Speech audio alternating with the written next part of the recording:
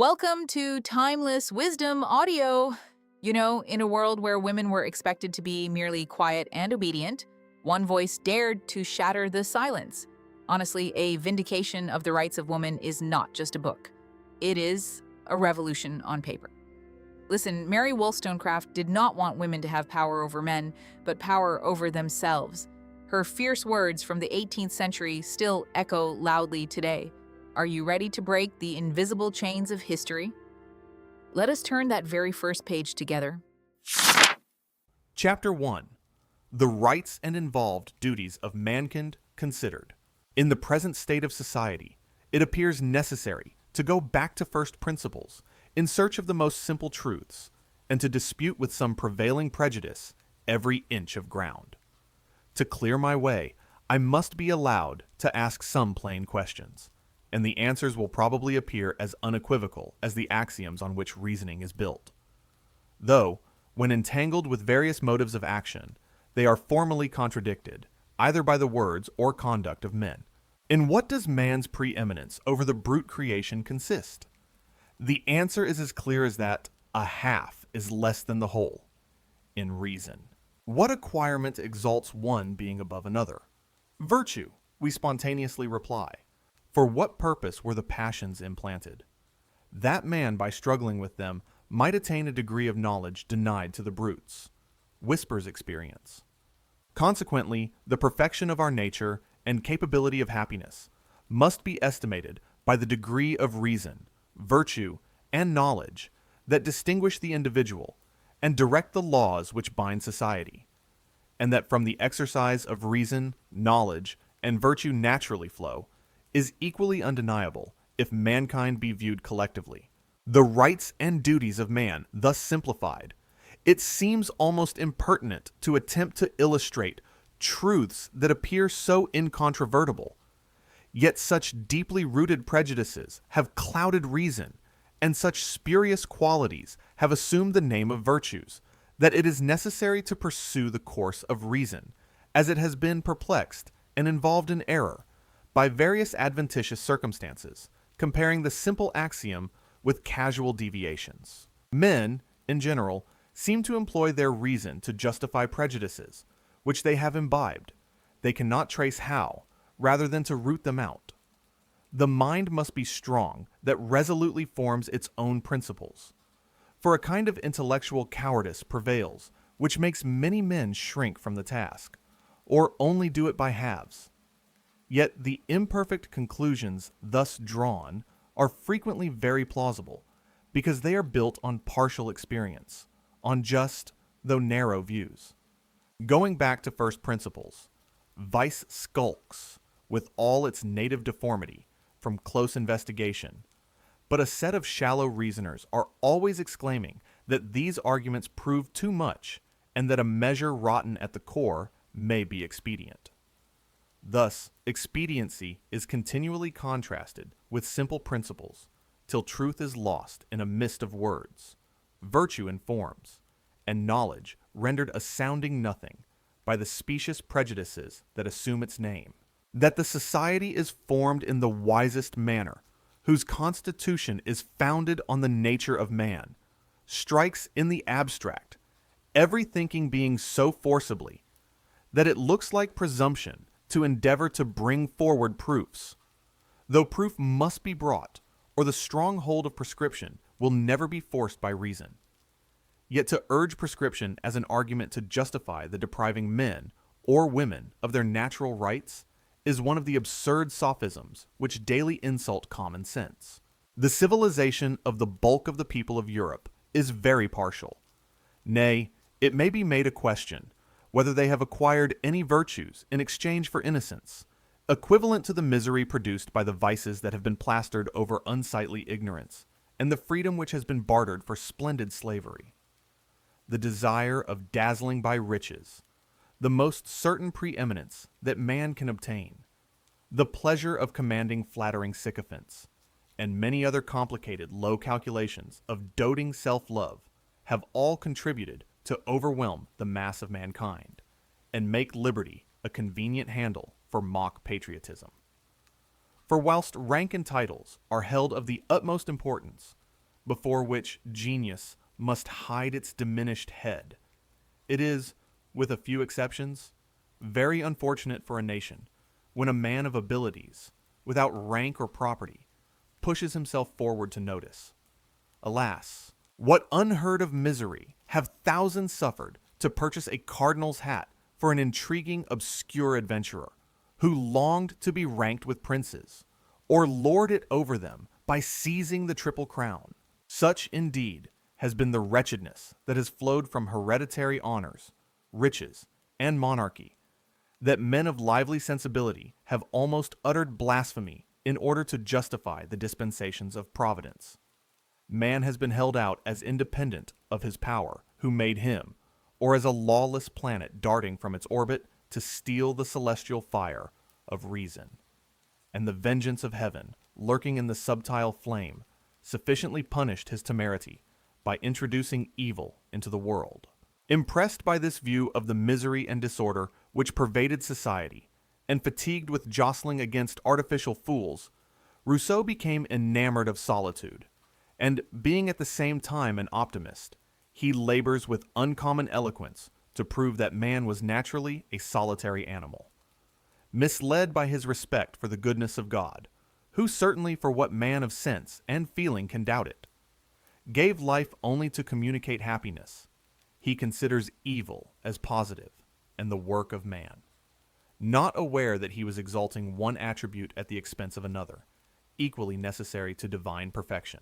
Reared on a false hypothesis, his arguments in favor of a state of nature are plausible, but unsound. I say unsound, for to assert that a state of nature is preferable to civilization in all its possible perfection is, in other words, to arraign supreme wisdom, and the paradoxical exclamation that God has made all things right, and that evil has been introduced by the creature whom he formed, knowing what he formed, is as unphilosophical as impious.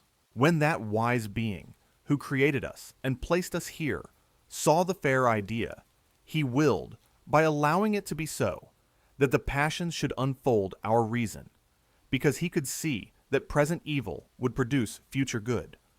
Could the helpless creature whom he called from nothing break loose from his providence and boldly learn to know good by practicing evil without his permission? No. How could that energetic advocate for immortality argue so inconsistently? Had mankind remained forever in the brutal state of nature, which even his magic pen cannot paint as a state in which a single virtue took root, it would have been clear, though not to the sensitive, unreflecting wanderer, that man was born to run the circle of life and death, and adorn God's garden for some purpose which could not easily be reconciled with his attributes. But if, to crown the whole, there were to be rational creatures produced, allowed to rise in excellency by the exercise of powers implanted for that purpose, if benignity itself thought fit to call into existence a creature above the brutes, who could think and improve himself, why should that inestimable gift, for a gift it was, if a man was so created as to have a capacity to rise above the state in which sensation produced brutal ease, be called, in direct terms, a curse? A curse it might be reckoned, if all our existence was bounded by our continuance in this world. For why should the gracious fountain of life give us passions, and the power of reflecting, only to embitter our days, and inspire us with mistaken notions of dignity?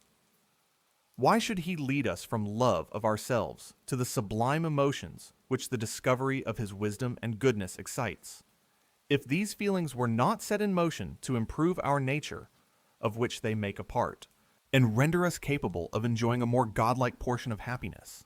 Firmly persuaded that no evil exists in the world that God did not design to take place, I build my belief on the perfection of God. Rousseau exerts himself to prove that all was right originally, a crowd of authors that all is now right, and I, that all will be right. But, true to his first position, next to a state of nature, Rousseau celebrates barbarism, and, apostrophizing the shade of Fabricius, he forgets that, in conquering the world, The Romans never dreamed of establishing their own liberty on a firm basis, or of extending the reign of virtue. Eager to support his system, he stigmatizes as vicious every effort of genius, and uttering the apotheosis of savage virtues, he exalts those to demigods who were scarcely human. The brutal Spartans, who in defiance of justice and gratitude, sacrificed in cold blood the slaves that had shown themselves men to rescue their oppressors. Disgusted with artificial manners and virtues, the citizen of Geneva, instead of properly sifting the subject, threw away the wheat with the chaff, without waiting to inquire whether the evils, which his ardent soul turned from indignantly, were the consequence of civilization or the vestiges of barbarism. He saw vice trampling on virtue, and the semblance of goodness taking place of the reality. He saw talents bent by power to sinister purposes, and never thought of tracing the gigantic mischief up to arbitrary power, up to the hereditary distinctions that clash with the mental superiority that naturally raises a man above his fellows. He did not perceive that the regal power, in a few generations, introduces idiotism into the noble stem, and holds out baits to render thousands idle and vicious. Nothing can set the regal character in a more contemptible point of view than the various crimes that have elevated men to the supreme dignity. Vile intrigues, unnatural crimes, and every vice that degrades our nature have been the steps to this distinguished eminence. Yet millions of men have supinely allowed the nerveless limbs of the posterity of such rapacious prowlers to rest quietly on their ensanguined thrones. What but a pestilential vapor can hover over society when its chief director is only instructed in the invention of crimes, or the stupid routine of childish ceremonies? Will men never be wise? Will they never cease to expect corn from tares, and figs from thistles? It is impossible for any man, when the most favorable circumstances concur, to acquire sufficient knowledge and strength of mind to discharge the duties of a king, entrusted with uncontrolled power. How then must they be violated, when his very elevation is an insuperable bar to the attainment of either wisdom or virtue, when all the feelings of a man are stifled by flattery and reflection shut out by pleasure? Surely it is madness to make the fate of thousands depend on the caprice of a weak fellow creature, whose very station sinks him necessarily below the meanest of his subjects. But one power should not be thrown down to exalt another, for all power intoxicates weak man, and its abuse proves that the more equality there is established among men, the more virtue and happiness will reign in society. But this, and any similar maxim deduced from simple reason, raises an outcry. The church or the state is in danger, if faith in the wisdom of antiquity is not implicit, and they who, roused by the sight of human calamity, dare to attack human authority, are reviled as despisers of God and enemies of man. These are bitter calumnies, yet they reached one of the best of men, Dr. Price, whose ashes still preach peace, and whose memory demands a respectful pause when subjects are discussed that lay so near his heart. After attacking the sacred majesty of kings, I shall scarcely excite surprise by adding my firm persuasion that every profession in which great subordination of rank constitutes its power is highly injurious to morality. A standing army, for instance, is incompatible with freedom, because subordination and rigor are the very sinews of military discipline, and despotism is necessary to give vigor to enterprises that one will direct. A spirit inspired by romantic notions of honor, a kind of morality founded on the fashion of the age, can only be felt by a few officers, whilst the main body must be moved by command, like the waves of the sea. For the strong wind of authority pushes the crowd of subalterns forward. They scarcely know or care why, with headlong fury. Besides, nothing can be so prejudicial to the morals of the inhabitants of country towns as the occasional residence of a set of idle superficial young men, whose only occupation is gallantry, and whose polished manners render vice more dangerous by concealing its deformity under gay ornamental drapery. An air of fashion which is but a badge of slavery and proves that the soul has not a strong individual character, awes simple country people into an imitation of the vices, when they cannot catch the slippery graces of politeness. Every corps is a chain of despots, who submitting and tyrannizing without exercising their reason, become dead weights of vice and folly on the community. A man of rank or fortune, sure of rising by interest, has nothing to do but to pursue some extravagant freak, whilst the needy gentleman who is to rise, as the phrase turns, by his merit, becomes a servile parasite or vile pander. Sailors, the naval gentlemen, come under the same description, only their vices assume a different and a grosser cast. They are more positively indolent when not discharging the ceremonials of their station, whilst the insignificant fluttering of soldiers may be termed active idleness. More confined to the society of men, the former acquire a fondness for humor and mischievous tricks, whilst the latter, mixing frequently with well-bred women, catch a sentimental cant. But mind is equally out of the question, whether they indulge the horse laugh or polite simper. May I be allowed to extend the comparison to a profession where more mind is certainly to be found? For the clergy have superior opportunities of improvement, though subordination almost equally cramps their faculties. The blind submission imposed at college to forms of belief serves as a novitiate to the curate, who most obsequiously respects the opinion of his rector or patron if he means to rise in his profession. Perhaps there cannot be a more forcible contrast than between the servile, dependent gait of a poor curate and the courtly mien of a bishop, and the respect and contempt they inspire render the discharge of their separate functions equally useless. It is of great importance to observe that the character of every man is, in some degree, formed by his profession. A man of sense may only have a cast of countenance that wears off as you trace his individuality, whilst the weak, common man has scarcely ever any character, but what belongs to the body. At least all his opinions have been so steeped in the vat consecrated by authority that the faint spirit which the grape of his own vine yields cannot be distinguished. Society, therefore, as it becomes more enlightened, should be very careful not to establish bodies of men who must necessarily be made foolish or vicious by the very constitution of their profession. In the infancy of society, when men were just emerging out of barbarism, chiefs and priests, touching the most powerful springs of savage conduct, hope and fear, must have had unbounded sway. An aristocracy, of course, is naturally the first form of government, but clashing interests soon losing their equipoise, a monarchy and hierarchy break out of the confusion of ambitious struggles, and the foundation of both is secured by feudal tenures. This appears to be the origin of monarchical and priestly power and the dawn of civilization. But such combustible materials cannot long be pent up, and getting vent in foreign wars and intestine insurrections, the people acquire some power in the tumult, which obliges their rulers to gloss over their oppression with a show of right. Thus, as wars, agriculture, commerce, and literature expands the mind, despots are compelled to make covert corruption hold fast the power which was formerly snatched by open force. And this baneful lurking gangrene is most quickly spread by luxury and superstition, the sure dregs of ambition. The indolent puppet of a court first becomes a luxurious monster, or fastidious sensualist, and then makes the contagion which his unnatural state spreads, the instrument of tyranny.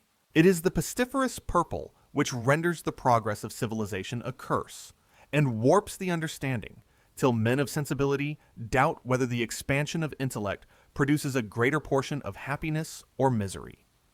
But the nature of the poison points out the antidote, and had Rousseau mounted one step higher in his investigation, or could his eye have pierced through the foggy atmosphere which he almost disdained to breathe, his active mind would have darted forward to contemplate the perfection of man in the establishment of true civilization, instead of taking his ferocious flight back to the night of sensual ignorance. Wow, what a powerful start.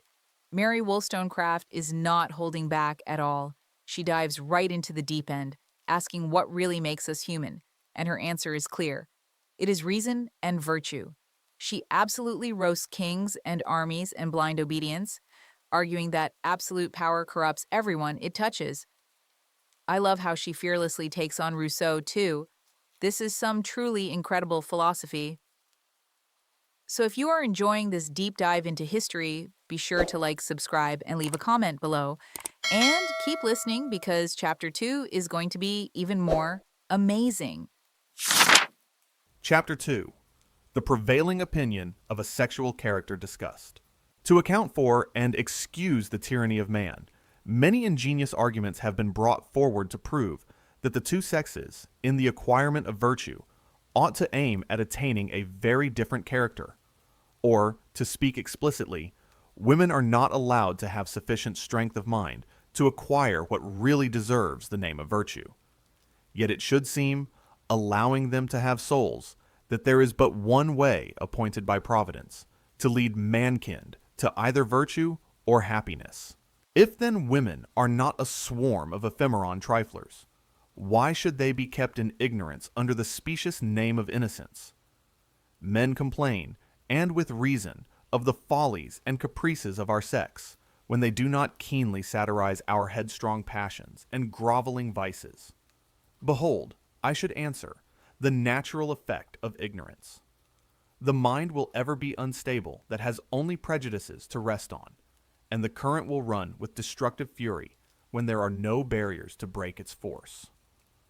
Women are told from their infancy, and taught by the example of their mothers, that a little knowledge of human weakness, justly termed cunning, softness of temper, outward obedience, and a scrupulous attention to a puerile kind of propriety, will obtain for them the protection of man. And should they be beautiful, everything else is needless, for at least 20 years of their lives. Thus, Milton describes our first frail mother, though when he tells us that women are formed for softness and sweet attractive grace, I cannot comprehend his meaning, unless, in the true Mahometan strain, he meant to deprive us of souls and insinuate that we were beings only designed by sweet attractive grace and docile blind obedience to gratify the senses of man when he can no longer soar on the wing of contemplation.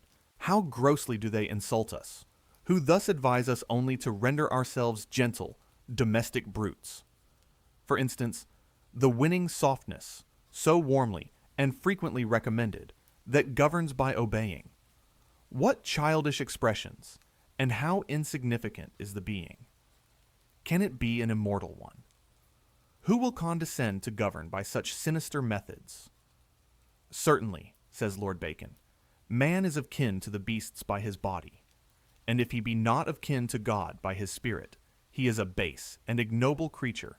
Men, indeed, appear to me to act in a very unphilosophical manner when they try to secure the good conduct of women by attempting to keep them always in a state of childhood.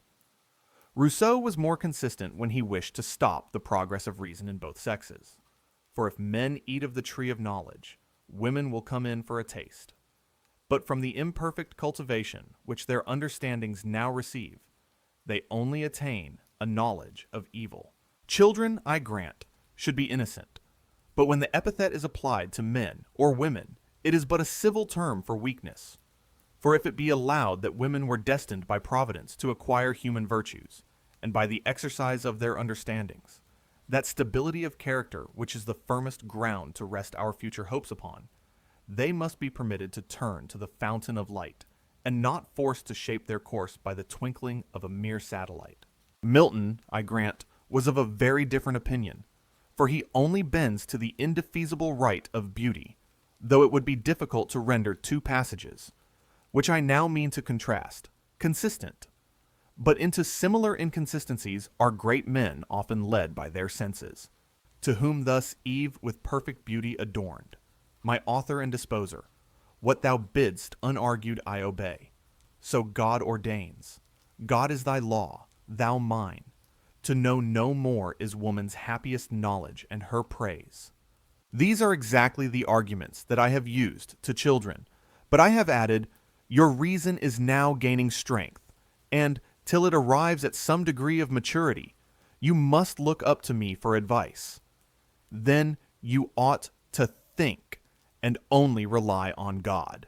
Yet, in the following lines, Milton seems to coincide with me when he makes Adam thus expostulate with his Maker. Hast thou not made me here thy substitute, and these inferior far beneath me set? Among unequals what society can sort, what harmony or delight, which must be mutual, in proportion due, given and received. But in disparity, the one intense, the other still remiss, cannot well suit with either, but soon prove tedious alike. Of fellowship I speak, such as I seek fit to participate, all rational delight. In treating, therefore, of the manners of women, let us, disregarding sensual arguments, trace what we should endeavor to make them in order to cooperate, if the expression be not too bold, with the Supreme Being. By individual education, I mean, for the sense of the word is not precisely defined. Such an attention to a child as will slowly sharpen the senses, form the temper, regulate the passions, as they begin to ferment, and set the understanding to work before the body arrives at maturity, so that the man may only have to proceed, not to begin, the important task of learning to think and reason. To prevent any misconstruction, I must add that I do not believe that a private education can work the wonders which some sanguine writers have attributed to it. Men and women must be educated, in a great degree, by the opinions and manners of the society they live in. In every age, there has been a stream of popular opinion that has carried all before it, and given a family character, as it were, to the century. It may then fairly be inferred that till society be differently constituted, much cannot be expected from education. It is, however, sufficient for my present purpose to assert that whatever effect circumstances have on the abilities, every being may become virtuous by the exercise of its own reason. For if but one being was created with vicious inclinations, that is positively bad. What can save us from atheism? Or if we worship a god, is not that god a devil? Consequently, the most perfect education, in my opinion, is such an exercise of the understanding as is best calculated to strengthen the body and form the heart, or, in other words, to enable the individual to attain such habits of virtue as will render it independent. In fact, it is a farce to call any being virtuous, whose virtues do not result from the exercise of its own reason. This was Rousseau's opinion respecting men. I extend it to women, and confidently assert that they have been drawn out of their sphere by false refinement, and not by an endeavor to acquire masculine qualities. Still, the regal homage which they receive is so intoxicating that till the manners of the times are changed and formed on more reasonable principles, it may be impossible to convince them that the illegitimate power, which they obtain by degrading themselves, is a curse, and that they must return to nature and equality, if they wish to secure the placid satisfaction that unsophisticated affections impart. But for this epoch, we must wait. Wait, perhaps, till kings and nobles, enlightened by reason, and, preferring the real dignity of man to childish state, throw off their gaudy hereditary trappings. And if then women do not resign the arbitrary power of beauty, they will prove that they have less mind than man. I may be accused of arrogance. Still, I must declare what I firmly believe, that all the writers who have written on the subject of female education and manners, from Rousseau to Dr. Gregory, have contributed to render women more artificial, weaker characters than they would otherwise have been, and consequently more useless members of society. I might have expressed this conviction in a lower key, but I am afraid it would have been the whine of affectation, and not the faithful expression of my feelings, of the clear result which experience and reflection have led me to draw. When I come to that division of the subject, I shall advert to the passages that I more particularly disapprove of, in the works of the authors I have just alluded to. But it is first necessary to observe that my objection extends to the whole purport of those books, which tend, in my opinion, to degrade one half of the human species, and render women pleasing at the expense of every solid virtue. Though, to reason on Rousseau's ground, if man did attain a degree of perfection of mind when his body arrived at maturity, it might be proper, in order to make a man and his wife one, that she should rely entirely on his understanding. And the graceful ivy, clasping the oak that supported it, would form a whole in which strength and beauty would be equally conspicuous. But alas, husbands, as well as their helpmates, are often only overgrown children. Nay, thanks to early debauchery, scarcely men in their outward form, and if the blind lead the blind, one need not come from heaven to tell us the consequence. Many are the causes that, in the present corrupt state of society, contribute to enslave women by cramping their understandings and sharpening their senses. One, perhaps, that silently does more mischief than all the rest, is their disregard of order.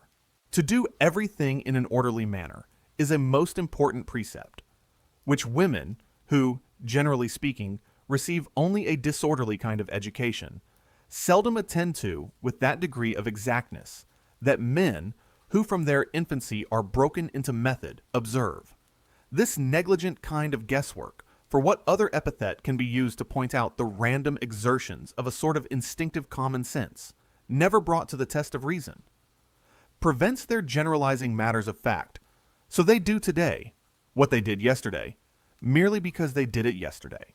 This contempt of the understanding in early life has more baneful consequences than is commonly supposed, for the little knowledge which women of strong minds attain is, from various circumstances, of a more desultory kind than the knowledge of men, and it is acquired more by sheer observations on real life than from comparing what has been individually observed with the results of experience generalized by speculation.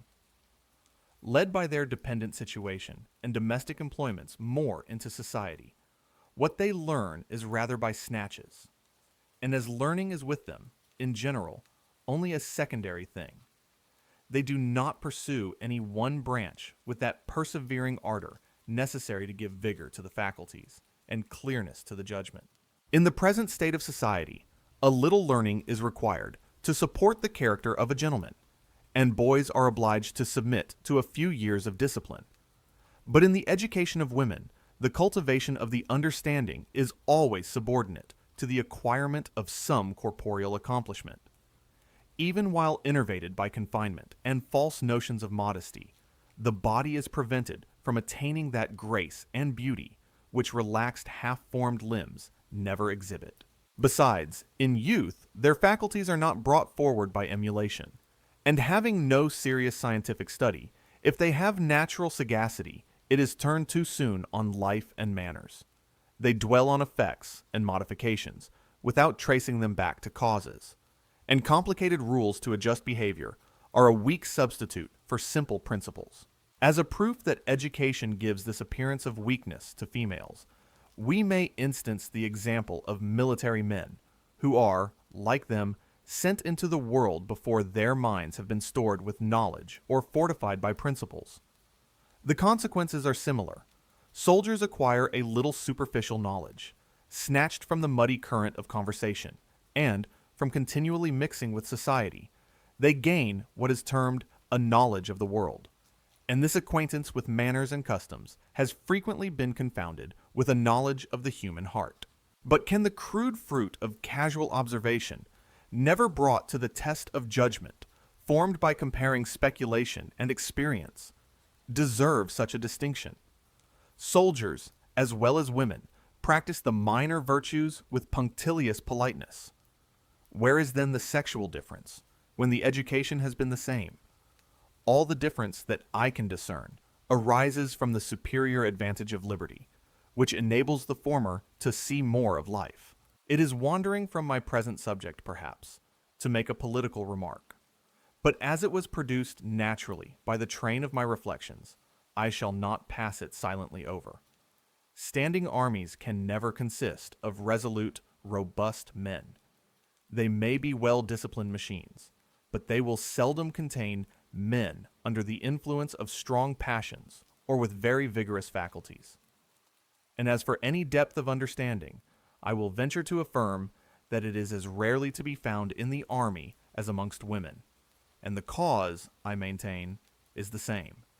It may be further observed that officers are also particularly attentive to their persons, fond of dancing, crowded rooms, adventures, and ridicule. Like the fair sex, the business of their lives is gallantry. They were taught to please, and they only live to please. Yet they do not lose their rank in the distinction of sexes, for they are still reckoned superior to women, though in what their superiority consists. Beyond what I have just mentioned, it is difficult to discover. The great misfortune is this, that they both acquire manners before morals, and a knowledge of life before they have, from reflection, any acquaintance with the grand ideal outline of human nature. The consequence is natural. Satisfied with common nature, they become a prey to prejudices, and taking all their opinions on credit, they blindly submit to authority, so that if they have any sense, it is a kind of instinctive glance that catches proportions and decides with respect to manners, but fails when arguments are to be pursued below the surface, or opinions analyzed. May not the same remark be applied to women? Nay, the argument may be carried still further, for they are both thrown out of a useful station by the unnatural distinctions established in civilized life. Riches and hereditary honors have made ciphers of women to give consequence to the numerical figure, and idleness has produced a mixture of gallantry and despotism in society, which leads the very men who are the slaves of their mistresses to tyrannize over their sisters, wives, and daughters. This is only keeping them in rank and file, it is true. Strengthen the female mind by enlarging it, and there will be an end to blind obedience. But, as blind obedience is ever sought for by power, tyrants and sensualists are in the right when they endeavor to keep women in the dark, because the former only want slaves, and the latter a plaything. The sensualist, indeed, has been the most dangerous of tyrants, and women have been duped by their lovers, as princes by their ministers, whilst dreaming that they reigned over them. I now principally allude to Rousseau, for his character of Sophia is undoubtedly a captivating one, though it appears to me grossly unnatural. However, it is not the superstructure, but the foundation of her character, the principles on which her education was built, that I mean to attack. Nay, warmly as I admire the genius of that able writer, whose opinions I shall often have occasion to cite, indignation always takes place of admiration, and the rigid frown of insulted virtue effaces the smile of complacency, which his eloquent periods are wont to raise when I read his voluptuous reveries. Is this the man who, in his ardor for virtue, would banish all the soft arts of peace and almost carry us back to Spartan discipline? Is this the man who delights to paint the useful struggles of passion, the triumphs of good dispositions, and the heroic flights which carry the glowing soul out of itself? How are these mighty sentiments lowered when he describes the pretty foot and enticing airs of his little favorite? But, for the present, I waive the subject, and instead of severely reprehending the transient effusions of overweening sensibility, I shall only observe that whoever has cast a benevolent eye on society must often have been gratified by the sight of humble mutual love, not dignified by sentiment, nor strengthened by a union in intellectual pursuits. The domestic trifles of the day have afforded matter for cheerful converse, and innocent caresses have softened toils which did not require great exercise of mind or stretch of thought. Yet has not the sight of this moderate felicity excited more tenderness than respect? An emotion similar to what we feel when children are playing, or animals sporting, whilst the contemplation of the noble struggles of suffering merit has raised admiration, and carried our thoughts to that world where sensation will give place to reason. Women are, therefore, to be considered either as moral beings, or so weak that they must be entirely subjected to the superior faculties of men. Let us examine this question.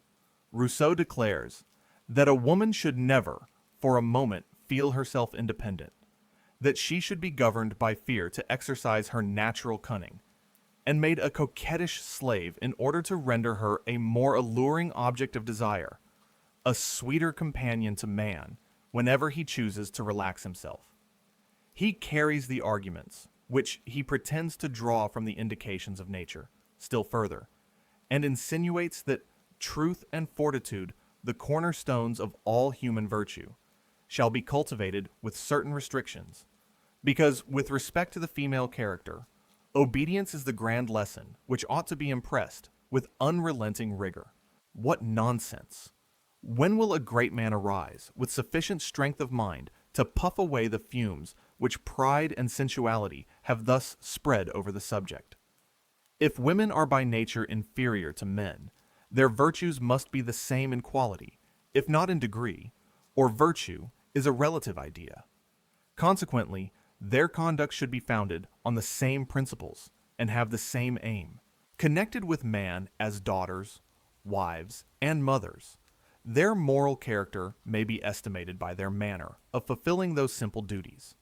But the end, the grand end of their exertions should be to unfold their own faculties and acquire the dignity of conscious virtue. They may try to render their road pleasant, but ought never to forget, in common with man, that life yields not the felicity which can satisfy an immortal soul. I do not mean to insinuate that either sex should be so lost in abstract reflections or distant views as to forget the affections and duties that lie before them, and are, in truth, the means appointed to produce the fruit of life. On the contrary, I would warmly recommend them, even while I assert that they afford most satisfaction when they are considered in their true subordinate light. Probably the prevailing opinion, that woman was created for man, may have taken its rise from Moses' poetical story. Yet, as very few, it is presumed, who have bestowed any serious thought on the subject, ever supposed that Eve was, literally speaking, one of Adam's ribs, the deduction must be allowed to fall to the ground, or only be so far admitted as it proves that man, from the remotest antiquity, found it convenient to exert his strength to subjugate his companion, and his invention to show that she ought to have her neck bent under the yoke, because she, as well as the brute creation, was created to do his pleasure. Let it not be concluded that I wish to invert the order of things. I have already granted that from the constitution of their bodies, men seem to be designed by Providence to attain a greater degree of virtue. I speak collectively of the whole sex, but I see not the shadow of a reason to conclude that their virtues should differ in respect to their nature. In fact, how can they, if virtue has only one eternal standard? I must, therefore, if I reason consequentially, as strenuously maintain that they have the same simple direction, as that there is a God.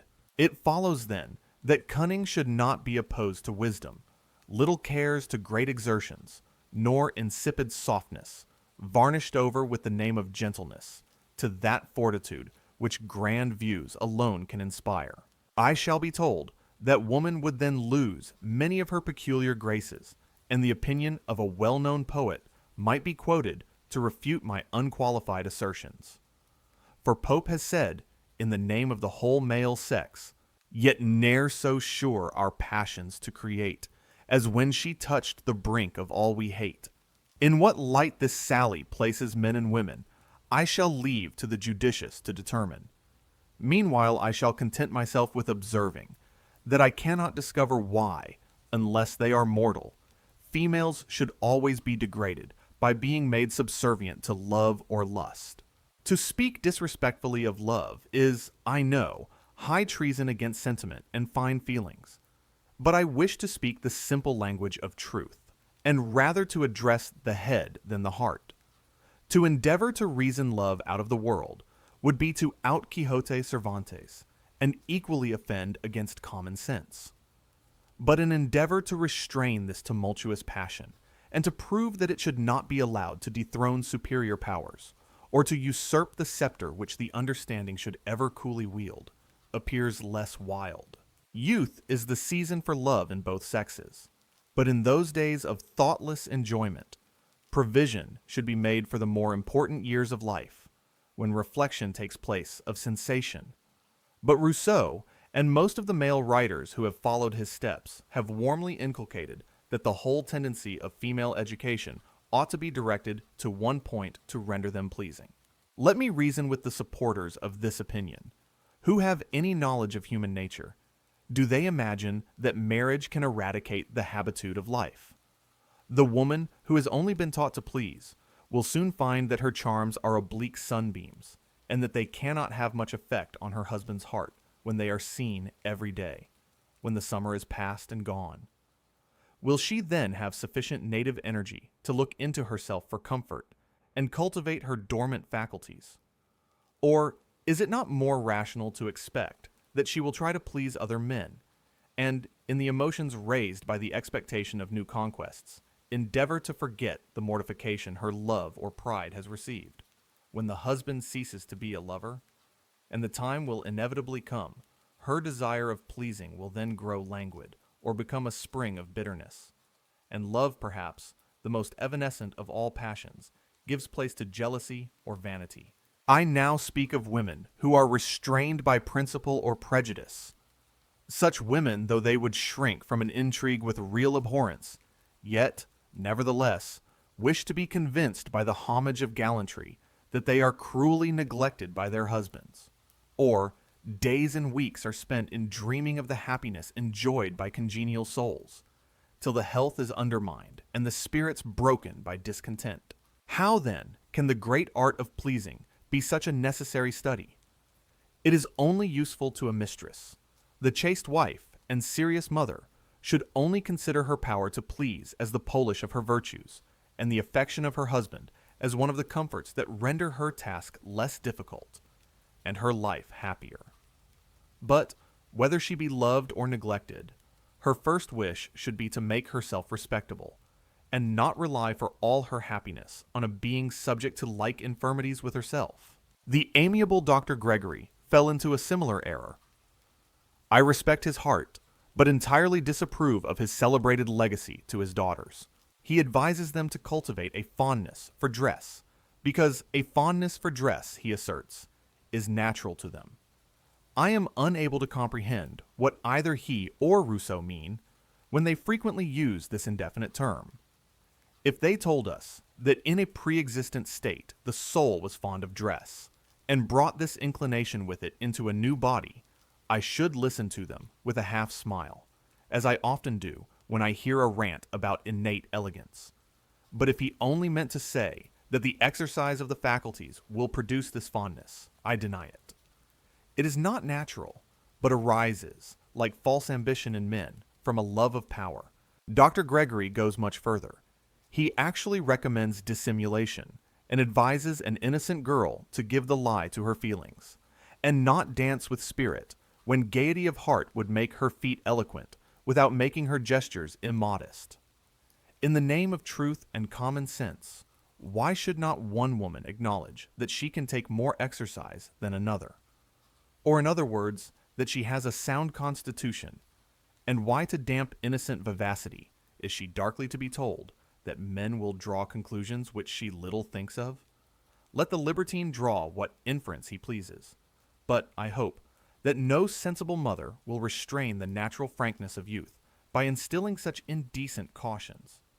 Out of the abundance of the heart the mouth speaketh, and a wiser than Solomon hath said, that the heart should be made clean, and not trivial ceremonies observed, which it is not very difficult to fulfill with scrupulous exactness when vice reigns in the heart. Women ought to endeavor to purify their hearts, but can they do so when their uncultivated understandings make them entirely dependent on their senses for employment and amusement, when no noble pursuit sets them above the little vanities of the day, or enables them to curb the wild emotions that agitate a reed over which every passing breeze has power? To gain the affections of a virtuous man, is affectation necessary? Nature has given woman a weaker frame than man, but to ensure her husband's affections must a wife, who, by the exercise of her mind and body, while she was discharging the duties of a daughter, wife, and mother, has allowed her constitution to retain its natural strength, and her nerves a healthy tone, is she, I say, to condescend, to use art, and feign a sickly delicacy in order to secure her husband's affection? Weakness may excite tenderness and gratify the arrogant pride of man, but the lordly caresses of a protector will not gratify a noble mind that pants for and deserves to be respected. Fondness is a poor substitute for friendship. In a seraglio, I grant that all these arts are necessary. The epicure must have his palate tickled, or he will sink into apathy. But have women so little ambition as to be satisfied with such a condition? Can they supinely dream life away in the lap of pleasure or in the languor of weariness, rather than assert their claim to pursue reasonable pleasures, and render themselves conspicuous by practicing the virtues which dignify mankind? Surely she has not an immortal soul who can loiter life away, merely employed to adorn her person, that she may amuse the languid hours, and soften the cares of a fellow creature who is willing to be enlivened by her smiles and tricks, when the serious business of life is over. Besides, the woman who strengthens her body and exercises her mind will, by managing her family and practicing various virtues, become the friend, and not the humble dependent of her husband. And if she deserves his regard by possessing such substantial qualities, she will not find it necessary to conceal her affection, nor to pretend to an unnatural coldness of constitution to excite her husband's passions. In fact, if we revert to history, we shall find that the women who have distinguished themselves have neither been the most beautiful nor the most gentle of their sex. Nature, or to speak with strict propriety God, has made all things right, but man has sought him out many inventions to mar the work. I now allude to that part of Dr. Gregory's treatise, where he advises a wife never to let her husband know the extent of her sensibility or affection, voluptuous precaution, and as ineffectual as absurd. Love, from its very nature, must be transitory. To seek for a secret that would render it constant would be as wild a search as for the philosopher's stone or the grand panacea, and the discovery would be equally useless, or rather pernicious to mankind. The most holy band of society is friendship.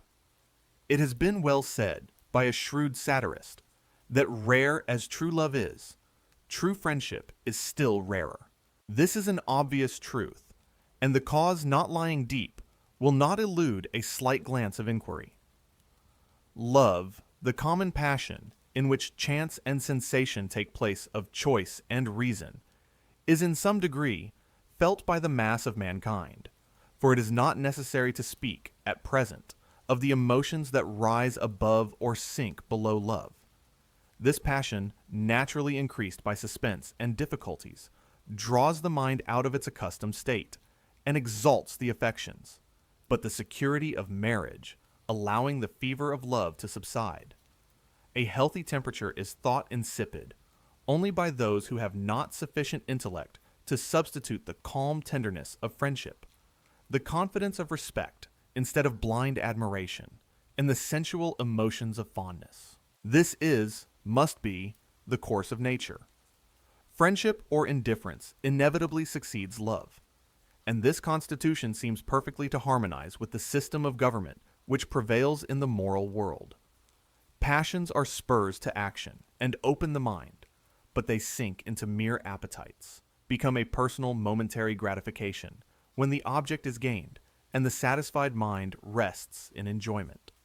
The man who had some virtue whilst he was struggling for a crown often becomes a voluptuous tyrant when it graces his brow, and, when the lover is not lost in the husband, the dotard, a prey to childish caprices and fond jealousies, neglects the serious duties of life, and the caresses which should excite confidence in his children are lavished on the overgrown child, his wife.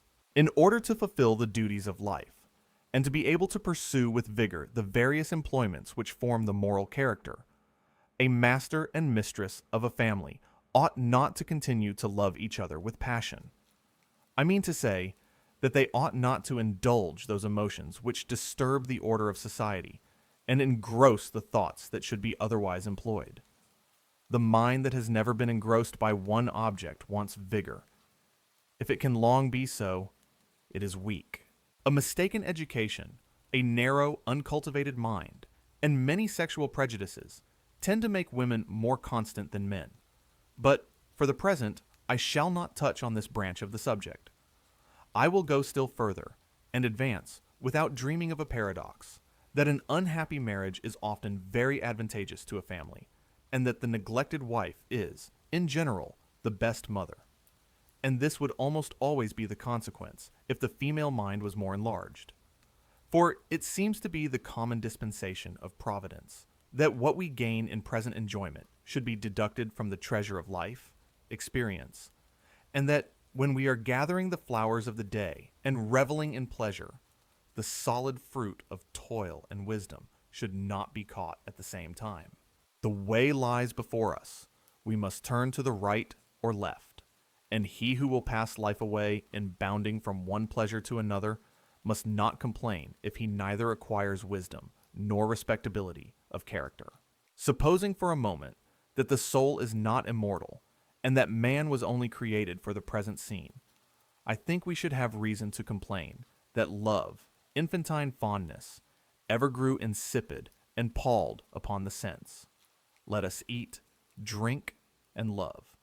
For tomorrow we die would be in fact the language of reason, the morality of life, and who but a fool would part with a reality for a fleeting shadow? But if awed by observing the improvable powers of the mind, we disdain to confine our wishes or thoughts to such a comparatively mean field of action, that only appears grand and important as it is connected with a boundless prospect and sublime hopes. What necessity is there for falsehood in conduct, and why must the sacred majesty of truth be violated to detain a deceitful good that saps the very foundation of virtue? Why must the female mind be tainted by coquettish arts to gratify the sensualist, and prevent love from subsiding into friendship or compassionate tenderness, when there are not qualities on which friendship can be built? Let the honest heart show itself, and reason teach passion to submit to necessity. Or let the dignified pursuit of virtue and knowledge raise the mind above those emotions which rather embitter than sweeten the cup of life when they are not restrained within due bounds. I do not mean to allude to the romantic passion, which is the concomitant of genius. Who can clip its wings? But that grand passion, not proportioned to the puny enjoyments of life, is only true to the sentiment, and feeds on itself. The passions which have been celebrated for their durability have always been unfortunate. They have acquired strength by absence and constitutional melancholy. The fancy has hovered round a form of beauty dimly seen, but familiarity might have turned admiration into disgust, or at least into indifference, and allowed the imagination leisure to start fresh game.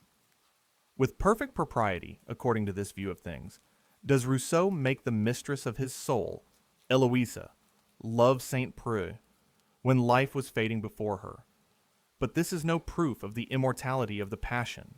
Of the same complexion is Dr. Gregory's advice respecting delicacy of sentiment, which he advises a woman not to acquire if she has determined to marry. This determination, however, perfectly consistent with his former advice, he calls indelicate, and earnestly persuades his daughters to conceal it, though it may govern their conduct, as if it were indelicate to have the common appetites of human nature. Noble morality, and consistent with the cautious prudence of a little soul that cannot extend its views beyond the present minute division of existence. If all the faculties of woman's mind are only to be cultivated as they respect her dependence on man, if, when she obtains a husband, she has arrived at her goal, and meanly proud, is satisfied with such a paltry crown, let her grovel contentedly, scarcely raised by her employments above the animal kingdom. But if she is struggling for the prize of her high calling, let her cultivate her understanding, without stopping to consider what character the husband may have, whom she is destined to marry. Let her only determine, without being too anxious about present happiness, to acquire the qualities that ennoble a rational being, and a rough, inelegant husband may shock her taste without destroying her peace of mind. She will not model her soul to suit the frailties of her companion, but to bear with them. His character may be a trial, but not an impediment to virtue.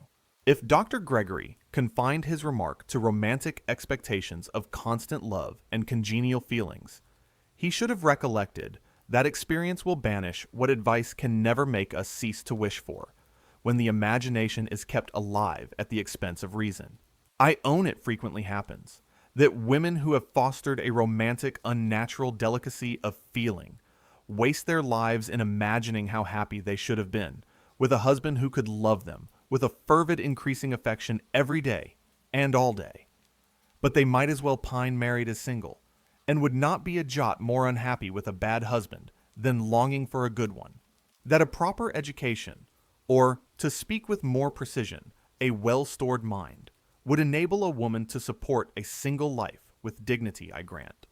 But that she should avoid cultivating her taste, lest her husband should occasionally shock it, is quitting a substance for a shadow. To say the truth, I do not know of what use is an improved taste, if the individual be not rendered more independent of the casualties of life, if new sources of enjoyment, only dependent on the solitary operations of the mind, are not opened. People of taste, married or single, without distinction, will ever be disgusted by various things that touch not less observing minds. On this conclusion, the argument must not be allowed to hinge. But in the whole sum of enjoyment, is taste to be denominated a blessing? The question is, whether it procures most pain or pleasure. The answer will decide the propriety of Dr. Gregory's advice, and show how absurd and tyrannic it is thus to lay down a system of slavery, or to attempt to educate moral beings by any other rules than those deduced from pure reason, which apply to the whole species. Gentleness of manners, forbearance, and long-suffering are such amiable godlike qualities that in sublime poetic strains the deity has been invested with them, and perhaps no representation of his goodness so strongly fastens on the human affections as those that represent him abundant in mercy and willing to pardon. Gentleness, considered in this point of view, bears on its front all the characteristics of grandeur, combined with the winning graces of condescension. But what a different aspect it assumes when it is the submissive demeanor of dependence, the support of weakness that loves because it wants protection, and is forbearing because it must silently endure injuries, smiling under the lash at which it dare not snarl. Abject as this picture appears, it is the portrait of an accomplished woman, according to the received opinion of female excellence, separated by specious reasoners from human excellence. Or they kindly restore the rib, and make one moral being of a man and woman, not forgetting to give her all the submissive charms. How women are to exist in that state where there is to be neither marrying nor giving in marriage, we are not told. For though moralists have agreed that the tenor of life seems to prove that man is prepared by various circumstances for a future state, they constantly concur in advising woman only to provide for the present. Gentleness, docility, and a spaniel-like affection are, on this ground, consistently recommended as the cardinal virtues of the sex. And, disregarding the arbitrary economy of nature, one writer has declared that it is masculine for a woman to be melancholy. She was created to be the toy of man, his rattle, and it must jingle in his ears, whenever, dismissing reason, he chooses to be amused. To recommend gentleness, indeed, on a broad basis is strictly philosophical. A frail being should labor to be gentle. But when forbearance confounds right and wrong, it ceases to be a virtue. And however convenient it may be found in a companion, that companion will ever be considered as an inferior, and only inspire a vapid tenderness, which easily degenerates into contempt. Still, if advice could really make a being gentle, whose natural disposition admitted not of such a fine polish, something toward the advancement of order would be attained.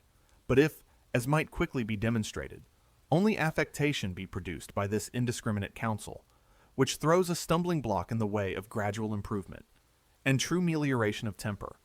The sex is not much benefited by sacrificing solid virtues to the attainment of superficial graces, though for a few years they may procure the individual's regal sway. As a philosopher, I read with indignation the plausible epithets which men use to soften their insults. And as a moralist, I ask what is meant by such heterogeneous associations as fair defects, amiable weaknesses, etc. If there is but one criterion of morals, but one archetype for man, women appear to be suspended by destiny. According to the vulgar tale of Mahomet's coffin, they have neither the unerring instinct of brutes, nor are allowed to fix the eye of reason on a perfect model. They were made to be loved, and must not aim at respect, lest they should be hunted out of society as masculine. But to view the subject in another point of view, do passive indolent women make the best wives? Confining our discussion to the present moment of existence, let us see how such weak creatures perform their part. Do the women who, by the attainment of a few superficial accomplishments, have strengthened the prevailing prejudice, merely contribute to the happiness of their husbands?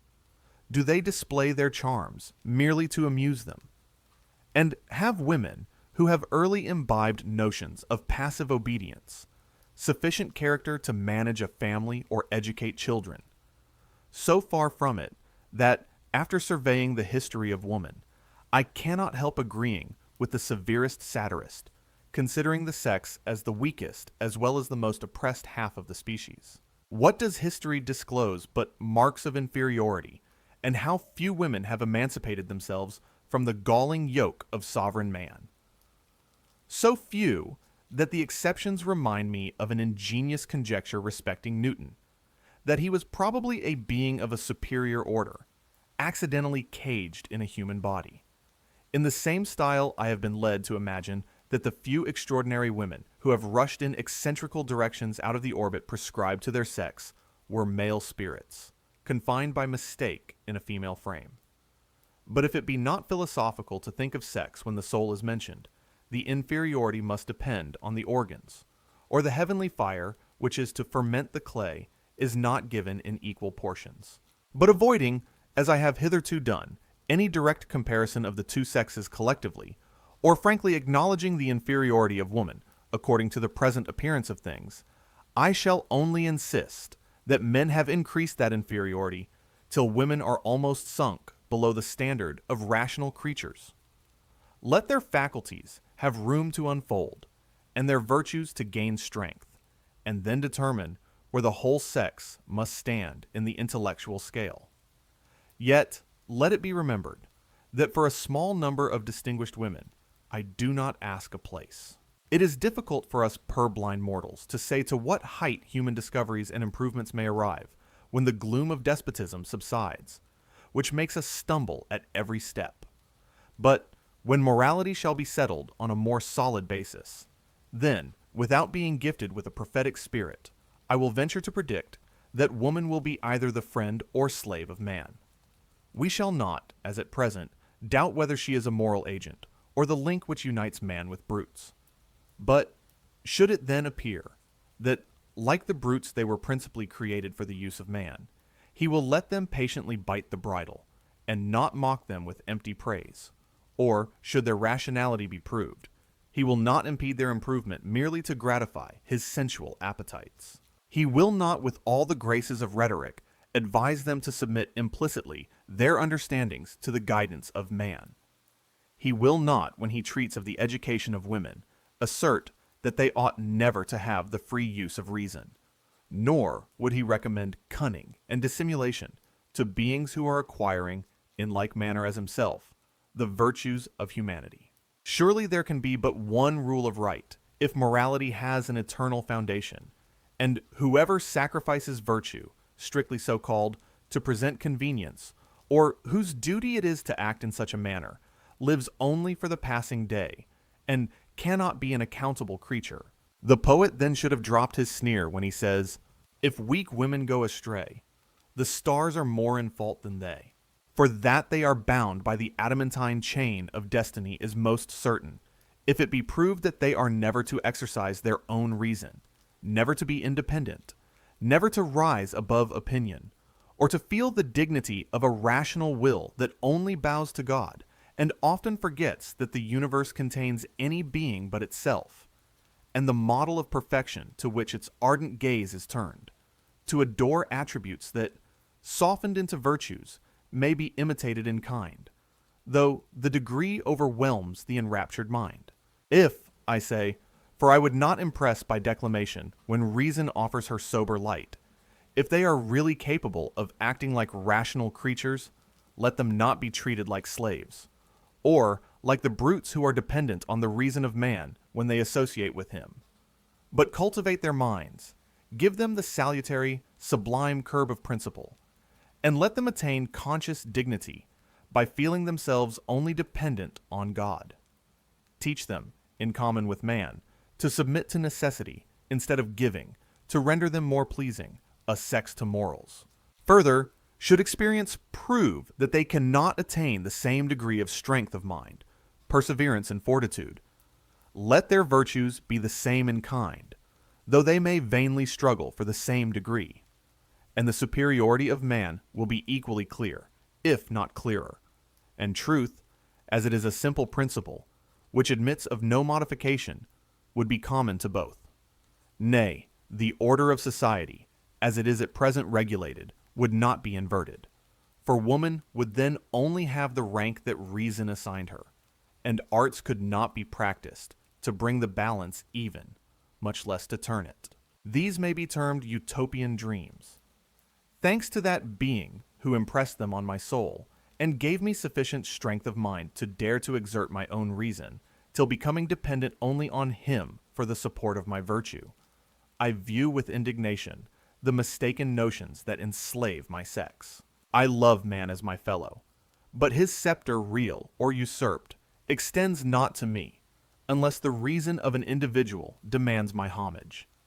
And even then the submission is to reason, and not to man. In fact, the conduct of an accountable being must be regulated by the operations of its own reason. Or on what foundation rests the throne of God? It appears to me necessary to dwell on these obvious truths, because females have been insulted, as it were, and while they have been stripped of the virtues that should clothe humanity, they have been decked with artificial graces that enable them to exercise a short-lived tyranny.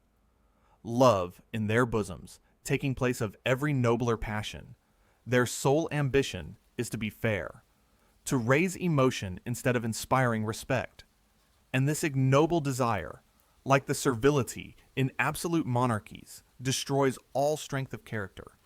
Liberty is the mother of virtue, and if women are, by their very constitution, slaves, and not allowed to breathe the sharp, invigorating air of freedom, they must ever languish like exotics, and be reckoned beautiful flaws in nature.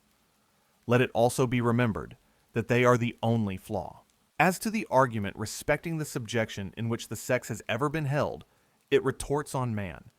The many have always been enthralled by the few, and monsters who have scarcely shown any discernment of human excellence have tyrannized over thousands of their fellow creatures. Why have men of superior endowments submitted to such degradation? For is it not universally acknowledged that kings, viewed collectively, have ever been inferior, in abilities and virtue, to the same number of men taken from the common mass of mankind? Yet, have they not, and are they not still treated with a degree of reverence that is an insult to reason? China is not the only country where a living man has been made a god. Men have submitted to superior strength, to enjoy with impunity the pleasure of the moment. Women have only done the same, and therefore till it is proved that the courtier, who servilely resigns the birthright of a man, is not a moral agent, it cannot be demonstrated that woman is essentially inferior to man, because she has always been subjugated. Brutal force has hitherto governed the world, and that the science of politics is in its infancy, is evident from philosophers scrupling to give the knowledge most useful to man that determinate distinction. I shall not pursue this argument any further than to establish an obvious inference that as sound politics diffuse liberty, mankind, including woman, will become more wise and virtuous. Wow. Chapter 2 really turns up the heat. Mary is taking down the biggest philosophers of her time like Rousseau and Dr. Gregory. She argues that women are deliberately kept in a state of childhood and ignorance just to please men, calling out how absurd it is to raise women only for love and beauty while denying them reason and virtue. She boldly states that true friendship and respect in marriage matter way more than fleeting passion.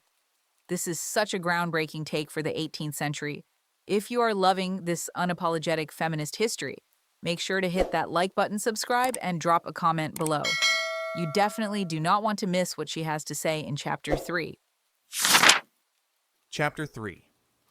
The same subject continued.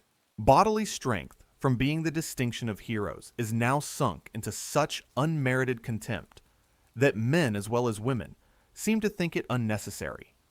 The latter, as it takes from their feminine graces, and from that lovely weakness, the source of their undue power, and the former, because it appears inimical with the character of a gentleman.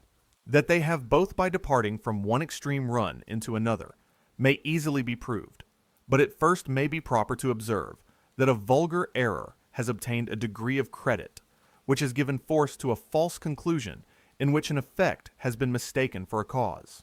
People of genius have very frequently impaired their constitutions by study, or careless inattention to their health, and the violence of their passions bearing a proportion to the vigor of their intellects. The sword's destroying the scabbard has become almost proverbial, and superficial observers have inferred from thence that men of genius have commonly weak, or to use a more fashionable phrase, delicate constitutions. Yet the contrary, I believe, will appear to be the fact. For on diligent inquiry, I find that strength of mind has, in most cases, been accompanied by superior strength of body, natural soundness of constitution, not that robust tone of nerves and vigor of muscles, which arise from bodily labor, when the mind is quiescent, or only directs the hands. Dr. Priestley has remarked, in the preface to his biographical chart, that the majority of great men have lived beyond 45.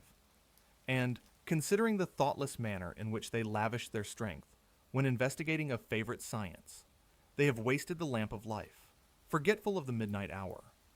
Or, when, lost in poetic dreams, fancy has peopled the scene, and the soul has been disturbed till it shook the constitution by the passions that meditation had raised, whose objects, the baseless fabric of a vision, faded before the exhausted eye. They must have had iron frames. Shakespeare never grasped the airy dagger with a nerveless hand, nor did Milton tremble when he led Satan far from the confines of his dreary prison. These were not the ravings of imbecility, the sickly effusions of distempered brains, but the exuberance of fancy that, in a fine frenzy wandering, was not continually reminded of its material shackles. I am aware that this argument would carry me further than it may be supposed I wish to go. But I follow truth, and still adhering to my first position, I will allow that bodily strength seems to give man a natural superiority over woman. And this is the only solid basis on which the superiority of the sex can be built. But I still insist that not only the virtue, but the knowledge of the two sexes should be the same in nature, if not in degree, and that women, considered not only as moral, but rational creatures, ought to endeavor to acquire human virtues, or perfections, by the same means as men, instead of being educated like a fanciful kind of half-being, one of Rousseau's wild chimeras. But, if strength of body be, with some show of reason, the boast of men, why are women so infatuated as to be proud of a defect? Rousseau has furnished them with a plausible excuse, which could only have occurred to a man whose imagination had been allowed to run wild, and refine on the impressions made by exquisite senses, that they might forsooth have a pretext for yielding to a natural appetite without violating a romantic species of modesty, which gratifies the pride and libertinism of man.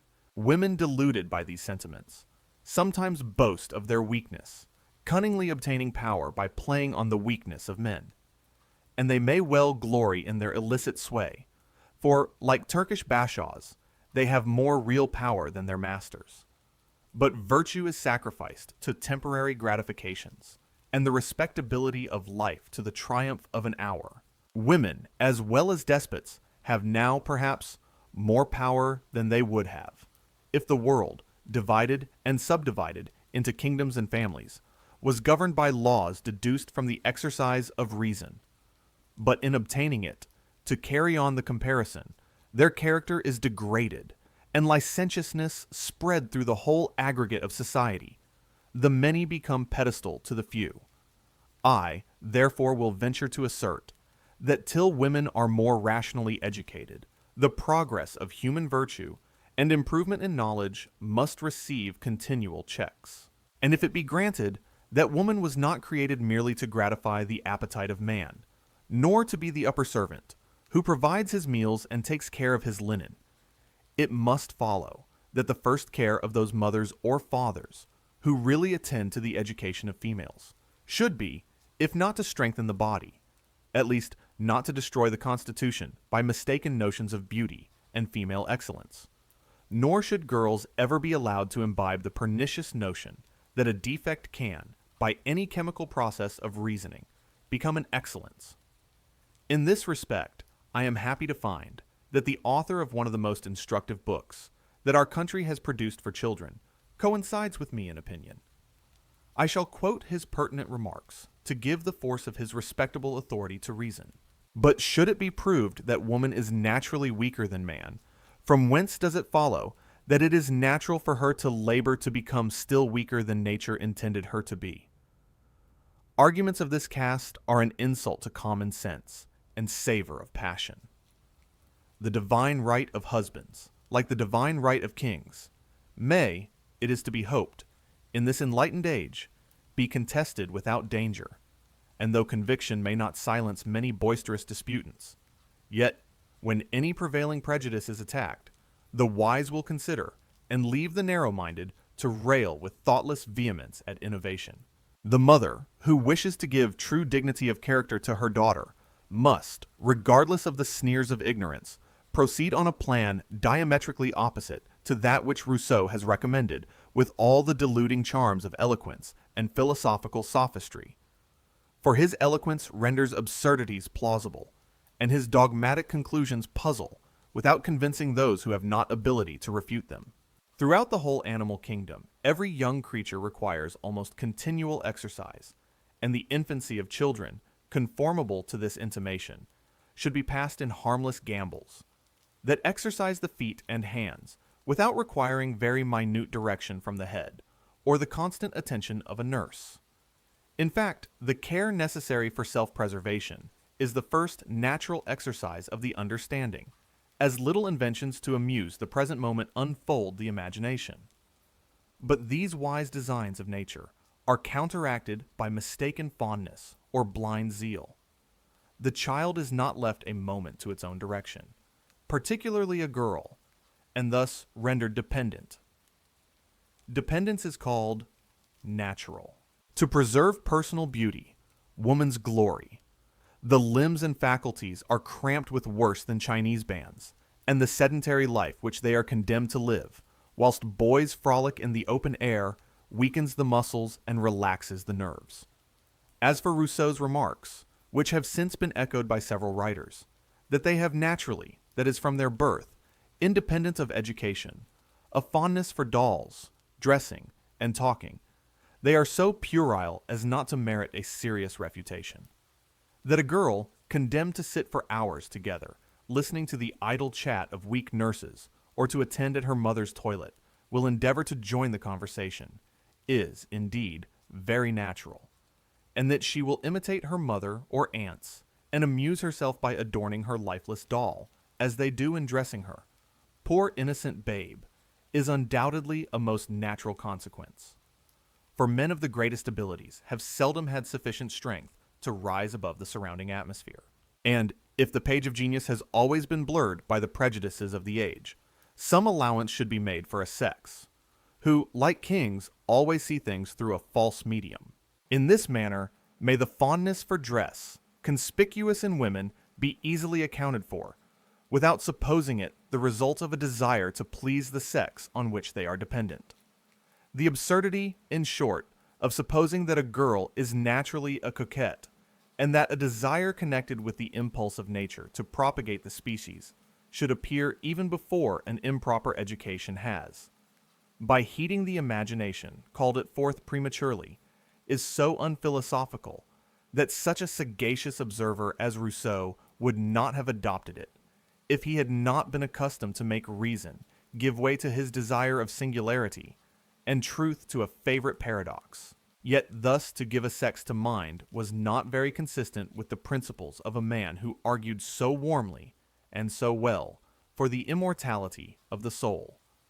But what a weak barrier is truth when it stands in the way of an hypothesis. Rousseau respected, almost adored virtue, and yet allowed himself to love with sensual fondness. His imagination constantly prepared inflammable fuel for his inflammable senses. But, in order to reconcile his respect for self-denial, fortitude, and those heroic virtues which a mind like his could not coolly admire, he labors to invert the law of nature and broaches a doctrine pregnant with mischief and derogatory to the character of supreme wisdom. His ridiculous stories, which tend to prove that girls are naturally attentive to their persons, without laying any stress on daily example, are below contempt, and that a little miss should have such a correct taste as to neglect the pleasing amusement of making O's, merely because she perceived that it was an ungraceful attitude, should be selected with the anecdotes of the learned pig. I have, probably, had an opportunity of observing more girls in their infancy than J.J. Rousseau. I can recollect my own feelings, and I have looked steadily around me. Yet, so far from coinciding with him in opinion respecting the first dawn of the female character, I will venture to affirm, that a girl, whose spirits have not been damped by inactivity, or innocence tainted by false shame, will always be a romp, and the doll will never excite attention, unless confinement allows her no alternative. Girls and boys, in short, would play harmless together, if the distinction of sex was not inculcated long before nature makes any difference. I will go further and affirm as an indisputable fact that most of the women in the circle of my observation, who have acted like rational creatures or shown any vigor of intellect, have accidentally been allowed to run wild, as some of the elegant formers of the fair sex would insinuate. The baneful consequences which flow from inattention to health during infancy and youth extend further than is supposed. Dependence of body naturally produces dependence of mind. And how can she be a good wife or mother, the greater part of whose time is employed to guard against or endure sickness?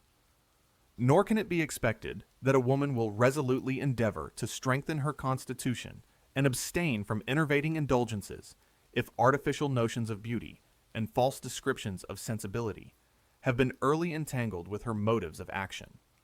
Most men are sometimes obliged to bear with bodily inconveniences, and to endure, occasionally, the inclemency of the elements. But genteel women are, literally speaking, slaves to their bodies, and glory in their subjection. I once knew a weak woman of fashion, who was more than commonly proud of her delicacy and sensibility.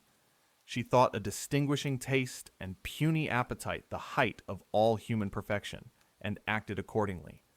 I have seen this weak, sophisticated being neglect all the duties of life, yet recline with self-complacency on a sofa, and boast of her want of appetite as a proof of delicacy that extended to, or perhaps arose from, her exquisite sensibility, for it is difficult to render intelligible such ridiculous jargon. Yet, at the moment I have seen her insult a worthy old gentlewoman, whom unexpected misfortunes had made dependent on her ostentatious bounty, and who, in better days, had claims on her gratitude. Is it possible that a human creature should have become such a weak and depraved being, if, like the Sybarites, dissolved in luxury, everything like virtue had not been worn away, or never impressed by precept, a poor substitute, it is true, for cultivation of mind, though it serves as a fence against vice? Such a woman is not a more irrational monster than some of the Roman emperors, who were depraved by lawless power.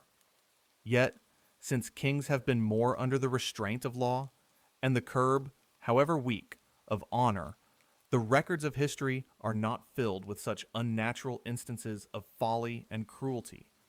Nor does the despotism that kills virtue and genius in the bud hover over Europe with that destructive blast which desolates Turkey and renders the men, as well as the soil, unfruitful. Women are everywhere in this deplorable state, for in order to preserve their innocence, as ignorance is courteously termed, truth is hidden from them, and they are made to assume an artificial character before their faculties have acquired any strength. Taught from their infancy that beauty is woman's scepter, the mind shapes itself to the body, and roaming round its gilt cage only seeks to adorn its prison. Men have various employments and pursuits which engage their attention and give a character to the opening mind. But women, confined to one, and having their thoughts constantly directed to the most insignificant part of themselves, seldom extend their views beyond the triumph of the hour. But was their understanding once emancipated from the slavery to which the pride and sensuality of man and their short-sighted desire, like that of dominion in tyrants, of present sway, has subjected them, we should probably read of their weaknesses with surprise. I must be allowed to pursue the argument a little farther. Perhaps, if the existence of an evil being was allowed, who, in the allegorical language of Scripture, went about seeking whom he should devour, he could not more effectually degrade the human character than by giving a man absolute power. This argument branches into various ramifications. Birth, riches, and every intrinsic advantage that exalt a man above his fellows, without any mental exertion, sink him in reality below them. In proportion to his weakness, he is played upon by designing men, till the bloated monster has lost all traces of humanity. And that tribes of men, like flocks of sheep, should quietly follow such a leader, is a solecism that only a desire of present enjoyment and narrowness of understanding can solve. Educated in slavish dependence and enervated by luxury and sloth, where shall we find men who will stand forth to assert the rights of man, or claim the privilege of moral beings who should have but one road to excellence? Slavery to monarchs and ministers, which the world will be long in freeing itself from, and whose deadly grasp stops the progress of the human mind, is not yet abolished. Let not men, then, in the pride of power, use the same arguments that tyrannic kings and venal ministers have used, and fallaciously assert that woman ought to be subjected because she has always been so. But when man, governed by reasonable laws, enjoys his natural freedom, let him despise woman if she do not share it with him. And, till that glorious period arrives, in descanting on the folly of the sex, let him not overlook his own. Women, it is true, obtaining power by unjust means, by practicing or fostering vice, evidently lose the rank which reason would assign them, and they become either abject slaves or capricious tyrants. They lose all simplicity, all dignity of mind, in acquiring power, and act as men are observed to act when they have been exalted by the same means. It is time to effect a revolution in female manners, time to restore to them their lost dignity, and make them, as a part of the human species, labor by reforming themselves to reform the world. It is time to separate unchangeable morals from local manners. If men be demigods, why let us serve them? And if the dignity of the female soul be as disputable as that of animals, if their reason does not afford sufficient light to direct their conduct, whilst unerring instinct is denied, they are surely of all creatures the most miserable, and, bent beneath the iron hand of destiny, must submit to be a fair defect in creation. But to justify the ways of providence respecting them, by pointing out some irrefragable reason for thus making such a large portion of mankind accountable and not accountable, would puzzle the subtlest casuist. The only solid foundation for morality appears to be the character of the Supreme Being, the harmony of which arises from a balance of attributes.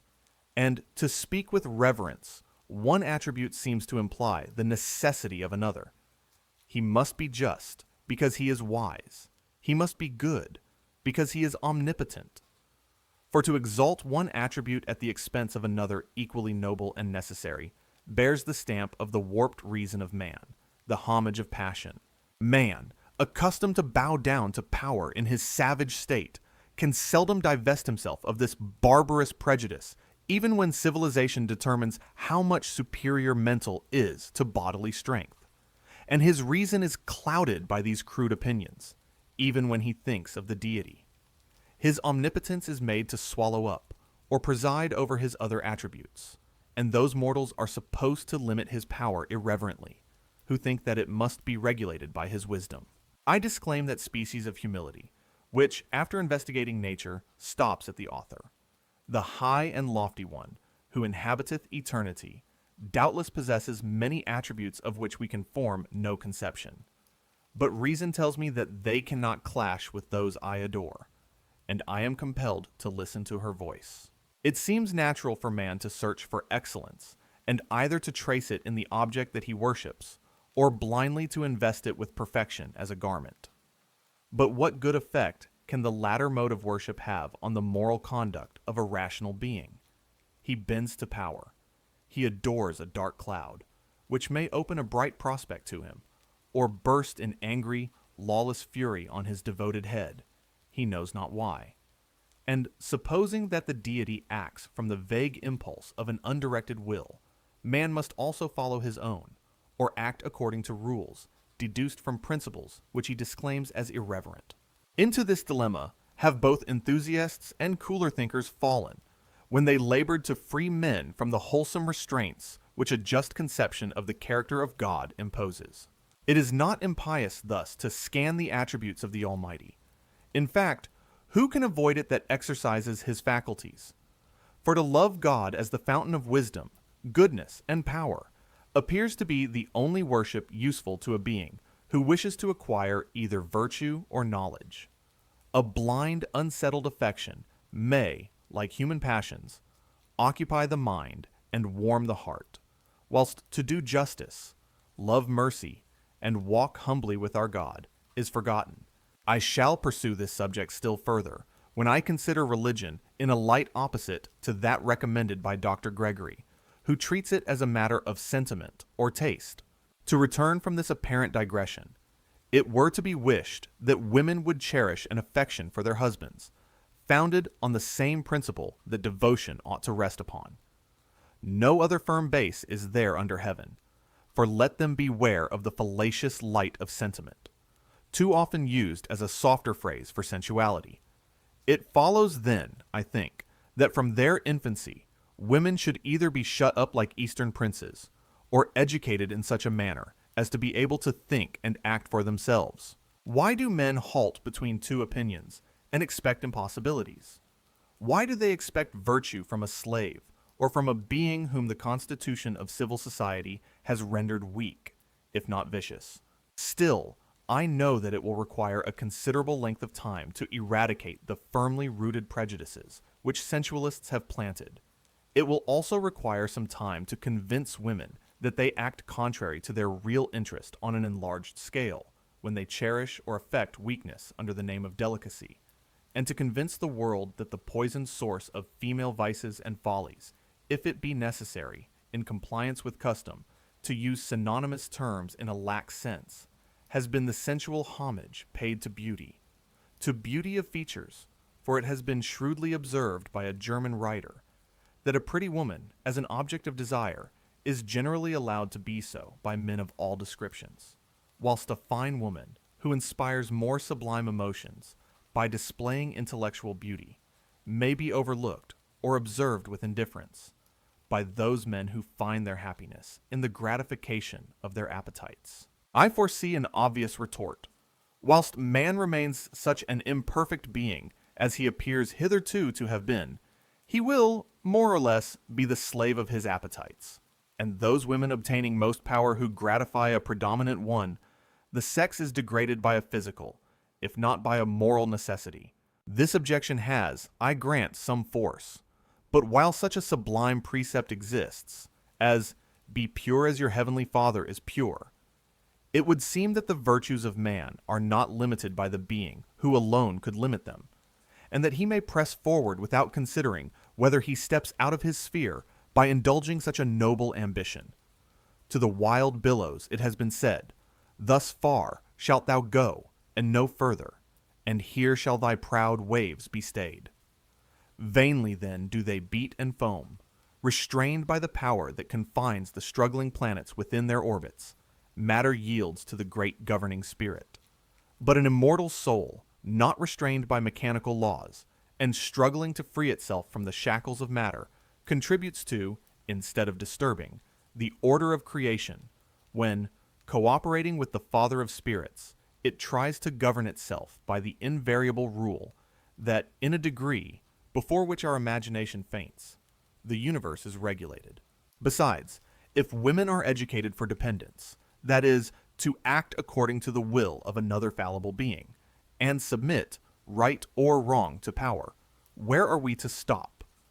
Are they to be considered as vice-regents, allowed to reign over a small domain, and answerable for their conduct to a higher tribunal, liable to error? It will not be difficult to prove that such delegates will act like men subjected by fear, and make their children and servants endure their tyrannical oppression. As they submit without reason, they will, having no fixed rules to square their conduct by, be kind or cruel, just as the whim of the moment directs. And we ought not to wonder if sometimes, galled by their heavy yoke, they take a malignant pleasure in resting it on weaker shoulders. But, supposing a woman, trained up to obedience, be married to a sensible man, who directs her judgment without making her feel the servility of her subjection, to act with as much propriety by this reflected light as can be expected when reason is taken at second hand, yet she cannot ensure the life of her protector. He may die and leave her with a large family. A double duty devolves on her, to educate them in the character of both father and mother, to form their principles and secure their property. But, alas, she has never thought, much less acted for herself. She has only learned to please men, to depend gracefully on them. Yet, encumbered with children, how is she to obtain another protector? A husband to supply the place of reason. A rational man, for we are not treading on romantic ground, though he may think her a pleasing docile creature, will not choose to marry a family for love, when the world contains many more pretty creatures. What is then to become of her? She either falls an easy prey to some mean fortune hunter, who defrauds her children of their paternal inheritance and renders her miserable, or becomes the victim of discontent and blind indulgence, unable to educate her sons or impress them with respect, for it is not a play on words to assert that people are never respected, though filling an important station, who are not respectable. She pines under the anguish of unavailing impotent regret. The serpent's tooth enters into her very soul, and the vices of licentious youth bring her with sorrow, if not with poverty also, to the grave.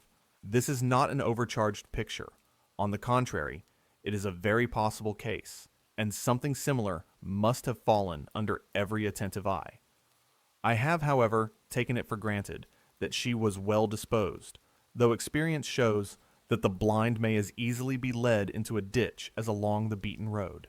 But supposing no very improbable conjecture, that a being only taught to please must still find her happiness in pleasing, what an example of folly, not to say vice, will she be to her innocent daughters? The mother will be lost in the coquette, and instead of making friends of her daughters, view them with eyes askance, for they are rivals. Rivals more cruel than any other, because they invite a comparison, and drive her from the throne of beauty, who has never thought of a seat on the bench of reason. It does not require a lively pencil, or the discriminating outline of a caricature, to sketch the domestic miseries and petty vices which such a mistress of a family diffuses. Still, she only acts as a woman ought to act, brought up according to Rousseau's system. She can never be reproached for being masculine, or turning out of her sphere. Nay, she may observe another of his grand rules, and, cautiously preserving her reputation free from spot, be reckoned a good kind of woman. Yet in what respect can she be termed good? She abstains, it is true, without any great struggle, from committing gross crimes. But how does she fulfill her duties? Duties. In truth, she has enough to think of to adorn her body and nurse a weak constitution. With respect to religion, she never presumed to judge for herself, but conformed, as a dependent creature should, to the ceremonies of the church which she was brought up in, piously believing that wiser heads than her own have settled that business, and not to doubt is her point of perfection. She therefore pays her tithe of mint and cumin, and thanks her God that she is not as other women are. These are the blessed effects of a good education. These the virtues of man's helpmate. I must relieve myself by drawing a different picture. Let fancy now present a woman with a tolerable understanding, for I do not wish to leave the line of mediocrity, whose constitution, strengthened by exercise, has allowed her body to acquire its full vigor. Her mind, at the same time, gradually expanding itself to comprehend the moral duties of life, and in what human virtue and dignity consist. Formed thus by the relative duties of her station, she marries from affection, without losing sight of prudence, and looking beyond matrimonial felicity, she secures her husband's respect before it is necessary to exert mean arts to please him, and feed a dying flame, which nature doomed to expire when the object became familiar, when friendship and forbearance take place of a more ardent affection. This is the natural death of love, and domestic peace is not destroyed by struggles to prevent its extinction. I also suppose the husband to be virtuous, or she is still more in want of independent principles. Fate, however, breaks this tie. She is left a widow, perhaps, without a sufficient provision, but she is not desolate. The pang of nature is felt, but after time has softened sorrow into melancholy resignation, her heart turns to her children with redoubled fondness, and anxious to provide for them. Affection gives a sacred heroic cast to her maternal duties. She thinks that not only the eye sees her virtuous efforts, from whom all her comfort now must flow, and whose approbation is life, but her imagination, a little abstracted and exalted by grief, dwells on the fond hope that the eyes which her trembling hand closed may still see how she subdues every wayward passion to fulfill the double duty of being the father as well as the mother of her children. Raised to heroism by misfortunes, she represses the first faint dawning of a natural inclination before it ripens into love, and in the bloom of life forgets her sex, forgets the pleasure of an awakening passion, which might again have been inspired and returned.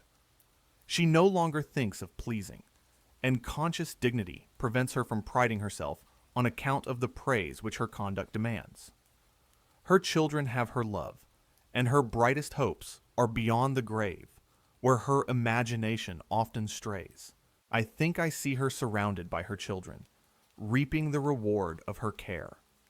The intelligent eye meets hers, whilst health and innocence smile on their chubby cheeks. And as they grow up, the cares of life are lessened by their grateful attention. She lives to see the virtues which she endeavored to plant on principles, fixed into habits, to see her children attain a strength of character sufficient to enable them to endure adversity without forgetting their mother's example. The task of life thus fulfilled, she calmly waits for the sleep of death, and rising from the grave may say, "Behold, thou gavest me a talent, and here are 5 talents." I wish to sum up what I have said in a few words, for I here throw down my gauntlet, and deny the existence of sexual virtues, not excepting modesty. For man and woman, truth, if I understand the meaning of the word, must be the same. Yet the fanciful female character, so prettily drawn by poets and novelists, demanding the sacrifice of truth and sincerity, virtue becomes a relative idea, having no other foundation than utility, and of that utility men pretend arbitrarily to judge, shaping it to their own convenience. Women, I allow, may have different duties to fulfill, but they are human duties, and the principles that should regulate the discharge of them I sturdily maintain, must be the same. To become respectable, the exercise of their understanding is necessary. There is no other foundation for independence of character. I mean explicitly to say that they must only bow to the authority of reason, instead of being the modest slaves of opinion.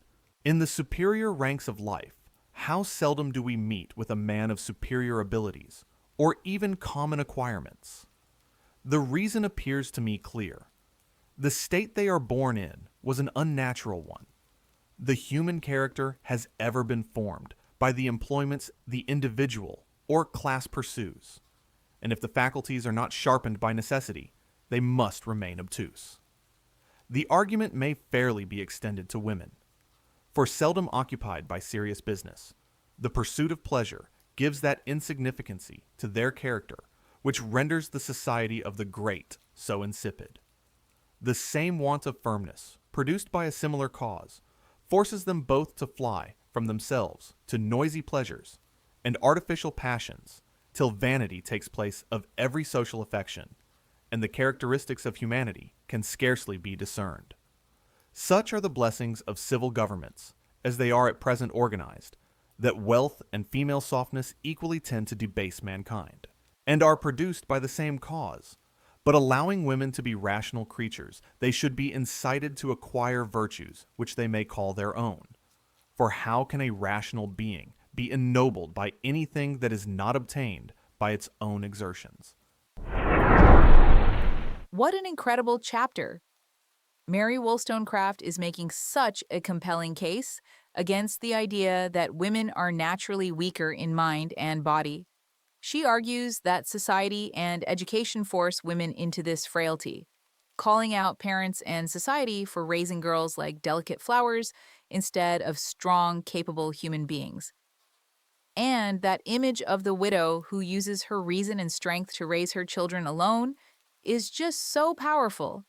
It proves that women can be heroes of their own stories without needing to rely on beauty or men. I am absolutely fascinated by how relevant these thoughts still are today. So if you are as hooked on this early feminist manifesto as I am, please hit that like button, subscribe to the channel, and leave a comment, and make sure you stick around for Chapter 4, where the arguments get even sharper. Chapter 4. Observations on the state of degradation, to which woman is reduced by various causes. That woman is naturally weak, or degraded by a concurrence of circumstances is, I think, clear. But this position I shall simply contrast with a conclusion which I have frequently heard fall from sensible men in favor of an aristocracy, that the mass of mankind cannot be anything, or the obsequious slaves who patiently allow themselves to be penned up would feel their own consequence and spurn their chains. Men, they further observe, submit everywhere to oppression when they have only to lift up their heads to throw off the yoke. Yet, instead of asserting their birthright, they quietly lick the dust and say, "Let us eat and drink, for tomorrow we die." Women, I argue from analogy, are degraded by the same propensity to enjoy the present moment, and at last despise the freedom which they have not sufficient virtue to struggle to attain. But I must be more explicit. With respect to the culture of the heart, it is unanimously allowed that sex is out of the question. But the line of subordination in the mental powers is never to be passed over. Only absolute in loveliness, the portion of rationality granted to woman is indeed very scanty. For, denying her genius and judgment, it is scarcely possible to divine what remains to characterize intellect. The stamina of immortality, if I may be allowed the phrase, is the perfectibility of human reason. For, was man created perfect, or did a flood of knowledge break in upon him when he arrived at maturity that precluded error? I should doubt whether his existence would be continued after the dissolution of the body. But in the present state of things, every difficulty in morals that escapes from human discussion, and equally baffles the investigation of profound thinking and the lightning glance of genius, is an argument on which I build my belief of the immortality of the soul. Reason is, consequentially, the simple power of improvement, or, more properly speaking, of discerning truth. Every individual is in this respect a world in itself. More or less may be conspicuous in one being than other, but the nature of reason must be the same in all, if it be an emanation of divinity, the tie that connects the creature with the Creator. For, can that soul be stamped with the heavenly image that is not perfected by the exercise of its own reason? Yet outwardly ornamented with elaborate care, and so adorned to delight man, that with honor he may love. Vide Milton, the soul of woman is not allowed to have this distinction, and man ever placed between her and reason. She is always represented as only created to see through a gross medium, and to take things on trust. But, dismissing these fanciful theories, and considering woman as a whole, let it be what it will. Instead of a part of man, the inquiry is whether she has reason or not.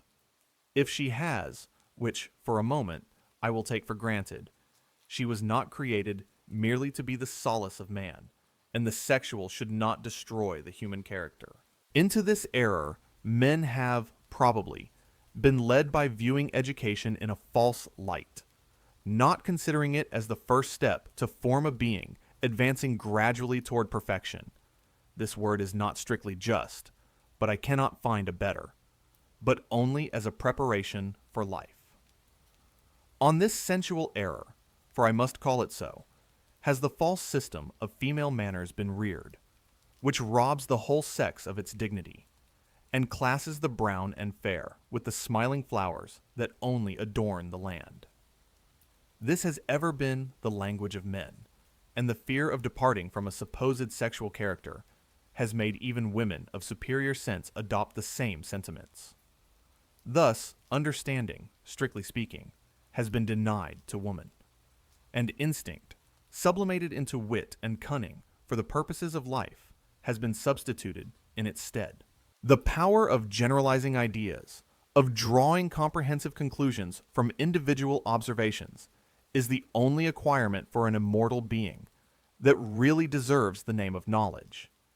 Merely to observe, without endeavoring to account for anything, may, in a very incomplete manner, serve as the common sense of life. But where is the store laid up that is to clothe the soul when it leaves the body? This power has not only been denied to women, but writers have insisted that it is inconsistent, with a few exceptions, with their sexual character. Let men prove this, and I shall grant that woman only exists for man.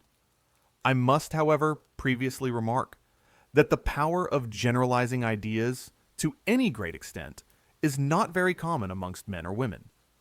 But this exercise is the true cultivation of the understanding, and everything conspires to render the cultivation of the understanding more difficult in the female than the male world. I am naturally led by this assertion to the main subject of the present chapter, and shall now attempt to point out some of the causes that degrade the sex and prevent women from generalizing their observations. I shall not go back to the remote annals of antiquity to trace the history of woman. It is sufficient to allow that she has always been either a slave or a despot, and to remark that each of these situations equally retards the progress of reason. The grand source of female folly and vice has ever appeared to me to arise from narrowness of mind, and the very constitution of civil governments has put almost insuperable obstacles in the way to prevent the cultivation of the female understanding. Yet virtue can be built on no other foundation. The same obstacles are thrown in the way of the rich, and the same consequences ensue. Necessity has been proverbially termed the mother of invention. The aphorism may be extended to virtue. It is an acquirement, and an acquirement to which pleasure must be sacrificed, and who sacrifices pleasure when it is within the grasp, whose mind has not been opened and strengthened by adversity, or the pursuit of knowledge goaded on by necessity. Happy is it when people have the cares of life to struggle with, for these struggles prevent their becoming a prey to enervating vices merely from idleness. But if from their birth men and women are placed in a torrid zone, with the meridian sun of pleasure darting directly upon them, how can they sufficiently brace their minds to discharge the duties of life, or even to relish the affections that carry them out of themselves? Pleasure is the business of a woman's life, according to the present modification of society, and while it continues to be so, little can be expected from such weak beings. Inheriting, in a lineal descent from the first fair defect in nature, the sovereignty of beauty, they have, to maintain their power, resigned their natural rights, which the exercise of reason might have procured them, and chosen rather to be short-lived queens than labor to attain the sober pleasures that arise from equality. Exalted by their inferiority, this sounds like a contradiction. They constantly demand homage as women, though experience should teach them that the men who pride themselves upon paying this arbitrary insolent respect to the sex, with the most scrupulous exactness, are most inclined to tyrannize over, and despise the very weakness they cherish. Often do they repeat Mr. Hume's sentiments. When comparing the French and Athenian character, he alludes to women. But what is more singular in this whimsical nation, say I to the Athenians, is that a frolic of yours during the Saturnalia, when the slaves are served by their masters, is seriously continued by them through the whole year, and through the whole course of their lives, accompanied too with some circumstances, which still further augment the absurdity and ridicule. Your sport only elevates for a few days those whom fortune has thrown down, and whom she too, in sport, may really elevate forever above you. But this nation gravely exalts those whom nature has subjected to them, and whose inferiority and infirmities are absolutely incurable. The women, though without virtue, are their masters and sovereigns. Ah, why do women, I write with affectionate solicitude, condescend to receive a degree of attention and respect from strangers, different from that reciprocation of civility which the dictates of humanity and the politeness of civilization authorize between man and man? And why do they not discover, when in the noon of beauty's power, that they are treated like queens, only to be deluded by hollow respect, till they are led to resign, or not assume, their natural prerogatives? Confined then in cages, like the feathered race, they have nothing to do but to plume themselves, and stalk with mock majesty from perch to perch. It is true, they are provided with food and raiment, for which they neither toil nor spin, but health, liberty, and virtue are given in exchange. But where, amongst mankind, has been found sufficient strength of mind to enable a being to resign these adventitious prerogatives? One who, rising with the calm dignity of reason above opinion, dared to be proud of the privileges inherent in man. And it is vain to expect it, whilst hereditary power chokes the affections, and nips reason in the bud. The passions of men have thus placed women on thrones, and till mankind become more reasonable, it is to be feared that women will avail themselves of the power which they attain with the least exertion, and which is the most indisputable. They will smile, yes, they will smile, though told that in beauty's empire is no mean, and woman either slave or queen is quickly scorned when not adored. But the adoration comes first, and the scorn is not anticipated. Louis XIV, in particular, spread factitious manners, and caught in a specious way the whole nation in his toils. For establishing an artful chain of despotism, he made it the interest of the people at large, individually, to respect his station and support his power. And women, whom he flattered by a puerile attention to the whole sex, obtained in his reign that prince-like distinction so fatal to reason and virtue. A king is always a king, and a woman always a woman, and a wit always a wit might be added, for the vain fooleries of wits and beauties to obtain attention and make conquests are much upon a par. His authority and her sex ever stand between them and rational converse. With a lover, I grant she should be so, and her sensibility will naturally lead her to endeavor to excite emotion, not to gratify her vanity, but her heart. This I do not allow to be coquetry. It is the artless impulse of nature. I only exclaim against the sexual desire of conquest, when the heart is out of the question. This desire is not confined to women.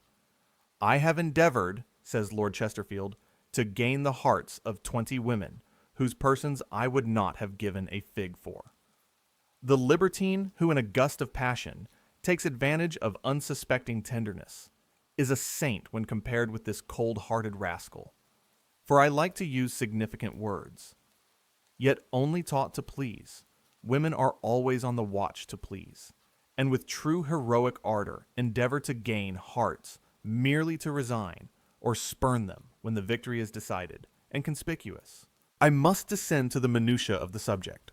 I lament that women are systematically degraded by receiving the trivial attentions, which men think it manly to pay to the sex, when, in fact, they are insultingly supporting their own superiority. It is not condescension to bow to an inferior. So ludicrous, in fact, do these ceremonies appear to me that I scarcely am able to govern my muscles when I see a man start with eager and serious solicitude to lift a handkerchief, or shut a door when the lady could have done it herself, had she only moved a pace or two, or a wild wish has just flown from my heart to my head, and I will not stifle it, though it may excite a hoarse laugh. I do earnestly wish to see the distinction of sex confounded in society, unless where love animates the behavior. For this distinction is, I am firmly persuaded, the foundation of the weakness of character ascribed to woman, is the cause why the understanding is neglected, whilst accomplishments are acquired with sedulous care, and the same cause accounts for their preferring the graceful before the heroic virtues. Mankind, including every description, wish to be loved and respected for something, and the common herd will always take the nearest road to the completion of their wishes. The respect paid to wealth and beauty is the most certain and unequivocal, and of course will always attract the vulgar eye of common minds. Abilities and virtues are absolutely necessary to raise men from the middle rank of life into notice, and the natural consequence is notorious. The middle rank contains most virtue and abilities. Men have thus, in one station at least, an opportunity of exerting themselves with dignity, and of rising by the exertions which really improve a rational creature. But the whole female sex are, till their character is formed, in the same condition as the rich. For they are born, I now speak of a state of civilization, with certain sexual privileges, and whilst they are gratuitously granted them, few will ever think of works of supererogation, to obtain the esteem of a small number of superior people. When do we hear of women who, starting out of obscurity, boldly claim respect on account of their great abilities or daring virtues? Where are they to be found? To be observed, to be attended to be taken notice of with sympathy, complacency, and approbation are all the advantages which they seek. True, my male readers will probably exclaim, but let them, before they draw any conclusion, recollect that this was not written originally as descriptive of women, but of the rich. In Dr. Smith's theory of moral sentiments, I have found a general character of people of rank and fortune that, in my opinion, might with the greatest propriety be applied to the female sex. I refer the sagacious reader to the whole comparison, but must be allowed to quote a passage to enforce an argument that I mean to insist on, as the one most conclusive against a sexual character.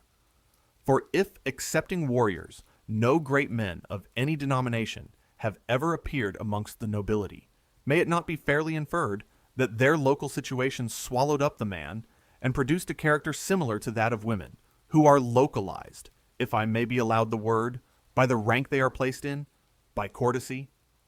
Women, commonly called ladies, are not to be contradicted in company, are not allowed to exert any manual strength, and from them the negative virtues only are expected. When any virtues are expected, patience, docility, good humor, and flexibility, virtues incompatible with any vigorous exertion of intellect. Besides, by living more with each other, and to being seldom absolutely alone, they are more under the influence of sentiments than passions. Solitude and reflection are necessary to give to wishes the force of passions and enable the imagination to enlarge the object and make it the most desirable. The same may be said of the rich. They do not sufficiently deal in general ideas, collected by impassionate thinking or calm investigation, to acquire that strength of character on which great resolves are built. But hear what an acute observer says of the great. Do the great seem insensible of the easy price at which they may acquire the public admiration? Or do they seem to imagine that to them, as to other men, it must be the purchase either of sweat or of blood? By what important accomplishments is the young nobleman instructed to support the dignity of his rank, and to render himself worthy of that superiority over his fellow citizens, to which the virtue of his ancestors had raised them? Is it by knowledge, by industry, by patience, by self-denial, or by virtue of any kind? As all his words, as all his motions are attended to, he learns an habitual regard for every circumstance of ordinary behavior, and studies to perform all those small duties with the most exact propriety. As he is conscious how much he is observed, and how much mankind are disposed to favor all his inclinations, he acts, upon the most indifferent occasions, with that freedom and elevation which the thought of this naturally inspires. His air, his manner, his deportment all mark that elegant and graceful sense of his own superiority, which those who are born to an inferior station can hardly ever arrive at. These are the arts by which he proposes to make mankind more easily submit to his authority, and to govern their inclinations according to his own pleasure. And in this he is seldom disappointed. These arts, supported by rank and preeminence, are, upon ordinary occasions, sufficient to govern the world. Louis XIV, during the greater part of his reign, was regarded not only in France, but over all Europe, as the most perfect model of a great prince. But what were the talents and virtues by which he acquired this great reputation? Was it by the scrupulous and inflexible justice of all his undertakings, by the immense dangers and difficulties with which they were attended, or by the unwearied and unrelenting application with which he pursued them? Was it by his extensive knowledge, by his exquisite judgment, or by his heroic valor? It was by none of these qualities, but he was, first of all, the most powerful prince in Europe, and consequently held the highest rank among kings. And then, says his historian, he surpassed all his courtiers in the gracefulness of his shape and the majestic beauty of his features. The sound of his voice, noble and affecting, gained those hearts which his presence intimidated. He had a step and a deportment which could suit only him and his rank, and which would have been ridiculous in any other person.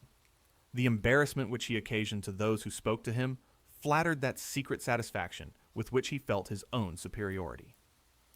These frivolous accomplishments, supported by his rank, and no doubt too by a degree of other talents and virtues, which seems, however, not to have been much above mediocrity, established this prince in the esteem of his own age, and have drawn even from posterity a good deal of respect for his memory. Compared with these, in his own times, and in his own presence, no other virtue, it seems, appeared to have any merit. Knowledge, industry, valor, and beneficence, trembling, were abashed, and lost all dignity before them.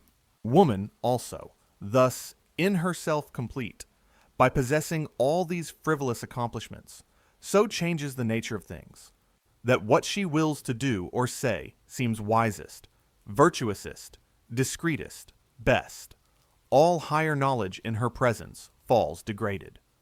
Wisdom in discourse with her loses discountenanced, and like folly shows, authority and reason on her weight. And all this is built on her loveliness. In the middle rank of life, to continue the comparison, men, in their youth, are prepared for professions, and marriage is not considered as the grand feature in their lives, whilst women, on the contrary, have no other scheme to sharpen their faculties. It is not business, extensive plans, or any of the excursive flights of ambition that engross their attention. No, their thoughts are not employed in rearing such noble structures. To rise in the world and have the liberty of running from pleasure to pleasure, they must marry advantageously, and to this object their time is sacrificed, and their persons often legally prostituted. A man, when he enters any profession, has his eye steadily fixed on some future advantage, and the mind gains great strength by having all its efforts directed to one point. And full of his business, pleasure is considered as mere relaxation, whilst women seek for pleasure as the main purpose of existence. In fact, from the education which they receive from society, the love of pleasure may be said to govern them all. But does this prove that there is a sex in souls? It would be just as rational to declare that the courtiers in France, when a destructive system of despotism had formed their character, were not men, because liberty, virtue, and humanity were sacrificed to pleasure and vanity. Fatal passions, which have ever domineered over the whole race, the same love of pleasure, fostered by the whole tendency of their education, gives a trifling turn to the conduct of women in most circumstances. For instance, they are ever anxious about secondary things, and on the watch for adventures instead of being occupied by duties. A man, when he undertakes a journey, has, in general, the end in view. A woman thinks more of the incidental occurrences, the strange things that may possibly occur on the road, the impression that she may make on her fellow travelers, and above all, she is anxiously intent on the care of the finery that she carries with her, which is more than ever a part of herself, when going to figure on a new scene. When, to use an apt French turn of expression, she is going to produce a sensation. Can dignity of mind exist with such trivial cares? In short, women, in general, as well as the rich of both sexes, have acquired all the follies and vices of civilization, and missed the useful fruit. It is not necessary for me always to premise that I speak of the condition of the whole sex, leaving exceptions out of the question. Their senses are inflamed, and their understandings neglected. Consequently, they become the prey of their senses, delicately termed sensibility, and are blown about by every momentary gust of feeling. They are, therefore, in a much worse condition than they would be in, were they in a state nearer to nature. Ever restless and anxious, their over-exercised sensibility not only renders them uncomfortable themselves, but troublesome, to use a soft phrase, to others. All their thoughts turn on things calculated to excite emotion, and, feeling when they should reason, their conduct is unstable, and their opinions are wavering, not the wavering produced by deliberation or progressive views, but by contradictory emotions. By fits and starts, they are warm in many pursuits. Yet this warmth, never concentrated into perseverance, soon exhausts itself. Exhaled by its own heat, or meeting with some other fleeting passion, to which reason has never given any specific gravity, neutrality ensues. Miserable indeed must be that being whose cultivation of mind has only tended to inflame its passions. A distinction should be made between inflaming and strengthening them. The passions thus pampered, whilst the judgment is left unformed, what can be expected to ensue? Undoubtedly, a mixture of madness and folly. This observation should not be confined to the fair sex. However, at present, I only mean to apply it to them. Novels, music, poetry, and gallantry all tend to make women the creatures of sensation, and their character is thus formed during the time they are acquiring accomplishments, the only improvement they are excited by their station in society to acquire. This overstretched sensibility naturally relaxes the other powers of the mind, and prevents intellect from attaining that sovereignty which it ought to attain, to render a rational creature useful to others and content with its own station. For the exercise of the understanding, as life advances, is the only method pointed out by nature to calm the passions. Satiety has a very different effect, and I have often been forcibly struck by an emphatical description of damnation, when the spirit is represented as continually hovering with abortive eagerness round the defiled body, unable to enjoy anything, without the organs of sense. Yet, to their senses, are women made slaves, because it is by their sensibility that they obtain present power. And will moralists pretend to assert that this is the condition in which one half of the human race should be encouraged to remain with listless inactivity and stupid acquiescence? Kind instructors. What were we created for? To remain, it may be said, innocent. They mean in a state of childhood. We might as well never have been born, unless it were necessary that we should be created to enable man to acquire the noble privilege of reason, the power of discerning good from evil, whilst we lie down in the dust from whence we were taken, never to rise again. It would be an endless task to trace the variety of meannesses, cares, and sorrows into which women are plunged by the prevailing opinion that they were created rather to feel than reason, and that all the power they obtain must be obtained by their charms and weakness, fine by defect, and amiably weak, and made by this amiable weakness entirely dependent, accepting what they gain by illicit sway, on man, not only for protection, but advice. Is it surprising that, neglecting the duties that reason alone points out, and shrinking from trials calculated to strengthen their minds, they only exert themselves to give their defects a graceful covering, which may serve to heighten their charms in the eye of the voluptuary, though it sink them below the scale of moral excellence? Fragile in every sense of the word, they are obliged to look up to man for every comfort. In the most trifling dangers, they cling to their support with parasitical tenacity, piteously demanding succor, and their natural protector extends his arm or lifts up his voice to guard the lovely trembler. From what? Perhaps the frown of an old cow, or the jump of a mouse. A rat would be a serious danger. In the name of reason and even common sense, what can save such beings from contempt?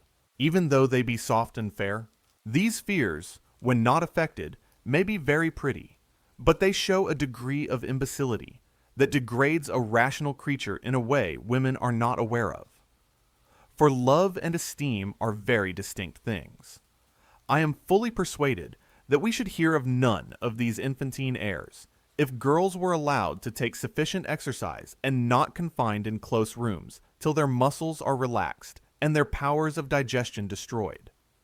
To carry the remark still further, if fear in girls, instead of being cherished, perhaps created, were treated in the same manner as cowardice in boys, we should quickly see women with more dignified aspects.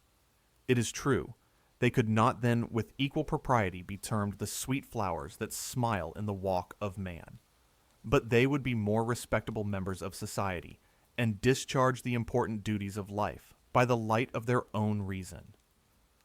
Educate women like men, says Rousseau, and the more they resemble our sex, the less power will they have over us. This is the very point I aim at.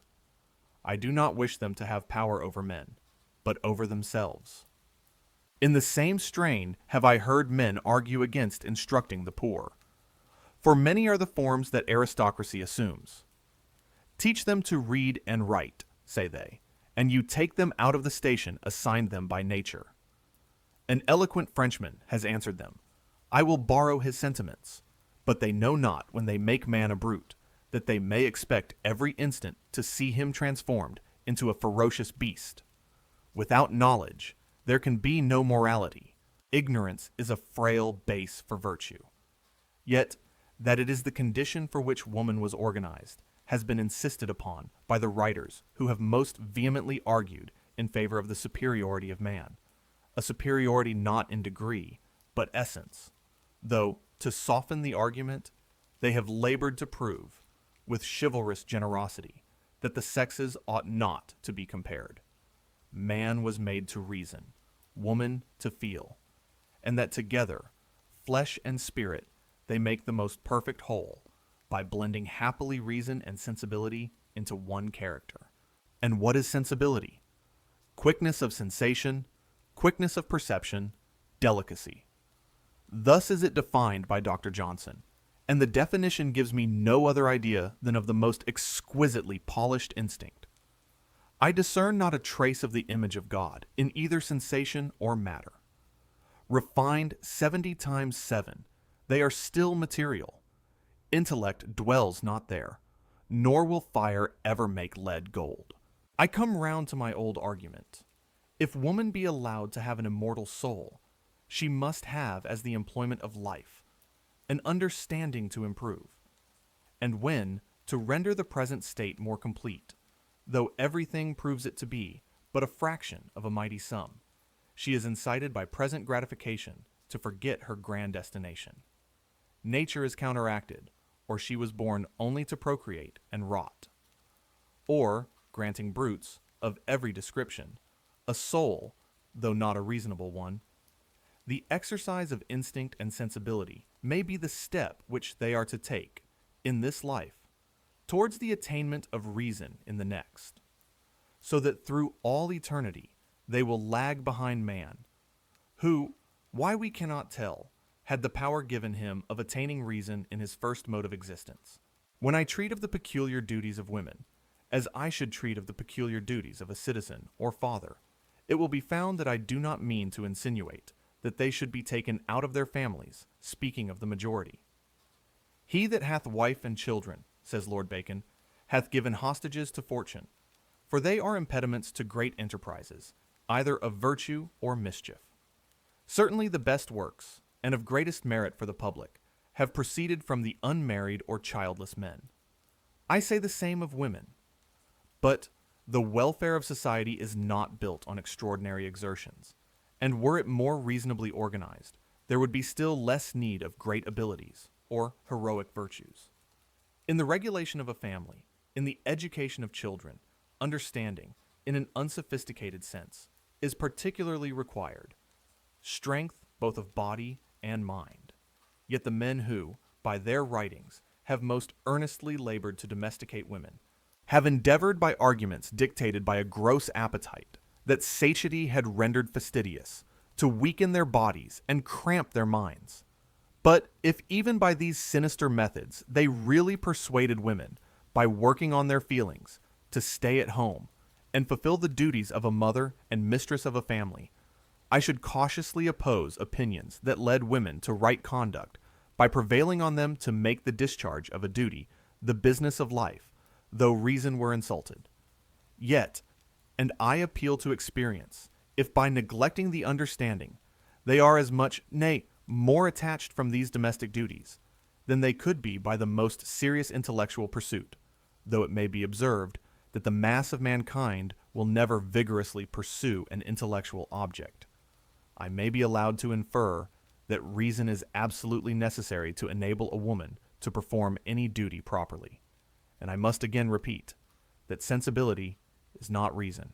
The comparison with the rich still occurs to me, for when men neglect the duties of humanity, women will do the same. A common stream hurries them both along with thoughtless celerity.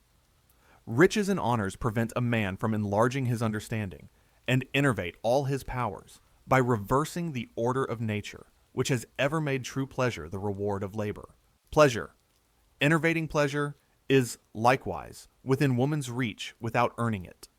But till hereditary possessions are spread abroad, how can we expect men to be proud of virtue? And till they are, women will govern them by the most direct means, neglecting their dull domestic duties, to catch the pleasure that is on the wing of time. The power of women, says some author, is her sensibility, and men not aware of the consequence do all they can to make this power swallow up every other. Those who constantly employ their sensibility will have most, for example, poets, painters, and composers. Yet, when the sensibility is thus increased at the expense of reason, and even the imagination, why do philosophical men complain of their fickleness? The sexual attention of man particularly acts on female sensibility, and this sympathy has been exercised from their youth up. A husband cannot long pay those attentions with the passion necessary to excite lively emotions, and the heart, accustomed to lively emotions, turns to a new lover, or pines in secret, the prey of virtue or prudence. I mean when the heart has really been rendered susceptible, and the taste formed. For I am apt to conclude, from what I have seen in fashionable life, that vanity is oftener fostered than sensibility by the mode of education, and the intercourse between the sexes, which I have reprobated, and that coquetry more frequently proceeds from vanity than from that inconstancy which overstrained sensibility naturally produces. Another argument that has had a great weight with me must, I think, have some force with every considerate benevolent heart. Girls who have been thus weakly educated are often cruelly left by their parents without any provision, and of course are dependent on not only the reason, but the bounty of their brothers. These brothers are, to view the fairest side of the question, good sort of men, and give as a favor what children of the same parents had an equal right to. In this equivocal, humiliating situation, a docile female may remain some time with a tolerable degree of comfort. But when the brother marries, a probable circumstance, from being considered as the mistress of the family, she is viewed with averted looks as an intruder, an unnecessary burden on the benevolence of the master of the house and his new partner.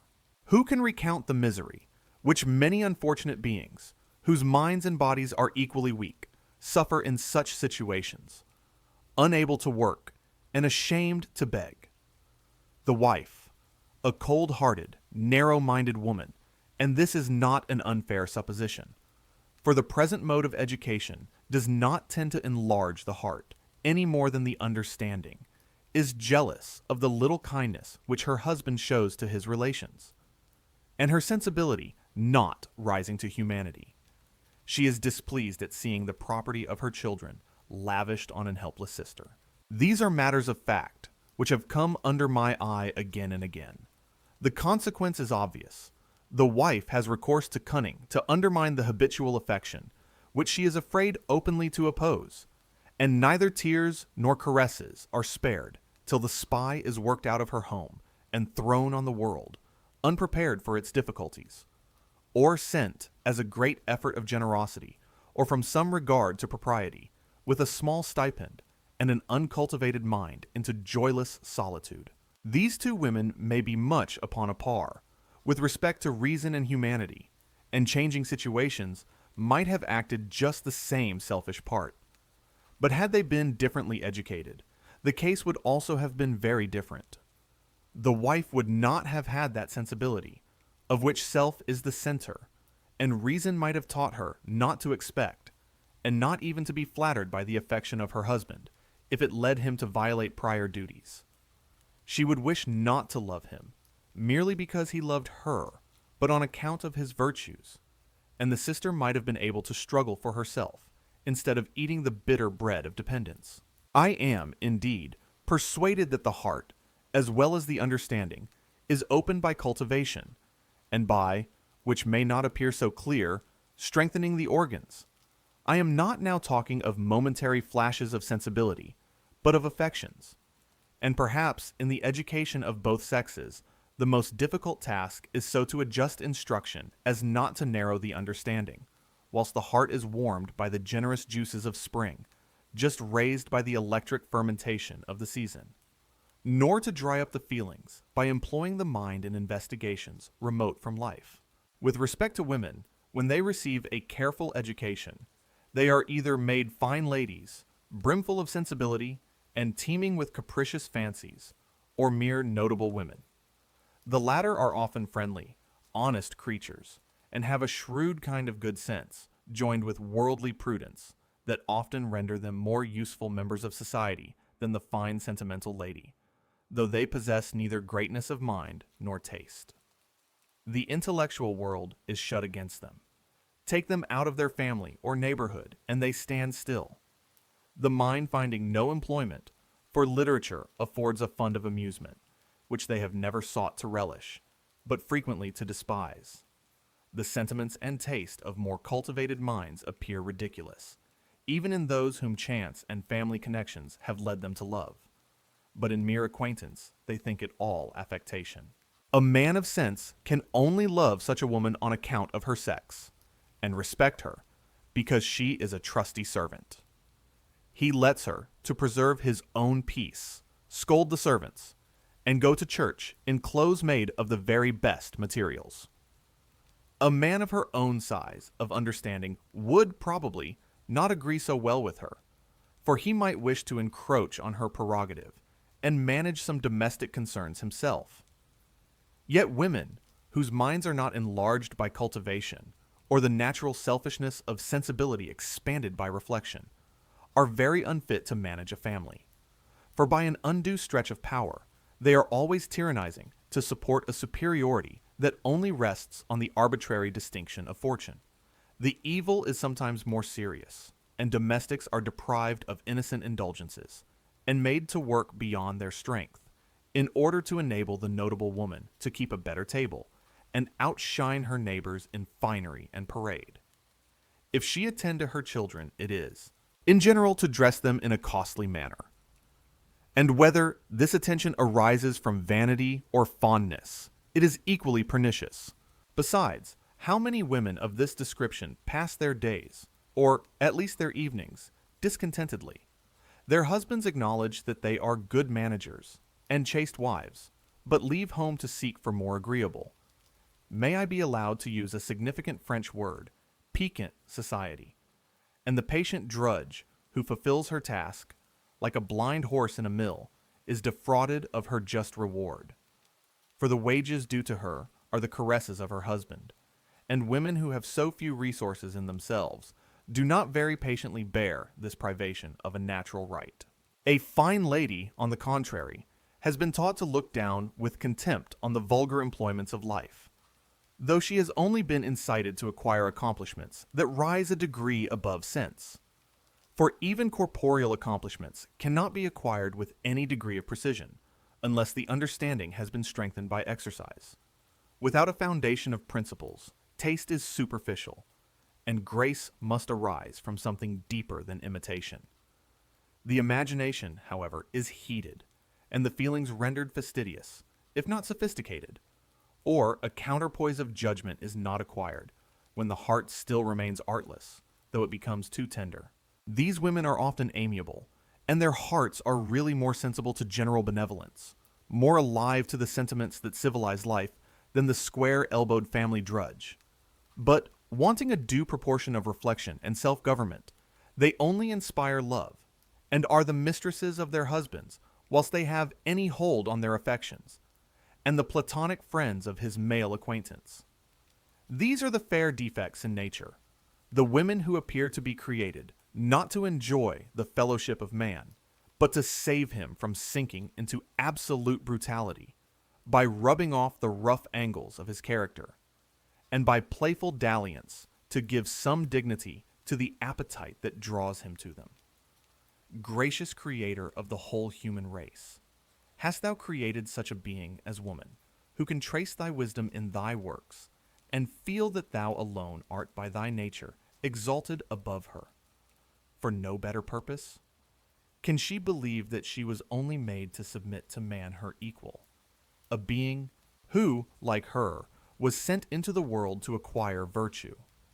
Can she consent to be occupied merely to please him, merely to adorn the earth, when her soul is capable of rising to thee?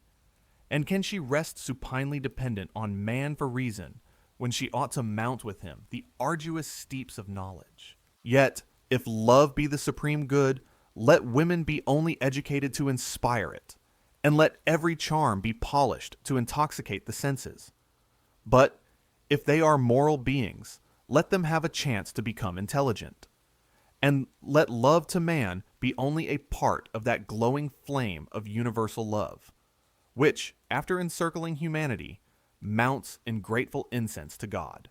To fulfill domestic duties, much resolution is necessary, and a serious kind of perseverance that requires a more firm support than emotions, however lively and true to nature. To give an example of order, the soul of virtue, some austerity of behavior must be adopted, scarcely to be expected from a being who, from its infancy, has been made the weathercock of its own sensations. Whoever rationally means to be useful must have a plan of conduct, and, in the discharge of the simplest duty, we are often obliged to act contrary to the present impulse of tenderness or compassion. Severity is frequently the most certain as well as the most sublime proof of affection, and the want of this power over the feelings, and of that lofty, dignified affection, which makes a person prefer the future good of the beloved object to a present gratification, is the reason why so many fond mothers spoil their children, and has made it questionable whether negligence or indulgence is most hurtful. But I am inclined to think that the latter has done most harm. Mankind seem to agree that children should be left under the management of women during their childhood. Now, from all the observation that I have been able to make, women of sensibility are the most unfit for this task, because they will infallibly, carried away by their feelings, spoil a child's temper. The management of the temper, the first and most important branch of education, requires the sober, steady eye of reason, a plan of conduct equally distant from tyranny and indulgence. Yet these are the extremes that people of sensibility alternately fall into, always shooting beyond the mark. I have followed this train of reasoning much further, till I have concluded that a person of genius is the most improper person to be employed in education, public or private. Minds of this rare species see things too much in masses, and seldom, if ever, have a good temper. That habitual cheerfulness, termed good humor, is, perhaps, as seldom united with great mental powers as with strong feelings. And those people who follow, with interest and admiration, the flights of genius, or, with cooler approbation, suck in the instruction which has been elaborately prepared for them by the profound thinker, ought not to be disgusted if they find the former choleric and the latter morose, because liveliness of fancy and a tenacious comprehension of mind are scarcely compatible with that pliant urbanity which leads a man, at least, to bend to the opinions and prejudices of others, instead of roughly confronting them. But, treating of education or manners, minds of a superior class are not to be considered. They may be left to chance. It is the multitude with moderate abilities who call for instruction and catch the color of the atmosphere they breathe. This respectable concourse, I contend, men and women, should not have their sensations heightened in the hotbed of luxurious indolence at the expense of their understanding. For unless there be a ballast of understanding, they will never become either virtuous or free. An aristocracy, founded on property, or sterling talents, will ever sweep before it the alternately timid and ferocious slaves of feeling. Numberless are the arguments, to take another view of the subject, brought forward with a show of reason, because supposed to be deduced from nature, that men have used morally and physically to degrade the sex. I must notice a few. The female understanding has often been spoken of, with contempt, as arriving sooner at maturity than the male. I shall not answer this argument by alluding to the early proofs of reason, as well as genius, in Cowley, Milton, and Pope, many other names might be added, but only appeal to experience to decide whether young men who are early introduced into company, and examples now abound, do not acquire the same precocity. So notorious is this fact that the bare mentioning of it must bring before people, who at all mix in the world, the idea of a number of swaggering apes of men whose understandings are narrowed by being brought into the society of men when they ought to have been spinning a top or twirling a hoop. It has also been asserted by some naturalists that men do not attain their full growth and strength till 30, but that women arrive at maturity by 20. I apprehend that they reason on false ground, led astray by the male prejudice, which deems beauty the perfection of woman. Mere beauty of features and complexion, the vulgar acceptation of the world, whilst male beauty is allowed to have some connection with the mind. Strength of body, and that character of countenance, which the French term a physiognomy, women do not acquire before 30, any more than men. The little artless tricks of children, it is true, are particularly pleasing and attractive. Yet, when the pretty freshness of youth is worn off, these artless graces become studied airs and disgust every person of taste. In the countenance of girls, we only look for vivacity and bashful modesty. But, the springtide of life over, we look for soberer sense in the face, and for traces of passion, instead of the dimples of animal spirits, expecting to see individuality of character, the only fastener of the affections. We then wish to converse, not to fondle, to give scope to our imaginations, as well as to the sensations of our hearts. At 20, the beauty of both sexes is equal, but the libertinism of man leads him to make the distinction, and superannuated coquettes are commonly of the same opinion. For when they can no longer inspire love, they pay for the vigor and vivacity of youth. The French who admit more of mind into their notions of beauty give the preference to women of 30. I mean to say that they allow women to be in their most perfect state, when vivacity gives place to reason, and to that majestic seriousness of character, which marks maturity, or the resting point. In youth, till 20 the body shoots out. Till 30, the solids are attaining a degree of density, and the flexible muscles, growing daily more rigid, give character to the countenance. That is, they trace the operations of the mind with the iron pen of fate, and tell us not only what powers are within, but how they have been employed. It is proper to observe that animals who arrive slowly at maturity are the longest lived and of the noblest species. Men cannot, however, claim any natural superiority from the grandeur of longevity, for in this respect, nature has not distinguished the male. Polygamy is another physical degradation, and a plausible argument for a custom that blasts every domestic virtue is drawn from the well-attested fact that in the countries where it is established, more females are born than males. This appears to be an indication of nature, and to nature, apparently reasonable speculations must yield. A further conclusion obviously presents itself. If polygamy be necessary, woman must be inferior to man, and made for him. With respect to the formation of the fetus in the womb, we are very ignorant, but it appears to me probable that an accidental physical cause may account for this phenomenon, and prove it not to be a law of nature.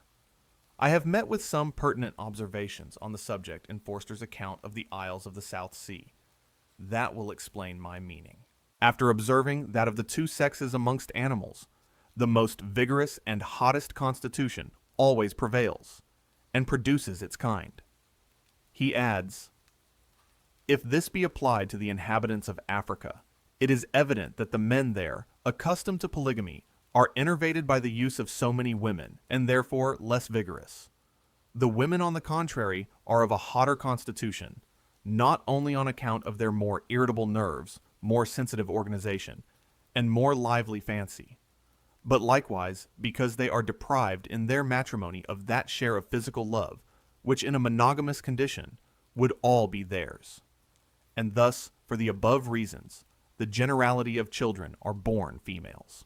In the greater part of Europe, it has been proved by the most accurate lists of mortality that the proportion of men to women is nearly equal, or, if any difference takes place, the males born are more numerous, in the proportion of 105 to 100. The necessity of polygamy, therefore, does not appear. Yet, when a man seduces a woman, it should, I think, be termed a left-handed marriage, and the man should be legally obliged to maintain the woman and her children, unless adultery, a natural divorcement, abrogated the law. And this law should remain in force as long as the weakness of women caused the word seduction to be used as an excuse for their frailty and want of principle. Nay, while they depend on man for a subsistence, instead of earning it by the exercise of their own hands or heads. But these women should not, in the full meaning of the relationship, be termed wives, or the very purpose of marriage would be subverted, and all those endearing charities that flow from personal fidelity, and give a sanctity to the tie, when neither love nor friendship unites the hearts, would melt into selfishness. The woman who is faithful to the father of her children demands respect, and should not be treated like a prostitute. Though I readily grant that if it be necessary for a man and woman to live together in order to bring up their offspring, nature never intended that a man should have more than one wife. Still, highly as I respect marriage as the foundation of almost every social virtue, I cannot avoid feeling the most lively compassion for those unfortunate females who are broken off from society, and by one error torn from all those affections and relationships that improve the heart and mind. It does not frequently even deserve the name of error, for many innocent girls become the dupes of a sincere, affectionate heart, and still more are, as it may emphatically be termed, ruined before they know the difference between virtue and vice, and thus prepared by their education for infamy, they become infamous. Asylums and Magdalens are not the proper remedies for these abuses. It is justice, not charity, that is wanting in the world. A woman who has lost her honor imagines that she cannot fall lower, and as for recovering her former station, it is impossible. No exertion can wash this stain away. Losing thus every spur, and having no other means of support, prostitution becomes her only refuge, and the character is quickly depraved by circumstances over which the poor wretch has little power, unless she possesses an uncommon portion of sense and loftiness of spirit. Necessity never makes prostitution the business of men's lives, though numberless are the women who are thus rendered systematically vicious. This, however, arises in a great degree from the state of idleness in which women are educated, who are always taught to look up to man for a maintenance, and to consider their persons as the proper return for his exertions to support them. Meretricious airs and the whole science of wantonness has then a more powerful stimulus than either appetite or vanity, and this remark gives force to the prevailing opinion that with chastity all is lost that is respectable in woman. Her character depends on the observance of one virtue, though the only passion fostered in her heart is love. Nay, the honor of a woman is not made even to depend on her will. When Richardson makes Clarissa tell Lovelace that he had robbed her of her honor, he must have had strange notions of honor and virtue.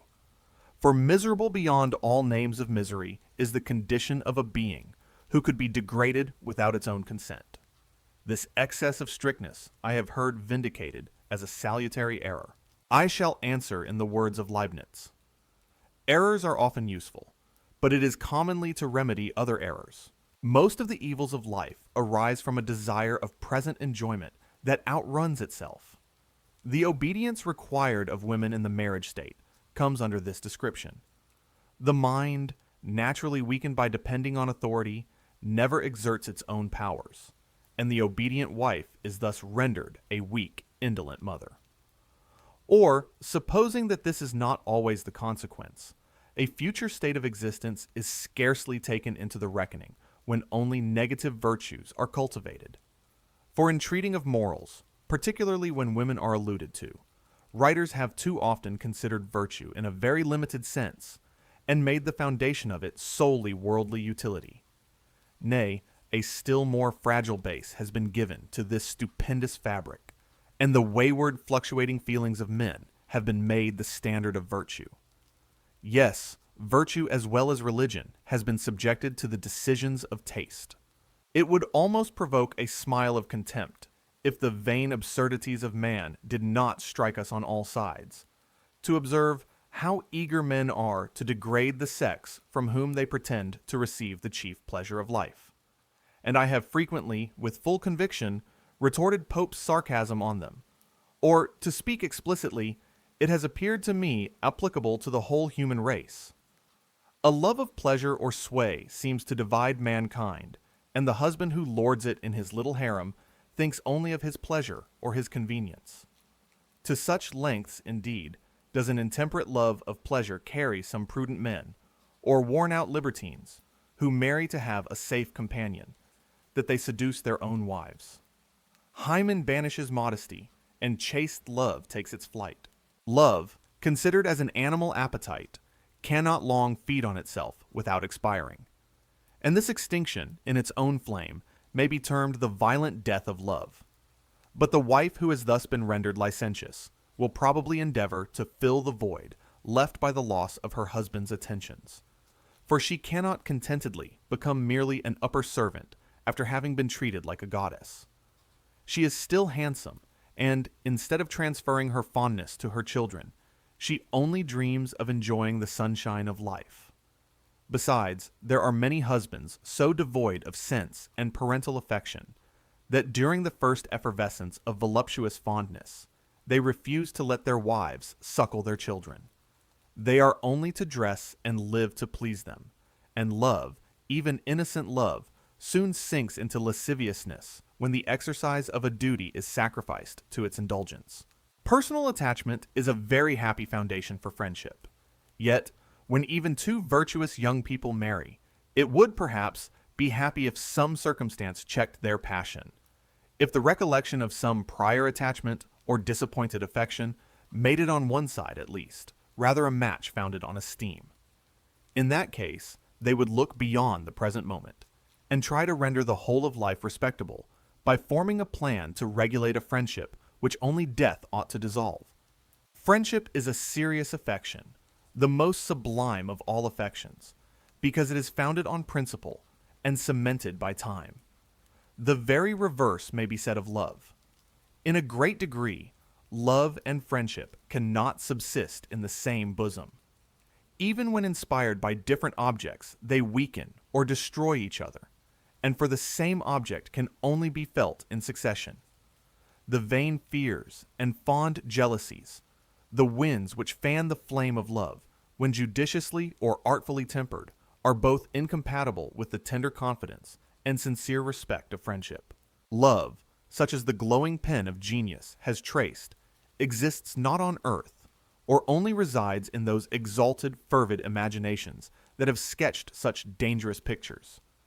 Dangerous, because they not only afford a plausible excuse to the voluptuary, who disguises sheer sensuality under a sentimental veil, but as they spread affectation and take from the dignity of virtue. Virtue, as the very word imports, should have an appearance of seriousness, if not austerity, and to endeavor to trick her out in the garb of pleasure, because the epithet has been used as another name for beauty, is to exalt her on a quicksand, a most insidious attempt to hasten her fall by apparent respect. Virtue and pleasure are not, in fact, so nearly allied in this life as some eloquent writers have labored to prove. Pleasure prepares the fading wreath, and mixes the intoxicating cup. But the fruit which virtue gives is the recompense of toil, and gradually seen as it ripens, only affords calm satisfaction. Nay, appearing to be the result of the natural tendency of things, it is scarcely observed. Bread, the common food of life, seldom thought of as a blessing, supports the constitution, and preserves health. Still feasts delight the heart of man, though disease and even death lurk in the cup or dainty that elevates the spirits or tickles the palate. The lively heated imagination in the same style draws the picture of love, as it draws every other picture, with those glowing colors which the daring hand will steal from the rainbow that is directed by a mind, condemned, in a world like this, to prove its noble origin by panting after unattainable perfection, ever pursuing what it acknowledges to be a fleeting dream. An imagination of this vigorous cast can give existence to insubstantial forms, and stability to the shadowy reveries which the mind naturally falls into when realities are found vapid. It can then depict love with celestial charms, and dote on the grand ideal object. It can imagine a degree of mutual affection that shall refine the soul, and not expire when it has served as a scale to heavenly, and, like devotion, make it absorb every meaner affection and desire. In each other's arms, as in a temple, with its summit lost in the clouds, the world is to be shut out, and every thought and wish that do not nurture pure affection and permanent virtue. Permanent virtue. Alas, Rousseau, respectable visionary, thy paradise would soon be violated by the entrance of some unexpected guest. Like Milton's, it would only contain angels, or men sunk below the dignity of rational creatures. Happiness is not material. It cannot be seen or felt. Yet the eager pursuit of the good which everyone shapes to his own fancy proclaims man the lord of this lower world, and to be an intelligential creature who is not to receive, but acquire happiness. They, therefore, who complain of the delusions of passion, do not recollect that they are exclaiming against a strong proof of the immortality of the soul. But, leaving superior minds to correct themselves, and pay dearly for their experience, it is necessary to observe that it is not against strong, persevering passions, but romantic, wavering feelings, that I wish to guard the female heart by exercising the understanding. For these paradisiacal reveries are oftener the effect of idleness than of a lively fancy. Women have seldom sufficient serious employment to silence their feelings. A round of little cares, or vain pursuits, frittering away all strength of mind and organs, they become naturally only objects of sense. In short, the whole tenor of female education, the education of society, tends to render the best disposed, romantic, and inconstant, and the remainder vain and mean. In the present state of society, this evil can scarcely be remedied, I am afraid, in the slightest degree. Should a more laudable ambition ever gain ground, they may be brought nearer to nature and reason, and become more virtuous and useful as they grow more respectable. But I will venture to assert that their reason will never acquire sufficient strength to enable it to regulate their conduct, whilst the making an appearance in the world is the first wish of the majority of mankind. To this weak wish, the natural affections and the most useful virtues are sacrificed. Girls marry merely to better themselves, to borrow a significant vulgar phrase, and have such perfect power over their hearts as not to permit themselves to fall in love till a man with a superior fortune offers. On this subject, I mean to enlarge in a future chapter. It is only necessary to drop a hint at present, because women are so often degraded by suffering the selfish prudence of age to chill the ardor of youth. From the same source flows an opinion that young girls ought to dedicate great part of their time to needlework. Yet, this employment contracts their faculties more than any other that could have been chosen for them, by confining their thoughts to their persons. Men order their clothes to be made, and have done with the subject. Women make their own clothes, necessary or ornamental, and are continually talking about them, and their thoughts follow their hands. It is not indeed the making of necessaries that weakens the mind, but the frippery of dress. For when a woman in the lower rank of life makes her husband's and children's clothes, she does her duty. This is part of her business. But when women work only to dress better than they could otherwise afford, it is worse than sheer loss of time. To render the poor virtuous, they must be employed, and women in the middle rank of life, did they not ape the fashions of the nobility, without catching their ease, might employ them, whilst they themselves managed their families, instructed their children, and exercised their own minds. Gardening, experimental philosophy, and literature would afford them subjects to think of, and matter for conversation, that in some degree would exercise their understandings. The conversation of French women, who are not so rigidly nailed to their chairs, to twist lappets and not ribbons, is frequently superficial, but I contend that it is not half so insipid as that of those English women, whose time is spent in making caps, bonnets, and the whole mischief of trimmings, not to mention shopping, bargain hunting, etc., etc. And it is the decent, prudent women who are most degraded by these practices, for their motive is simply vanity. The wanton, who exercises her taste to render her person alluring, has something more in view. These observations all branch out of a general one, which I have before made, and which cannot be too often insisted upon, for, speaking of men, women, or professions, it will be found that the employment of the thoughts shapes the character both generally and individually. The thoughts of women ever hover around their persons, and is it surprising that their persons are reckoned most valuable? Yet, some degree of liberty of mind is necessary even to form the person, and this may be one reason why some gentle wives have so few attractions beside that of sex. Add to this, sedentary employments render the majority of women sickly, and false notions of female excellence make them proud of this delicacy, though it be another fetter that by calling the attention continually to the body, cramps the activity of the mind. Women of quality seldom do any of the manual part of their dress. Consequently, only their taste is exercised, and they acquire, by thinking less of the finery, when the business of their toilet is over, that ease, which seldom appears in the deportment of women, who dress merely for the sake of dressing. In fact, the observation with respect to the middle rank, the one in which talents thrive best, extends not to women, for those of the superior class, by catching at least a smattering of literature and conversing more with men on general topics, acquire more knowledge than the women who ape their fashions and faults without sharing their advantages.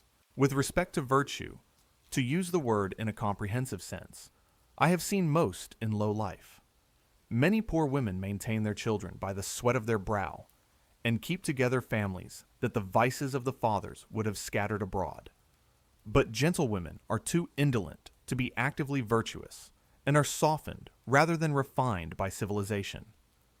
Indeed, the good sense which I have met with among the poor women who have had few advantages of education, and yet have acted heroically, strongly confirmed me in the opinion that trifling employments have rendered women a trifler. Men, taking her. I take her body, says Ranger. Body. The mind is left to rust, so that while physical love innervates man as being his favorite recreation, he will endeavor to enslave woman. And who can tell how many generations may be necessary to give vigor to the virtue and talents of the freed posterity of abject slaves? Supposing that women are voluntary slaves, slavery of any kind is unfavorable to human happiness and improvement. Knox's Essays. In tracing the causes that, in my opinion, have degraded woman, I have confined my observations to such as universally act upon the morals and manners of the whole sex. And to me it appears clear that they all spring from want of understanding. Whether this arises from a physical or accidental weakness of faculties, time alone can determine.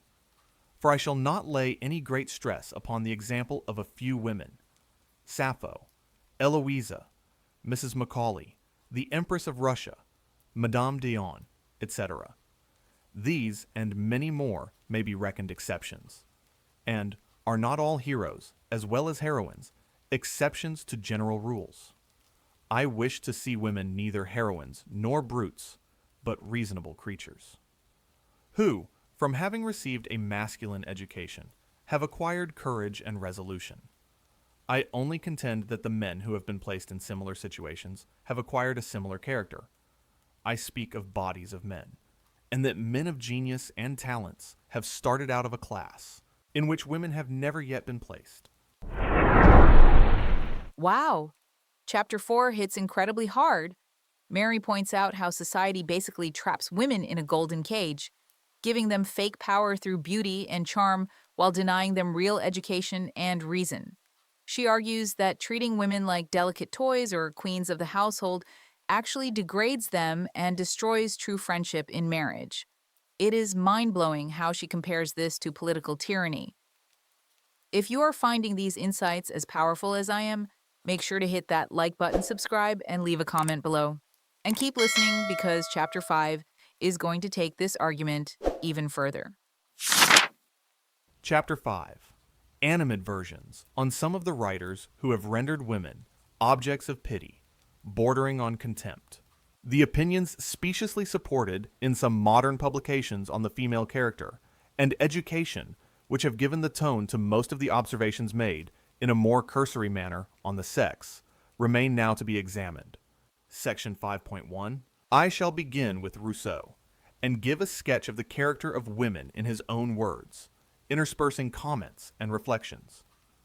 My comments, it is true, will all spring from a few simple principles, and might have been deduced from what I have already said, but the artificial structure has been raised with so much ingenuity that it seems necessary to attack it in a more circumstantial manner and make the application myself.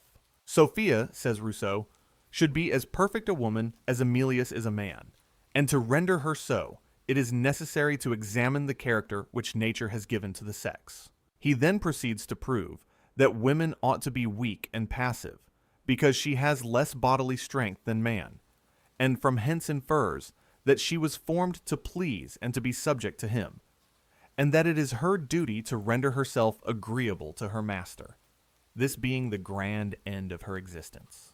Supposing women to have been formed only to please and be subject to man, the conclusion is just, she ought to sacrifice every other consideration to render herself agreeable to him, and let this brutal desire of self-preservation be the grand spring of all her actions, when it is proved to be the iron bed of fate, to fit which her character should be stretched or contracted, regardless of all moral or physical distinctions. But if, as I think may be demonstrated, the purposes of even this life, viewing the whole, are subverted by practical rules built upon this ignoble base, I may be allowed to doubt whether woman was created for man.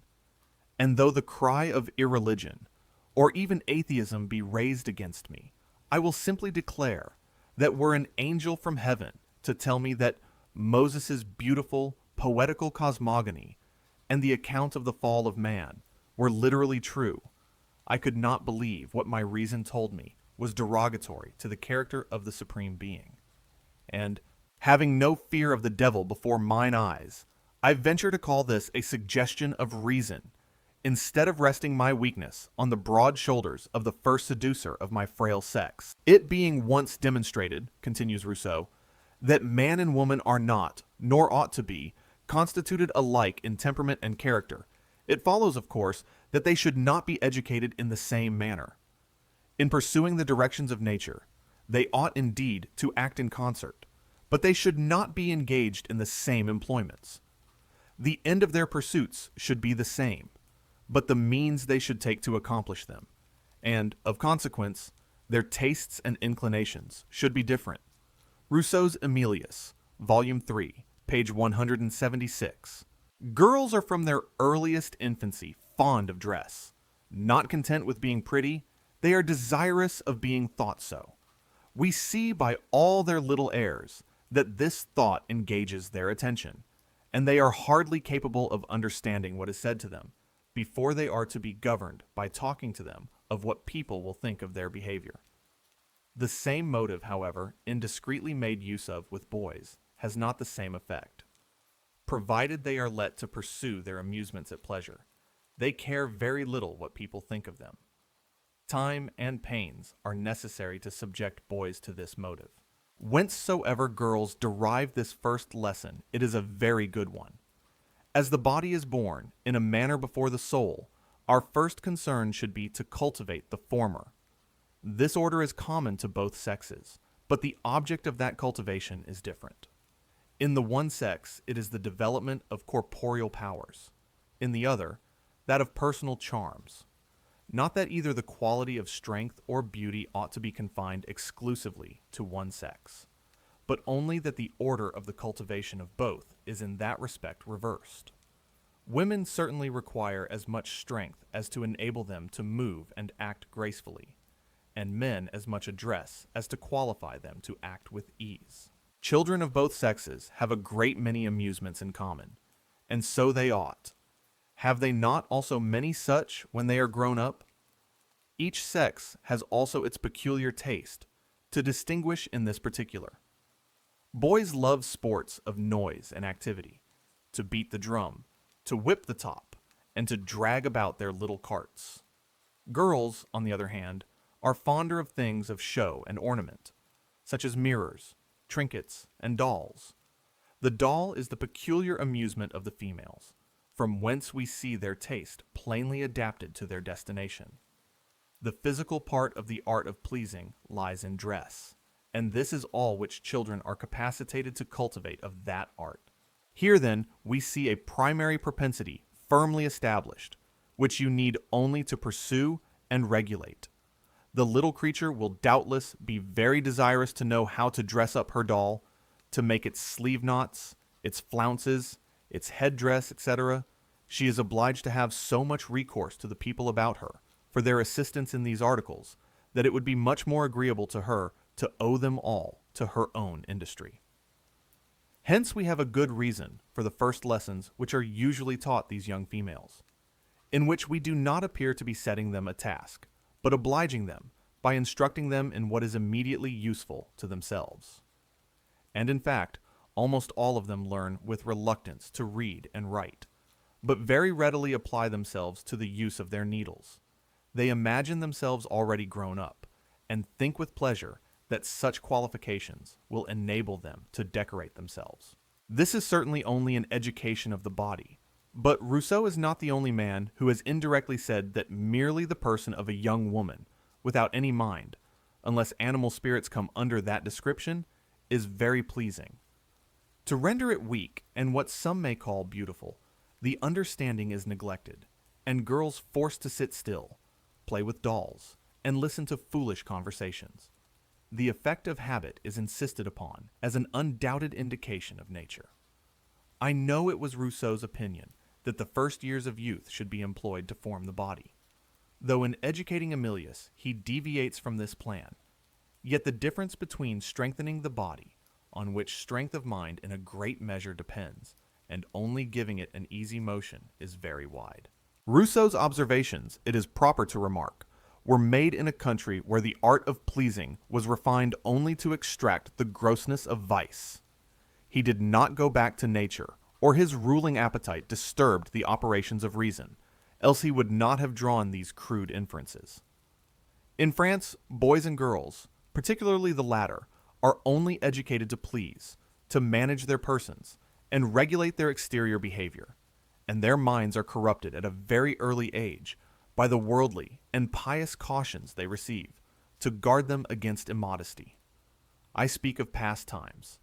The very confessions which mere children are obliged to make, and the questions asked by the holy men, I assert these facts, on good authority, were sufficient to impress a sexual character, and the education of society was a school of coquetry and art. At the age of 10 or 11, nay, often much sooner, girls began to coquet and talked, unreproved, of establishing themselves in the world by marriage. In short, they were made women, almost from their very birth, and compliments were listened to instead of instruction. These, weakening the mind, nature was supposed to have acted like a stepmother when she formed this afterthought of creation. Not allowing them understanding, however, it was but consistent to subject them to authority, independent of reason. And to prepare them for this subjection, he gives the following advice. Girls ought to be active and diligent, nor is that all. They should also be early subjected to restraint. This misfortune, if it really be one, is inseparable from their sex, nor do they ever throw it off but to suffer more cruel evils. They must be subject all their lives to the most constant and severe restraint, which is that of decorum. It is therefore necessary to accustom them early to such confinement, that it may not afterward cost them too dear, and to the suppression of their caprices, that they may the more readily submit to the will of others. If indeed they are fond of being always at work, they should be sometimes compelled to lay it aside. Dissipation, levity, and inconstancy are faults that readily spring up from their first propensities, when corrupted or perverted by too much indulgence. To prevent this abuse, we should learn them, above all things, to lay a due restraint on themselves. The life of a modest woman is reduced, by our absurd institutions, to a perpetual conflict with herself. Not, but it is just, that this sex should partake of the sufferings which arise from those evils it hath caused us. And why is the life of a modest woman a perpetual conflict? I should answer that this very system of education makes it so. Modesty, temperance, and self-denial are the sober offspring of reason, but when sensibility is nurtured at the expense of the understanding, such weak beings must be restrained by arbitrary means, and be subjected to continual conflicts. But give their activity of mind a wider range, and nobler passions, and motives will govern their appetites and sentiments. The common attachment and regard of a mother, nay, mere habit, will make her beloved by her children, if she does nothing to incur their hate. Even the restraint she lays them under, if well directed, will increase their affection instead of lessening it. Because a state of dependence being natural to the sex, they perceive themselves formed for obedience. This is begging the question, for servitude not only debases the individual, but its effects seem to be transmitted to posterity. Considering the length of time that women have been dependent, is it surprising that some of them hug their chains and fawn like the spaniel? These dogs, observes a naturalist, at first kept their ears erect, but custom has superseded nature, and a token of fear is become a beauty. For the same reason, adds Rousseau, women have, or ought to have, but little liberty. They are apt to indulge themselves excessively in what is allowed them. Addicted in everything to extremes, they are even more transported at their diversions than boys. The answer to this is very simple. Slaves and mobs have always indulged themselves in the same excesses when once they broke loose from authority. The bent bow recoils with violence when the hand is suddenly relaxed that forcibly held it. And sensibility, the plaything of outward circumstances, must be subjected to authority, or moderated by reason. There results, he continues, from this habitual restraint, a tractableness which the women have occasion for during their whole lives, as they constantly remain either under subjection to the men or to the opinions of mankind, and are never permitted to set themselves above those opinions. The first and most important qualification in a woman is good nature or sweetness of temper. Formed to obey a being so imperfect as man, often full of vices, and always full of faults, she ought to learn betimes even to suffer injustice, and to bear the insults of a husband without complaint. It is not for his sake, but her own, that she should be of a mild disposition. The perverseness and ill nature of the women only serve to aggravate their own misfortunes and the misconduct of their husbands. They might plainly perceive that such are not the arms by which they gain the superiority. Formed to live with such an imperfect being as man, they ought to learn from the exercise of their faculties the necessity of forbearance. But all the sacred rights of humanity are violated by insisting on blind obedience, or the most sacred rights belong only to man. The being who patiently endures injustice and silently bears insults will soon become unjust or unable to discern right from wrong. Besides, I deny the fact, this is not the true way to form or meliorate the temper.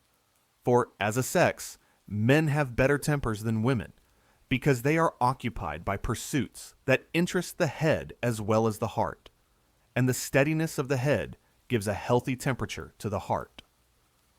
People of sensibility have seldom good tempers. The formation of the temper is the cool work of reason, when, as life advances, she mixes with happy art, jarring elements. I never knew a weak or ignorant person who had a good temper, though that constitutional good humor and that docility which fear stamps on the behavior often obtains the name. I say behavior, for genuine meekness never reached the heart or mind, unless as the effect of reflection, and that simple restraint produces a number of peccant humors in domestic life. Many sensible men will allow, who find some of these gentle, irritable creatures very troublesome companions. Each sex, he further argues, should preserve its peculiar tone and manner. A meek husband may make a wife impertinent, but mildness of disposition on the woman's side will always bring a man back to reason, at least if he be not absolutely a brute, and will sooner or later triumph over him. True, the mildness of reason, but abject fear always inspires contempt, and tears are only eloquent when they flow down fair cheeks. Of what materials can that heart be composed, which can melt when insulted, and instead of revolting at injustice, kiss the rod? Is it unfair to infer that her virtue is built on narrow views and selfishness? Who can caress a man with true feminine softness, the very moment when he treats her tyrannically? Nature never dictated such insincerity, and though prudence of this sort be termed a virtue, Morality becomes vague when any part is supposed to rest on falsehood. These are mere expedients, and expedients are only useful for the moment. Let the husband beware of trusting too implicitly to this servile obedience, for if his wife can with winning sweetness caress him when angry, and when she ought to be angry, unless contempt had stifled a natural effervescence, she may do the same after parting with a lover. These are all preparations for adultery. Or, should the fear of the world or of hell restrain her desire of pleasing other men, when she can no longer please her husband, what substitute can be found by a being who was only formed by nature and art to please man? What can make her amends for this privation? Or where is she to seek for a fresh employment? Where find sufficient strength of mind to determine to begin the search, when her habits are fixed, and vanity has long ruled her chaotic mind? But this partial moralist recommends cunning systematically and plausibly. Daughters should be always submissive. Their mothers, however, should not be inexorable. To make a young person tractable, she ought not to be made unhappy. To make her modest, she ought not to be rendered stupid. On the contrary, I should not be displeased at her being permitted to use some art, not to elude punishment in case of disobedience, but to exempt herself from the necessity of obeying. It is not necessary to make her dependence burdensome, but only to let her feel it. Subtlety is a talent natural to the sex, and as I am persuaded, all our natural inclinations are right and good in themselves. I am of opinion this should be cultivated as well as the others. It is requisite for us only to prevent its abuse. Whatever is right, he then proceeds triumphantly to infer. Granted, yet perhaps no aphorism ever contained a more paradoxical assertion. It is a solemn truth with respect to God. He, reverentially I speak, sees the whole at once, and saw its just proportions in the womb of time. But man, who can only inspect disjointed parts, finds many things wrong. And it is a part of the system, and therefore right, that he should endeavor to alter what appears to him to be so, even while he bows to the wisdom of his Creator, and respects the darkness he labors to disperse. The inference that follows is just, supposing the principle to be sound. The superiority of address, peculiar to the female sex, is a very equitable indemnification for their inferiority in point of strength. Without this, woman would not be the companion of man, but his slave. It is by her superior art and ingenuity that she preserves her equality, and governs him while she affects to obey. Woman has everything against her, as well our faults as her own timidity and weakness. She has nothing in her favor but her subtlety and her beauty. Is it not very reasonable, therefore, she should cultivate both? Greatness of mind can never dwell with cunning or address, for I shall not boggle about words when their direct signification is insincerity and falsehood, but content myself with observing that if any class of mankind be so created that it must necessarily be educated by rules, not strictly deducible from truth. Virtue is an affair of convention. How could Rousseau dare to assert, after giving this advice, that in the grand end of existence, the object of both sexes should be the same, when he well knew that the mind formed by its pursuits is expanded by great views swallowing up little ones, or that it becomes itself little? Men have superior strength of body, but were it not for mistaken notions of beauty, women would acquire sufficient to enable them to earn their own subsistence, the true definition of independence, and to bear those bodily inconveniences and exertions that are requisite to strengthen the mind. Let us then, by being allowed to take the same exercise as boys, not only during infancy, but youth, arrive at perfection of body, that we may know how far the natural superiority of man extends. For what reason or virtue can be expected from a creature when the seed time of life is neglected? None. Did not the winds of heaven casually scatter many useful seeds in the fallow ground?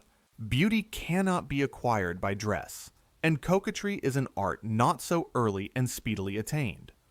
While girls are yet young, however, they are in a capacity to study agreeable gesture, a pleasing modulation of voice, an easy carriage and behavior, as well as to take the advantage of gracefully adapting their looks and attitudes to time, place, and occasion. Their application, therefore, should not be solely confined to the arts of industry and the needle when they come to display other talents, whose utility is already apparent. For my part, I would have a young Englishwoman cultivate her agreeable talents in order to please her future husband, with as much care and assiduity as a young Circassian cultivates hers, to fit her for the harem of an Eastern bashaw. To render women completely insignificant, he adds, the tongues of women are very voluble. They speak earlier, more readily, and more agreeably than the men. They are accused also of speaking much more, but so it ought to be, and I should be very ready to convert this reproach into a compliment. Their lips and eyes have the same activity, and for the same reason.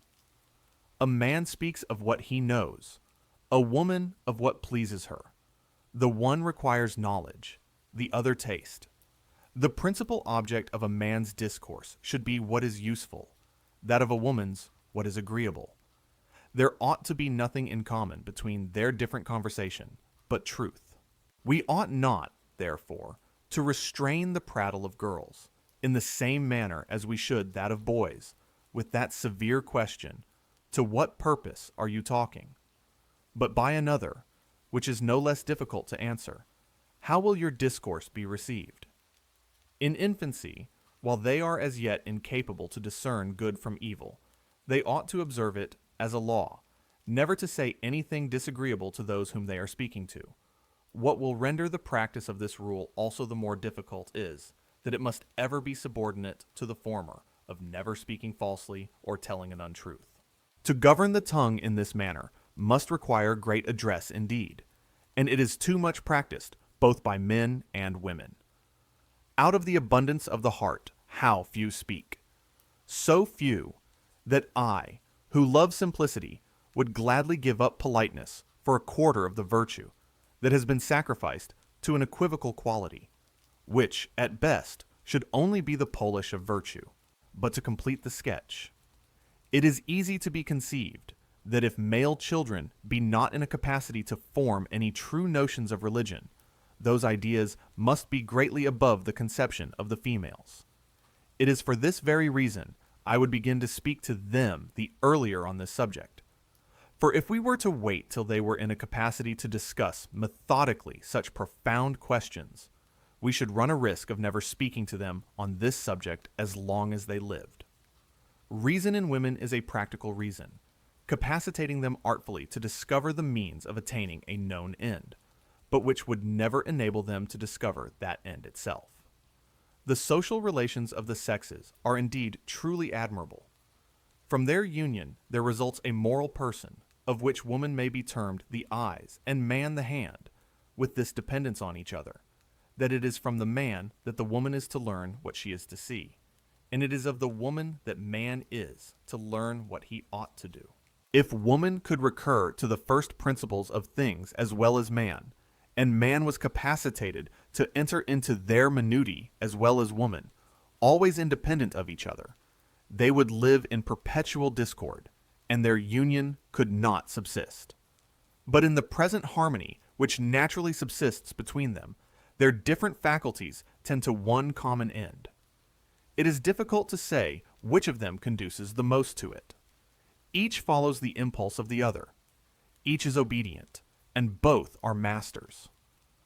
As the conduct of a woman is subservient to the public opinion, her faith in matters of religion should for that very reason be subject to authority. Every daughter ought to be of the same religion as her mother, and every wife to be of the same religion as her husband.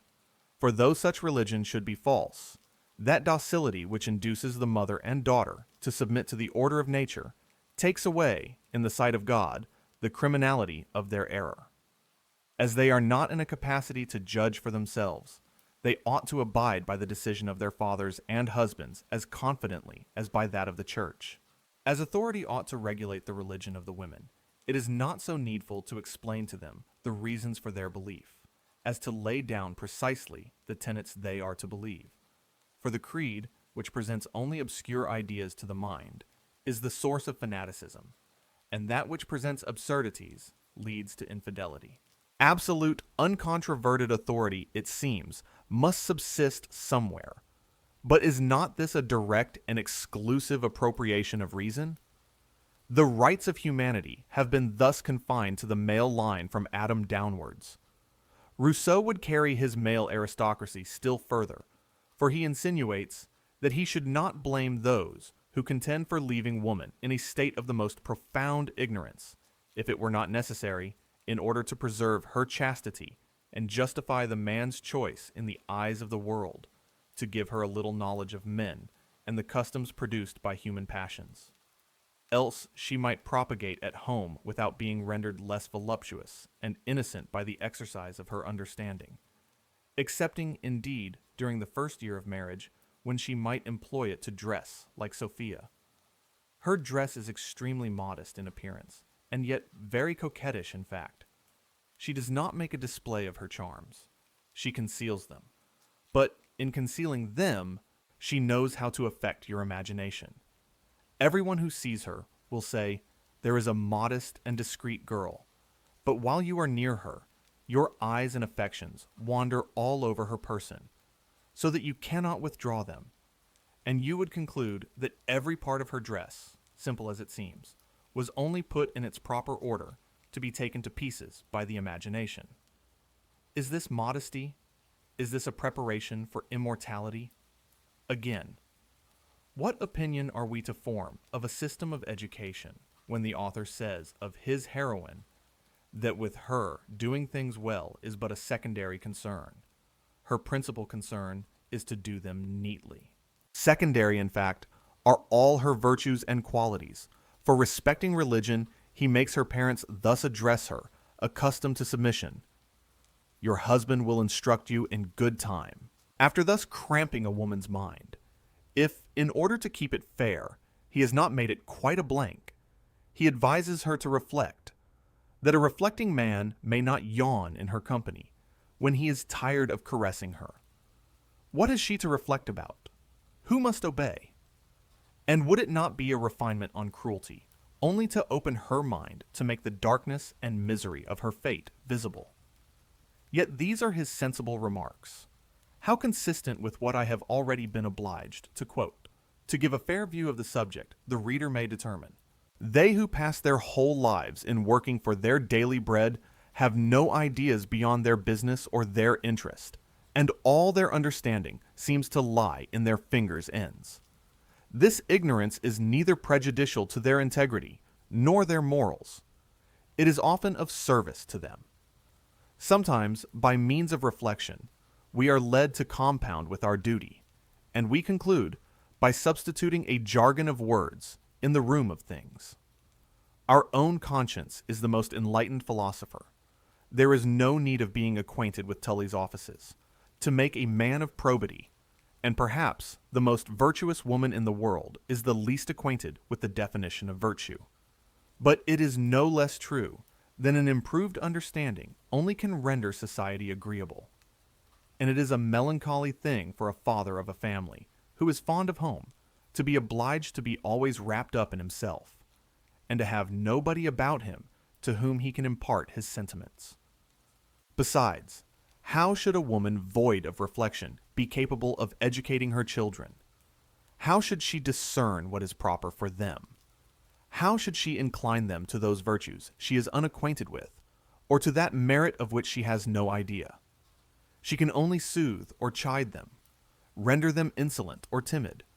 She will make them formal coxcombs or ignorant blockheads, but will never make them sensible or amiable. How indeed should she, when her husband is not always at hand to lend her his reason, when they both together make but one moral being? A blind will, eyes without hands, would go a very little way, and perchance his abstract reason, that should concentrate the scattered beams of her practical reason, may be employed in judging of the flavor of wine, descanting on the sauces most proper for turtle, or, more profoundly intent at a card table, he may be generalizing his ideas as he bets away his fortune, leaving all the minutiae of education to his helpmate or chance. But, granting that woman ought to be beautiful, innocent, and silly, to render her a more alluring and indulgent companion, what is her understanding sacrificed for? And why is all this preparation necessary only, according to Rousseau's own account, to make her the mistress of her husband a very short time? For no man ever insisted more on the transient nature of love. Thus speaks the philosopher. Sensual pleasures are transient. The habitual state of the affections always loses by their gratification. The imagination, which decks the object of our desires, is lost in fruition.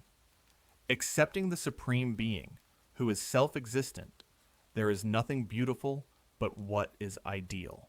But he returns to his unintelligible paradoxes again, when he thus addresses Sophia. Emilius, in becoming your husband, is become your master, and claims your obedience. Such is the order of nature. When a man is married, however, to such a wife as Sophia, it is proper he should be directed by her. This is also agreeable to the order of nature. It is, therefore, to give you as much authority over his heart as his sex gives him over your person, that I have made you the arbiter of his pleasures. It may cost you, perhaps, some disagreeable self-denial, but you will be certain of maintaining your empire over him, if you can preserve it over yourself. What I have already observed also shows me that this difficult attempt does not surpass your courage. Would you have your husband constantly at your feet? Keep him at some distance from your person. You will long maintain the authority of love, if you know but how to render your favors rare and valuable. It is thus you may employ even the arts of coquetry in the service of virtue, and those of love in that of reason. I shall close my extracts with a just description of a comfortable couple. And yet you must not imagine that even such management will always suffice. Whatever precaution be taken, enjoyment will, by degrees, take off the edge of passion. But when love hath lasted as long as possible, a pleasing habitude supplies its place, and the attachment of a mutual confidence succeeds to the transports of passion. Children often form a more agreeable and permanent connection between married people than even love itself. When you cease to be the mistress of Emilius, you will continue to be his wife and friend. You will be the mother of his children. Children, he truly observes, form a much more permanent connection between married people than love. Beauty, he declares, will not be valued, or even seen, after a couple have lived 6 months together. Artificial graces and coquetry will likewise pall on the senses. Why then does he say that a girl should be educated for her husband with the same care as for an Eastern harem? I now appeal from the reveries of fancy and refined licentiousness to the good sense of mankind. Whether, if the object of education be to prepare women to become chaste wives and sensible mothers, the method so plausibly recommended in the foregoing sketch be the one best calculated to produce those ends? Will it be allowed that the surest way to make a wife chaste is to teach her to practice the wanton arts of a mistress, termed virtuous coquetry by the sensualist who can no longer relish the artless charms of sincerity, or taste the pleasure arising from a tender intimacy, when confidence is unchecked by suspicion and rendered interesting by sense? The man who can be contented to live with a pretty useful companion without a mind has lost in voluptuous gratifications a taste for more refined enjoyments. He has never felt the calm satisfaction that refreshes the parched heart, like the silent dew of heaven, of being beloved by one who could understand him. In the society of his wife he is still alone, unless when the man is sunk in the brute. The charm of life, says a grave philosophical reasoner, is sympathy. Nothing pleases us more than to observe in other men a fellow feeling with all the emotions of our own breast. But, according to the tenor of reasoning by which women are kept from the tree of knowledge, the important years of youth, the usefulness of age, and the rational hopes of futurity are all to be sacrificed to render woman an object of desire for a short time. Besides, how could Rousseau expect them to be virtuous and constant when reason is neither allowed to be the foundation of their virtue, nor truth the object of their inquiries. But all Rousseau's errors in reasoning arose from sensibility, and sensibility to their charms women are very ready to forgive. When he should have reasoned, he became impassioned, and reflection inflamed his imagination, instead of enlightening his understanding. Even his virtues also led him farther astray, for born with a warm constitution and lively fancy, nature carried him toward the other sex with such eager fondness that he soon became lascivious. Had he given way to these desires, the fire would have extinguished itself in a natural manner, but virtue and a romantic kind of delicacy made him practice self-denial. Yet, when fear, delicacy, or virtue restrained him, he debauched his imagination, and reflecting on the sensations to which fancy gave force, he traced them in the most glowing colors, and sunk them deep into his soul. He then sought for solitude, not to sleep with the man of nature, or calmly investigate the causes of things under the shade where Sir Isaac Newton indulged contemplation, but merely to indulge his feelings. And so warmly has he painted what he forcibly felt, that interesting the heart and inflaming the imagination of his readers. In proportion to the strength of their fancy, they imagine that their understanding is convinced, when they only sympathize with a poetic writer, who skillfully exhibits the objects of sense, most voluptuously shadowed, or gracefully veiled, and thus making us feel, whilst dreaming that we reason, erroneous conclusions are left in the mind. Why was Rousseau's life divided between ecstasy and misery? Can any other answer be given than this, that the effervescence of his imagination produced both? But, had his fancy been allowed to cool, it is possible that he might have acquired more strength of mind. Still, if the purpose of life be to educate the intellectual part of man, all with respect to him was right. Yet, had not death led to a nobler scene of action, it is probable that he would have enjoyed more equal happiness on earth, and have felt the calm sensations of the man of nature, instead of being prepared for another stage of existence, by nourishing the passions which agitate the civilized man. But peace to his manes. I war not with his ashes, but his opinions. I war only with the sensibility that led him to degrade woman by making her the slave of love. Not cursed vassalage, first idolized till love's hot fire be o'er, then slaves to those who courted us before. Dryden. The pernicious tendency of those books in which the writers insidiously degrade the sex, whilst they are prostrate before their personal charms, cannot be too often or too severely exposed. Let us, my dear contemporaries, arise above such narrow prejudices. If wisdom is desirable on its own account, if virtue, to deserve the name, must be founded on knowledge, let us endeavor to strengthen our minds by reflection, till our heads become a balance for our hearts. Let us not confine all our thoughts to the petty occurrences of the day, nor our knowledge to an acquaintance with our lovers' or husbands' hearts. But let the practice of every duty be subordinate to the grand one of improving our minds, and preparing our affections for a more exalted state.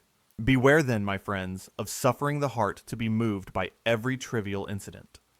The reed is shaken by a breeze, and annually dies, but the oak stands firm, and for ages braves the storm. Were we, indeed, only created to flutter our hour out and die, why let us then indulge sensibility, and laugh at the severity of reason? Yet, alas, even then we should want strength of body and mind, and life would be lost in feverish pleasures or wearisome languor.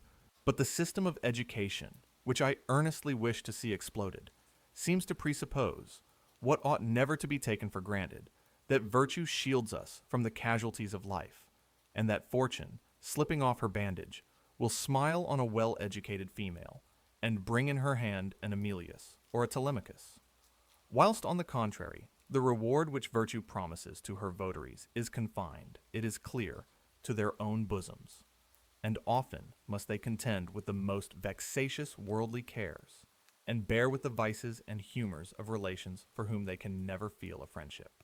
There have been many women in the world, who, instead of being supported by the reason and virtue of their fathers and brothers, have strengthened their own minds by struggling with their vices and follies, yet have never met with a hero in the shape of a husband, who, paying the debt that mankind owed them, might chance to bring back their reason to its natural dependent state, and restore the usurped prerogative of rising above opinion to man.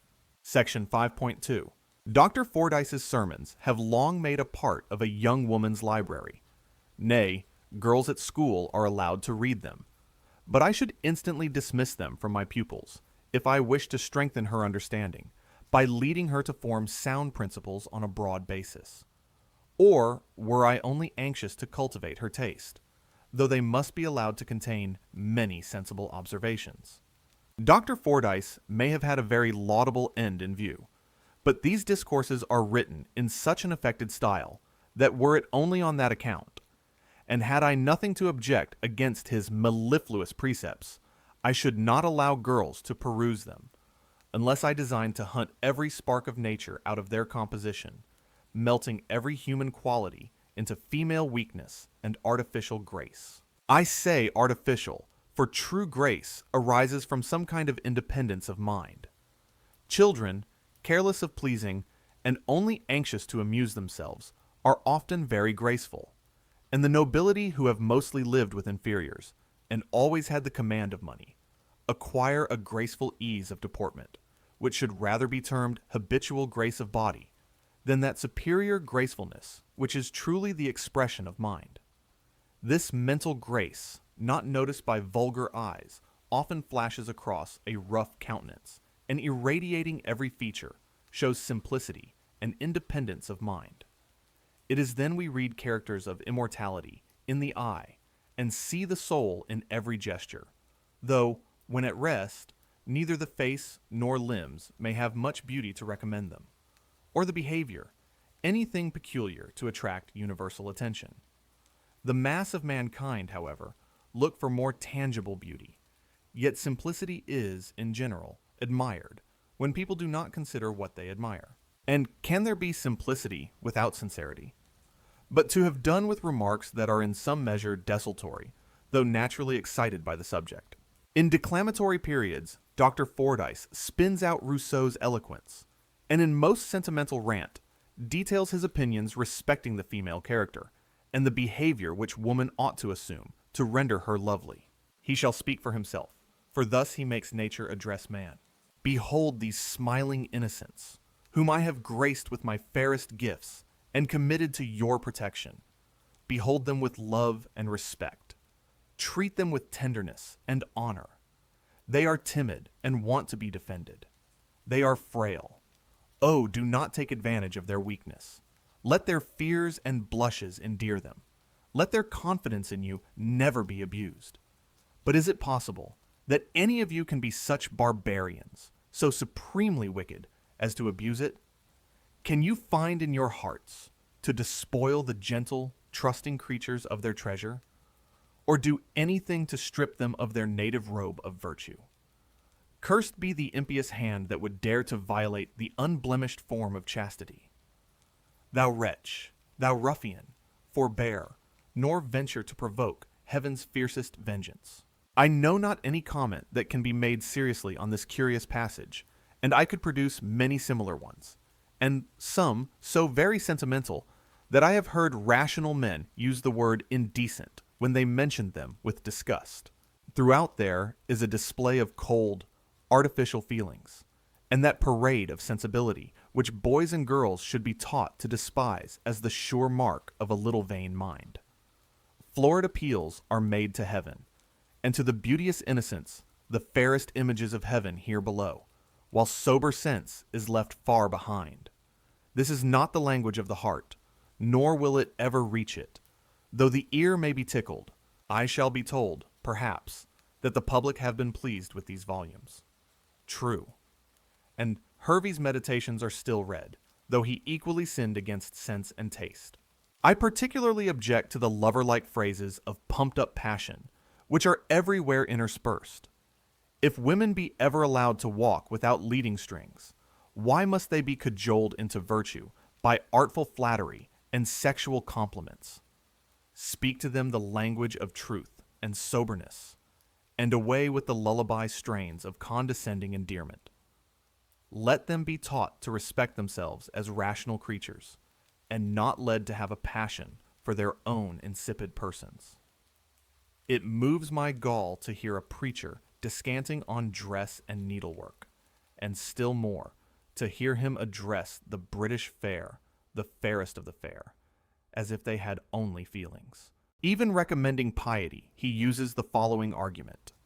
Never, perhaps, does a fine woman strike more deeply than when, composed into pious recollection, and possessed with the noblest considerations, she assumes, without knowing it, superior dignity and new graces, so that the beauties of holiness seem to radiate about her, and the bystanders are almost induced to fancy her already worshipping amongst her kindred angels. Why are women to be thus bred up with the desire of conquest? The very epithet used in this sense gives me a sickly qualm.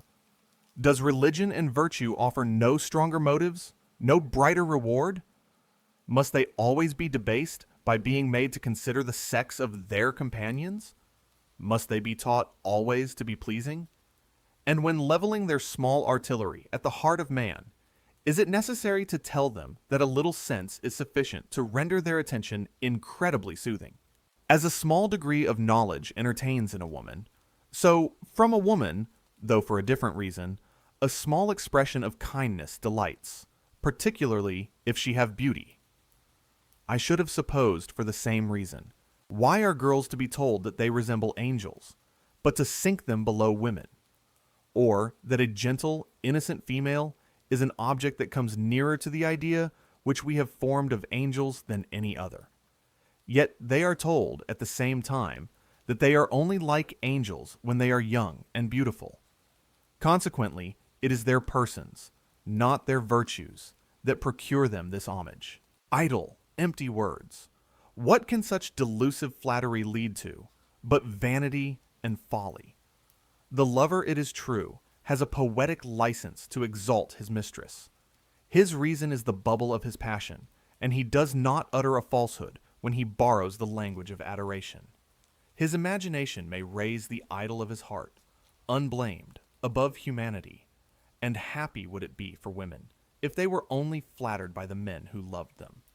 I mean, who love the individual, not the sex.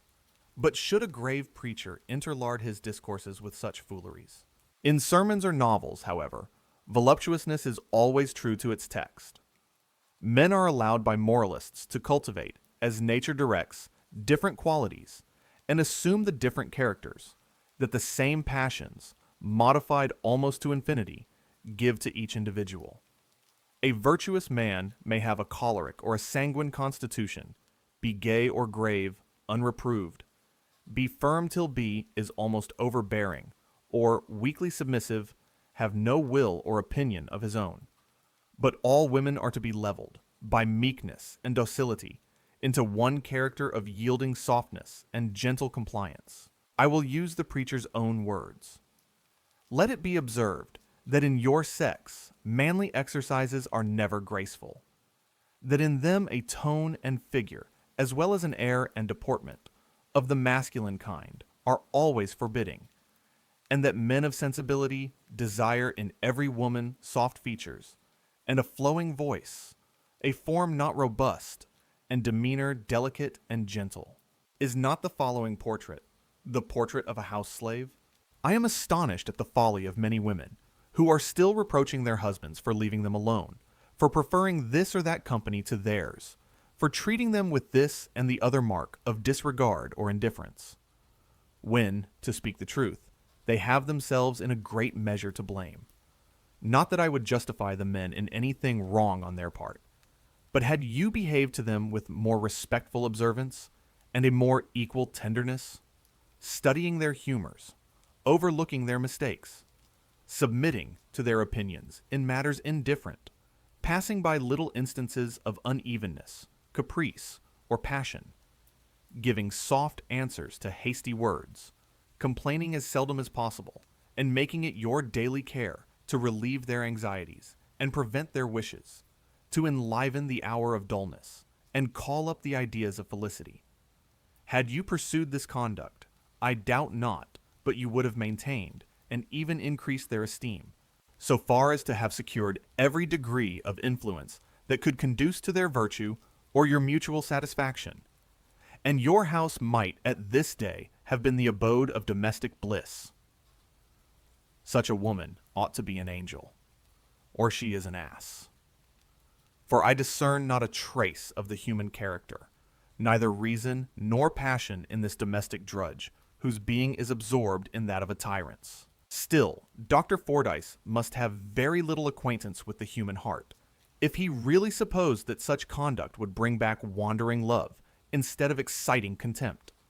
No, beauty, gentleness, etc., etc., may gain a heart, but esteem, the only lasting affection, can alone be obtained by virtue supported by reason. It is respect for the understanding that keeps alive tenderness for the person. As these volumes are so frequently put into the hands of young people, I have taken more notice of them than, strictly speaking, they deserve. But as they have contributed to vitiate the taste and enervate the understanding of many of my fellow creatures, I could not pass them silently over. Section 5.3. Such paternal solicitude pervades Dr. Gregory's legacy to his daughters, that I enter on the task of criticism with affectionate respect. But as this little volume has many attractions to recommend it to the notice of the most respectable part of my sex, I cannot silently pass over arguments that so speciously support opinions which, I think, have had the most baneful effect on the morals and manners of the female world. His easy, familiar style is particularly suited to the tenor of his advice, and the melancholy tenderness which his respect for the memory of a beloved wife diffuses through the whole work renders it very interesting. Yet there is a degree of concise elegance, conspicuous in many passages, that disturbs this sympathy, and we pop on the author when we only expected to meet the father. Besides, having two objects in view, he seldom adhered steadily to either, for wishing to make his daughters amiable and fearing lest unhappiness should only be the consequence of instilling sentiments that might draw them out of the track of common life, without enabling them to act with consonant independence and dignity, he checks the natural flow of his thoughts, and neither advises one thing nor the other. In the preface, he tells them a mournful truth, that they will hear, at least once in their lives, the genuine sentiments of a man who has no interest in deceiving them. Hapless woman, what can be expected from thee, when the beings on whom thou art, said naturally to depend for reason and support, have all an interest in deceiving thee? This is the root of the evil that has shed a corroding mildew on all thy virtues, and blighting in the bud thy opening faculties, has rendered thee the weak thing thou art. It is this separate interest, this insidious state of warfare, that undermines morality and divides mankind. If love has made some women wretched, how many more has the cold, unmeaning intercourse of gallantry rendered vain and useless? Yet, this heartless attention to the sex is reckoned so manly, so polite, that till society is very differently organized, I fear this vestige of Gothic manners will not be done away by a more reasonable and affectionate mode of conduct. Besides, to strip it of its imaginary dignity, I must observe that in the most civilized European states, this lip service prevails in a very great degree, accompanied with extreme dissoluteness of morals. In Portugal, the country that I particularly allude to, it takes place of the most serious moral obligations, for a man is seldom assassinated when in the company of a woman.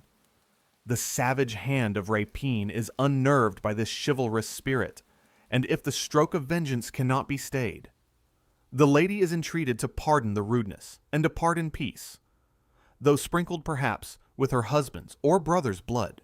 I shall pass over his strictures on religion, because I mean to discuss that subject in a separate chapter.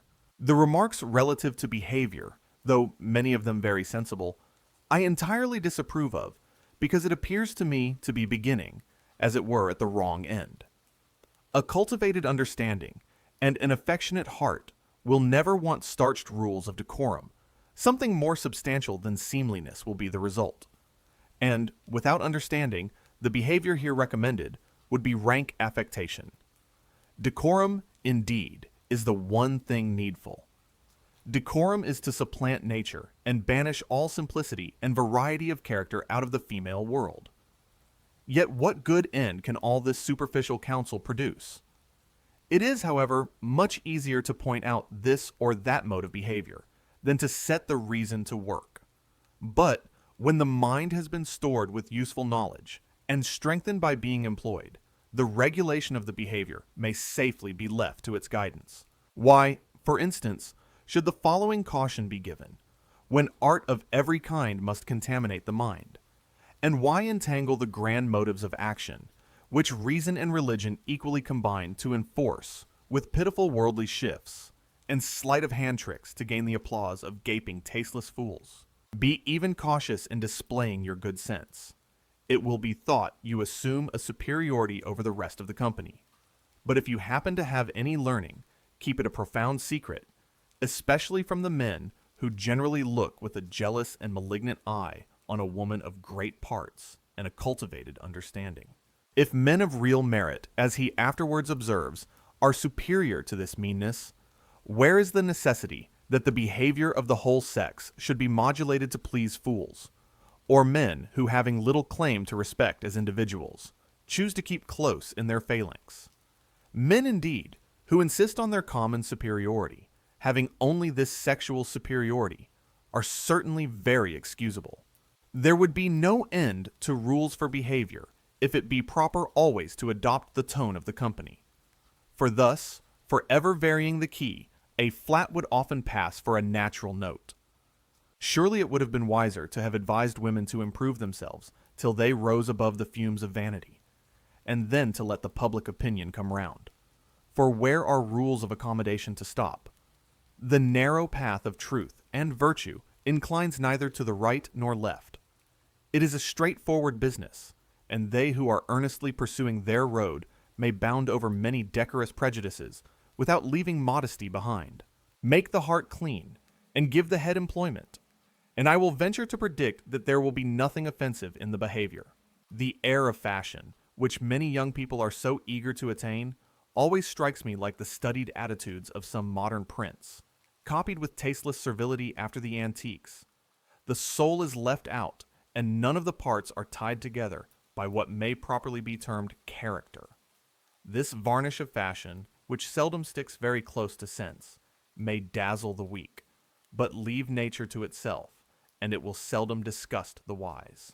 Besides, when a woman has sufficient sense not to pretend to anything which she does not understand in some degree, there is no need of determining to hide her talents under a bushel.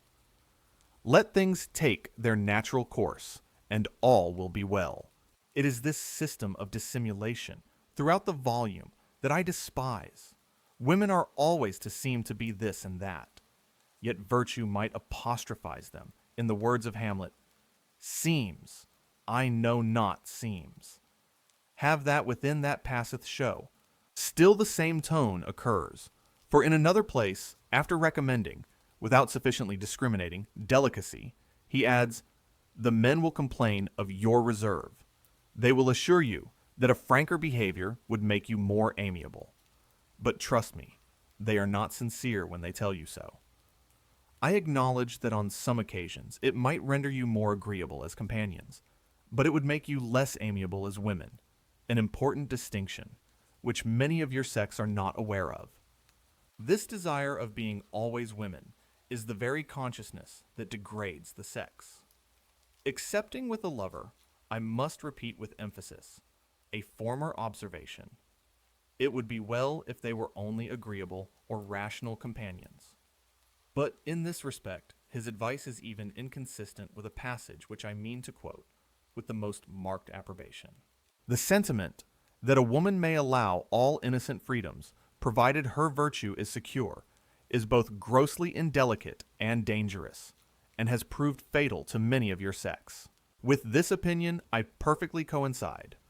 A man, or a woman, of any feeling must always wish to convince a beloved object that it is the caresses of the individual, not the sex, that is received and returned with pleasure, and that the heart, rather than the senses, is moved. Without this natural delicacy, love becomes a selfish, personal gratification that soon degrades the character. I carry this sentiment still further. Affection, when love is out of the question, authorizes many personal endearments that, naturally flowing from an innocent heart, give life to the behavior. But the personal intercourse of appetite, gallantry, or vanity is despicable. When a man squeezes the hand of a pretty woman, handing her to a carriage, whom he has never seen before, she will consider such an impertinent freedom in the light of an insult, if she have any true delicacy, instead of being flattered by this unmeaning homage to beauty.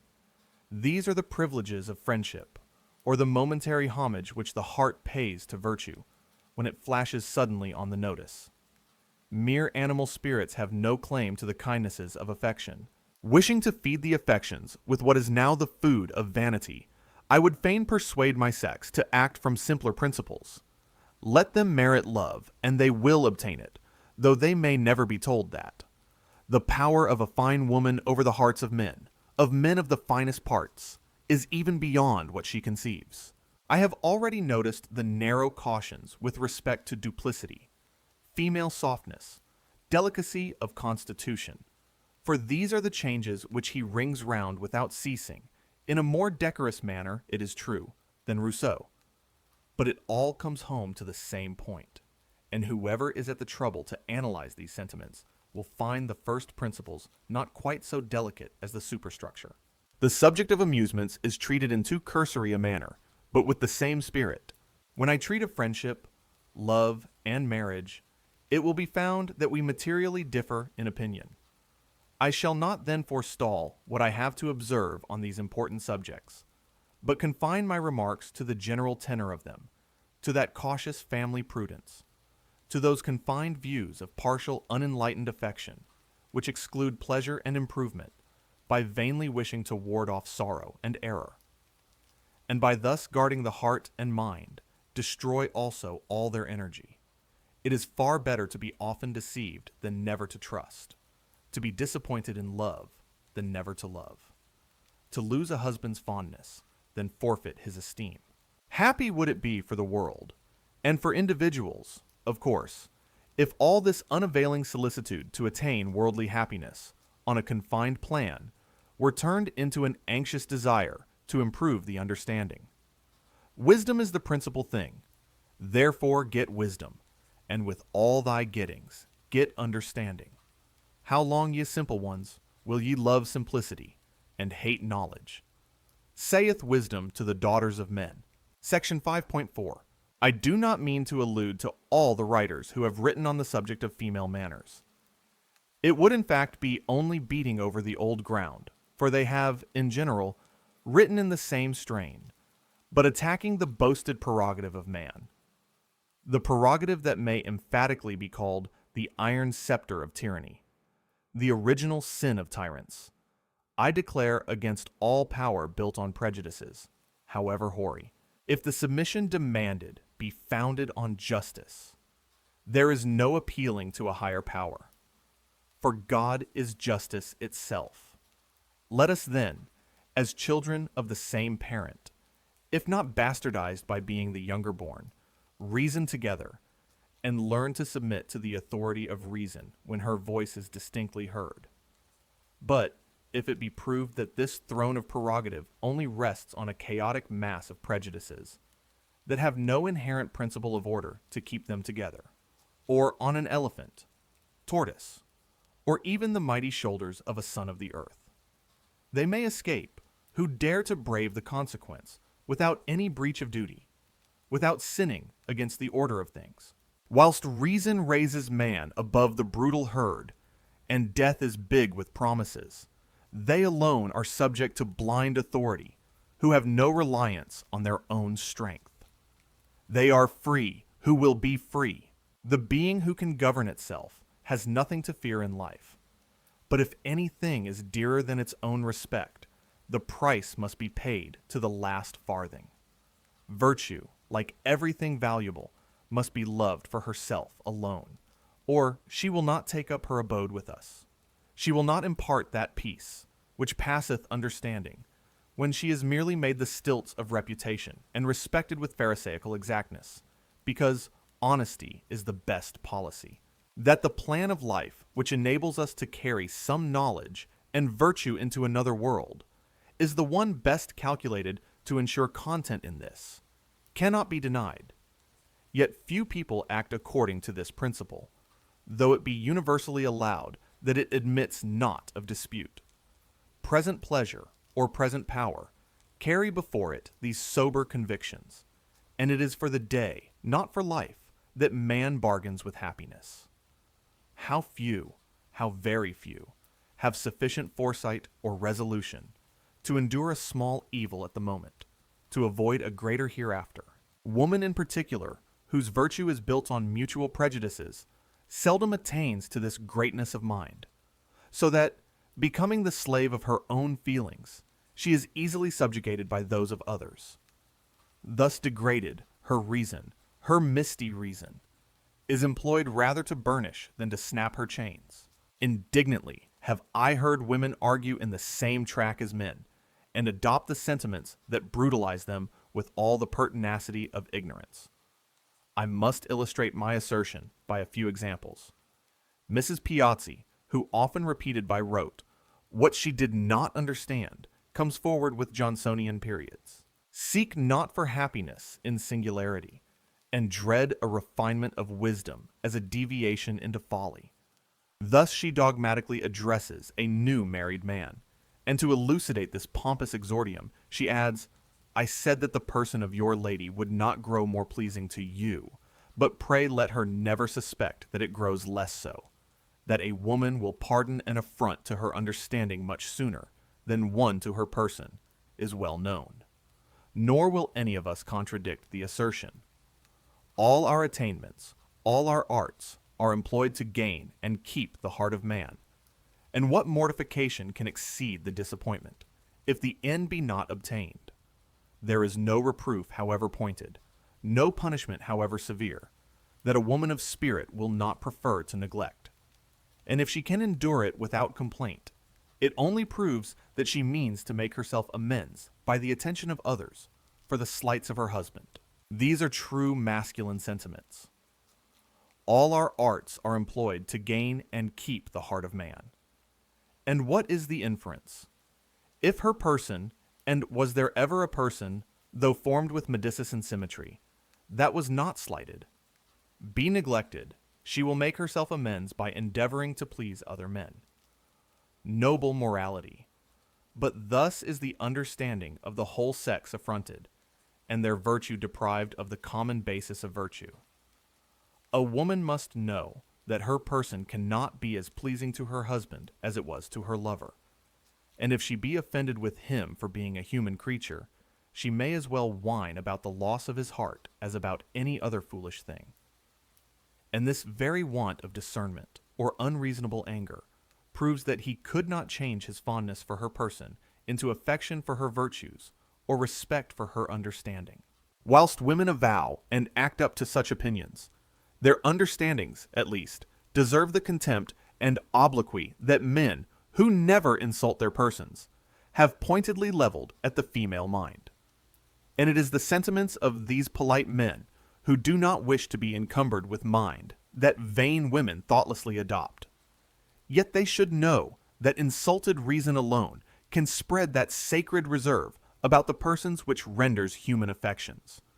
For human affections have always some base alloy, as permanent as is consistent with the grand end of existence. The attainment of virtue. The Baroness de Stael speaks the same language as the lady just cited, with more enthusiasm. Her eulogium on Rousseau was accidentally put into my hands, and her sentiments, the sentiments of too many of my sex, may serve as the text for a few comments. Though Rousseau, she observes, has endeavored to prevent women from interfering in public affairs, and acting a brilliant part in the theater of politics, yet, in speaking of them, how much has he done it to their satisfaction? If he wished to deprive them of some rights, foreign to their sex, how has he forever restored to them all those to which it has a claim? And in attempting to diminish their influence over the deliberations of men, How sacredly has he established the empire they have over their happiness? In aiding them to descend from an usurped throne, he has firmly seated them upon that to which they were destined by nature.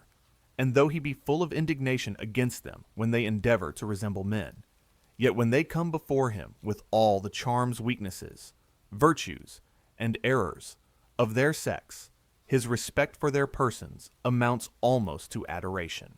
True, for never was there a sensualist who paid more fervent adoration at the shrine of beauty. So devout, indeed, was his respect for the person, that, accepting the virtue of chastity, for obvious reasons, he only wished to see it embellished by charms, weaknesses, and errors.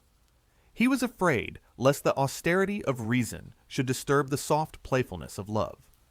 The master wished to have a meretricious slave to fondle, entirely dependent on his reason and bounty. He did not want a companion whom he should be compelled to esteem, or a friend to whom he could confide the care of his children's education, should death deprive them of their father before he had fulfilled the sacred task. He denies woman reason, shuts her out from knowledge, and turns her aside from truth. Yet his pardon is granted because he admits the passion of love. It would require some ingenuity to show why women were to be under such an obligation to him for thus admitting love, when it is clear that he admits it only for the relaxation of men and to perpetuate the species. But he talked with passion, and that powerful spell worked on the sensibility of a young encomiast. What signifies it, pursues this rhapsodist, to women that his reason disputes with them the empire, when his heart is devotedly theirs? It is not empire, but equality that they should contend for. Yet, if they only wished to lengthen out their sway, they should not entirely trust to their persons, for though beauty may gain a heart, it cannot keep it, even while the beauty is in full bloom, unless the mind lend, at least, some graces. When women are once sufficiently enlightened to discover their real interest, on a grand scale, they will, I am persuaded, be very ready to resign all the prerogatives of love that are not mutual, speaking of them as lasting prerogatives, for the calm satisfaction of friendship and the tender confidence of habitual esteem. Before marriage, they will not assume any insolent airs, nor afterward abjectly submit, but, endeavoring to act like reasonable creatures, in both situations, they will not be tumbled from a throne to a stool.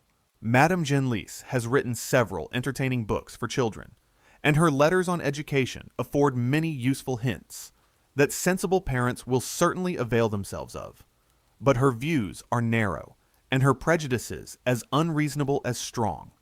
I shall pass over her vehement argument in favor of the eternity of future punishments, because I blush to think that a human being should ever argue vehemently in such a cause, and only make a few remarks on her absurd manner of making the parental authority supplant reason. For everywhere does she inculcate not only blind submission to parents, but to the opinion of the world. She tells a story of a young man engaged by his father's express desire to a girl of fortune. Before the marriage could take place, she is deprived of her fortune and thrown friendless on the world. The father practices the most infamous arts to separate his son from her, and when the son detects his villainy and, following the dictates of honor, marries the girl, nothing but misery ensues, because forsooth he married without his father's consent. On what ground can religion or morality rest when justice is thus set at defiance?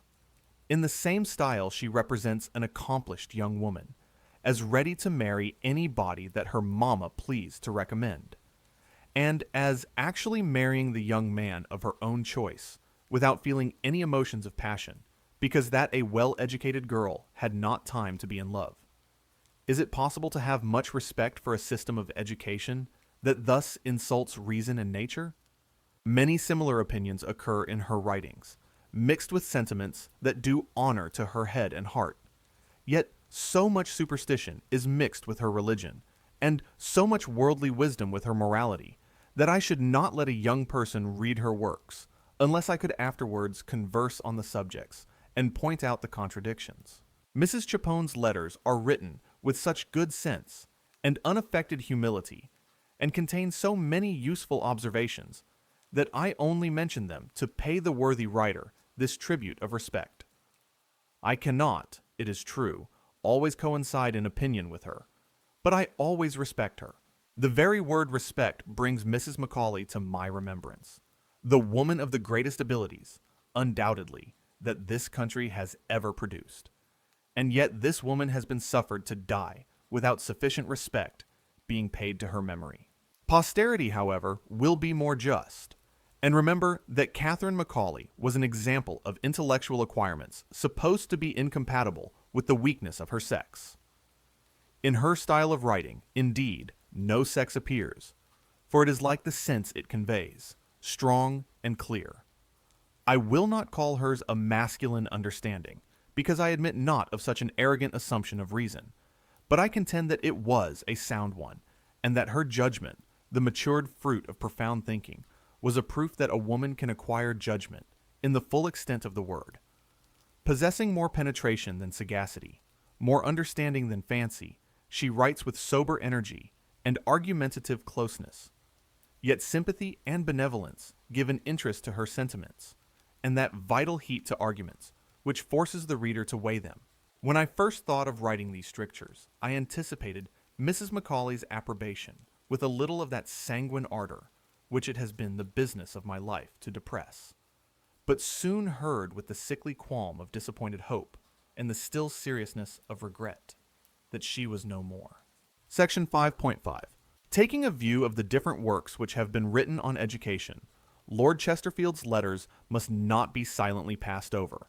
Not that I mean to analyze his unmanly immoral system, or even to cull any of the useful shrewd remarks which occur in his frivolous correspondence.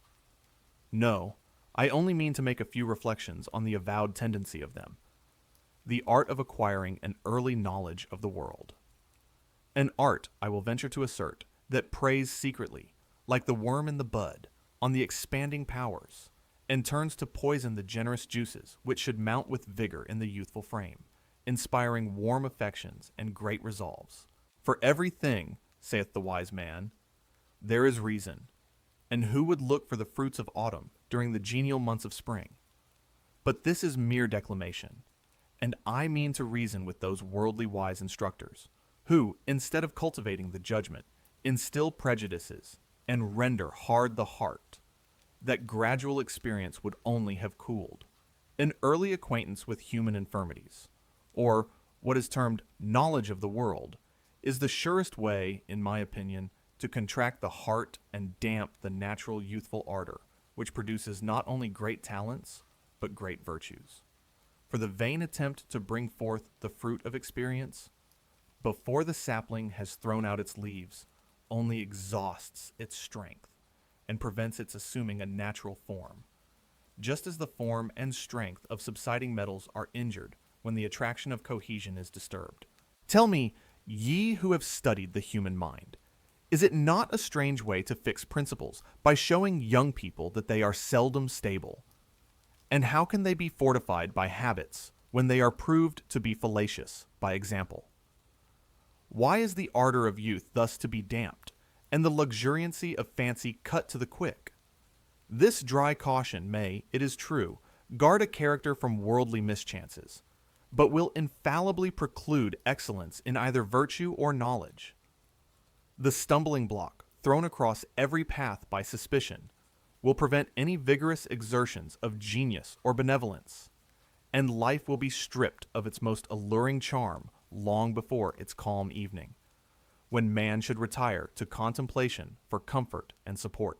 A young man who has been bred up with domestic friends, and led to store his mind with as much speculative knowledge as can be acquired by reading, and the natural reflections which youthful ebullitions of animal spirits and instinctive feelings inspire, will enter the world with warm and erroneous expectations.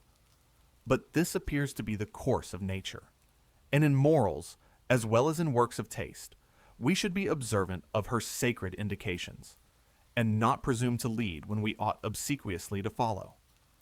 In the world, few people act from principle. Present feelings and early habits are the grand springs.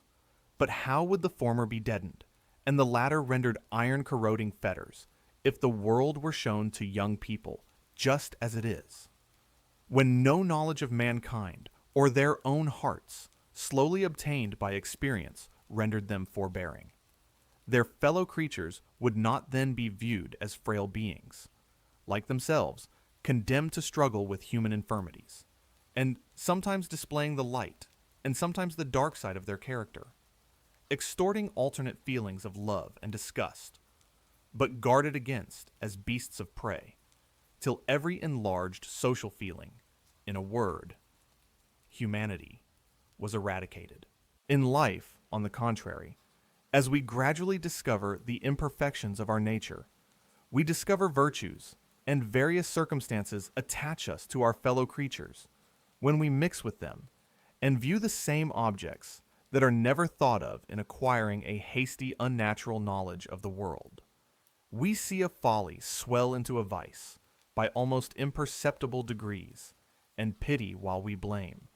But if the hideous monster burst suddenly on our sight, fear and disgust, rendering us more severe than man ought to be, might lead us with blind zeal to usurp the character of omnipotence, and denounce damnation on our fellow mortals, forgetting that we cannot read the heart, and that we have seeds of the same vices lurking in our own. I have already remarked that we expect more from instruction than mere instruction can produce.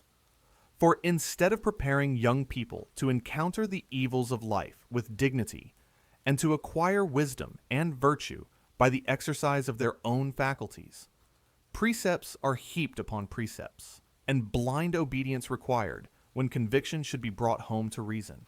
Suppose, for instance, that a young person in the first ardor of friendship deifies the beloved object. What harm can arise from this mistaken enthusiastic attachment? Perhaps it is necessary for virtue first to appear in a human form to impress youthful hearts. The ideal model, which a more matured and exalted mind looks up to and shapes for itself, would elude their sight. He who loves not his brother whom he hath seen, how can he love God? Asked the wisest of men. It is natural for youth to adorn the first object of its affection with every good quality, and the emulation produced by ignorance, or, to speak with more propriety, by inexperience, brings forward the mind capable of forming such an affection, and when, in the lapse of time, perfection is found not to be within the reach of mortals, virtue, abstractly, is thought beautiful, and wisdom sublime.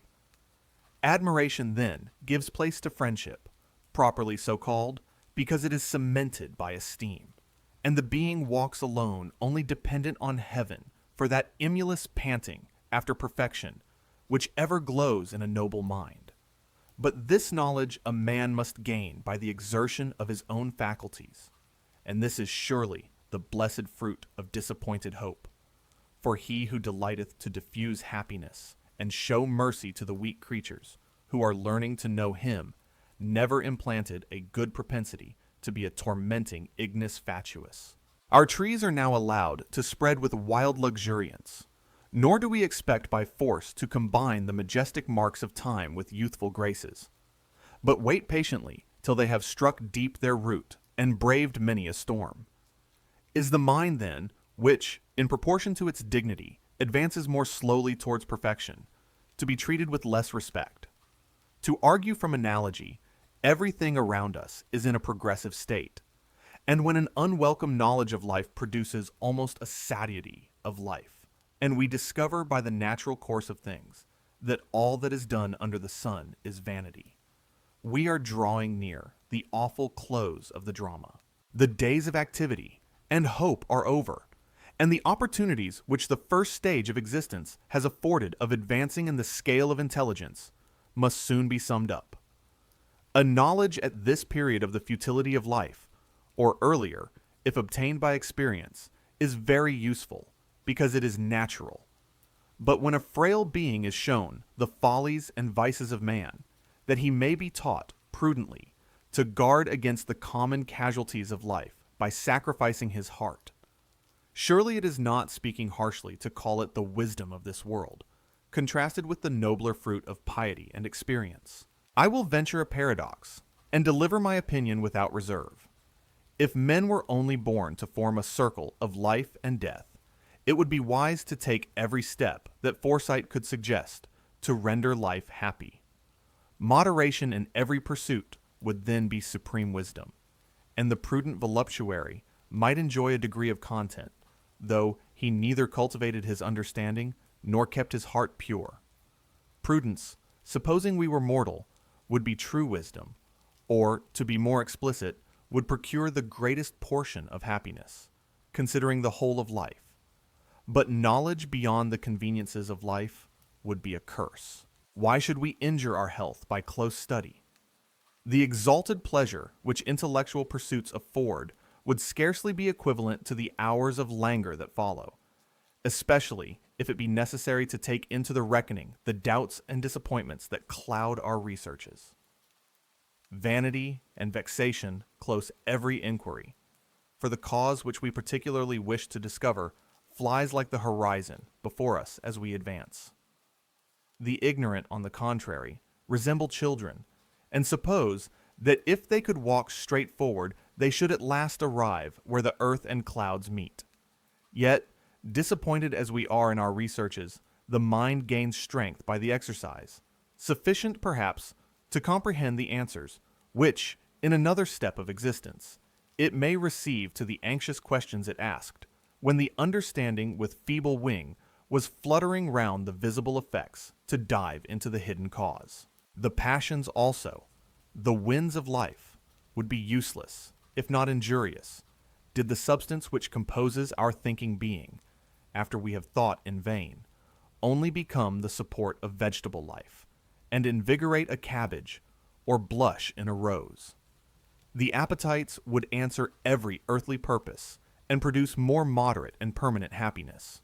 But the powers of the soul that are of little use here, and probably disturb our animal enjoyments, even while conscious dignity makes us glory in possessing them, prove that life is merely an education, a state of infancy, of which the only hopes worth cherishing should not be sacrificed.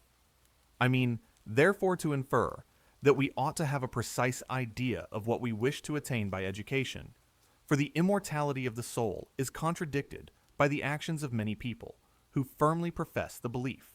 If you mean to secure ease and prosperity on earth as the first consideration, and leave futurity to provide for itself, you act prudently in giving your child an early insight into the weaknesses of his nature. You may not, it is true, make an inkle of him, but do not imagine that he will stick to more than the letter of the law, who has very early imbibed a mean opinion of human nature, nor will he think it necessary to rise much above the common standard. He may avoid gross vices, because honesty is the best policy, but he will never aim at attaining great virtues. The example of writers and artists will illustrate this remark. I must therefore venture to doubt whether what has been thought an axiom in morals may not have been a dogmatical assertion made by men who have coolly seen mankind through the medium of books, and say, in direct contradiction to them, that the regulation of the passions is not always wisdom. On the contrary, it should seem that one reason why men have superior judgment and more fortitude than women is undoubtedly this, that they give a freer scope to the grand passions, and by more frequently going astray, enlarge their minds. If then by the exercise of their own reason they fix on some stable principle, they have probably to thank the force of their passions, nourished by false views of life, and permitted to overleap the boundary that secures content. But if in the dawn of life we could soberly survey the scenes before us as in perspective, and see everything in its true colors, how could the passions gain sufficient strength to unfold the faculties? Let me now, as from an eminence, survey the world stripped of all its false delusive charms. The clear atmosphere enables me to see each object in its true point of view, while my heart is still. I am calm as the prospect in a morning when the mists, slowly dispersing, silently unveil the beauties of nature, refreshed by rest. In what light will the world now appear? I rub my eyes and think, perchance, that I am just awaking from a lively dream. I see the sons and daughters of men pursuing shadows, and anxiously wasting their powers to feed passions which have no adequate object.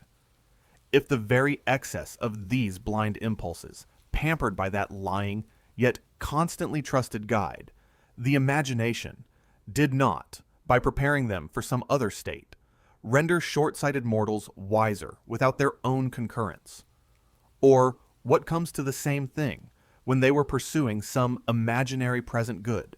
After viewing objects in this light, it would not be very fanciful to imagine that this world was a stage on which a pantomime is daily performed for the amusement of superior beings. How would they be diverted to see the ambitious man consuming himself by running after a phantom, and pursuing the bubble fame in the cannon's mouth that was to blow him to nothing? For when consciousness is lost, it matters not whether we mount in a whirlwind or descend in rain.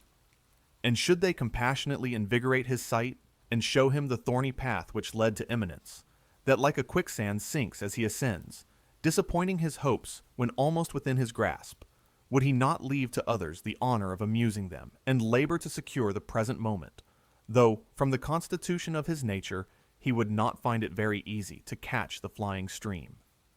Such slaves are we to hope and fear, but vain as the ambitious man's pursuit would be, he is often striving for something more substantial than fame. That indeed would be the veriest meteor, the wildest fire that could lure a man to ruin. What? Renounce the most trifling gratification to be applauded when he should be no more. Wherefore this struggle, whether man is mortal or immortal, if that noble passion did not really raise the being above his fellows? And love, what diverting scenes would it produce? Pantaloon's tricks must yield to more egregious folly. To see a mortal adorn an object with imaginary charms, and then fall down and worship the idol which he had himself set up. How ridiculous, but what serious consequences ensue to rob man of that portion of happiness, which the deity by calling him into existence has, or, on what can his attributes rest, indubitably promised.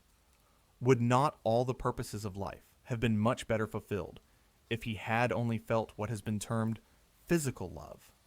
And would not the sight of the object, not seen through the medium of the imagination, soon reduce the passion to an appetite, if reflection, the noble distinction of man, did not give it force and make it an instrument to raise him above this earthy dross by teaching him to love the center of all perfection, whose wisdom appears clearer and clearer in the works of nature, in proportion as reason is illuminated and exalted by contemplation, and by acquiring that love of order which the struggles of passion produce. The habit of reflection, and the knowledge attained by fostering any passion, might be shown to be equally useful, though the object be proved equally fallacious.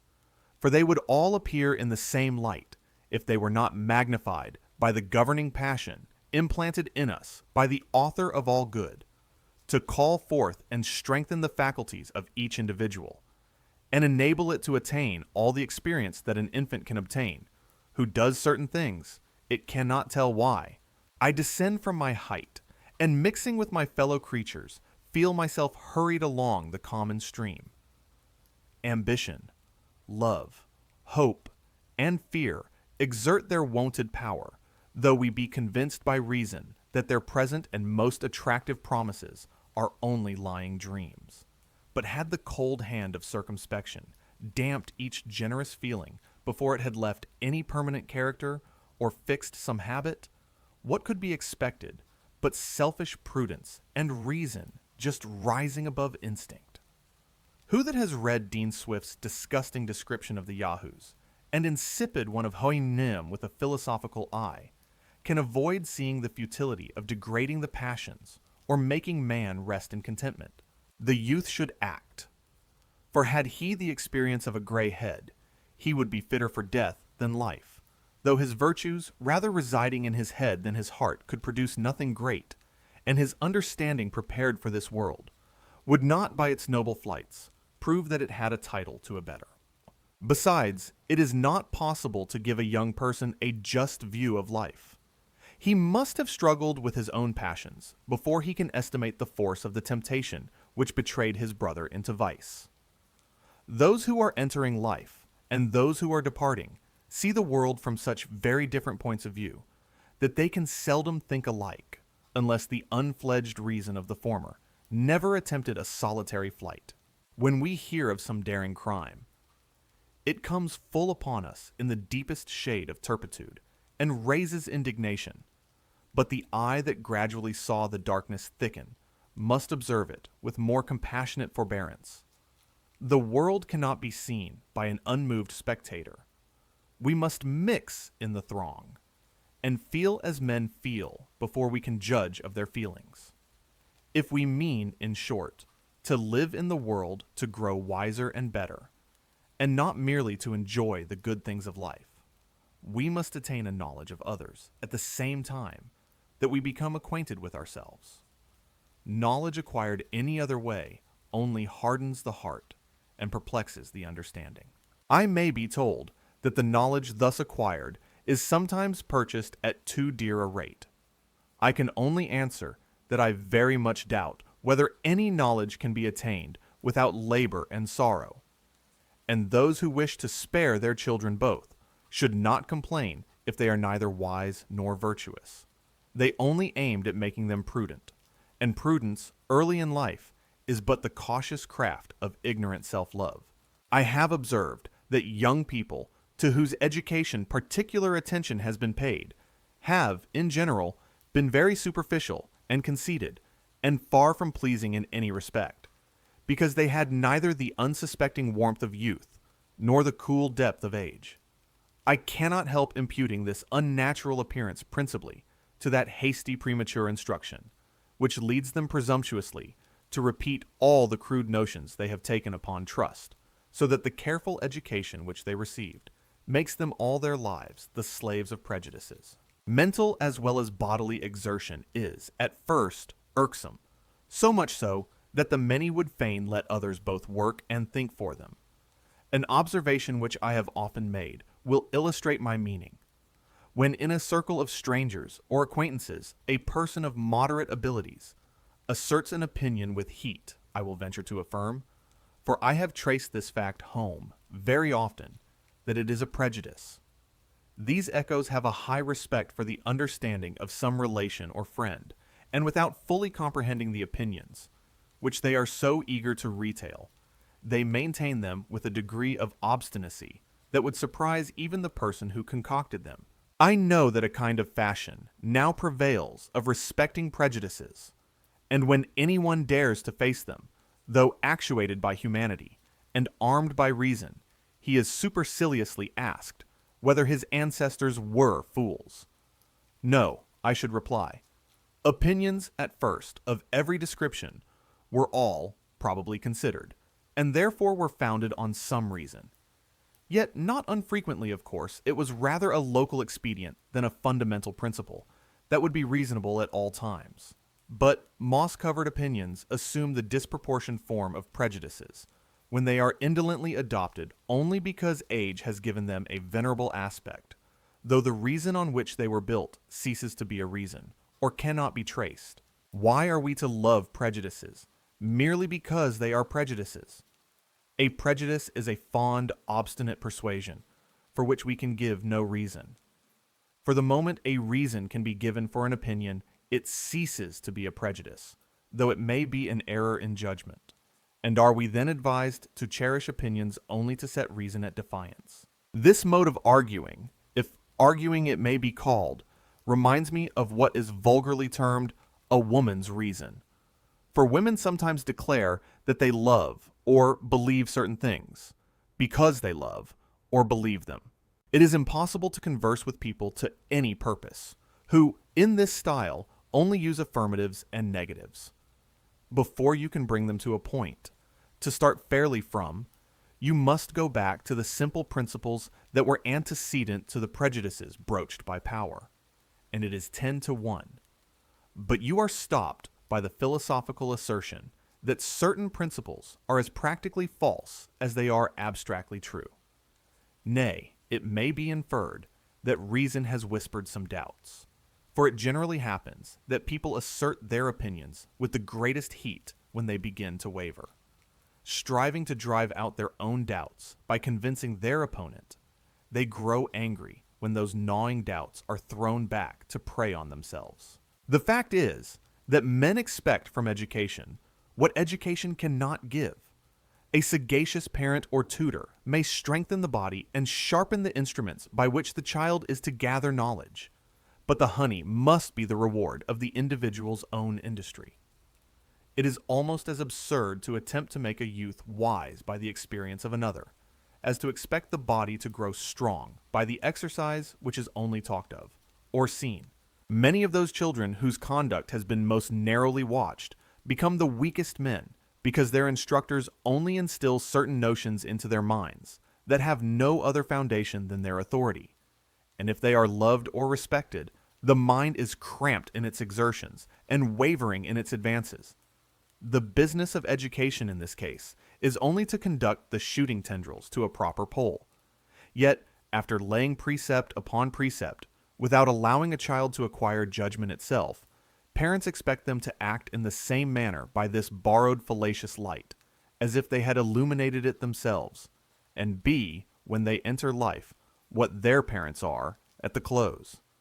They do not consider that the tree, and even the human body, does not strengthen its fibers till it has reached its full growth. There appears to be something analogous in the mind. The senses and the imagination give a form to the character during childhood and youth, and the understanding as life advances gives firmness to the first fair purposes of sensibility, till virtue, arising rather from the clear conviction of reason than the impulse of the heart, morality is made to rest on a rock against which the storms of passion vainly beat.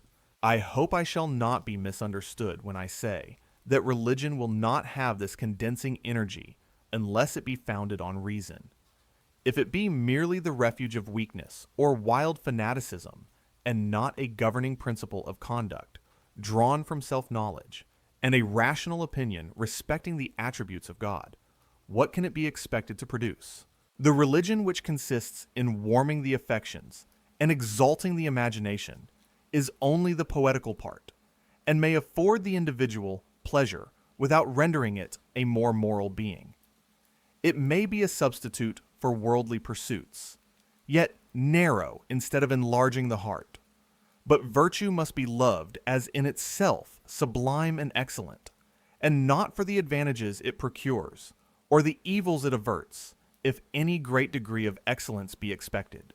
Men will not become moral when they only build airy castles in a future world to compensate for the disappointments which they meet with in this, if they turn their thoughts from relative duties to religious reveries. Most prospects in life are marred by the shuffling worldly wisdom of men, who, forgetting that they cannot serve God and mammon, endeavor to blend contradictory things.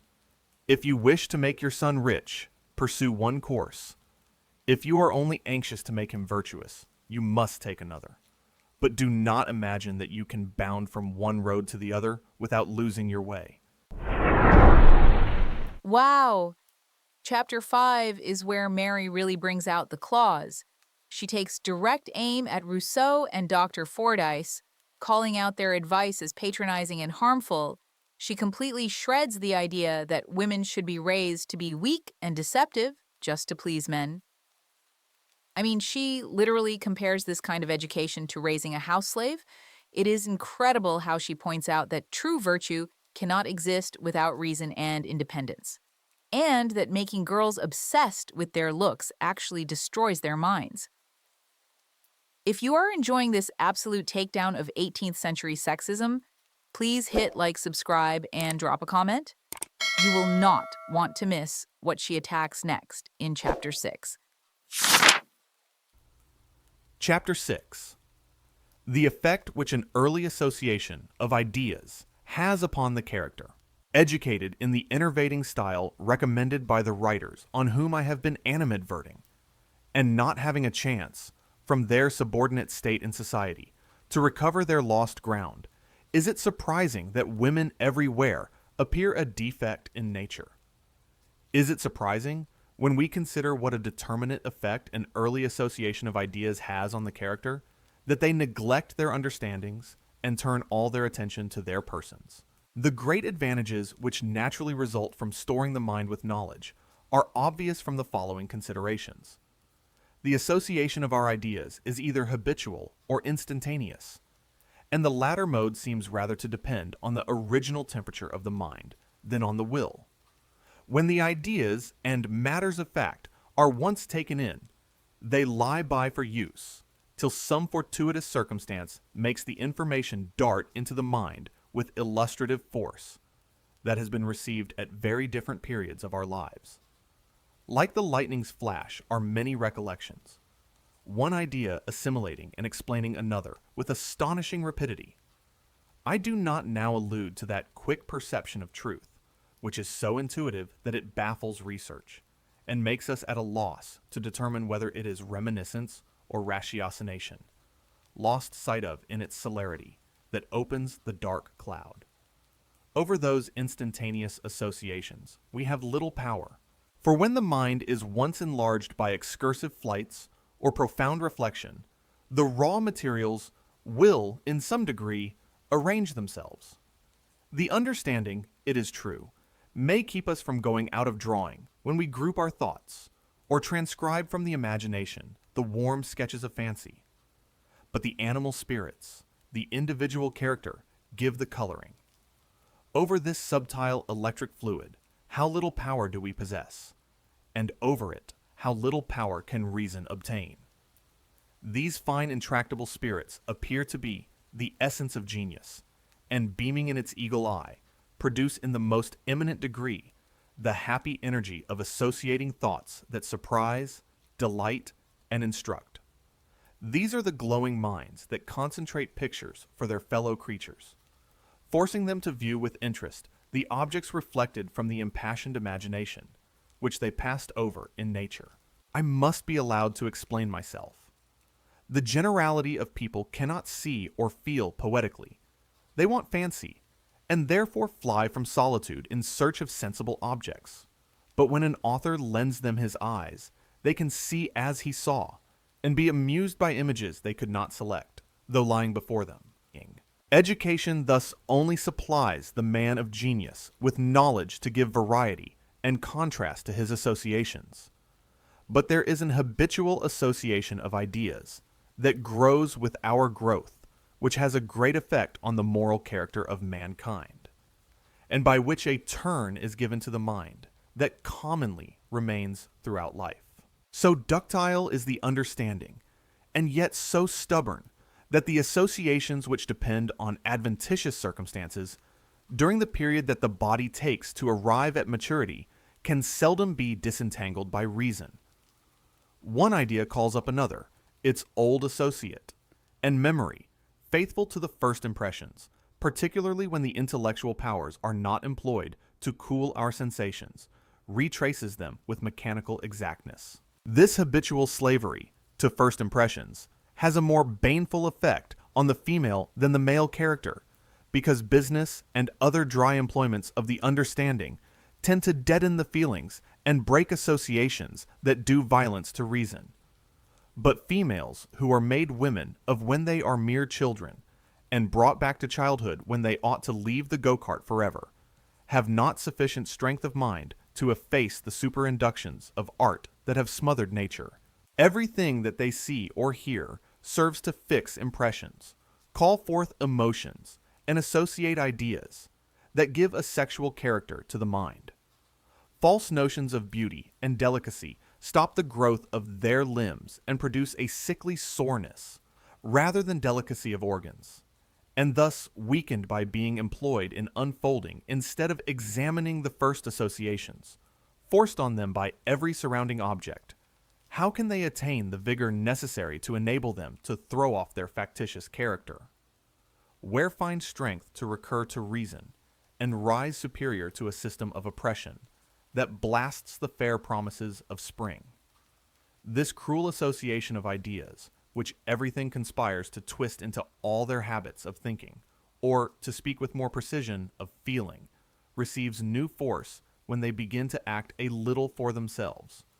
For they then perceive that it is only through their address to excite emotions in men that pleasure and power are to be obtained. Besides, all the books professedly written for their instruction, which make the first impression on their minds, all inculcate the same opinions. Educated in worse than Egyptian bondage, it is unreasonable, as well as cruel, to upbraid them with faults that can scarcely be avoided, unless a degree of native vigor be supposed, that falls to the lot of very few amongst mankind. For instance, the severest sarcasms have been leveled against the sex, and they have been ridiculed for repeating a set of phrases learnt by rote, when nothing could be more natural, considering the education they receive, and that their highest praise is to obey, unargued, the will of man. If they are not allowed to have reason sufficient to govern their own conduct, why, all they learn must be learned by rote. And when all their ingenuity is called forth to adjust their dress, a passion for a scarlet coat is so natural that it never surprised me, and allowing Pope's summary of their character to be just, that every woman is at heart a rake, why should they be bitterly censured for seeking a congenial mind and preferring a rake to a man of sense? Rakes know how to work on their sensibility, whilst the modest merit of reasonable men has, of course, less effect on their feelings, and they cannot reach the heart by the way of the understanding, because they have few sentiments in common. It seems a little absurd to expect women to be more reasonable than men in their likings, and still to deny them the uncontrolled use of reason. When do men fall in love with sense? When do they, with their superior powers and advantages, turn from the person to the mind? And how can they then expect women, who are only taught to observe behavior and acquire manners rather than morals, to despise what they have been all their lives laboring to attain? Where are they suddenly to find judgment enough to weigh patiently the sense of an awkward virtuous man, when his manners, of which they are made critical judges, are rebuffing, and his conversation cold and dull, because it does not consist of pretty repartees or well-turned compliments? In order to admire or esteem anything for a continuance, we must, at least, have our curiosity excited by knowing, in some degree, what we admire, for we are unable to estimate the value of qualities and virtues above our comprehension. Such a respect, when it is felt, may be very sublime, and the confused consciousness of humility may render the dependent creature an interesting object in some points of view. But human love must have grosser ingredients, and the person very naturally will come in for its share. And an ample share it mostly has. Love is, in a great degree, an arbitrary passion, and will reign like some other stalking mischiefs, by its own authority, without deigning to reason, and it may also be easily distinguished from esteem, the foundation of friendship, because it is often excited by evanescent beauties and graces, though, to give an energy to the sentiment, something more solid must deepen their impression and set the imagination to work, to make the most fair, the first good. Common passions are excited by common qualities. Men look for beauty and the simper of good-humored docility. Women are captivated by easy manners. A gentlemanlike man seldom fails to please them, and their thirsty ears eagerly drink the insinuating nothings of politeness, whilst they turn from the unintelligible sounds of the charmer. Reason, charm he never so wisely. With respect to superficial accomplishments, the rake certainly has the advantage, and of these, females can form an opinion, for it is their own ground. Rendered gay and giddy by the whole tenor of their lives, the very aspect of wisdom, or the severe graces of virtue, must have a lugubrious appearance to them, and produce a kind of restraint from which they, and love, sportive child, naturally revolt. Without taste, accepting of the lighter kind, for taste is the offspring of judgment, how can they discover that true beauty and grace must arise from the play of the mind. And how can they be expected to relish in a lover what they do not, or, very imperfectly, possess themselves? The sympathy that unites hearts and invites to confidence in them is so very faint that it cannot take fire and thus mount to passion. No, I repeat it. The love cherished by such minds must have grosser fuel. The inference is obvious. Till women are led to exercise their understandings, they should not be satirized for their attachment to rakes, nor even for being rakes at heart, when it appears to be the inevitable consequence of their education. They who live to please must find their enjoyments, their happiness, in pleasure. It is a trite yet true remark that we never do anything well unless we love it for its own sake. Supposing, however, for a moment, that women were, in some future revolution of time, to become what I sincerely wish them to be, even love would acquire more serious dignity, and be purified in its own fires. And virtue giving true delicacy to their affections, they would turn with disgust from a rake. Reasoning then, as well as feeling, the only province of woman at present, they might easily guard against exterior graces, and quickly learn to despise the sensibility that had been excited and hackneyed in the ways of women, whose trade was vice, and allurements wanton airs.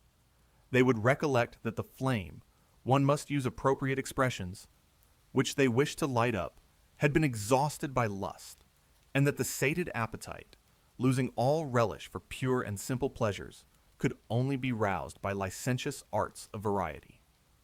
What satisfaction could a woman of delicacy promise herself in a union with such a man, when the very artlessness of her affection might appear insipid?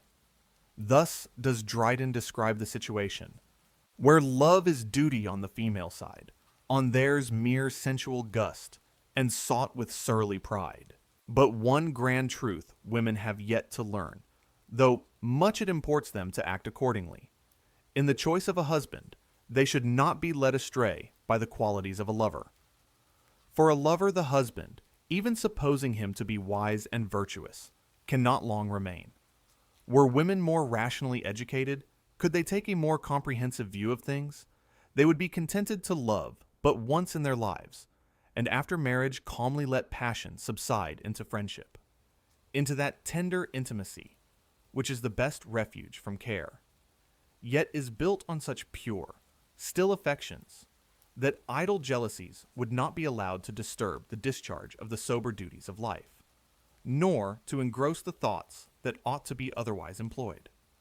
This is a state in which many men live, but few, very few women.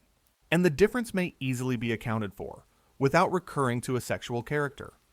Men, for whom we are told women are made, have too much occupied the thoughts of women, and this association has so entangled love with all their motives of action, and, to harp a little on an old string, having been solely employed either to prepare themselves to excite love, or actually putting their lessons in practice, they cannot live without love.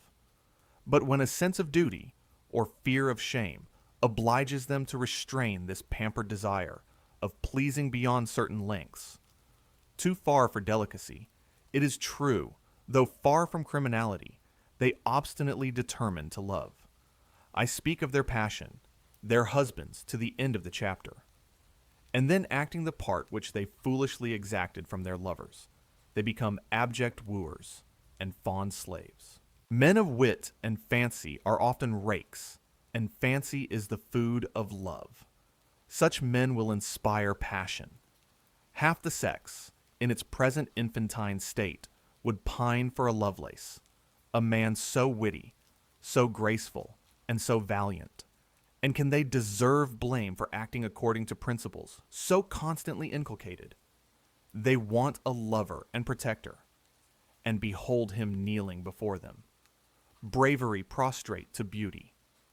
The virtues of a husband are thus thrown by love into the background, and gay hopes, or lively emotions, banish reflection till the day of reckoning comes, and come it surely will, to turn the sprightly lover into a surly, suspicious tyrant, who contemptuously insults the very weakness he fostered. Or, supposing the rake reformed, he cannot quickly get rid of old habits. When a man of abilities is first carried away by his passions, it is necessary that sentiment and taste varnish the enormities of vice, and give a zest to brutal indulgences. But when the gloss of novelty is worn off, and pleasure palls upon the sense, lasciviousness becomes barefaced, and enjoyment only the desperate effort of weakness flying from reflection as from a legion of devils. O virtue, thou art not an empty name. All that life can give, thou givest. If much comfort cannot be expected from the friendship of a reformed rake of superior abilities, what is the consequence when he lacketh sense, as well as principles? Verily misery in its most hideous shape. When the habits of weak people are consolidated by time, a reformation is barely possible, and actually makes the beings miserable who have not sufficient mind to be amused by innocent pleasure. Like the tradesman who retires from the hurry of business, nature presents to them only a universal blank, and the restless thoughts prey on the damped spirits. Their reformation, as well as his retirement, actually makes them wretched, because it deprives them of all employment, by quenching the hopes and fears that set in motion their sluggish minds. If such be the force of habit, if such be the bondage of folly, how carefully ought we to guard the mind from storing up vicious associations, and equally careful should we be to cultivate the understanding, to save the poor wight from the weak dependent state of even harmless ignorance. For it is the right use of reason alone which makes us independent of everything, excepting the unclouded reason, whose service is perfect freedom. Wow. Chapter 6 really hits on something that still feels so relevant today. Mary is talking about how we are shaped by the ideas and habits we pick up in childhood. She points out that because society teaches women to only care about their looks and pleasing men, it is no surprise when they end up making bad choices in love, like falling for toxic guys or rakes, as she calls them. She argues that if you deny women a real education, you cannot blame them for acting without reason. It is such a brilliant psychological breakdown of how societal conditioning works. If you are loving these deep insights as much as I am, please hit that like button, subscribe, and drop a comment below. And be sure to stick around for Chapter 7, where she dives into even more fascinating territory. Chapter 7. Modesty comprehensively considered and not as a sexual virtue. Modesty. Sacred offspring of sensibility and reason. True delicacy of mind. May I unblamed presume to investigate thy nature, and trace to its covert the mild charm, that mellowing each harsh feature of a character, renders what would otherwise only inspire cold admiration. Lovely. Thou that smoothest the wrinkles of wisdom, and softenest the tone of the more sublime virtues, till they all melt into humanity. Thou that spreadest the ethereal cloud that surrounding love heightens every beauty. It half shades, breathing those coy sweets that steal into the heart and charm the senses. Modulate for me the language of persuasive reason, till I rouse my sex from the flowery bed on which they supinely sleep life away. In speaking of the association of our ideas, I have noticed two distinct modes, and in defining modesty, it appears to me equally proper to discriminate that purity of mind, which is the effect of chastity, from a simplicity of character that leads us to form a just opinion of ourselves, equally distant from vanity or presumption, though by no means incompatible with a lofty consciousness of our own dignity. Modesty, in the latter signification of the term, is that soberness of mind which teaches a man not to think more highly of himself than he ought to think, and should be distinguished from humility, because humility is a kind of self-abasement. A modest man often conceives a great plan, and tenaciously adheres to it, conscious of his own strength, till success gives it a sanction that determines its character. Milton was not arrogant when he suffered a suggestion of judgment to escape him that proved a prophecy, nor was General Washington when he accepted of the command of the American forces. The latter has always been characterized as a modest man, but had he been merely humble, he would probably have shrunk back irresolute, afraid of trusting to himself the direction of an enterprise on which so much depended. A modest man is steady, an humble man timid, and a vain one presumptuous. This is the judgment which the observation of many characters has led me to form. Jesus Christ was modest, Moses was humble, and Peter vain, thus discriminating modesty from humility. In one case, I do not mean to confound it with bashfulness in the other. Bashfulness, in fact, is so distinct from modesty that the most bashful lass or raw country lout often becomes the most impudent, for their bashfulness being merely the instinctive timidity of ignorance. Custom soon changes it into assurance. The shameless behavior of the prostitutes who infest the streets of London, raising alternate emotions of pity and disgust, may serve to illustrate this remark. They trample on virgin bashfulness with a sort of bravado, and glorying in their shame, become more audaciously lewd than men, however depraved, to whom the sexual quality has not been gratuitously granted, ever appear to be. But these poor ignorant wretches never had any modesty to lose when they consigned themselves to infamy, for modesty is a virtue, not a quality. No, they were only bashful, shame-faced innocents, and losing their innocence, their shamefacedness was rudely brushed off. A virtue would have left some vestiges in the mind, had it been sacrificed to passion, to make us respect the grand ruin. Purity of mind, or that genuine delicacy, which is the only virtuous support of chastity, is near akin to that refinement of humanity, which never resides in any but cultivated minds. It is something nobler than innocence. It is the delicacy of reflection, and not the coyness of ignorance. The reserve of reason, which, like habitual cleanliness, is seldom seen in any great degree, unless the soul is active, may easily be distinguished from rustic shyness or wanton skittishness, and so far from being incompatible with knowledge, it is its fairest fruit. What a gross idea of modesty had the writer of the following remark.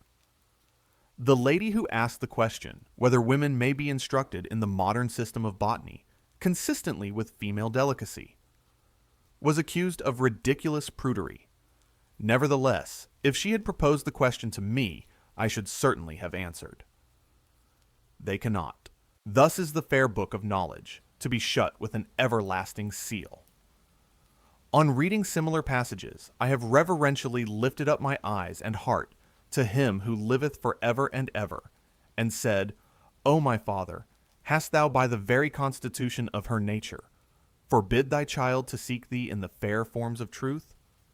And can her soul be sullied by the knowledge that awfully calls her to thee? I have then philosophically pursued these reflections, till I inferred that those women who have most improved their reason must have the most modesty, though a dignified sedateness of deportment may have succeeded the playful, bewitching bashfulness of youth.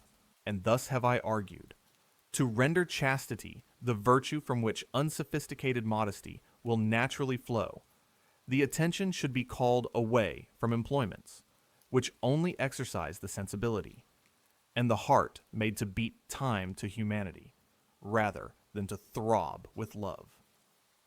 The woman who has dedicated a considerable portion of her time to pursuits purely intellectual, and whose affections have been exercised by humane plans of usefulness, must have more purity of mind, as a natural consequence, than the ignorant beings whose time and thoughts have been occupied by gay pleasures or schemes to conquer hearts. The regulation of the behavior is not modesty, though those who study rules of decorum are, in general, termed modest women. Make the heart clean, let it expand, and feel for all that is human, instead of being narrowed by selfish passions. And let the mind frequently contemplate subjects that exercise the understanding without heating the imagination, and artless modesty will give the finishing touches to the picture. She who can discern the dawn of immortality in the streaks that shoot athwart the misty night of ignorance, promising a clearer day, will respect, as a sacred temple, the body that enshrines such an improvable soul. True love, likewise, spreads this kind of mysterious sanctity round the beloved object, making the lover most modest when in her presence. So reserved is affection that, receiving or returning personal endearments, it wishes not only to shun the human eye as a kind of profanation, but to diffuse an encircling cloudy obscurity to shut out even the saucy, sparkling sunbeams. Yet that affection does not deserve the epithet of chaste, which does not receive a sublime gloom of tender melancholy that allows the mind for a moment to stand still and enjoy the present satisfaction when a consciousness of the divine presence is felt. For this must ever be the food of joy. As I have always been fond of tracing to its source in nature any prevailing custom, I have frequently thought that it was a sentiment of affection for whatever had touched the person of an absent or lost friend, which gave birth to that respect for relics so much abused by selfish priests.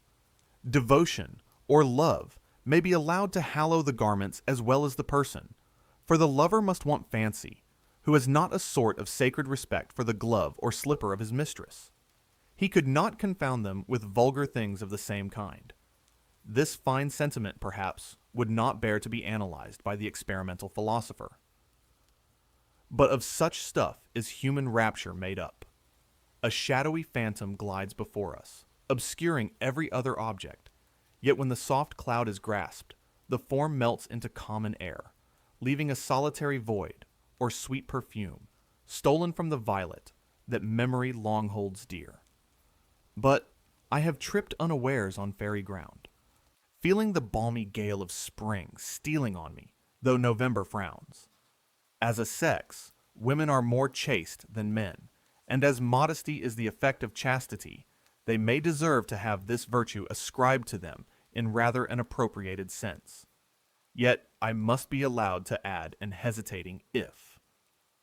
For I doubt whether chastity will produce modesty, though it may propriety of conduct, when it is merely a respect for the opinion of the world, and when coquetry and the lovelorn tales of novelists employ the thoughts.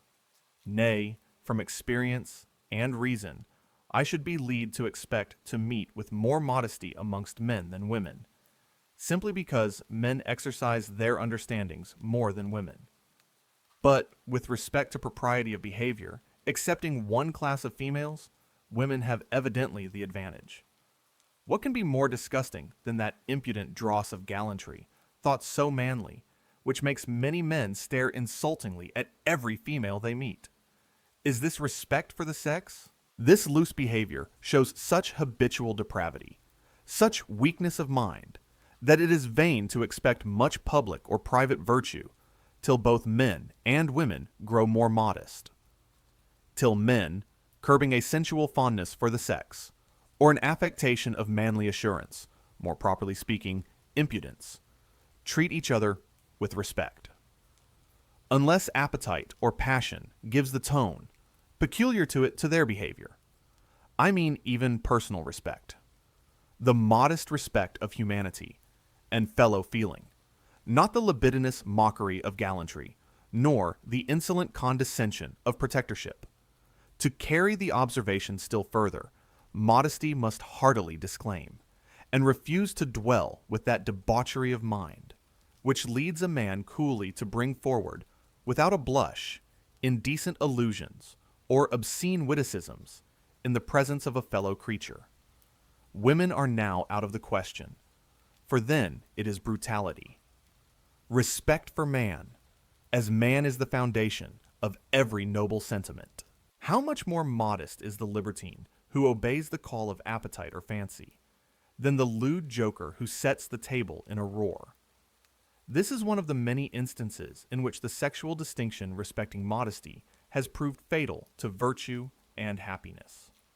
It is, however, carried still further, and woman, weak woman, made by her education the slave of sensibility, is required, on the most trying occasions, to resist that sensibility. Can anything, says Knox, be more absurd than keeping women in a state of ignorance, and yet so vehemently to insist on their resisting temptation?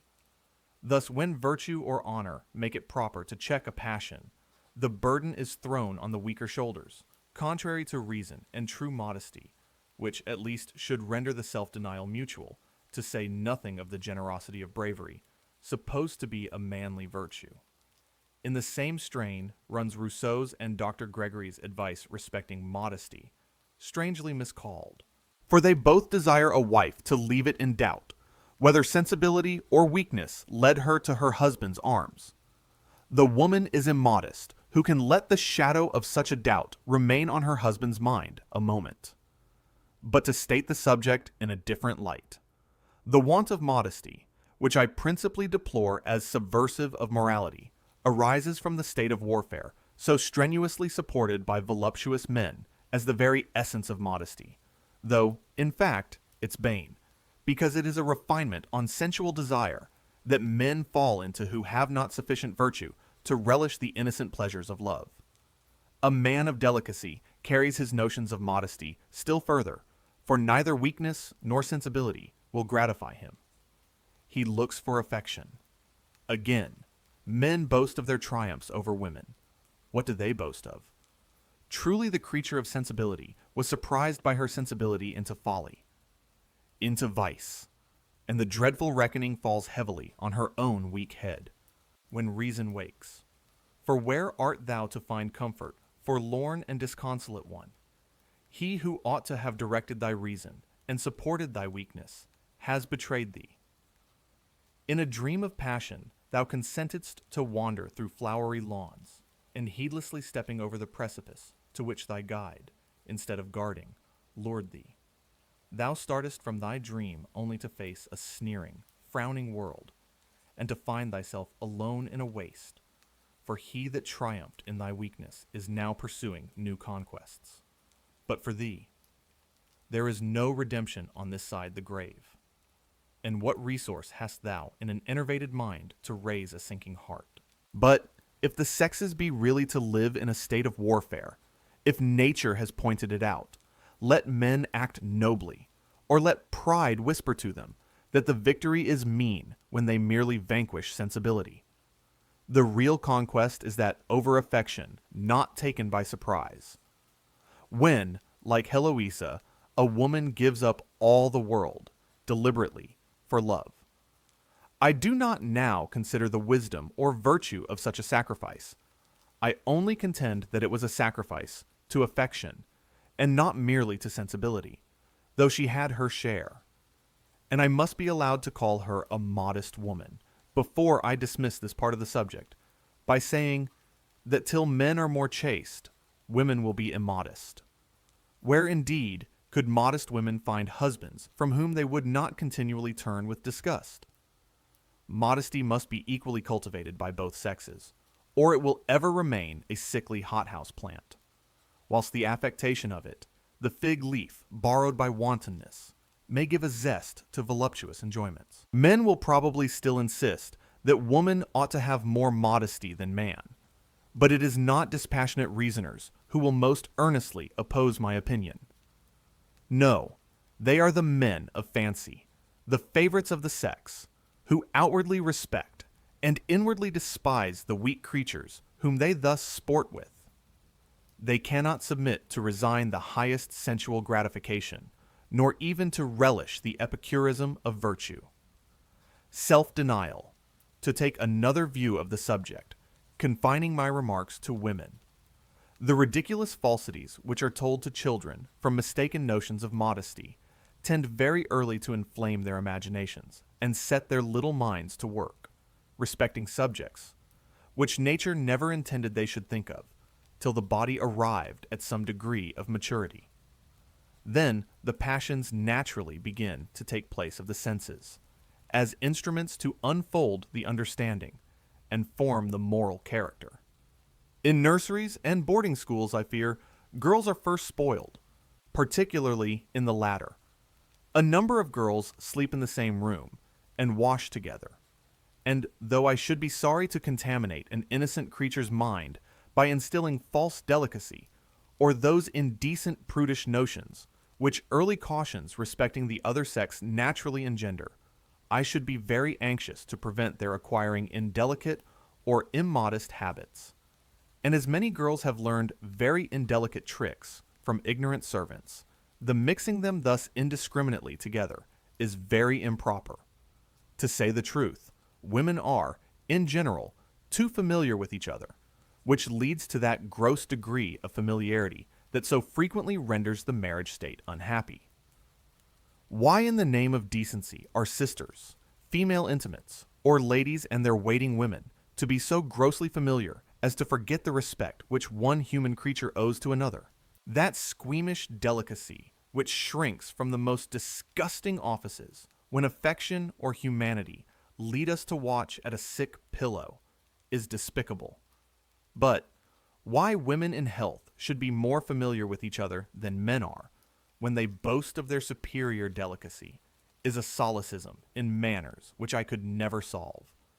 In order to preserve health and beauty, I should earnestly recommend frequent ablutions, to dignify my advice that it may not offend the fastidious ear.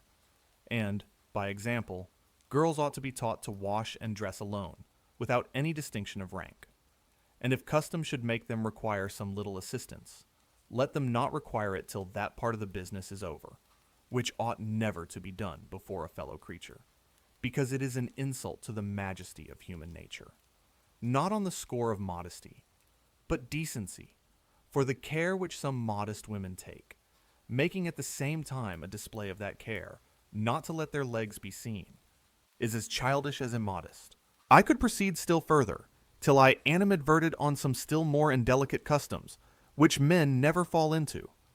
Secrets are told, where silence ought to reign, and that regard to cleanliness, which some religious sects have, perhaps, carried too far, especially the Essenes, amongst the Jews, by making that an insult to God, which is only an insult to humanity, is violated in a brutal manner. How can delicate women obtrude on notice that part of the animal economy, which is so very disgusting? And is it not very rational to conclude that the women who have not been taught to respect the human nature of their own sex in these particulars will not long respect the mere difference of sex in their husbands? After their maidenish bashfulness is once lost, I, in fact, have generally observed that women fall into old habits, and treat their husbands as they did their sisters or female acquaintance. Besides, women from necessity, because their minds are not cultivated, have recourse very often to what I familiarly term bodily wit, and their intimacies are of the same kind.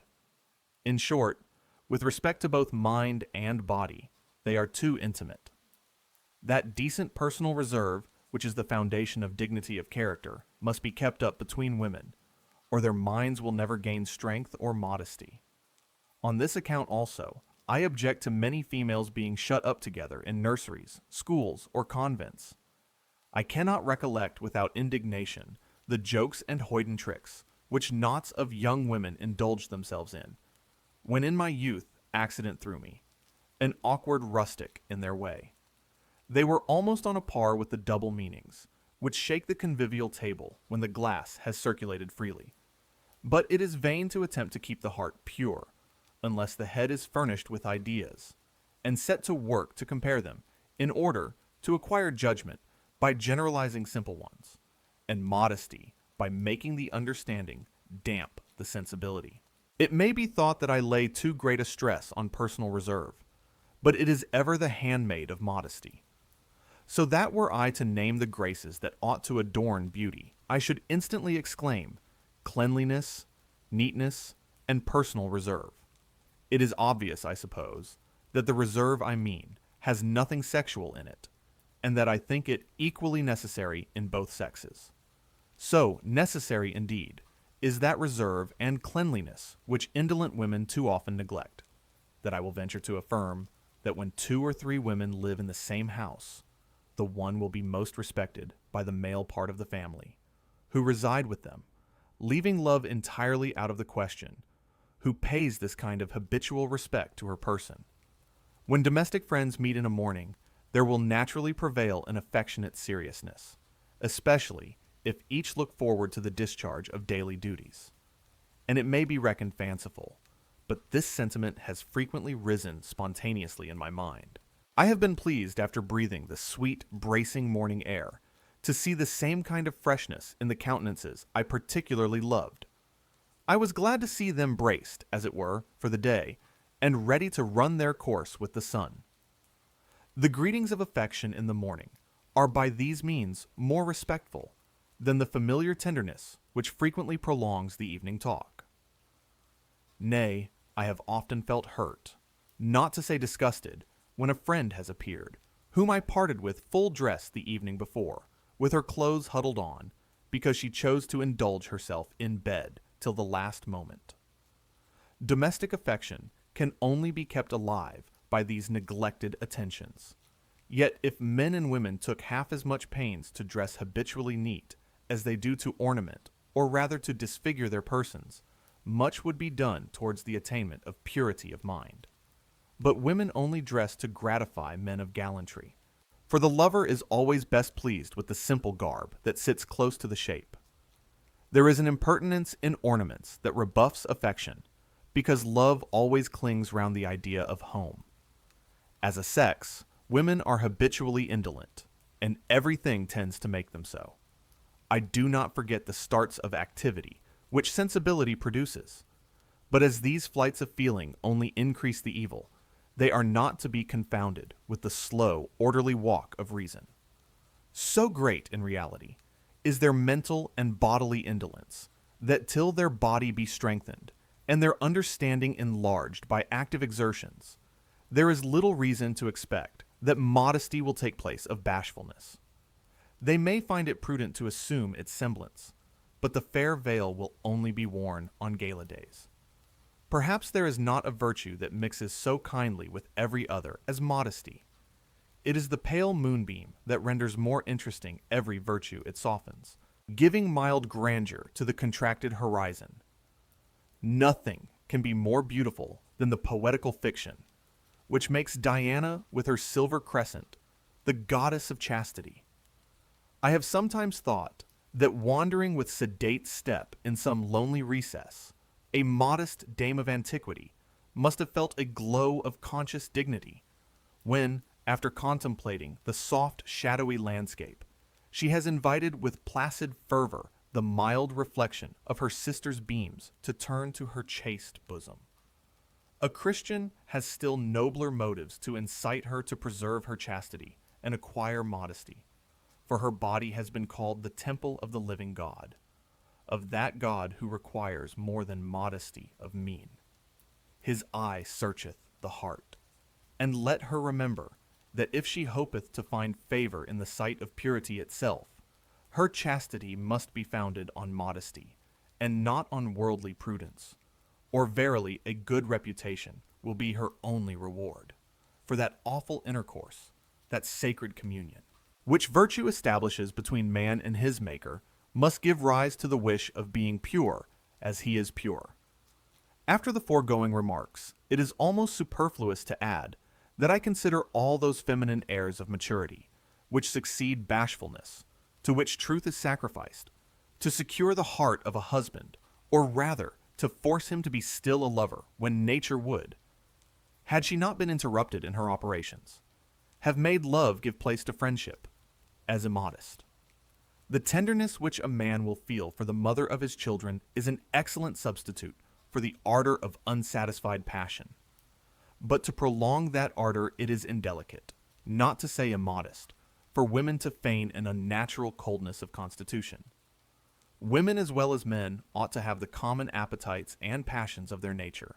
They are only brutal when unchecked by reason, but the obligation to check them is the duty of mankind, not a sexual duty. Nature, in these respects, may safely be left to herself. Let women only acquire knowledge and humanity, and love will teach them modesty. There is no need of falsehoods, disgusting as futile, for studied rules of behavior only impose on shallow observers. A man of sense soon sees through and despises the affectation. The behavior of young people to each other as men and women is the last thing that should be thought of in education. In fact, Behavior in most circumstances is now so much thought of that simplicity of character is rarely to be seen. Yet, if men were only anxious to cultivate each virtue and let it take root firmly in the mind, the grace resulting from it, its natural exterior mark, would soon strip affectation of its flaunting plumes. Because, fallacious as unstable, is the conduct that is not founded upon truth. Would ye, O my sisters, really possess modesty, ye must remember that the possession of virtue, of any denomination, is incompatible with ignorance and vanity. Ye must acquire that soberness of mind, which the exercise of duties and the pursuit of knowledge alone inspire, or ye will still remain in a doubtful dependent situation, and only be loved whilst ye are fair. The downcast eye, the rosy blush, the retiring grace, are all proper in their season. But modesty, being the child of reason, cannot long exist with the sensibility that is not tempered by reflection.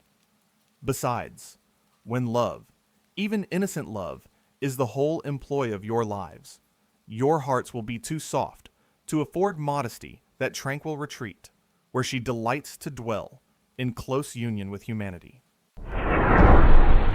What an insightful chapter! Mary completely redefines what modesty actually means.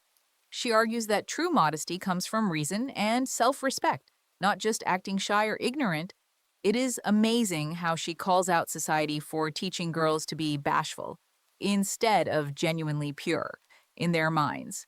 She even touches on how true modesty applies to men just as much as women.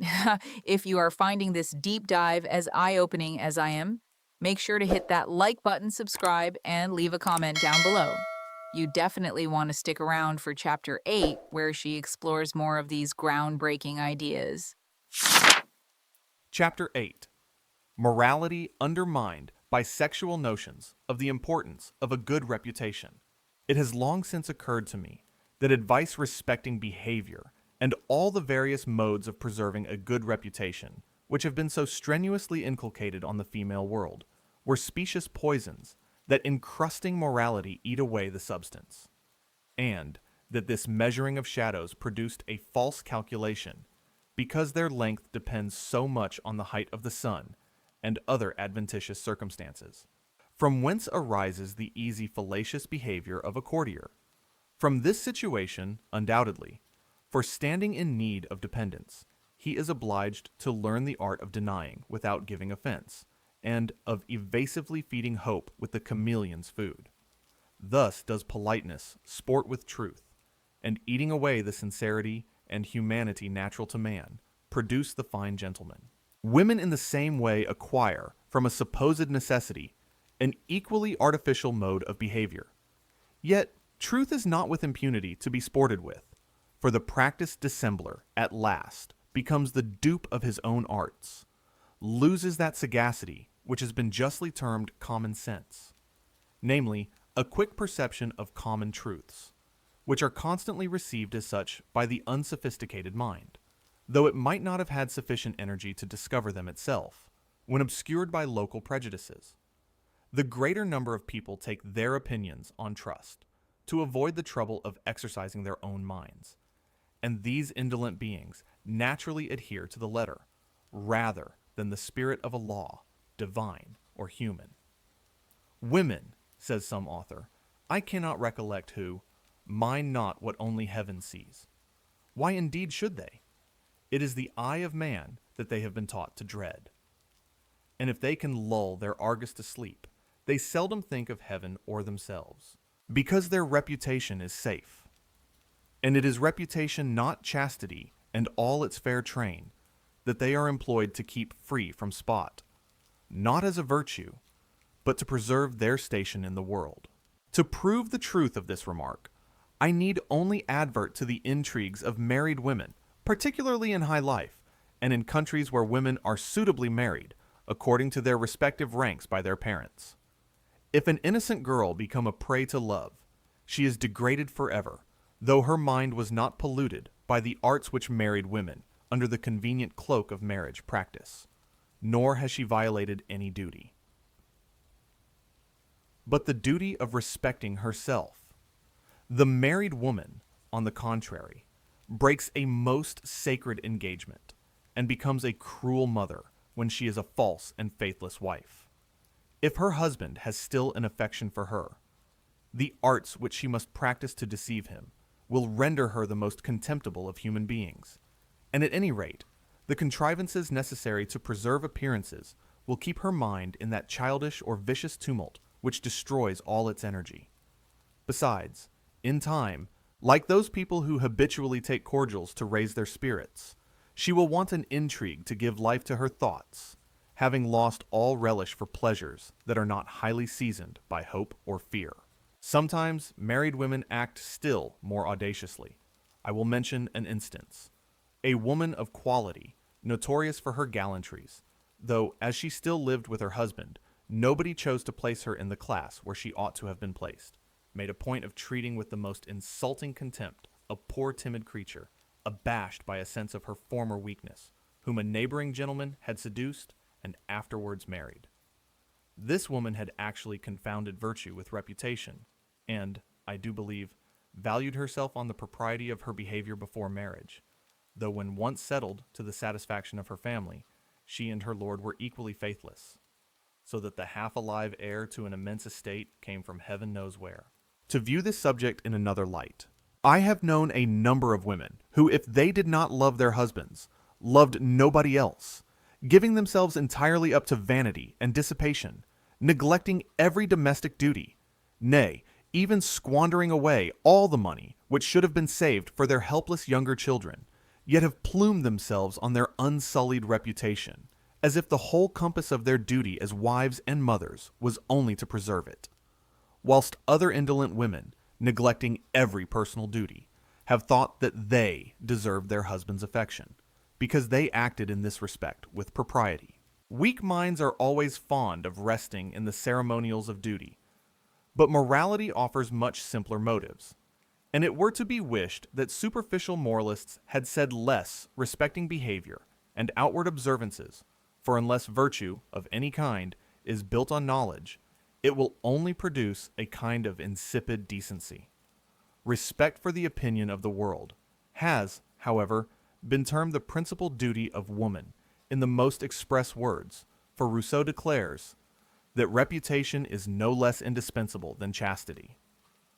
A man, adds he, secure in his own good conduct, depends only on himself, and may brave the public opinion.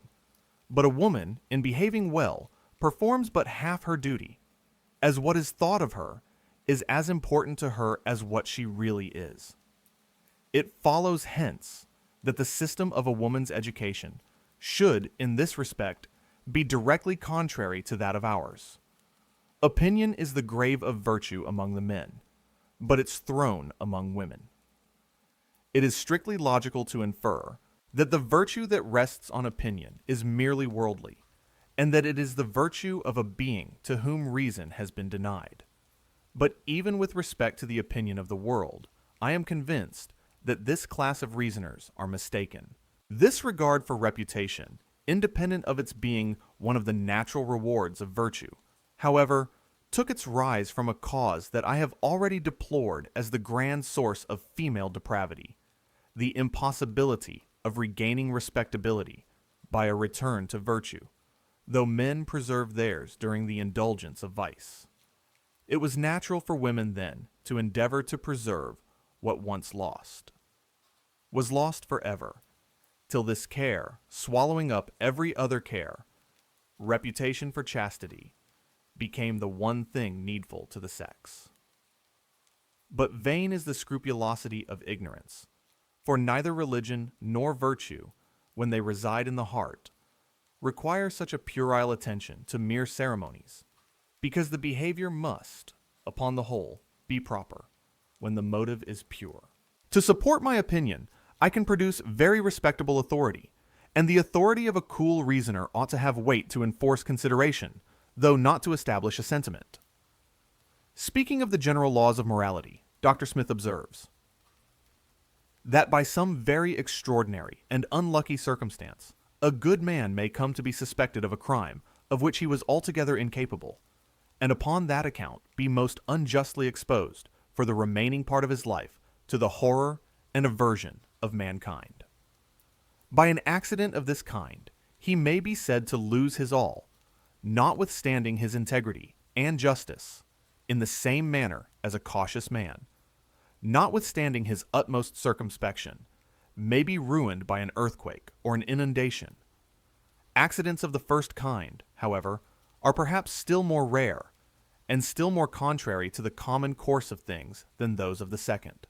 And it still remains true that the practice of truth, justice, and humanity is a certain and almost infallible method of acquiring what those virtues chiefly aim at, the confidence and love of those we live with.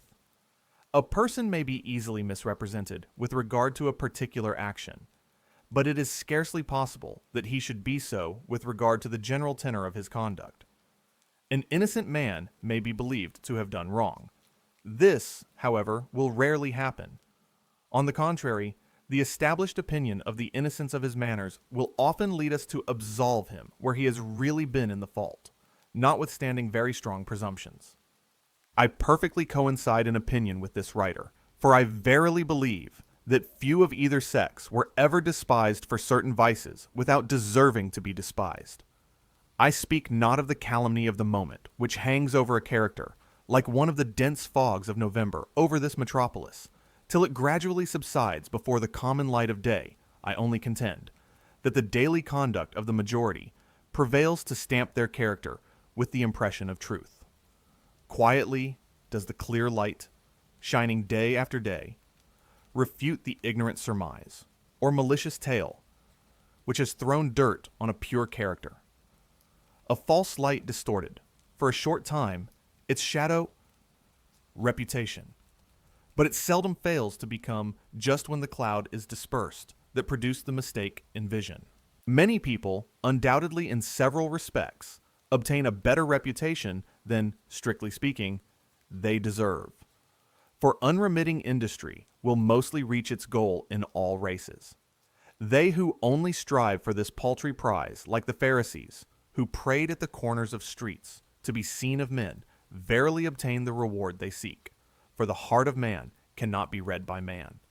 Still the fair fame that is naturally reflected by good actions, when the man is only employed to direct his steps aright, regardless of the lookers on, is in general not only more true, but more sure. There are, it is true, trials when the good man must appeal to God from the injustice of man, and amidst the whining candor or hissing of envy, erect a pavilion in his own mind to retire to, till the rumor be overpast. Nay, the darts of undeserved censure may pierce an innocent, tender bosom through with many sorrows, but these are all exceptions to general rules. And it is according to these common laws that human behavior ought to be regulated. The eccentric orbit of the comet never influences astronomical calculations respecting the invariable order established in the motion of the principal bodies of the solar system.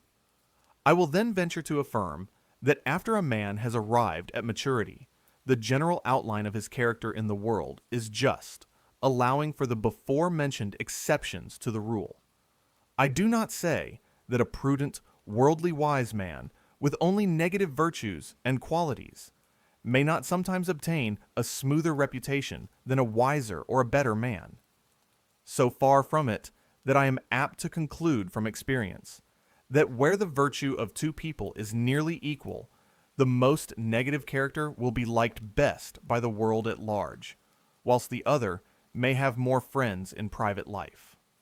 But the hills and dales, clouds and sunshine, conspicuous in the virtues of great men, set off each other, and though they afford envious weakness a fairer mark to shoot at, the real character will still work its way to light, though bespattered by weak affection or ingenious malice. With respect to that anxiety to preserve a reputation hardly earned, which leads sagacious people to analyze it, I shall not make the obvious comment, but I am afraid that morality is very insidiously undermined in the female world by the attention being turned to the show instead of the substance. A simple thing is thus made strangely complicated. Nay, sometimes virtue and its shadow are set at variance. We should never perhaps have heard of Lucretia, had she died to preserve her chastity instead of her reputation. If we really deserve our own good opinion, we shall commonly be respected in the world. But if we pant after higher improvement and higher attainments, it is not sufficient to view ourselves as we suppose that we are viewed by others, though this has been ingeniously argued as the foundation of our moral sentiments. Because each bystander may have his own prejudices, besides the prejudices of his age or country, we should rather endeavor to view ourselves, as we suppose that being views us, who seeth each thought ripen into action, and whose judgment never swerves from the eternal rule of right. Righteous are all his judgments, just as merciful. The humble mind that seeketh to find favor in his sight, and calmly examines its conduct when only his presence is felt, will seldom form a very erroneous opinion of its own virtues. During the still hour of self-collection, the angry brow of offended justice will be fearfully deprecated, or the tie which draws man to the deity will be recognized in the pure sentiment of reverential adoration that swells the heart without exciting any tumultuous emotions. In these solemn moments, man discovers the germ of those vices, which, like the Java tree, shed a pestiferous vapor around. Death is in the shade, and he perceives them without abhorrence, because he feels himself drawn by some cord of love to all his fellow creatures, for whose follies he is anxious to find every extenuation in their nature. In himself. If I, he may thus argue, who exercise my own mind, and have been refined by tribulation, find the serpent's egg in some fold of my heart, and crush it with difficulty. Shall not I pity those who are stamped with less vigor, or who have heedlessly nurtured the insidious reptile till it poisoned the vital stream it sucked? Can I, conscious of my secret sins, throw off my fellow creatures, and calmly see them drop into the chasm of perdition that yawns to receive them? No. No, the agonized heart will cry with suffocating impatience. I too am a man, and have vices, hid perhaps from human eye, that bend me to the dust before God, and loudly tell me when all is mute, that we are formed of the same earth, and breathe the same element. Humanity thus rises naturally out of humility, and twists the cords of love that in various convolutions entangle the heart.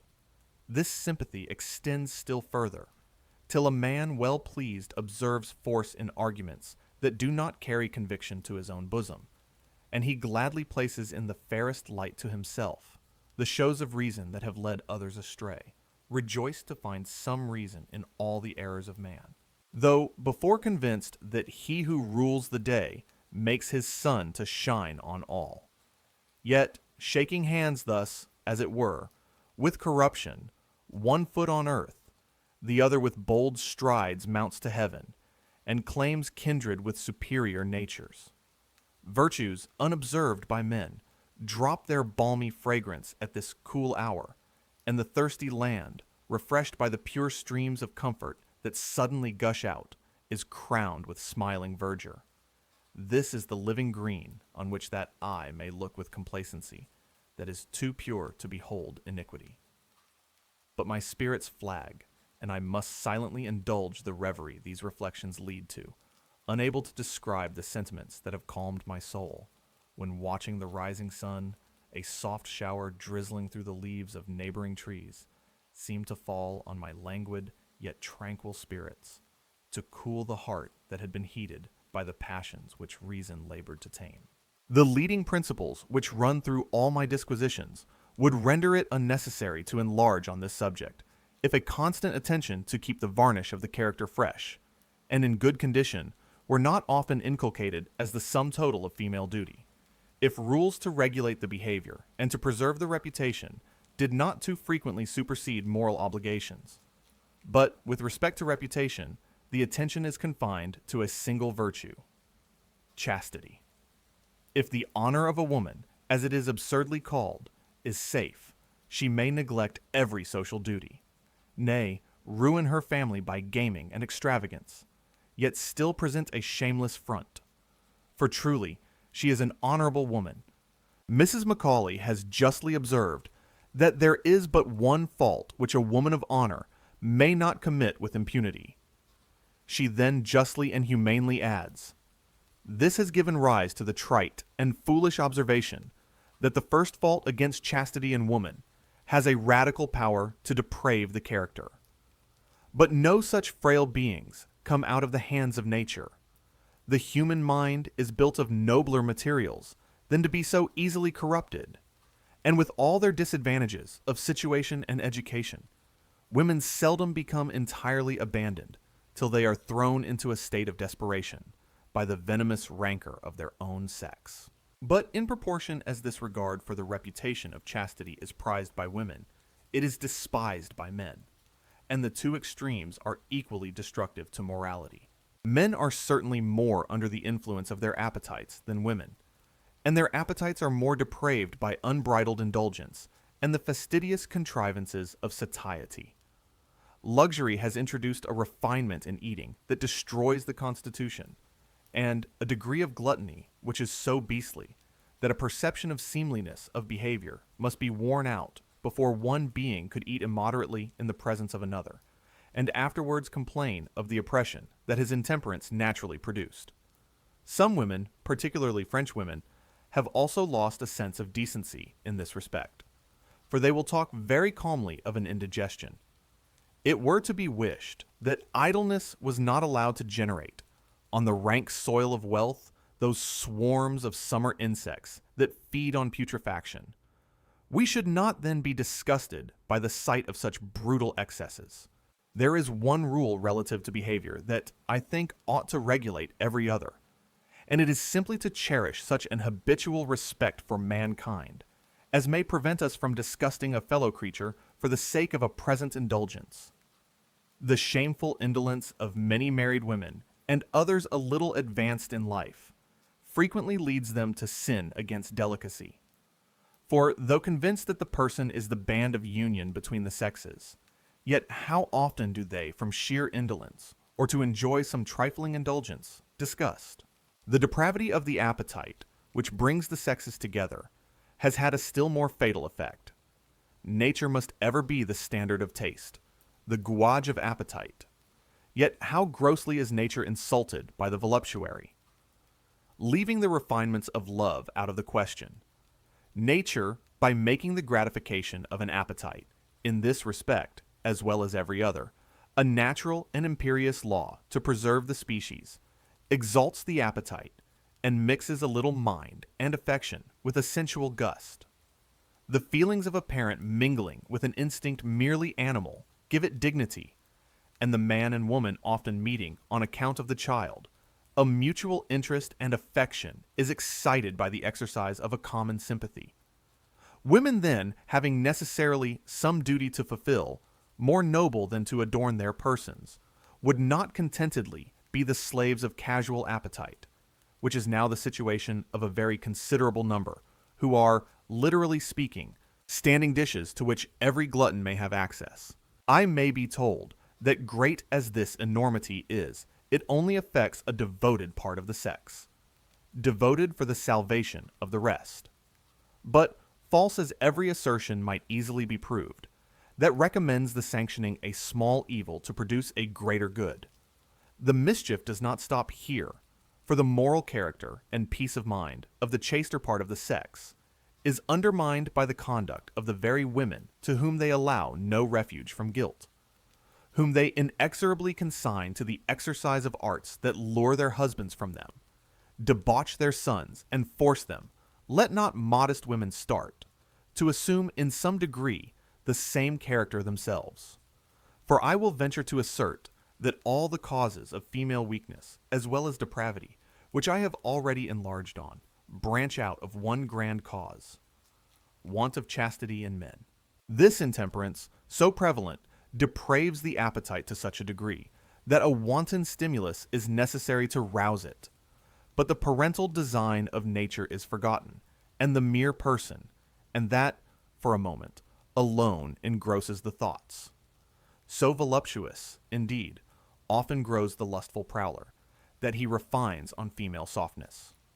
To satisfy this genius of men, women are made systematically voluptuous, and though they may not all carry their libertinism to the same height, yet this heartless intercourse with the sex, which they allow themselves, depraves both sexes, because the taste of men is vitiated, and women of all classes naturally square their behavior to gratify the taste by which they obtain pleasure and power.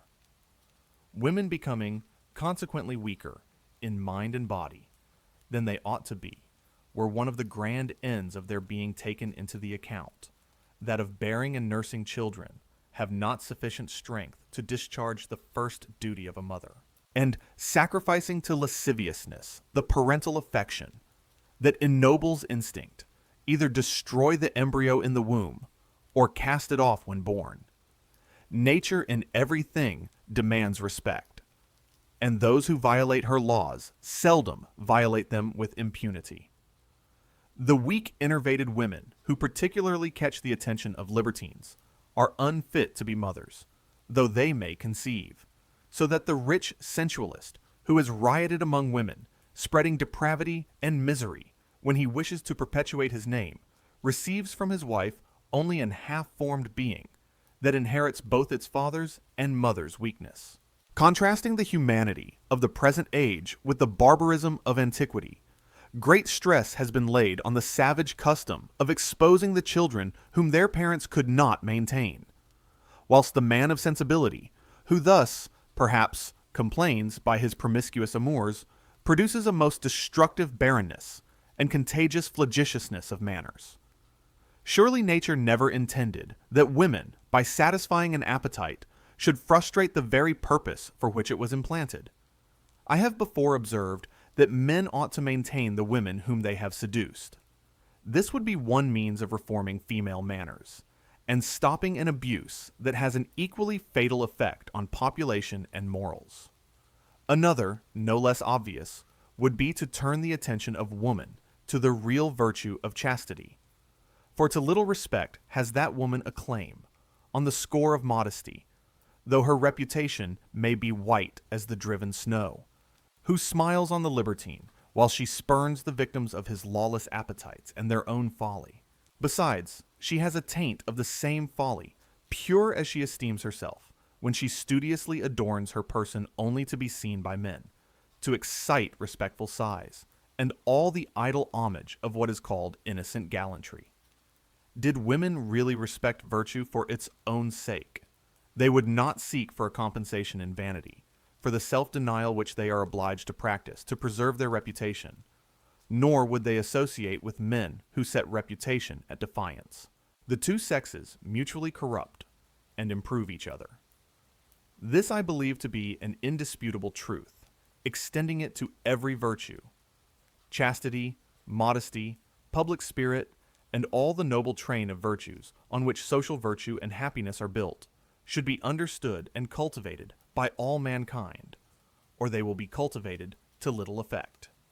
And instead of furnishing the vicious or idle with a pretext for violating some sacred duty by terming it a sexual one, it would be wiser to show that nature has not made any difference, for that the unchaste man doubly defeats the purpose of nature by rendering women barren and destroying his own constitution, though he avoids the shame that pursues the crime in the other sex.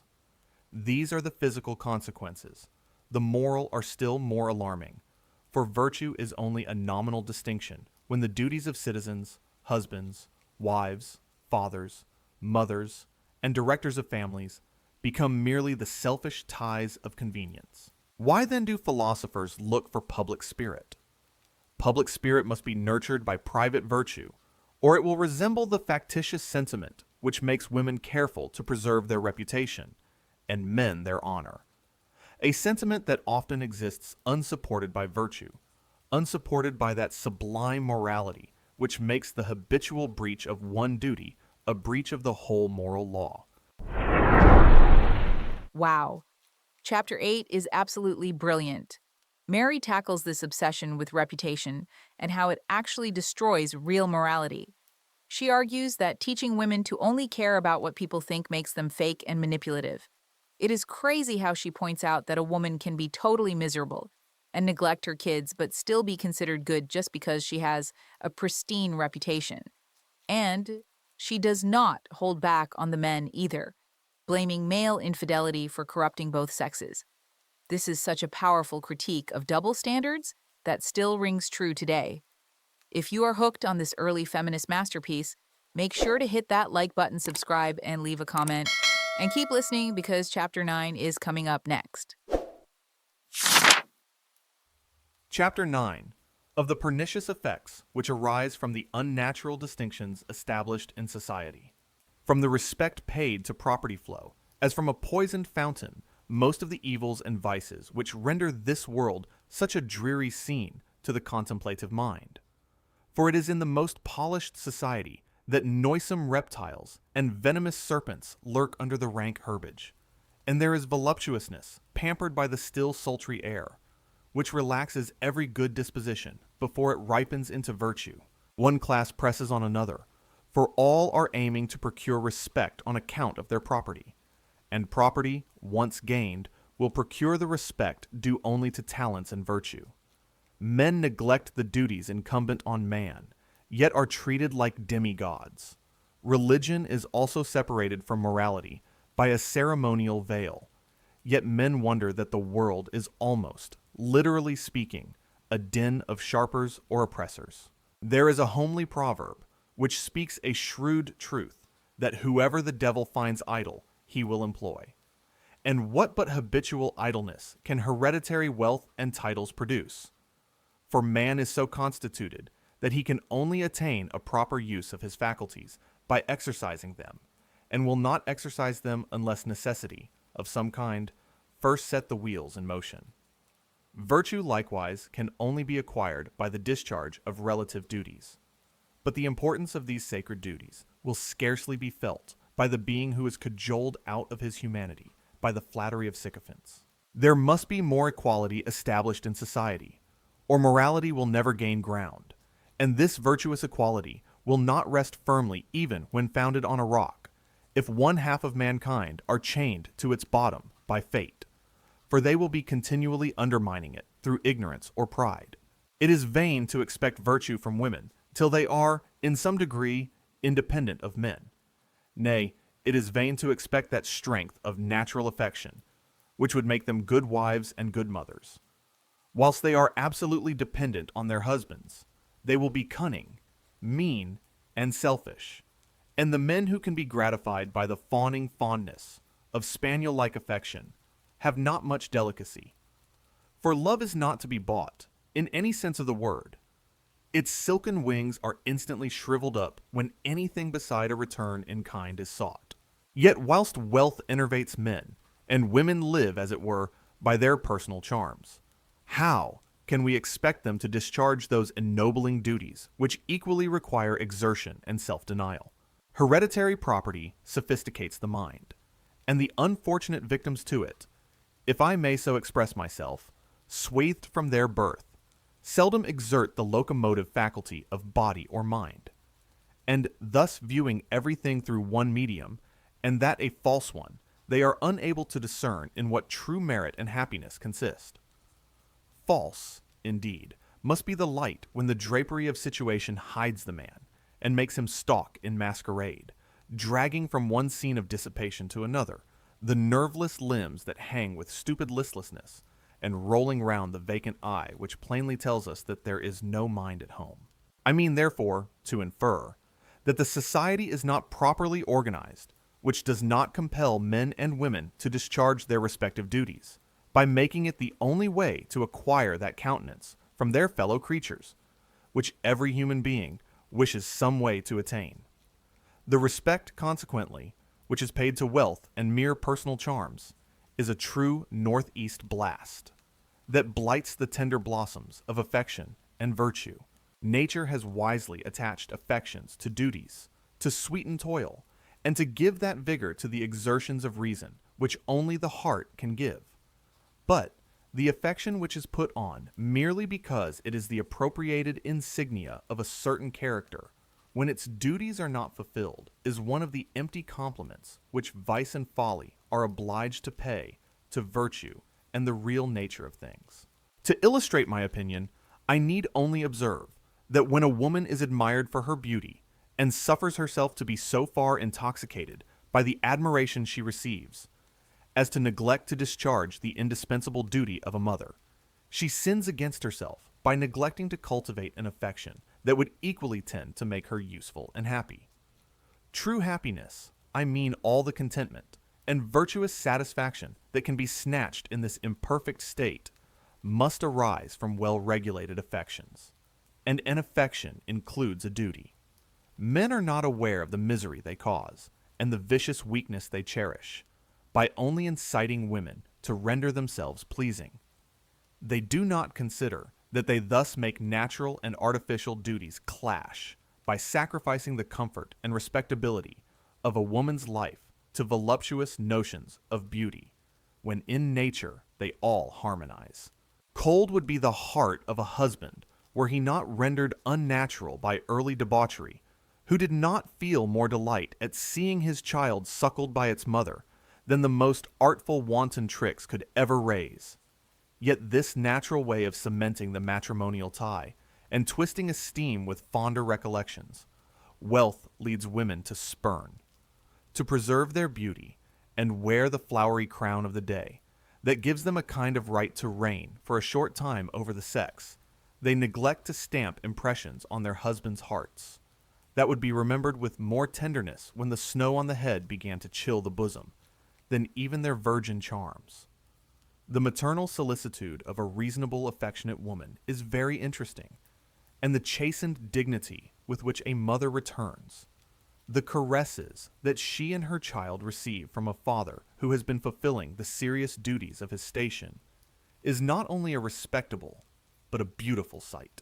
So singular indeed are my feelings, and I have endeavored not to catch factitious ones, that after having been fatigued with the sight of insipid grandeur and the slavish ceremonies that with cumbrous pomp supplied the place of domestic affections, I have turned to some other scene to relieve my eye, by resting it on the refreshing green everywhere scattered by nature. I have then viewed with pleasure a woman nursing her children and discharging the duties of her station with, perhaps, merely a servant maid to take off her hands, the servile part of the household business. I have seen her prepare herself and children with only the luxury of cleanliness to receive her husband, who returning weary home in the evening found smiling babes and a clean hearth. My heart has loitered in the midst of the group, and has even throbbed with sympathetic emotion, when the scraping of the well-known foot has raised a pleasing tumult. Whilst my benevolence has been gratified by contemplating this artless picture, I have thought that a couple of this description, equally necessary and independent of each other, because each fulfilled the respective duties of their station, possessed all that life could give, raised sufficiently above abject poverty not to be obliged to weigh the consequence of every farthing they spend, and having sufficient to prevent their attending to a frigid system of economy which narrows both heart and mind. I declare, so vulgar are my conceptions, that I know not what is wanted to render this the happiest, as well as the most respectable situation in the world, but a taste for literature, to throw a little variety and interest into social converse, and some superfluous money to give to the needy, and to buy books. For it is not pleasant when the heart is opened by compassion, and the head active in arranging plans of usefulness, to have a prim urchin continually twitching back the elbow, to prevent the hand from drawing out an almost empty purse, whispering at the same time some prudential maxim about the priority of justice. Destructive, however, as riches and inherited honors are to the human character, women are more debased and cramped, if possible by them, than men, because men may still, in some degree, unfold their faculties by becoming soldiers and statesmen. As soldiers, I grant, they can now only gather, for the most part, vainglorious laurels, whilst they adjust to a hair the European balance, taking especial care that no bleak northern nook or sound incline the beam. But the days of true heroism are over, when a citizen fought for his country like a Fabricius or a Washington, and then returned to his farm to let his virtuous fervor run in a more placid but not a less salutary stream. No, our British heroes are oftener sent from the gaming table than from the plow, and their passions have been rather inflamed by hanging with dumb suspense on the turn of a die than sublimated by panting after the adventurous march of virtue in the historic page. The statesman, it is true, might with more propriety quit the faro bank or card table to guide the helm, for he has still but to shuffle and trick. The whole system of British politics, if system it may courteously be called, consisting in multiplying dependence and contriving taxes which grind the poor to pamper the rich. Thus a war, or any wild goose chase is, as the vulgar use the phrase, a lucky turn-up of patronage for the minister, whose chief merit is the art of keeping himself in place. It is not necessary then that he should have bowels for the poor, so he can secure for his family the odd trick. Or should some show of respect for what is termed with ignorant ostentation an Englishman's birthright be expedient to bubble the gruff mastiff that he has to lead by the nose, he can make an empty show, very safely, by giving his single voice and suffering his light squadron to file off to the other side. And when a question of humanity is agitated, he may dip a sop in the milk of human kindness, to silence Cerberus, and talk of the interest which his heart takes in an attempt to make the earth no longer cry for vengeance, as it sucks in its children's blood, though his cold hand may at the very moment rivet their chains, by sanctioning the abominable traffic. A minister is no longer a minister than while he can carry a point, which he is determined to carry. Yet it is not necessary that a minister should feel like a man when a bold push might shake his seat. But, to have done with these episodical observations, let me return to the more specious slavery which chains the very soul of woman, keeping her forever under the bondage of ignorance. The preposterous distinctions of rank, which render civilization a curse, by dividing the world between voluptuous tyrants and cunning envious dependents, corrupt, almost equally, every class of people. Because respectability is not attached to the discharge of the relative duties of life, but to the station. And when the duties are not fulfilled, the affections cannot gain sufficient strength to fortify the virtue of which they are the natural reward. Still, there are some loopholes out of which a man may creep, and dare to think and act for himself.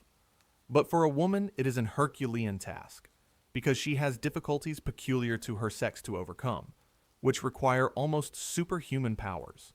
A truly benevolent legislator always endeavors to make it the interest of each individual to be virtuous, and thus private virtue becoming the cement of public happiness. An orderly whole is consolidated by the tendency of all the parts towards a common center. But the private or public virtue of women is very problematical. For Rousseau and a numerous list of male writers insist that she should all her life be subjected to a severe restraint, that of propriety. Why subject her to propriety? Blind propriety, if she be capable of acting from a nobler spring, if she be an heir of immortality? Is sugar always to be produced by vital blood? Is one half of the human species, like the poor African slaves, to be subject to prejudices that brutalize them, when principles would be a surer guard only to sweeten the cup of man? Is not this indirectly to deny women reason? For a gift is a mockery if it be unfit for use. Women are in common with men, rendered weak and luxurious by the relaxing pleasures which wealth procures. But added to this, they are made slaves to their persons, and must render them alluring, that man may lend them his reason to guide their tottering steps aright. Or should they be ambitious, they must govern their tyrants by sinister tricks, for without rights there cannot be any incumbent duties. The laws respecting woman, which I mean to discuss in a future part, make an absurd unit of a man and his wife, and then, by the easy transition of only considering him as responsible, she is reduced to a mere cipher. The being who discharges the duties of its station is independent, and, speaking of women at large, their first duty is to themselves as rational creatures, and the next, in point of importance, as citizens, is that which includes so many of a mother. The rank in life which dispenses with their fulfilling this duty necessarily degrades them by making them mere dolls. Or, should they turn to something more important than merely fitting drapery upon a smooth block, their minds are only occupied by some soft platonic attachment. Or, the actual management of an intrigue may keep their thoughts in motion. For when they neglect domestic duties, they have it not in their power to take the field and march and countermarch like soldiers, or wrangle in the Senate to keep their faculties from rusting. I know that as a proof of the inferiority of the sex, Rousseau has exultingly exclaimed, "How can they leave the nursery for the camp?" And the camp has by some moralists been termed the school of the most heroic virtues. Though I think it would puzzle a keen casuist to prove the reasonableness of the greater number of wars that have dubbed heroes. I do not mean to consider this question critically, because having frequently viewed these freaks of ambition as the first natural mode of civilization, when the ground must be torn up and the woods cleared by fire and sword, I do not choose to call them pests. But surely the present system of war has little connection with virtue of any denomination, being rather the school of finesse and effeminacy than of fortitude. Yet, if defensive war, the only justifiable war in the present advanced state of society, where virtue can show its face and ripen amidst the rigors which purify the air on the mountain's top, were alone to be adopted as just and glorious, the true heroism of antiquity might again animate female bosoms. But fair and softly gentle reader, male or female, do not alarm thyself, for though I have contrasted the character of a modern soldier with that of a civilized woman, I am not going to advise them to turn their distaff into a musket, though I sincerely wish to see the bayonet converted into a pruning hook. I only recreated an imagination, fatigued by contemplating the vices and follies which all proceed from a feculent stream of wealth that has muddied the pure rills of natural affection. By supposing that society will some time or other be so constituted that man must necessarily fulfill the duties of a citizen, or be despised, and that while he was employed in any of the departments of civil life, his wife, also an active citizen, should be equally intent to manage her family, educate her children, and assist her neighbors. But to render her really virtuous and useful, she must not, if she discharge her civil duties, want, individually, the protection of civil laws. She must not be dependent on her husband's bounty for her subsistence during his life, or support after his death. For how can a being be generous who has nothing of its own, or virtuous who is not free? The wife, in the present state of things, who is faithful to her husband, and neither suckles nor educates her children, scarcely deserves the name of a wife, and has no right to that of a citizen. But take away natural rights, and there is of course an end of duties. Women thus infallibly become only the wanton solace of men, when they are so weak in mind and body that they cannot exert themselves, unless to pursue some frothy pleasure, or to invent some frivolous fashion. What can be a more melancholy sight to a thinking mind than to look into the numerous carriages that drive helter-skelter about this metropolis in a morning, full of pale-faced creatures who are flying from themselves? I have often wished, with Dr. Johnson, to place some of them in a little shop, with half a dozen children looking up to their languid countenances for support. I am much mistaken if some latent vigor would not soon give health and spirit to their eyes, and some lines drawn by the exercise of reason on the blank cheeks, which before were only undulated by dimples, might restore lost dignity to the character, or rather enable it to attain the true dignity of its nature. Virtue is not to be acquired, even by speculation, much less by the negative supineness that wealth naturally generates. Besides, when poverty is more disgraceful than even vice, is not morality cut to the quick? Still, to avoid misconstruction, though I consider that women in the common walks of life are called to fulfill the duties of wives and mothers, by religion and reason, I cannot help lamenting that women of a superior caste have not a road open by which they can pursue more extensive plans of usefulness and independence.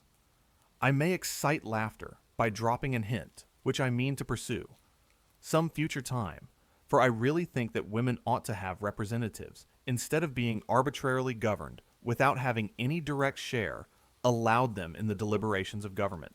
But, as the whole system of representation is now, in this country, only a convenient handle for despotism, they need not complain, for they are as well represented as a numerous class of hard-working mechanics, who pay for the support of royalty when they can scarcely stop their children's mouths with bread. How are they represented, whose very sweat supports the splendid stud of an heir apparent, or varnishes the chariot of some female favorite who looks down on shame? Taxes on the very necessaries of life enable an endless tribe of idle princes and princesses to pass with stupid pomp before a gaping crowd who almost worship the very parade which costs them so dear. This is mere Gothic grandeur, something like the barbarous, useless parade of having sentinels on horseback at Whitehall, which I could never view without a mixture of contempt and indignation. How strangely must the mind be sophisticated when this sort of state impresses it! But till these monuments of folly are leveled by virtue, similar follies will leaven the whole mass.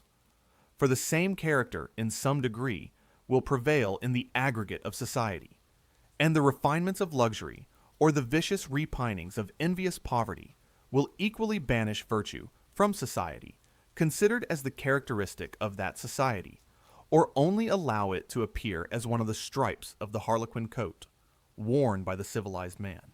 In the superior ranks of life, every duty is done by deputies, as if duties could ever be waived, and the vain pleasures which consequent idleness forces the rich to pursue appear so enticing to the next rank that the numerous scramblers for wealth sacrifice everything to tread on their heels.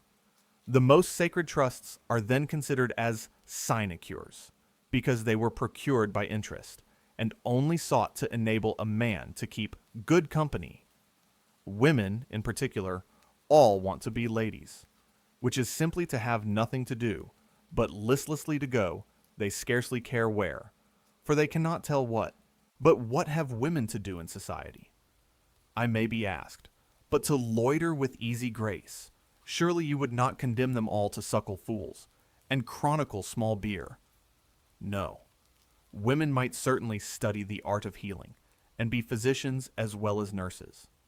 And midwifery, decency seems to allot to them, though I am afraid the word midwife, in our dictionaries, will soon give place to accoucheur, and one proof of the former delicacy of the sex be effaced from the language. They might also study politics, and settle their benevolence on the broadest basis, for the reading of history will scarcely be more useful than the perusal of romances, if read as mere biography. If the character of the times, the political improvements, arts, etc., be not observed. In short, if it be not considered as the history of man, and not of particular men who filled a niche in the temple of fame, and dropped into the black rolling stream of time that silently sweeps all before it, into the shapeless void called eternity. For shape can it be called, that shape hath none? Business of various kinds they might likewise pursue if they were educated in a more orderly manner, which might save many from common and legal prostitution. Women would not then marry for a support, as men accept of places under government, and neglect the implied duties. Nor would an attempt to earn their own subsistence, a most laudable one, sink them almost to the level of those poor abandoned creatures who live by prostitution. For are not milliners and mantua makers reckoned the next class? The few employments open to women, so far from being liberal, are menial, and when a superior education enables them to take charge of the education of children as governesses, they are not treated like the tutors of sons. Though even clerical tutors are not always treated in a manner calculated to render them respectable in the eyes of their pupils, to say nothing of the private comfort of the individual.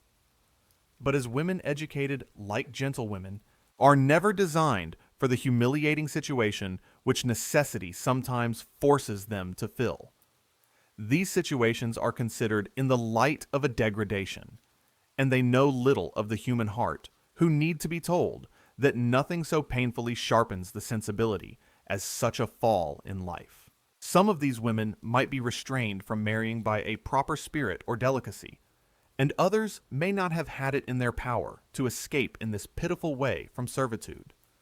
Is not that government then very defective and very unmindful of the happiness of one half of its members, that does not provide for honest, independent women by encouraging them to fill respectable stations? But in order to render their private virtue a public benefit, they must have a civil existence in the state, married or single.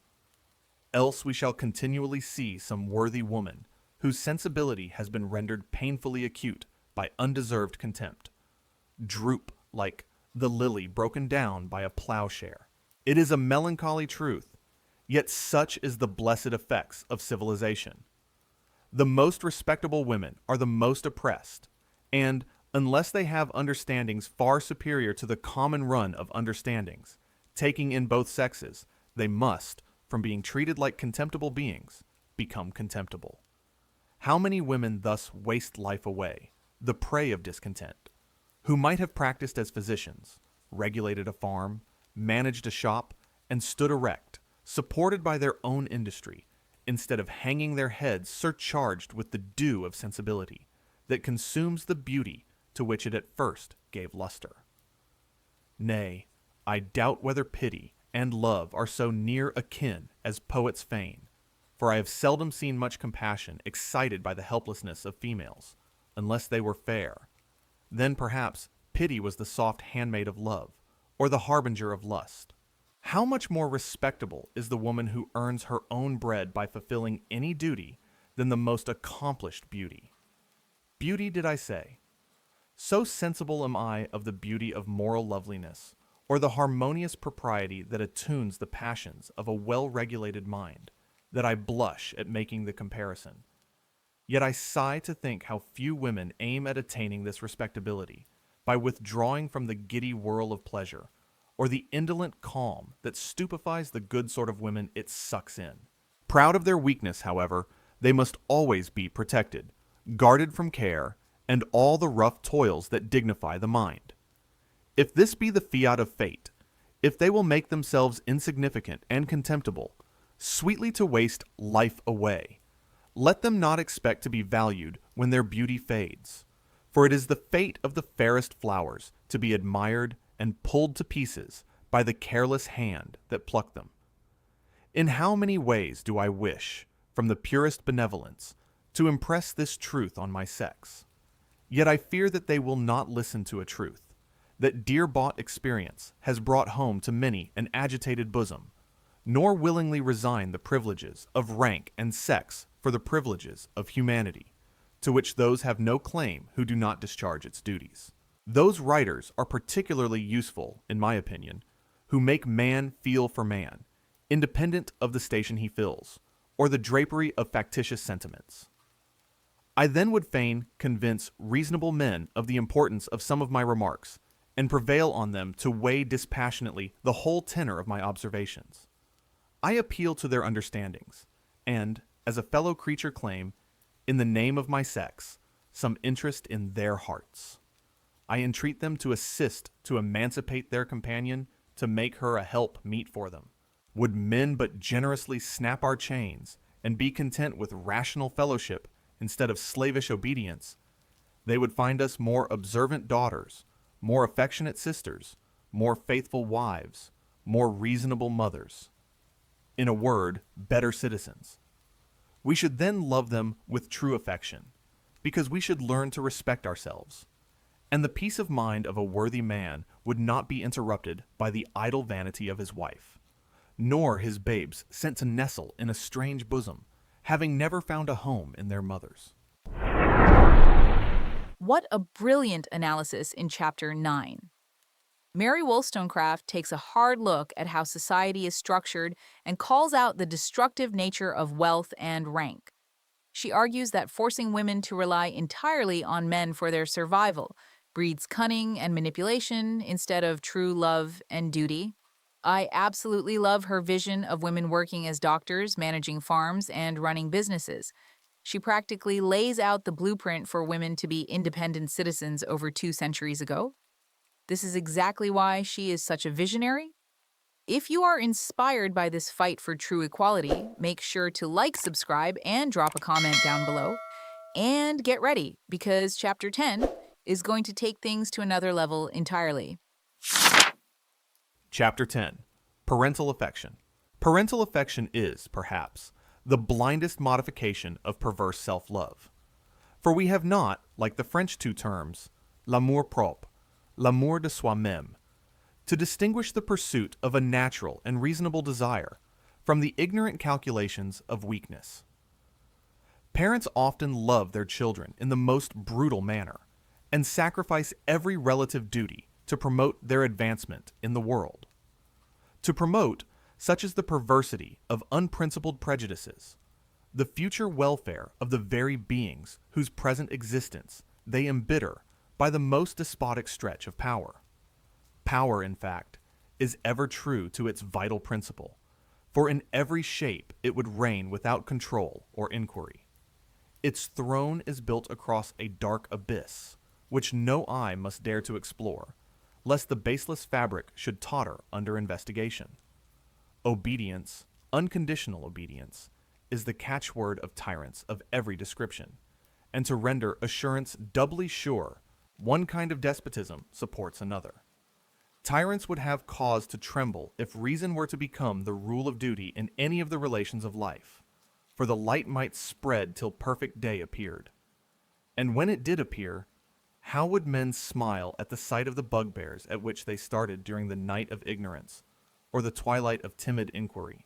Parental affection, indeed, in many minds, is but a pretext to tyrannize where it can be done with impunity. For only good and wise men are content with the respect that will bear discussion. Convinced that they have a right to what they insist on, they do not fear reason, or dread the sifting of subjects that recur to natural justice, because they firmly believe that the more enlightened the human mind becomes, the deeper root will just and simple principles take. They do not rest in expedience, or grant that what is metaphysically true can be practically false. But disdaining the shifts of the moment, they calmly wait till time.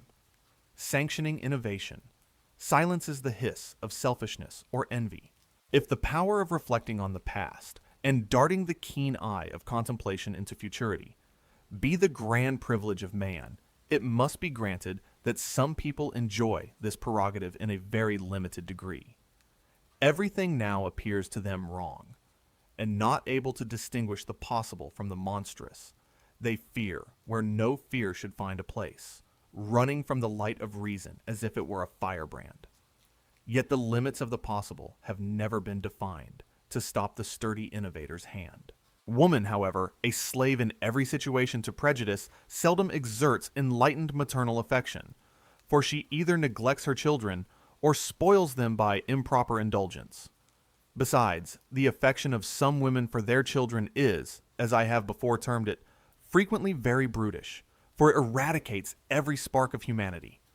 Justice, truth, everything is sacrificed by these Rebeccas, and for the sake of their own children, they violate the most sacred duties, forgetting the common relationship that binds the whole family on earth together. Yet, reason seems to say that they who suffer one duty, or affection to swallow up the rest, have not sufficient heart or mind to fulfill that one conscientiously. It then loses the venerable aspect of a duty, and assumes the fantastic form of a whim. As the care of children in their infancy is one of the grand duties annexed to the female character by nature, this duty would afford many forcible arguments for strengthening the female understanding, if it were properly considered. The formation of the mind must be begun very early, and the temper, in particular, requires the most judicious attention, an attention which women cannot pay who only love their children because they are their children, and seek no further for the foundation of their duty than in the feelings of the moment. It is this want of reason in their affections which makes women so often run into extremes and either be the most fond or most careless and unnatural mothers. To be a good mother, a woman must have sense, and that independence of mind which few women possess who are taught to depend entirely on their husbands. Meek wives are, in general, foolish mothers, wanting their children to love them best and take their part, in secret, against the father, who is held up as a scarecrow. If they are to be punished, though they have offended the mother, the father must inflict the punishment. He must be the judge in all disputes. But I shall more fully discuss this subject when I treat of private education. I now only mean to insist that unless the understanding of woman be enlarged, and her character rendered more firm by being allowed to govern her own conduct, she will never have sufficient sense or command of temper to manage her children properly. Her parental affection, indeed, scarcely deserves the name, when it does not lead her to suckle her children, because the discharge of this duty is equally calculated to inspire maternal and filial affection, and it is the indispensable duty of men and women to fulfill the duties which give birth to affections that are the surest preservatives against vice. Natural affection, as it is termed, I believe to be a very weak tie. Affections must grow out of the habitual exercise of a mutual sympathy. And what sympathy does a mother exercise who sends her babe to a nurse, and only takes it from a nurse to send it to a school? In the exercise of their natural feelings, Providence has furnished women with a natural substitute for love, when the lover becomes only a friend, and mutual confidence takes place of overstrained admiration. A child then gently twists the relaxing cord, and a mutual care produces a new mutual sympathy. But a child, though a pledge of affection, will not enliven it, if both father and mother are content to transfer the charge to hirelings. For they who do their duty by proxy should not murmur if they miss the reward of duty. Parental affection produces filial duty. Chapter 10 is really shaking the table. Mary argues that what most people call parental affection is often just a form of selfish tyranny. She points out that when women are kept uneducated and dependent, they either spoil their kids or neglect them entirely. It is a brilliant connection showing how a lack of independence ruins even the most natural bond between a mother and her child. Her call for women to be rational and equal parents is so ahead of its time. If you are enjoying these powerful arguments, make sure to like, subscribe, and drop a comment below. And keep listening because Chapter 11 takes the discussion into even deeper waters. Chapter 11. Duty to Parents. There seems to be an indolent propensity in man to make prescription always take place of reason, and to place every duty on an arbitrary foundation. The rights of kings are deduced in a direct line from the King of Kings, and that of parents from our first parent. Why do we thus go back for principles that should always rest on the same base, and have the same weight today that they had 1,000 years ago, and not a jot more? If parents discharge their duty, they have a strong hold and sacred claim on the gratitude of their children. But few parents are willing to receive the respectful affection of their offspring on such terms. They demand blind obedience because they do not merit a reasonable service. And to render these demands of weakness and ignorance more binding, a mysterious sanctity is spread round the most arbitrary principle. For what other name can be given to the blind duty of obeying vicious or weak beings, merely because they obeyed a powerful instinct? The simple definition of the reciprocal duty, which naturally subsists between parent and child, may be given in a few words. The parent who pays proper attention to helpless infancy has a right to require the same attention when the feebleness of age comes upon him. But to subjugate a rational being to the mere will of another, after he is of age to answer to society for his own conduct, is a most cruel and undue stretch of power, and perhaps as injurious to morality as those religious systems which do not allow right and wrong to have any existence but in the divine will. I never knew a parent who had paid more than common attention to his children. Disregarded, Dr. Johnson makes the same observation. On the contrary, the early habit of relying almost implicitly on the opinion of a respected parent is not easily shaken, even when matured reason convinces the child that his father is not the wisest man in the world. This weakness, for a weakness it is, though the epithet amiable may be tacked to it, a reasonable man must steel himself against. For the absurd duty, too often inculcated, of obeying a parent only on account of his being a parent, shackles the mind and prepares it for a slavish submission to any power but reason. I distinguish between the natural and accidental duty due to parents. The parent who sedulously endeavors to form the heart and enlarge the understanding of his child has given that dignity to the discharge of a duty common to the whole animal world that only reason can give. This is the parental affection of humanity, and leaves instinctive natural affection far behind. Such a parent acquires all the rights of the most sacred friendship, and his advice, even when his child is advanced in life, demands serious consideration. With respect to marriage, though after 1 and 20 a parent seems to have no right to withhold his consent on any account, yet 20 years of solicitude call for a return, and the son ought, at least, to promise not to marry for 2 or 3 years, should the object of his choice not entirely meet with the approbation of his first friend. But respect for parents is, generally speaking, a much more debasing principle. It is only a selfish respect for property. The father who is blindly obeyed is obeyed from sheer weakness, or from motives that degrade the human character. A great proportion of the misery that wanders, in hideous forms around the world, is allowed to rise from the negligence of parents. And still, these are the people who are most tenacious of what they term a natural right. Though it be subversive of the birthright of man, the right of acting according to the direction of his own reason. I have already very frequently had occasion to observe that vicious or indolent people are always eager to profit by enforcing arbitrary privileges, and generally in the same proportion as they neglect the discharge of the duties which alone render the privileges reasonable. This is at the bottom a dictate of common sense, or the instinct of self-defense, peculiar to ignorant weakness, resembling that instinct which makes a fish muddy the water it swims in to elude its enemy instead of boldly facing it in the clear stream. From the clear stream of argument, indeed, the supporters of prescription, of every denomination, fly, and taking refuge in the darkness, which, in the language of sublime poetry, has been supposed to surround the throne of omnipotence, they dare to demand that implicit respect which is only due to his unsearchable ways. But let me not be thought presumptuous. The darkness which hides our God from us only respects speculative truths. It never obscures moral ones.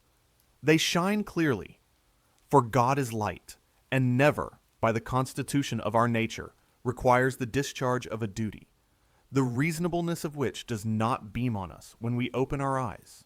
The indolent parent of high rank may, it is true, extort a show of respect from his child, and females on the continent are particularly subject to the views of their families, who never think of consulting their inclination, or providing for the comfort of the poor victims of their pride.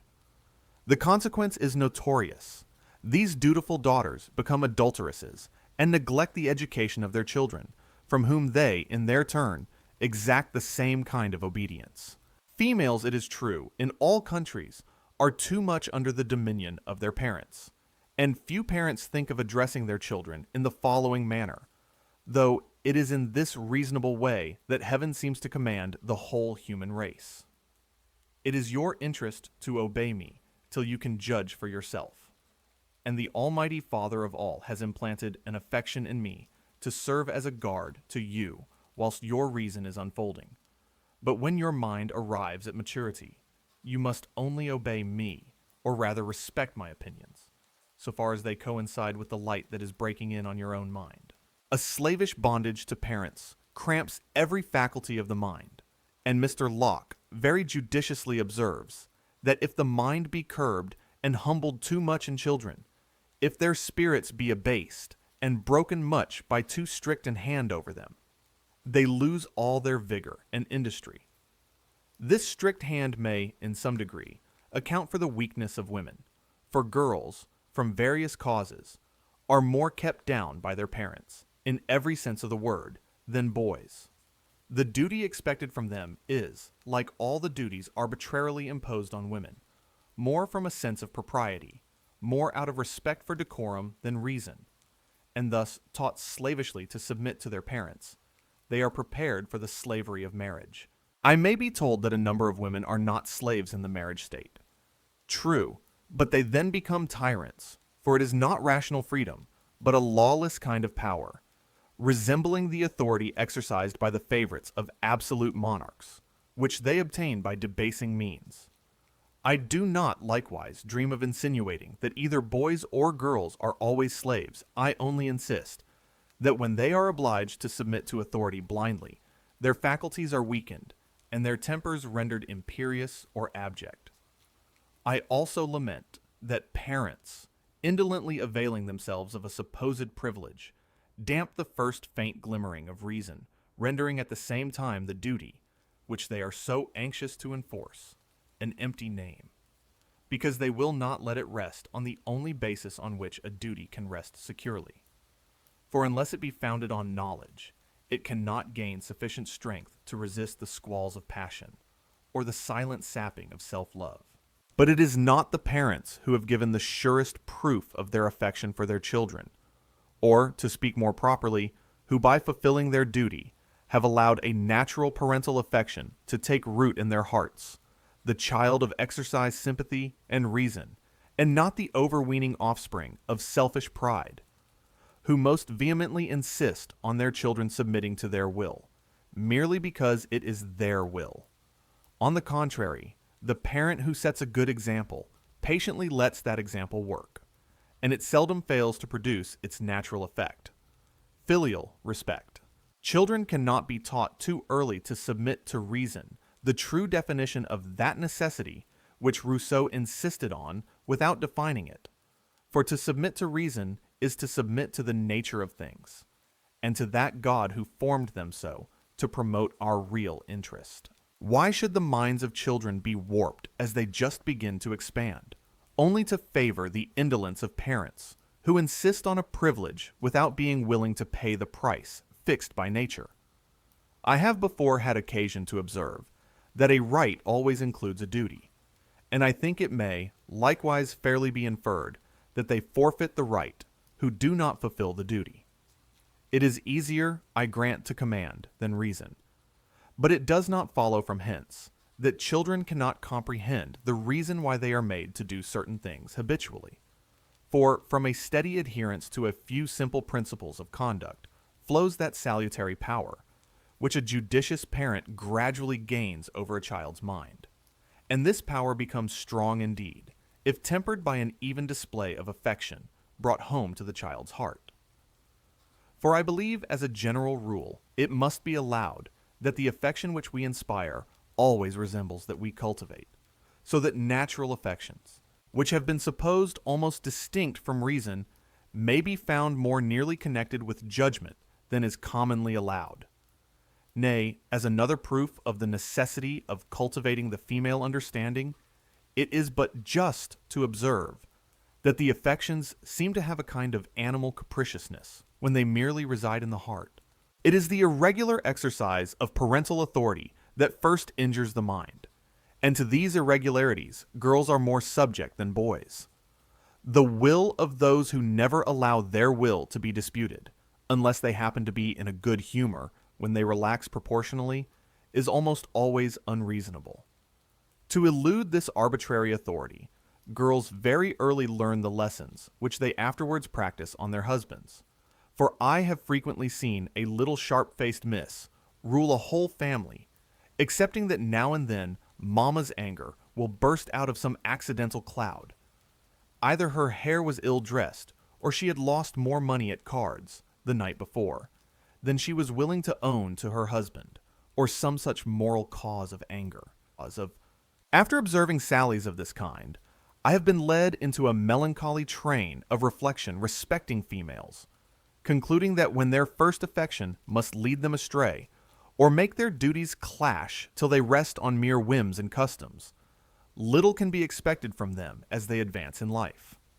How, indeed, can an instructor remedy this evil? For to teach them virtue on any solid principle is to teach them to despise their parents. Children ought not to be taught to make allowance for the faults of their parents, because every such allowance weakens the force of reason in their minds and makes them still more indulgent to their own. It is one of the most sublime virtues of maturity that leads us to be severe with respect to ourselves and forbearing to others. But children should only be taught the simple virtues, for if they begin too early to make allowance for human passions and manners, they wear off the fine edge of the criterion by which they should regulate their own, and become unjust in the same proportion as they grow indulgent. The affections of children and weak people are always selfish. They love others because others love them, and not on account of their virtues. Yet, till esteem and love are blended together in the first affection, and reason made the foundation of the first duty, morality will stumble at the threshold. But, till society is very differently constituted, parents, I fear, will still insist on being obeyed, because they will be obeyed, and constantly endeavor to settle that power on a divine right, which will not bear the investigation of reason. Wow, chapter 11 really hits home. Mary tackles the idea of duty to parents and completely flips the script. She argues that demanding blind obedience from children is just another form of tyranny, and that true respect has to be earned through reason and guidance, not just because someone is a parent. It is so fascinating how she points out that girls are subjected to this strict control even more than boys, which just prepares them for a lifetime of submissiveness. If you are loving these bold arguments as much as I am, please hit that like button, subscribe, and leave a comment below. And stay tuned because chapter 12 is up next, and it is a big one. Chapter 12, on national education. The good effects resulting from attention to private education will ever be very confined, and the parent who really puts his own hand to the plow will always, in some degree, be disappointed till education becomes a grand national concern. A man cannot retire into a desert with his child, and if he did, he could not bring himself back to childhood and become the proper friend and playfellow of an infant or youth. And when children are confined to the society of men and women, they very soon acquire that kind of premature manhood which stops the growth of every vigorous power of mind or body. In order to open their faculties, they should be excited to think for themselves, and this can only be done by mixing a number of children together and making them jointly pursue the same objects. A child very soon contracts a benumbing indolence of mind, which he has seldom sufficient vigor to shake off, when he only asks a question instead of seeking for information, and then relies implicitly on the answer he receives. With his equals in age, this could never be the case, and the subjects of inquiry, though they might be influenced, would not be entirely under the direction of men, who frequently damp, if not destroy abilities, by bringing them forward too hastily, and too hastily they will infallibly be brought forward if the child could be confined to the society of a man, however sagacious that man may be. Besides, in youth the seeds of every affection should be sown, and the respectful regard, which is felt for a parent, is very different from the social affections that are to constitute the happiness of life as it advances. Of these, equality is the basis, and an intercourse of sentiments, unclogged by that observant seriousness which prevents disputation, though it may not enforce submission. Let a child have ever such an affection for his parent, he will always languish to play and chat with children, and the very respect he entertains, for filial esteem always has a dash of fear mixed with it, will, if it do not teach him cunning, at least prevent him from pouring out the little secrets which first open the heart to friendship and confidence, gradually leading to more expansive benevolence. Added to this, he will never acquire that frank ingenuousness of behavior, which young people can only attain by being frequently in society, where they dare to speak what they think, neither afraid of being reproved for their presumption, nor laughed at for their folly, forcibly impressed by the reflections which the sight of schools as they are at present conducted, naturally suggested, I have formerly delivered my opinion rather warmly in favor of a private education, but further experience has led me to view the subject in a different light. I still, however, think schools, as they are now regulated, the hotbeds of vice and folly, and the knowledge of human nature, supposed to be attained there, merely cunning selfishness. At school, boys become gluttons and slovens, and instead of cultivating domestic affections, very early rush into the libertinism which destroys the constitution before it is formed, hardening the heart as it weakens the understanding. I should, in fact, be averse to boarding schools, if it were for no other reason than the unsettled state of mind which the expectation of the vacations produce. On these, the children's thoughts are fixed, with eager anticipating hopes, for, at least, to speak with moderation, half of the time. And when they arrive, they are spent in total dissipation and beastly indulgence. But, on the contrary, when they are brought up at home, though they may pursue a plan of study in a more orderly manner than can be adopted, when near a fourth part of the year is actually spent in idleness, and as much more in regret and anticipation, yet they there acquire too high an opinion of their own importance, from being allowed to tyrannize over servants, and from the anxiety expressed by most mothers on the score of manners, who, eager to teach the accomplishments of a gentleman, stifle, in their birth, the virtues of a man. Thus, brought into company when they ought to be seriously employed, and treated like men when they are still boys, they become vain and effeminate. The only way to avoid two extremes equally injurious to morality would be to contrive some way of combining a public and private education. Thus, to make men citizens, two natural steps might be taken, which seem directly to lead to the desired point. For the domestic affections, that first open the heart to the various modifications of humanity, would be cultivated, whilst the children were nevertheless allowed to spend great part of their time, on terms of equality, with other children. I still recollect, with pleasure, the country day school, where a boy trudged in the morning, wet or dry, carrying his books, and his dinner, if it were at a considerable distance. A servant did not then lead master by the hand, for when he had once put on coat and breeches, he was allowed to shift for himself, and return alone in the evening, to recount the feats of the day close at the parental knee. His father's house was his home, and was ever after fondly remembered. Nay, I appeal to some superior men who were educated in this manner, whether the recollection of some shady lane where they conned their lesson, or of some stile where they sat making a kite, or mending a bat, has not endeared their country to them. But what boy ever recollected with pleasure the years he spent in close confinement, at an academy near London, unless indeed he should by chance remember the poor scarecrow of an usher whom he tormented, or the tartman from whom he caught a cake, to devour it with the caddish appetite of selfishness. At boarding schools of every description, the relaxation of the junior boys is mischief, and of the senior, vice. Besides, in great schools, what can be more prejudicial to the moral character than the system of tyranny and abject slavery which is established amongst the boys, to say nothing of the slavery to forms, which makes religion worse than a farce?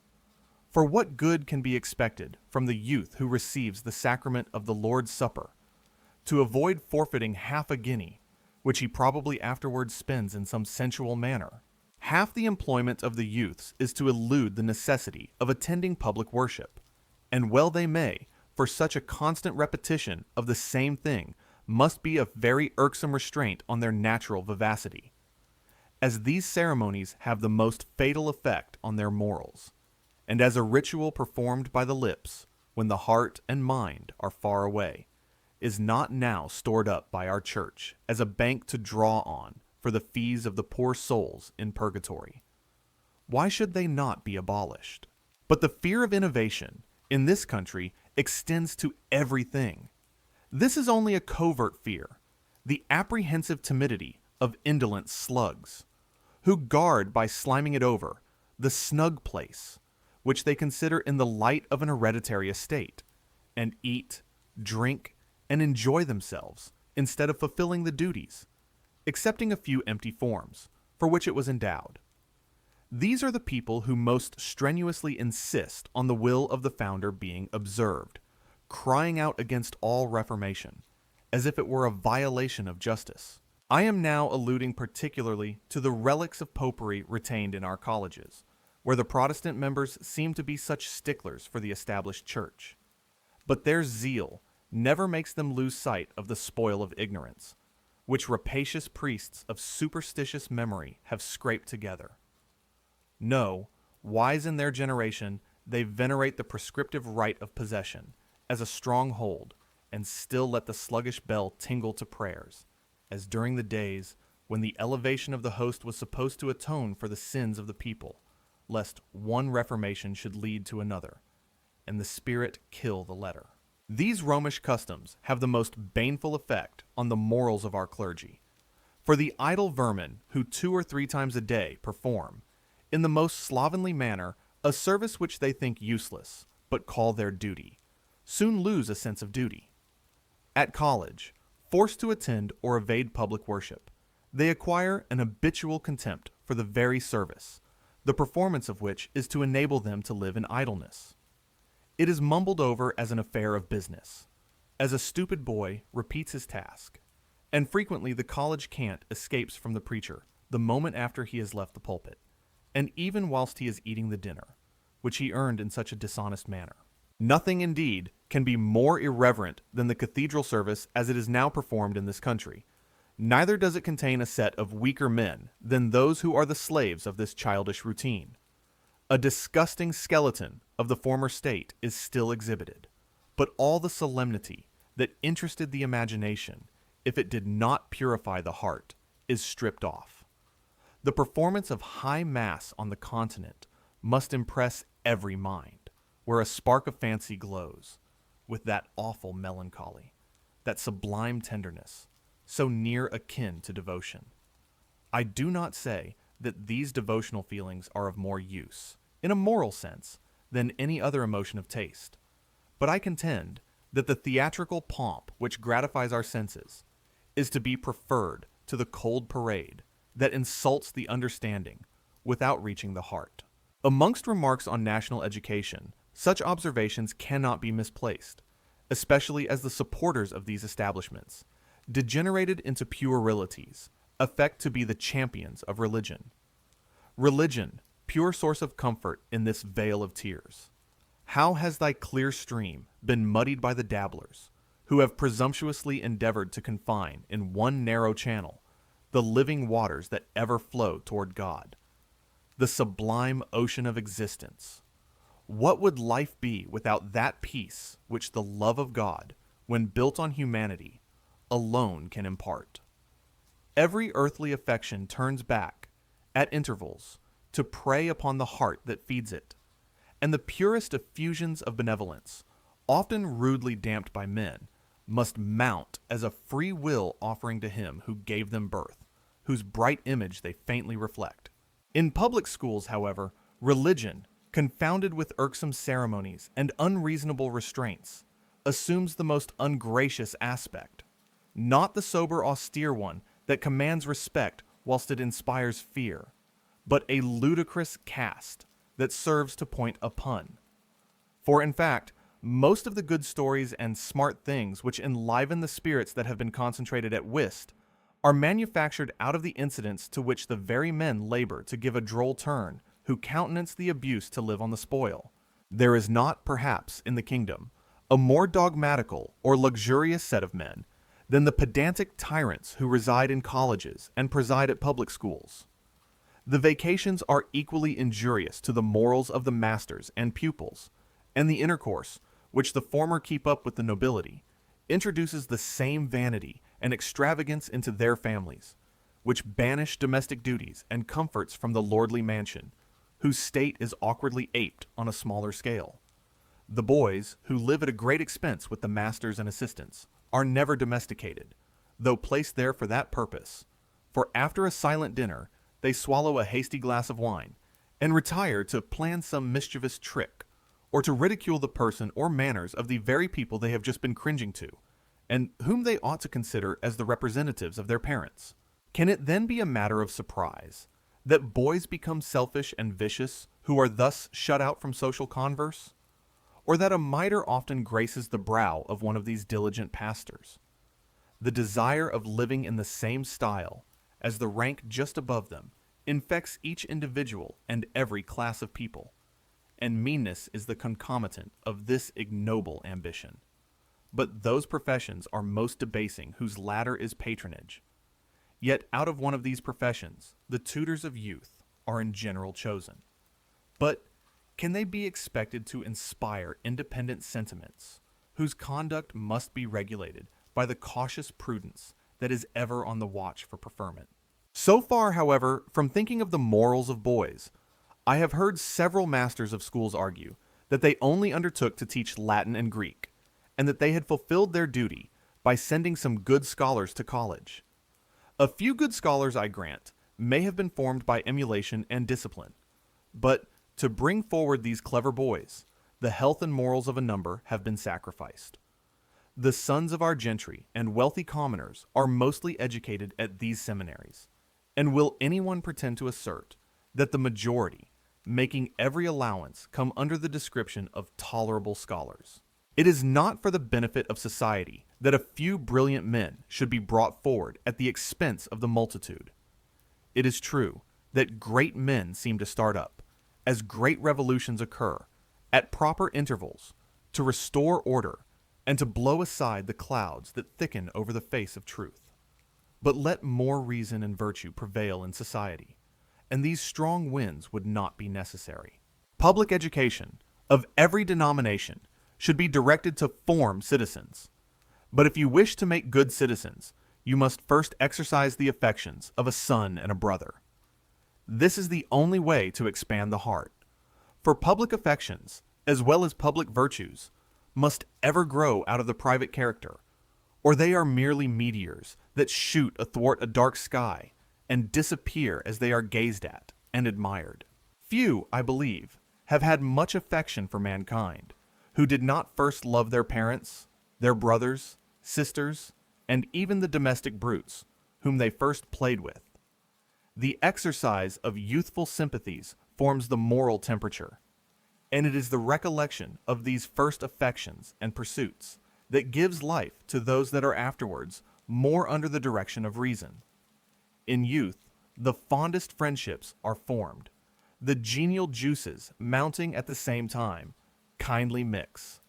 Or, rather, the heart, tempered for the reception of friendship, is accustomed to seek for pleasure in something more noble than the churlish gratification of appetite. In order then to inspire a love of home and domestic pleasures, children ought to be educated at home, for riotous holidays only make them fond of home for their own sakes. Yet, the vacations, which do not foster domestic affections, continually disturb the course of study, and render any plan of improvement abortive, which includes temperance.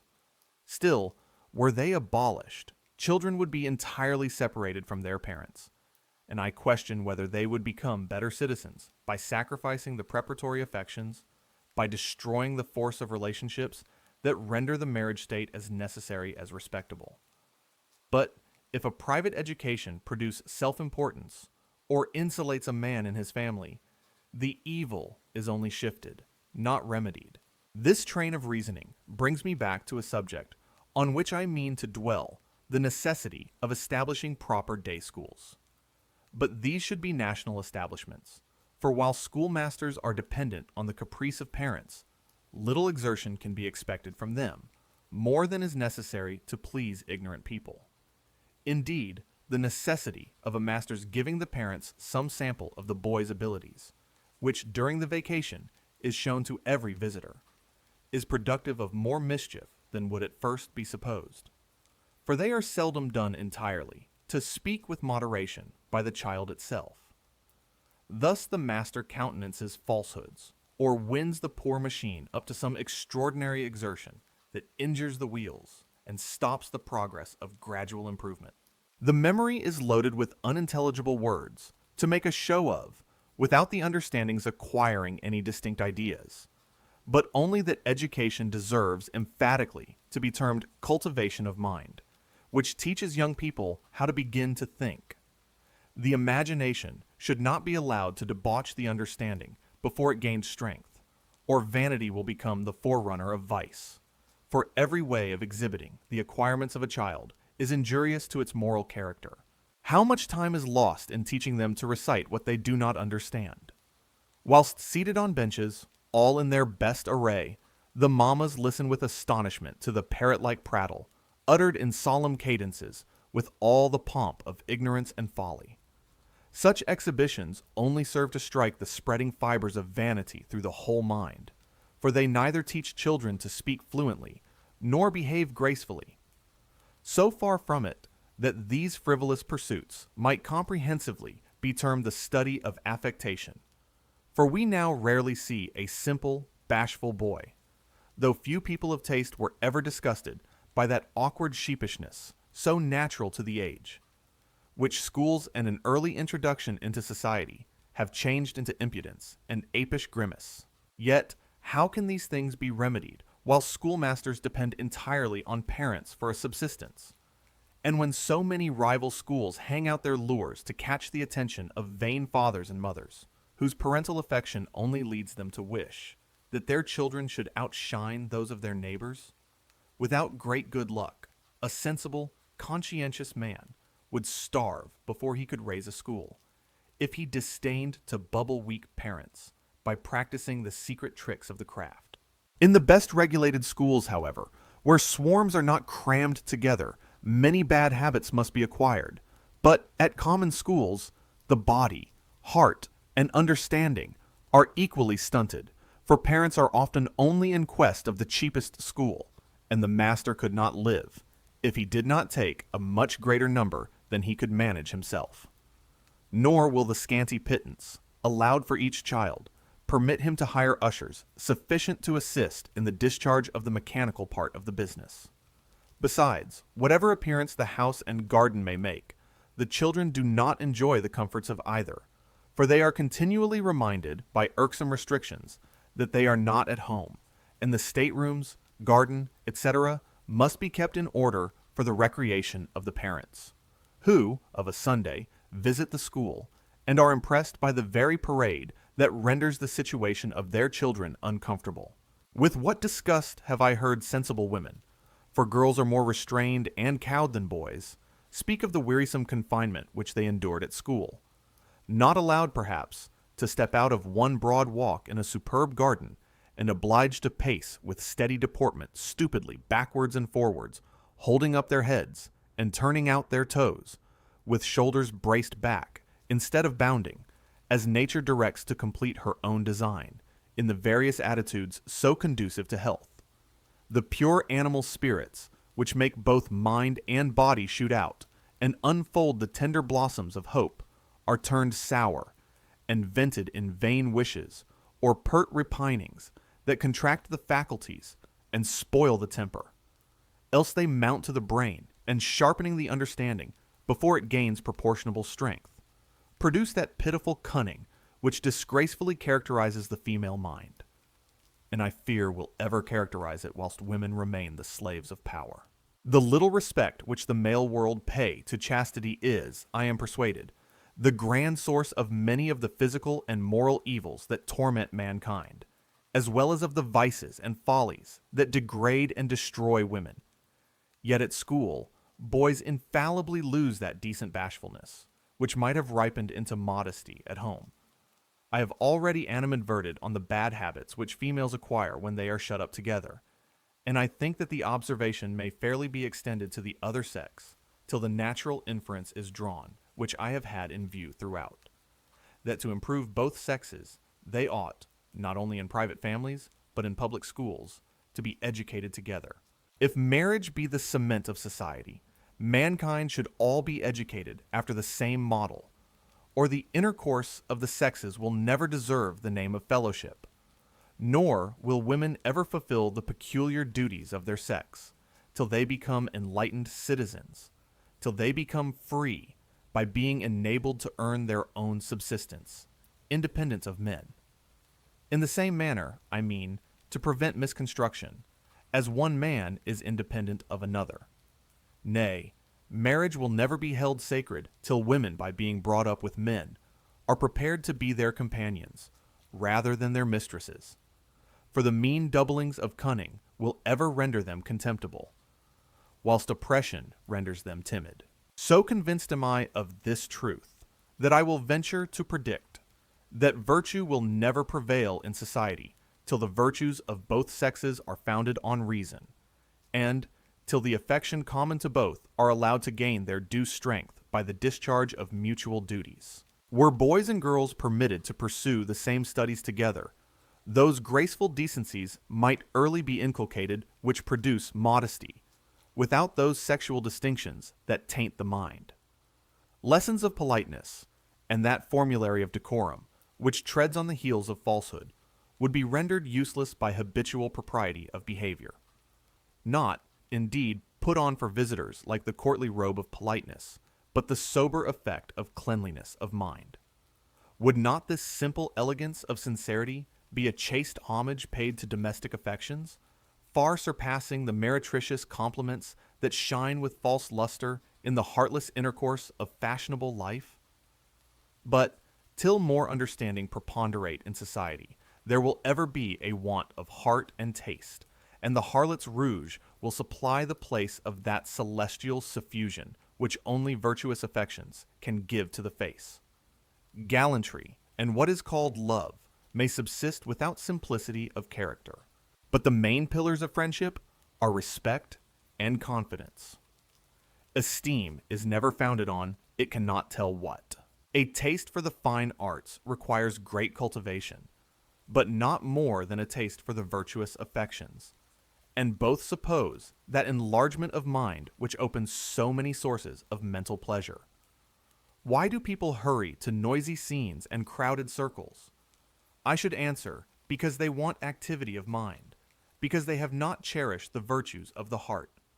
They only, therefore, see and feel in the gross, and continually pine after variety, finding everything that is simple, insipid. This argument may be carried further than philosophers are aware of, for if nature destined woman, in particular, for the discharge of domestic duties, she made her susceptible of the attached affections in a great degree. Now women are notoriously fond of pleasure, and naturally must be so, according to my definition, because they cannot enter into the minutiae of domestic taste, lacking judgment, the foundation of all taste.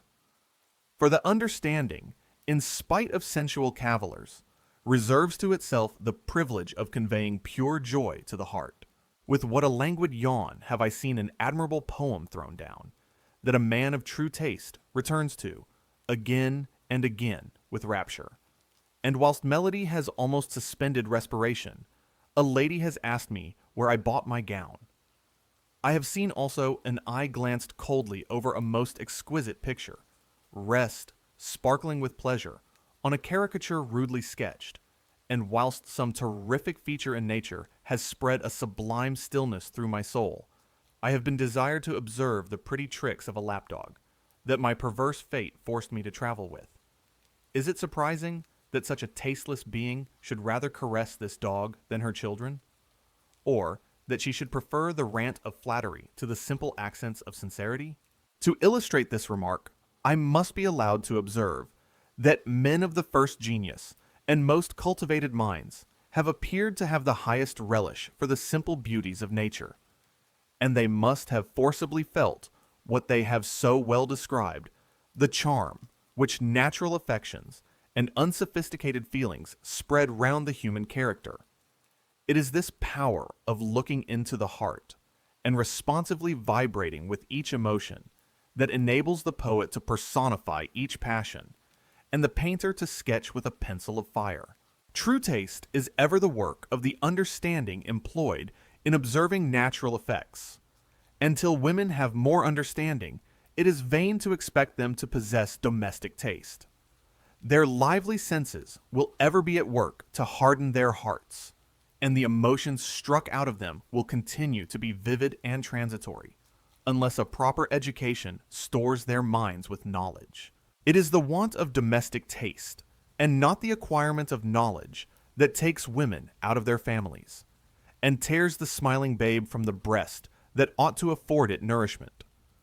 Women have been allowed to remain in ignorance and slavish dependence many, very many years, and still we hear of nothing but their fondness of pleasure and sway, their preference of rakes and soldiers, their childish attachment to toys, and the vanity that makes them value accomplishments more than virtues. History brings forward a fearful catalogue of the crimes which their cunning has produced, when the weak slaves have had sufficient address to overreach their masters. In France, and in how many other countries, have men been the luxurious despots, and women the crafty ministers? Does this prove that ignorance and dependence domesticate them? Is not their folly the byword of the libertines, who relax in their society? And do not men of sense continually lament that an immoderate fondness for dress and dissipation carries the mother of a family forever from home? Their hearts have not been debauched by knowledge, nor their minds led astray by scientific pursuits.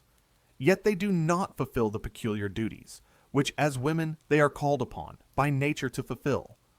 On the contrary, the state of warfare which subsists between the sexes makes them employ those wiles that frustrate the more open designs of force. When, therefore, I call women slaves, I mean in a political and civil sense. For indirectly they obtain too much power, and are debased by their exertions to obtain illicit sway. Let an enlightened nation then try what effect reason would have to bring them back to nature and their duty, and allowing them to share the advantages of education and government with man, see whether they will become better as they grow wiser and become free. They cannot be injured by the experiment, for it is not in the power of man to render them more insignificant than they are at present. To render this practicable, day schools for particular ages should be established by government, in which boys and girls might be educated together. The school for the younger children, from 5 to 9 years of age, ought to be absolutely free and open to all classes. A sufficient number of masters should also be chosen by a select committee in each parish, to whom any complaint of negligence, etc., might be made, if signed by 6 of the children's parents. Ushers would then be unnecessary, for I believe experience will ever prove that this kind of subordinate authority is particularly injurious to the morals of youth. What, indeed, can tend to deprave the character more than outward submission and inward contempt? Yet, how can boys be expected to treat an usher with respect when the master seems to consider him in the light of a servant, and almost to countenance the ridicule which becomes the chief amusement of the boys during the play hours? But nothing of this kind could occur in an elementary day school, where boys and girls, the rich and poor, should meet together. And to prevent any of the distinctions of vanity, they should be dressed alike, and all obliged to submit to the same discipline, or leave the school. The schoolroom ought to be surrounded by a large piece of ground in which the children might be usefully exercised, for at this age they should not be confined to any sedentary employment for more than an hour at a time. But these relaxations might all be rendered a part of elementary education, for many things improve and amuse the senses, when introduced as a kind of show, to the principles of which dryly laid down, children would turn a deaf ear. For instance, botany, mechanics, and astronomy, reading, writing, arithmetic, natural history, and some simple experiments in natural philosophy might fill up the day. But these pursuits should never encroach on gymnastic plays in the open air. The elements of religion, history, the history of man, and politics might also be taught by conversations, in the Socratic form. After the age of 9, girls and boys, intended for domestic employments or mechanical trades, ought to be removed to other schools, and receive instruction, in some measure appropriated to the destination of each individual, the two sexes being still together in the morning. But in the afternoon, the girls should attend a school, where plain work, mantua making, millinery, etc., would be their employment. The young people of superior abilities, or fortune, might now be taught, in another school, the dead and living languages, the elements of science, and continue the study of history and politics on a more extensive scale, which would not exclude polite literature. Girls and boys still together?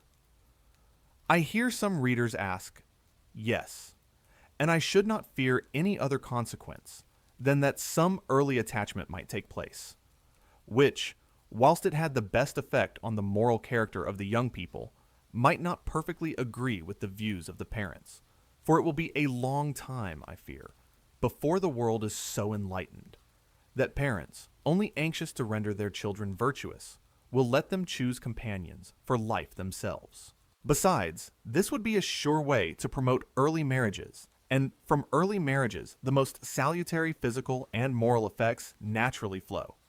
What a different character does a married citizen assume from the selfish coxcomb who lives but for himself and who is often afraid to marry, lest he should not be able to live in a certain style. Great emergencies excepted, which would rarely occur in a society of which equality was the basis, a man could only be prepared to discharge the duties of public life by the habitual practice of those inferior ones which form the man. In this plan of education, the constitution of boys would not be ruined by the early debaucheries which now make men so selfish, nor girls rendered weak and vain by indolence and frivolous pursuits. But I presuppose that such a degree of equality should be established between the sexes as would shut out gallantry and coquetry, yet allow friendship and love to temper the heart for the discharge of higher duties. These would be schools of morality, and the happiness of man allowed to flow from the pure springs of duty and affection. What advances might not the human mind make? Society can only be happy and free in proportion as it is virtuous, but the present distinctions established in society corrode all private and blast all public virtue. I have already inveighed against the custom of confining girls to their needle and shutting them out from all political and civil employments, for by thus narrowing their minds they are rendered unfit to fulfill the peculiar duties which nature has assigned them. Only employed about the little incidents of the day, they necessarily grow up cunning. My very soul has often sickened at observing the sly tricks practiced by women to gain some foolish thing on which their silly hearts were set.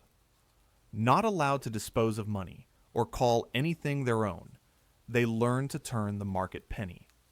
Or, should a husband offend, by staying from home, or give rise to some emotions of jealousy. A new gown, or any pretty bauble, smooths Juno's angry brow. But these littlenesses would not degrade their character if women were led to respect themselves, if political and moral subjects were open to them. And I will venture to affirm that this is the only way to make them properly attentive to their domestic duties. An active mind embraces the whole circle of its duties and finds time enough for all. It is not, I assert, a bold attempt to emulate masculine virtues. It is not the enchantment of literary pursuits, or the steady investigation of scientific subjects that lead women astray from duty. No, it is indolence and vanity, the love of pleasure and the love of sway that will reign paramount in an empty mind. I say empty, emphatically, because the education which women now receive scarcely deserves the name. For the little knowledge they are led to acquire during the important years of youth is merely relative to accomplishments, and accomplishments without a bottom, for unless the understanding be cultivated, superficial and monotonous is every grace. Like the charms of a made-up face, they only strike the senses in a crowd, but at home, wanting mind, they want variety. The consequence is obvious. In gay scenes of dissipation, we meet the artificial mind and face. For those who fly from solitude dread next to solitude, the domestic circle. Not having it in their power to amuse or interest, they feel their own insignificance or find nothing to amuse or interest themselves. Besides, what can be more indelicate than a girl's coming out in the fashionable world? Which, in other words, is to bring to market a marriageable miss, whose person is taken from one public place to another, richly caparisoned. Yet Mixing in the giddy circle under restraint, these butterflies long to flutter at large, for the first affection of their souls is their own persons, to which their attention has been called with the most sedulous care, whilst they were preparing for the period that decides their fate for life. Instead of pursuing this idle routine, sighing for tasteless show and heartless state, with what dignity would the youths of both sexes form attachments in the schools that I have cursorily pointed out, in which, as life advanced, dancing, music, and drawing might be admitted as relaxations. For at these schools, young people of fortune ought to remain, more or less, till they were of age. Those who were designed for particular professions might attend 3 or 4 mornings in the week, the schools appropriated for their immediate instruction. I only drop these observations at present as hints, rather, indeed, as an outline of the plan I mean, than a digested one. But I must add that I highly approve of one regulation mentioned in the pamphlet already alluded to, the Bishop of Autumn, that of making the children and youths independent of the masters respecting punishments. They should be tried by their peers, which would be an admirable method of fixing sound principles of justice in the mind, and might have the happiest effect on the temper, which is very early soured or irritated by tyranny, till it becomes peevishly cunning, or ferociously overbearing. My imagination darts forward with benevolent fervor to greet these amiable and respectable groups, in spite of the sneering of cold hearts, who are at liberty to utter, with frigid self-importance, the damning epithet, romantic, the force of which I shall endeavor to blunt by repeating the words of an eloquent moralist. I know not whether the illusions of a truly humane heart, whose zeal renders everything easy, is not preferable to that rough and repulsing reason, which always finds in indifference for the public good the first obstacle to whatever would promote it. I know that libertines will also exclaim that woman would be unsexed by acquiring strength of body and mind, and that beauty, soft, bewitching beauty, would no longer adorn the daughters of men. I am of a very different opinion, for I think that, on the contrary, we should then see dignified beauty and true grace, to produce which many powerful physical and moral causes would concur. Not relaxed beauty, it is true, nor the graces of helplessness, but such as appears to make us respect the human body as a majestic pile, fit to receive a noble inhabitant in the relics of antiquity. I do not forget the popular opinion that the Grecian statues were not modeled after nature. I mean, not according to the proportions of a particular man, but that beautiful limbs and features were selected from various bodies to form an harmonious whole. This might, in some degree, be true. The fine ideal picture of an exalted imagination might be superior to the materials which the painter found in nature, and thus it might, with propriety, be termed rather the model of mankind than of a man. It was not, however, the mechanical selection of limbs and features, but the ebullition of an heated fancy that burst forth, and the fine senses and enlarged understanding of the artist selected the solid matter, which he drew into this glowing focus. I observed that it was not mechanical, because a whole was produced, a model of that grand simplicity, of those concurring energies, which arrest our attention and command our reverence. For only insipid, lifeless beauty is produced by a servile copy of even beautiful nature. Yet, independent of these observations, I believe that the human form must have been far more beautiful than it is at present, because extreme indolence, barbarous ligatures, and many causes which forcibly act on it in our luxurious state of society did not retard its expansion or render it deformed.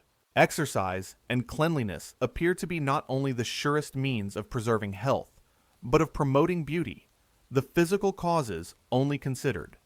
Yet this is not sufficient.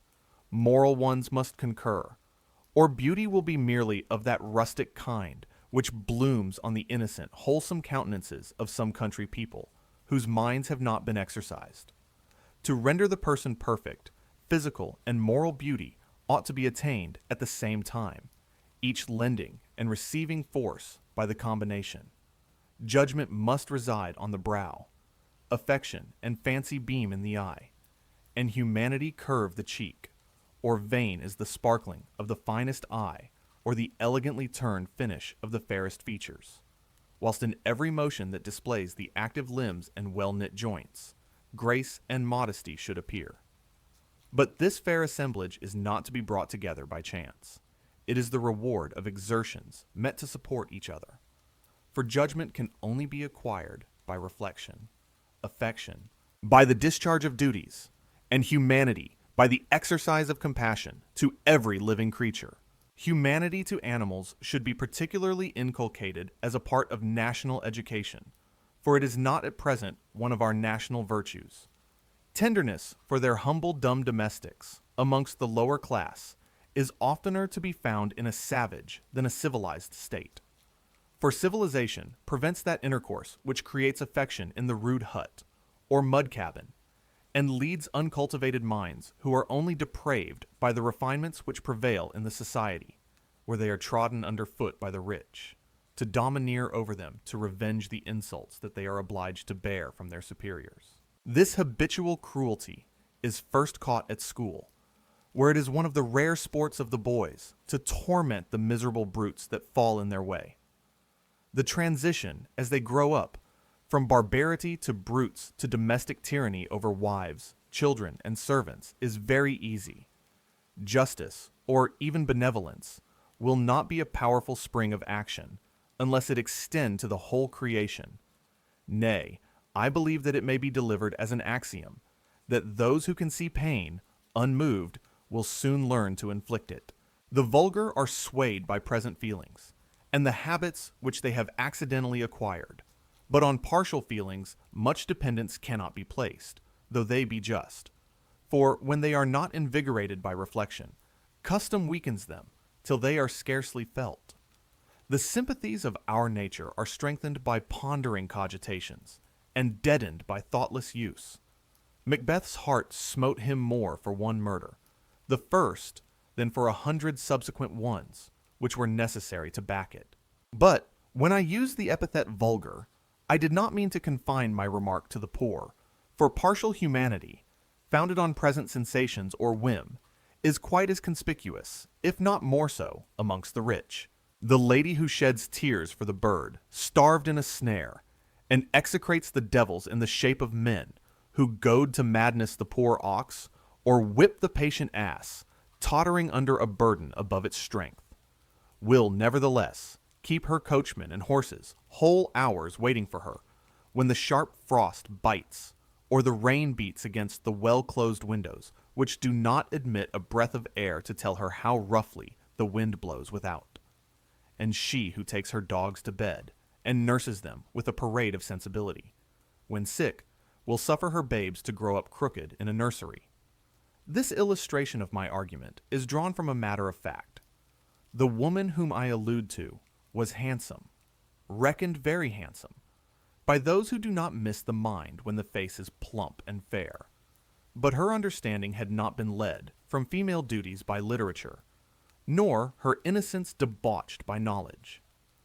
No, she was quite feminine, according to the masculine acceptation of the word, and so far from loving these spoiled brutes that filled the place which her children ought to have occupied, she only lisped out a pretty mixture of French and English nonsense to please the men who flocked round her. The wife, mother, and human creature were all swallowed up by the factitious character, which an improper education and the selfish vanity of beauty had produced. I do not like to make a distinction without a difference, and I own that I have been as much disgusted by the fine lady who took her lapdog to her bosom, instead of her child, as by the ferocity of a man, who, beating his horse, declared that he knew as well when he did wrong as a Christian. This brood of folly shows how mistaken they are, who, if they allow women to leave their harems, do not cultivate their understanding, in order to plant virtues in their hearts. For had they sense, they might acquire that domestic taste which would lead them to love, with reasonable subordination, their whole family, from the husband to the house dog. Nor would they ever insult humanity in the person of the most menial servant, by paying more attention to the comfort of a brute than to that of a fellow creature. My observations on national education are obviously hints, but I principally wish to enforce the necessity of educating the sexes together to perfect both, and of making children sleep at home, that they may learn to love home, yet to make private support instead of smothering public affections. They should be sent to school to mix with a number of equals, for only by the jostlings of equality can we form a just opinion of ourselves. To render mankind more virtuous, and happier of course, both sexes must act from the same principle. But how can that be expected when only one is allowed to see the reasonableness of it? To render also the social compact truly equitable, and in order to spread those enlightening principles, which alone can ameliorate the fate of man, women must be allowed to found their virtue on knowledge, which is scarcely possible unless they be educated by the same pursuits as men. For they are now made so inferior by ignorance and low desires as not to deserve to be ranked with them. Or, by the serpentine wrigglings of cunning, they mount the tree of knowledge and only acquire sufficient to lead men astray.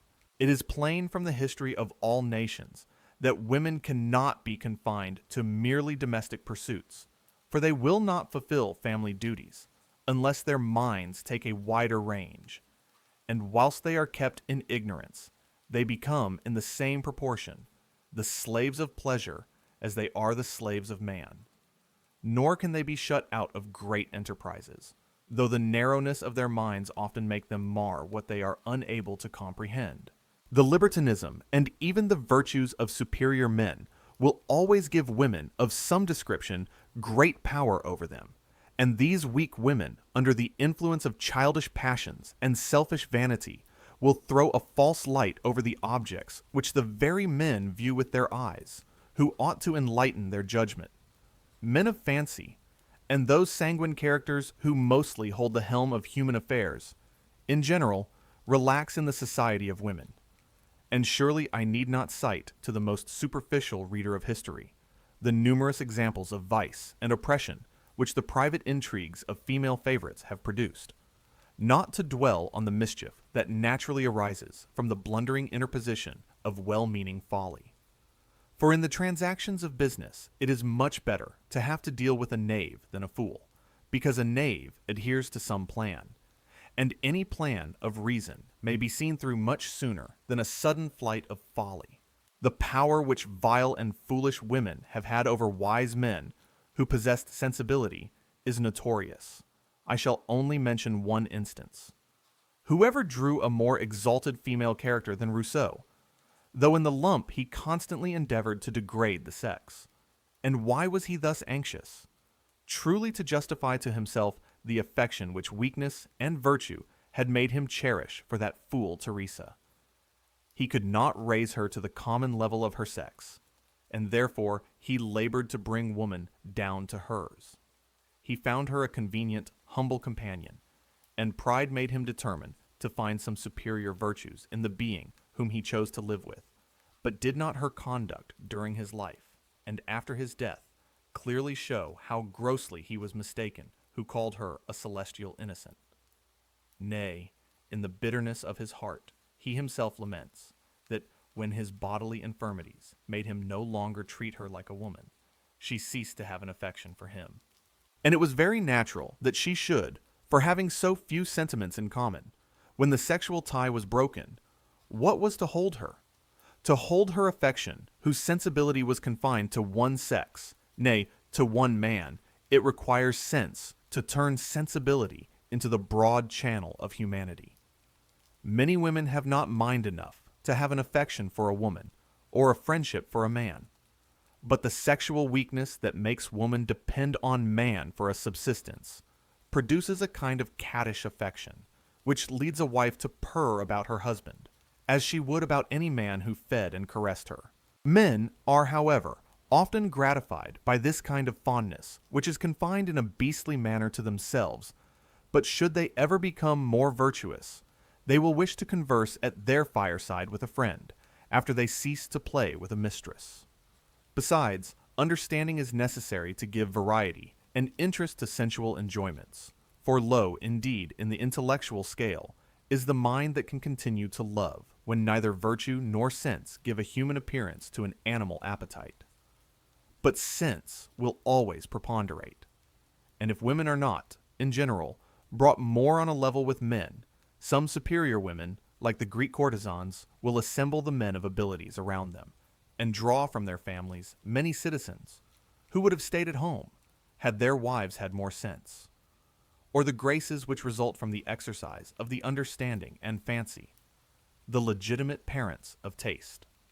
A woman of talents, if she be not absolutely ugly, will always obtain great power, raised by the weakness of her sex, and in proportion as men acquire virtue and delicacy, by the exertion of reason, they will look for both in women, but they can only acquire them in the same way that men do. In France or Italy have the women confined themselves to domestic life, though they have not hitherto had a political existence. Yet have they not illicitly had great sway, corrupting themselves and the men with whose passions they played? In short, in whatever light I view the subject, reason and experience convince me that the only method of leading women to fulfill their peculiar duties is to free them from all restraint by allowing them to participate the inherent rights of mankind. Make them free, and they will quickly become wise and virtuous, as men become more so. For the improvement must be mutual, or the justice which one half of the human race are obliged to submit to, retorting on their oppressors, the virtue of man will be worm-eaten by the insect whom he keeps under his feet. Let men take their choice. Man and woman were made for each other, though not to become one being, and if they will not improve women, they will deprave them. I speak of the improvement and emancipation of the whole sex, for I know that the behavior of a few women, who by accident, or following a strong bent of nature, have acquired a portion of knowledge superior to that of the rest of their sex, has often been overbearing.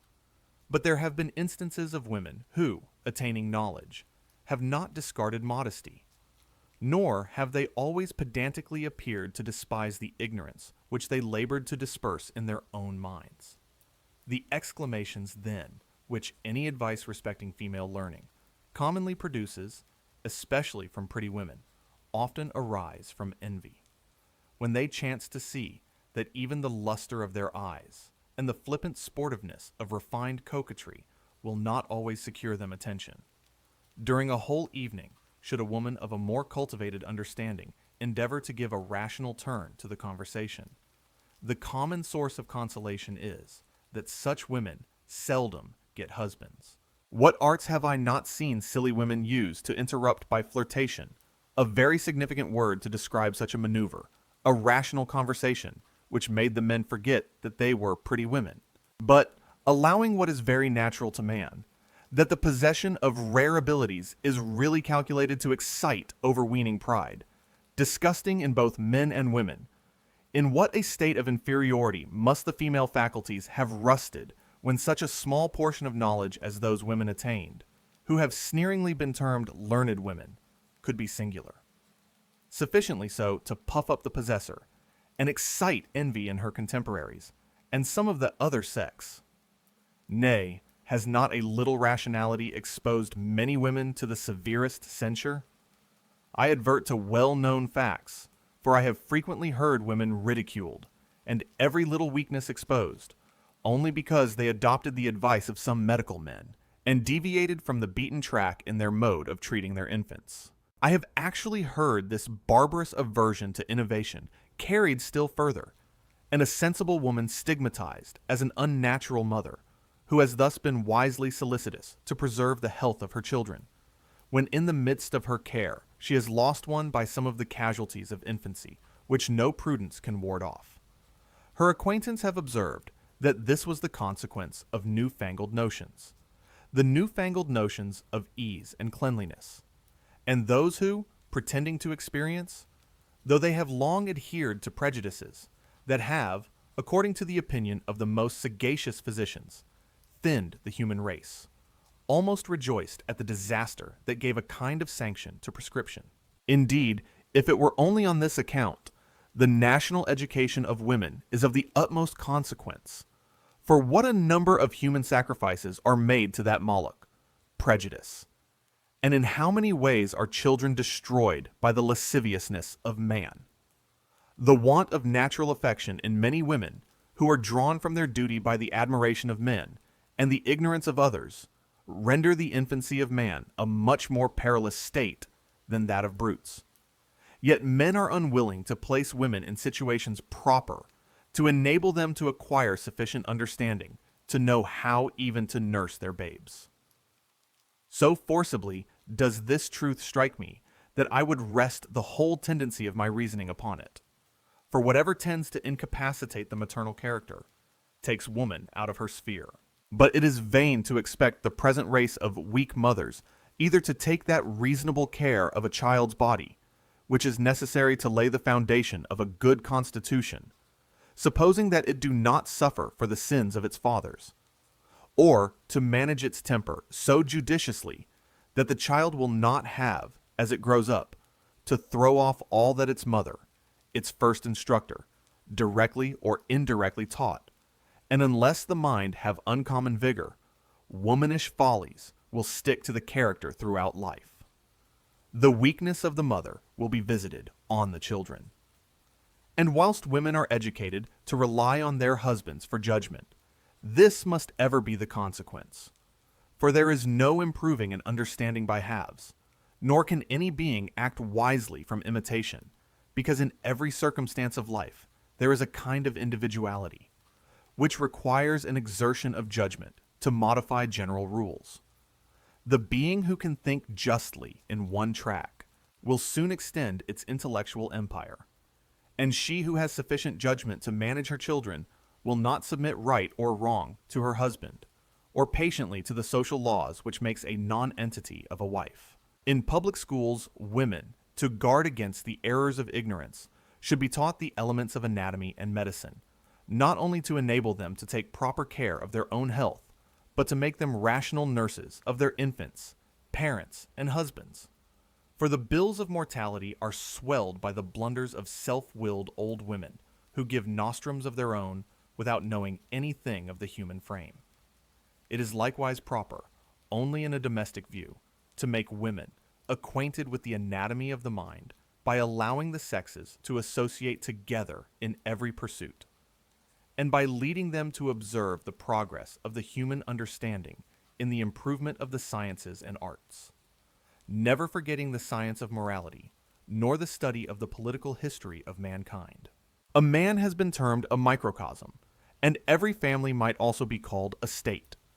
States, it is true, have mostly been governed by arts that disgrace the character of man, and the want of a just constitution and equal laws have so perplexed the notions of the worldly wise that they more than question the reasonableness of contending for the rights of humanity. Thus, morality, polluted in the national reservoir, sends off streams of vice to corrupt the constituent parts of the body politic. But should more noble, or rather more just principles regulate the laws, which ought to be the government of society, and not those who execute them, duty might become the rule of private conduct. Besides, by the exercise of their bodies and minds, women would acquire that mental activity so necessary in the maternal character, united with the fortitude that distinguishes steadiness of conduct from the obstinate perverseness of weakness.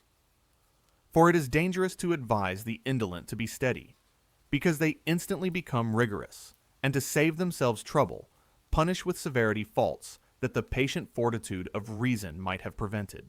But fortitude presupposes strength of mind, and is strength of mind to be acquired by indolent acquiescence? By asking advice instead of exerting the judgment? By obeying through fear instead of practicing the forbearance, which we all stand in need of ourselves? The conclusion which I wish to draw is obvious. Make women rational creatures and free citizens, and they will quickly become good wives and mothers. That is, if men do not neglect the duties of husbands and fathers. Discussing the advantages which a public and private education combined, as I have sketched, might rationally be expected to produce, I have dwelt most on such as are particularly relative to the female world, because I think the female world oppressed. Yet the gangrene which the vices, engendered by oppression, have produced, is not confined to the morbid part, but pervades society at large. So that, when I wish to see my sex become more like moral agents, my heart bounds with the anticipation of the general diffusion of that sublime contentment which only morality can diffuse. Wow, Chapter 12 is a huge milestone.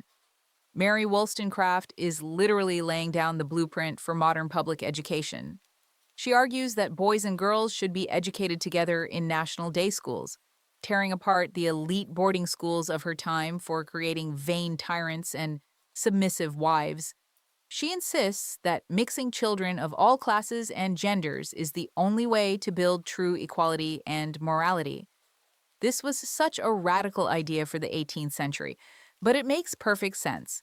If you are amazed by how forward-thinking this is, please hit that like button, subscribe to the channel, and leave a comment below. And stay tuned, because Chapter 13 is going to wrap up this incredible journey. Chapter 13. Some instances of the folly which the ignorance of women generates, with concluding reflections on the moral improvement that a revolution in female manners might naturally be expected to produce. There are many follies, in some degree, peculiar to women, sins against reason, of commission, as well as of omission, but all flowing from ignorance or prejudice. I shall only point out such as appear to be injurious to their moral character, and in animadverting on them I wish especially to prove that the weakness of mind and body, which men have endeavored by various motives to perpetuate, prevents their discharging the peculiar duty of their sex. For when weakness of body will not permit them to suckle their children, and weakness of mind makes them spoil their tempers, is woman in a natural state. Section 13.1. One glaring instance of the weakness which proceeds from ignorance first claims attention and calls for severe reproof. In this metropolis, a number of lurking leeches infamously gain a subsistence by practicing on the credulity of women, pretending to cast nativities, to use the technical phrase, and many females who, proud of their rank and fortune, look down on the vulgar with sovereign contempt, show by this credulity that the distinction is arbitrary, and that they have not sufficiently cultivated their minds to rise above vulgar prejudices. Women, because they have not been led to consider the knowledge of their duty as the one thing necessary to know, or to live in the present moment by the discharge of it, are very anxious to peep into futurity, to learn what they have to expect, to render life interesting, and to break the vacuum of ignorance. I must be allowed to expostulate seriously with the ladies who follow these idle inventions. For ladies, mistresses of families, are not ashamed to drive in their own carriages to the door of the cunning man. And if any of them should peruse this work, I entreat them to answer to their own hearts the following questions, not forgetting that they are in the presence of God. Do you believe that there is but one God, and that he is powerful, wise, and good? Do you believe that all things were created by him, and that all beings are dependent on him? Do you rely on his wisdom, so conspicuous in his works, and in your own frame? And are you convinced that he has ordered all things which do not come under the cognizance of your senses, in the same perfect harmony, to fulfill his designs? Do you acknowledge that the power of looking into futurity and seeing things that are not, as if they were, is an attribute of the Creator? And should he, by an impression on the minds of his creatures, think fit to impart to them some event hid in the shades of time, yet unborn, to whom would the secret be revealed by immediate inspiration? The opinion of ages will answer this question. To reverend old men, to people distinguished for eminent piety, the oracles of old were thus delivered by priests dedicated to the service of the god, who was supposed to inspire them. The glare of worldly pomp which surrounded these impostors, and the respect paid to them by artful politicians, who knew how to avail themselves of this useful engine to bend the necks of the strong under the dominion of the cunning, spread a sacred, mysterious veil of sanctity over their lies and abominations. Impressed by such solemn devotional parade, a Greek or Roman lady might be excused if she inquired of the oracle when she was anxious to pry into futurity, or inquire about some dubious event, and her inquiries, however contrary to reason, could not be reckoned impious. But can the professors of Christianity ward off that imputation? Can a Christian suppose that the favorites of the Most High, the highly favored, would be obliged to lurk in disguise and practice the most dishonest tricks to cheat silly women out of the money which the poor cry for in vain? Say not that such questions are an insult to common sense, for it is your own conduct, O ye foolish women, which throws an odium on your sex. And these reflections should make you shudder at your thoughtlessness and irrational devotion. For I do not suppose that all of you laid aside your religion, such as it is, when you entered those mysterious dwellings. Yet, as I have throughout supposed myself talking to ignorant women, for ignorant ye are in the most emphatical sense of the word, it would be absurd to reason with you on the egregious folly of desiring to know what the supreme wisdom has concealed. Probably you would not understand me, were I to attempt to show you that it would be absolutely inconsistent with the grand purpose of life, that of rendering human creatures wise and virtuous, and that, were it sanctioned by God, it would disturb the order established in creation. And if it be not sanctioned by God, do you expect to hear truth? Can events be foretold, events which have not yet assumed a body to become subject to mortal inspection? Can they be foreseen by a vicious worldling who pampers his appetites by preying on the foolish ones? Perhaps, however, you devoutly believe in the devil, and imagine, to shift the question, that he may assist his votaries. But if really respecting the power of such a being, an enemy to goodness and to God, can you go to church after having been under such an obligation to him? From these delusions to those still more fashionable deceptions, practiced by the whole tribe of magnetizers, the transition is very natural. With respect to them, it is equally proper to ask women a few questions. Do you know anything of the construction of the human frame? If not, it is proper that you should be told what every child ought to know, that when its admirable economy has been disturbed by intemperance or indolence, I speak not of violent disorders, but of chronical diseases, it must be brought into a healthy state again by slow degrees. And if the functions of life have not been materially injured, regimen, another word for temperance, air, exercise, and a few medicines prescribed by persons who have studied the human body, are the only human means, yet discovered, of recovering that inestimable blessing health that will bear investigation. Do you then believe that these magnetizers, who, by hocus-pocus tricks, pretend to work a miracle, are delegated by God, or assisted by the solver of all these kind of difficulties, the devil? Do they, when they put to flight, as it is said, disorders that have baffled the powers of medicine, work in conformity to the light of reason? Or do they effect these wonderful cures by supernatural aid? By a communication, an adept may answer with the world of spirits. A noble privilege, it must be allowed. Some of the ancients mention familiar demons, who guarded them from danger, by kindly intimating, we cannot guess in what manner, when any danger was nigh, or pointed out what they ought to undertake.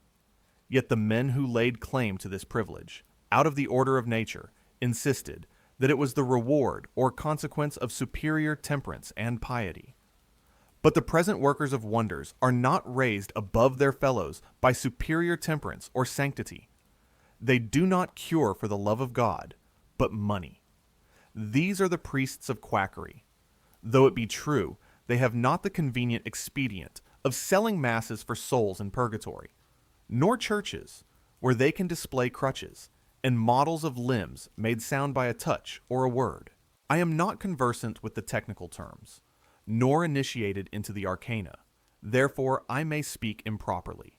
But it is clear that men who will not conform to the law of reason, and earn a subsistence in an honest way, by degrees, are very fortunate in becoming acquainted with such obliging spirits.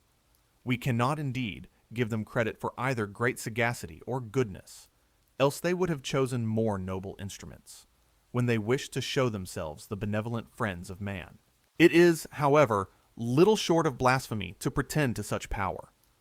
From the whole tenor of the dispensations of Providence, it appears evident to sober reason that certain vices produce certain effects, and can anyone so grossly insult the wisdom of God as to suppose that a miracle will be allowed to disturb his general laws, to restore to health the intemperate and vicious, merely to enable them to pursue the same course with impunity? Be whole, and sin no more, said Jesus. And are greater miracles to be performed by those who do not follow his footsteps, who healed the body to reach the mind? The mentioning of the name of Christ after such vile impostors may displease some of my readers. I respect their warmth, but let them not forget that the followers of these delusions bear his name, and profess to be the disciples of him, who said, "By their works we should know who were the children of God, or the servants of sin." I allow that it is easier to touch the body of a saint, or to be magnetized, than to restrain our appetites or govern our passions. But health of body or mind can only be recovered by these means, or we make the supreme judge partial and revengeful. Is he a man, that he should change, or punish out of resentment?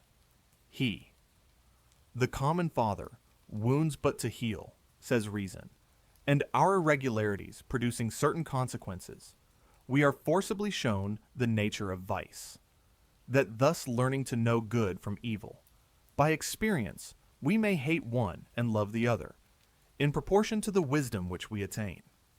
The poison contains the antidote, and we either reform our evil habits and cease to sin against our own bodies, to use the forcible language of Scripture, or a premature death. The punishment of sin snaps the thread of life. Here an awful stop is put to our inquiries. But why should I conceal my sentiments? Considering the attributes of God, I believe that whatever punishment may follow will tend, like the anguish of disease, to show the malignity of vice, for the purpose of reformation. Positive punishment appears so contrary to the nature of God, discoverable in all his works, and in our own reason, that I could sooner believe that the deity paid no attention to the conduct of men, than that he punished without the benevolent design of reforming. To suppose only that an all-wise and powerful being, as good as he is great, should create a being, foreseeing that after 50 or 60 years of feverish existence, it would be plunged into never-ending woe, is blasphemy. On what will the worm feed that is never to die? On folly, on ignorance, say ye. I should blush indignantly at drawing the natural conclusion, could I insert it, and wish to withdraw myself from the wing of my God. On such a supposition, I speak with reverence, he would be a consuming fire. We should wish, though vainly, to fly from his presence when fear absorbed love, and darkness involved all his counsels. I know that many devout people boast of submitting to the will of God blindly, as to an arbitrary scepter or rod, on the same principle as the Indians worship the devil.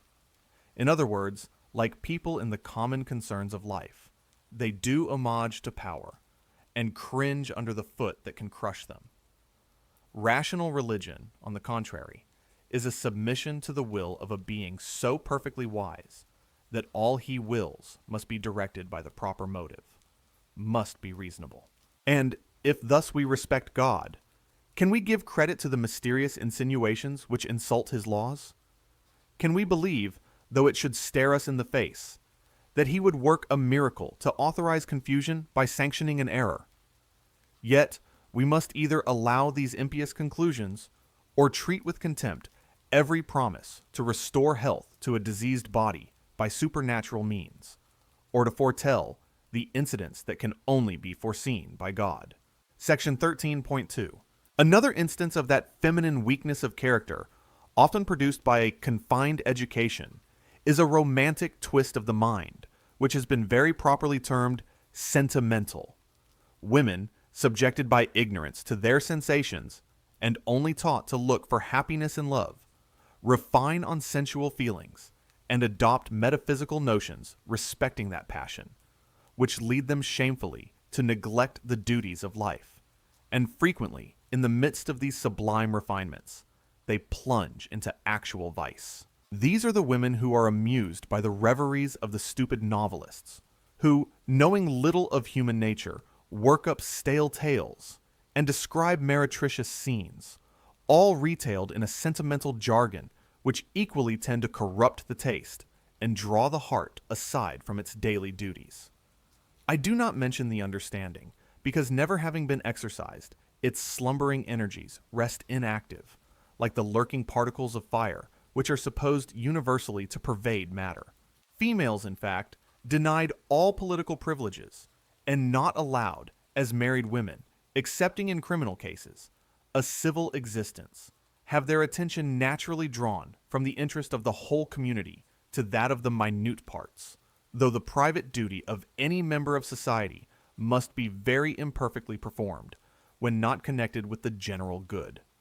The mighty business of female life is to please, and restrained from entering into more important concerns by political and civil oppression, sentiments become events, and reflection deepens what it should and would have effaced if the understanding had been allowed to take a wider range. But, confined to trifling employments, they naturally imbibe opinions which the only kind of reading calculated to interest an innocent, frivolous mind inspires. Unable to grasp anything great, is it surprising that they find the reading of history a very dry task, and disquisitions addressed to the understanding intolerably tedious and almost unintelligible? Thus are they necessarily dependent on the novelist for amusement. Yet, when I exclaim against novels, I mean when contrasted with those works which exercise the understanding and regulate the imagination. For any kind of reading, I think better than leaving a blank still a blank, because the mind must receive a degree of enlargement and obtain a little strength by a slight exertion of its thinking powers. Besides, even the productions that are only addressed to the imagination raise the reader a little above the gross gratification of appetites, to which the mind has not given a shade of delicacy. This observation is the result of experience, for I have known several notable women, and one in particular, who was a very good woman, as good as such a narrow mind would allow her to be, who took care that her daughters, 3 in number, should never see a novel. As she was a woman of fortune and fashion, they had various masters to attend them, and a sort of menial governess to watch their footsteps.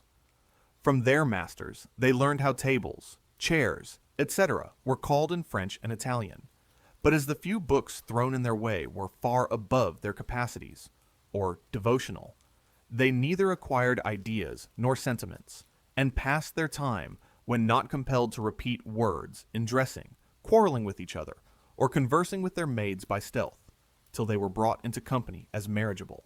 Their mother, a widow, was busy in the meantime in keeping up her connections, as she termed a numerous acquaintance, lest her girls should want a proper introduction into the great world. And these young ladies, with minds vulgar in every sense of the word, and spoiled tempers, entered life puffed up with notions of their own consequence, and looking down with contempt on those who could not vie with them in dress and parade.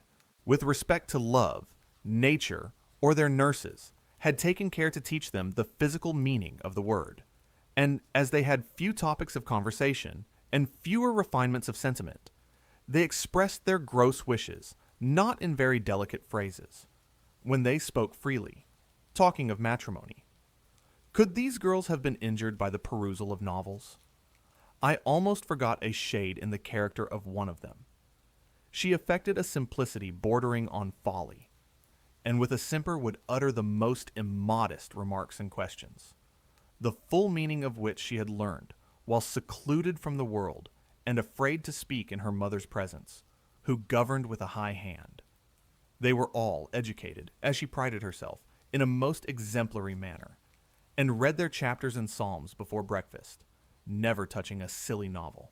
This is only one instance, but I recollect many other women who, not led by degrees to proper studies, and not permitted to choose for themselves, have indeed been overgrown children, or have obtained, by mixing in the world, a little of what is termed common sense.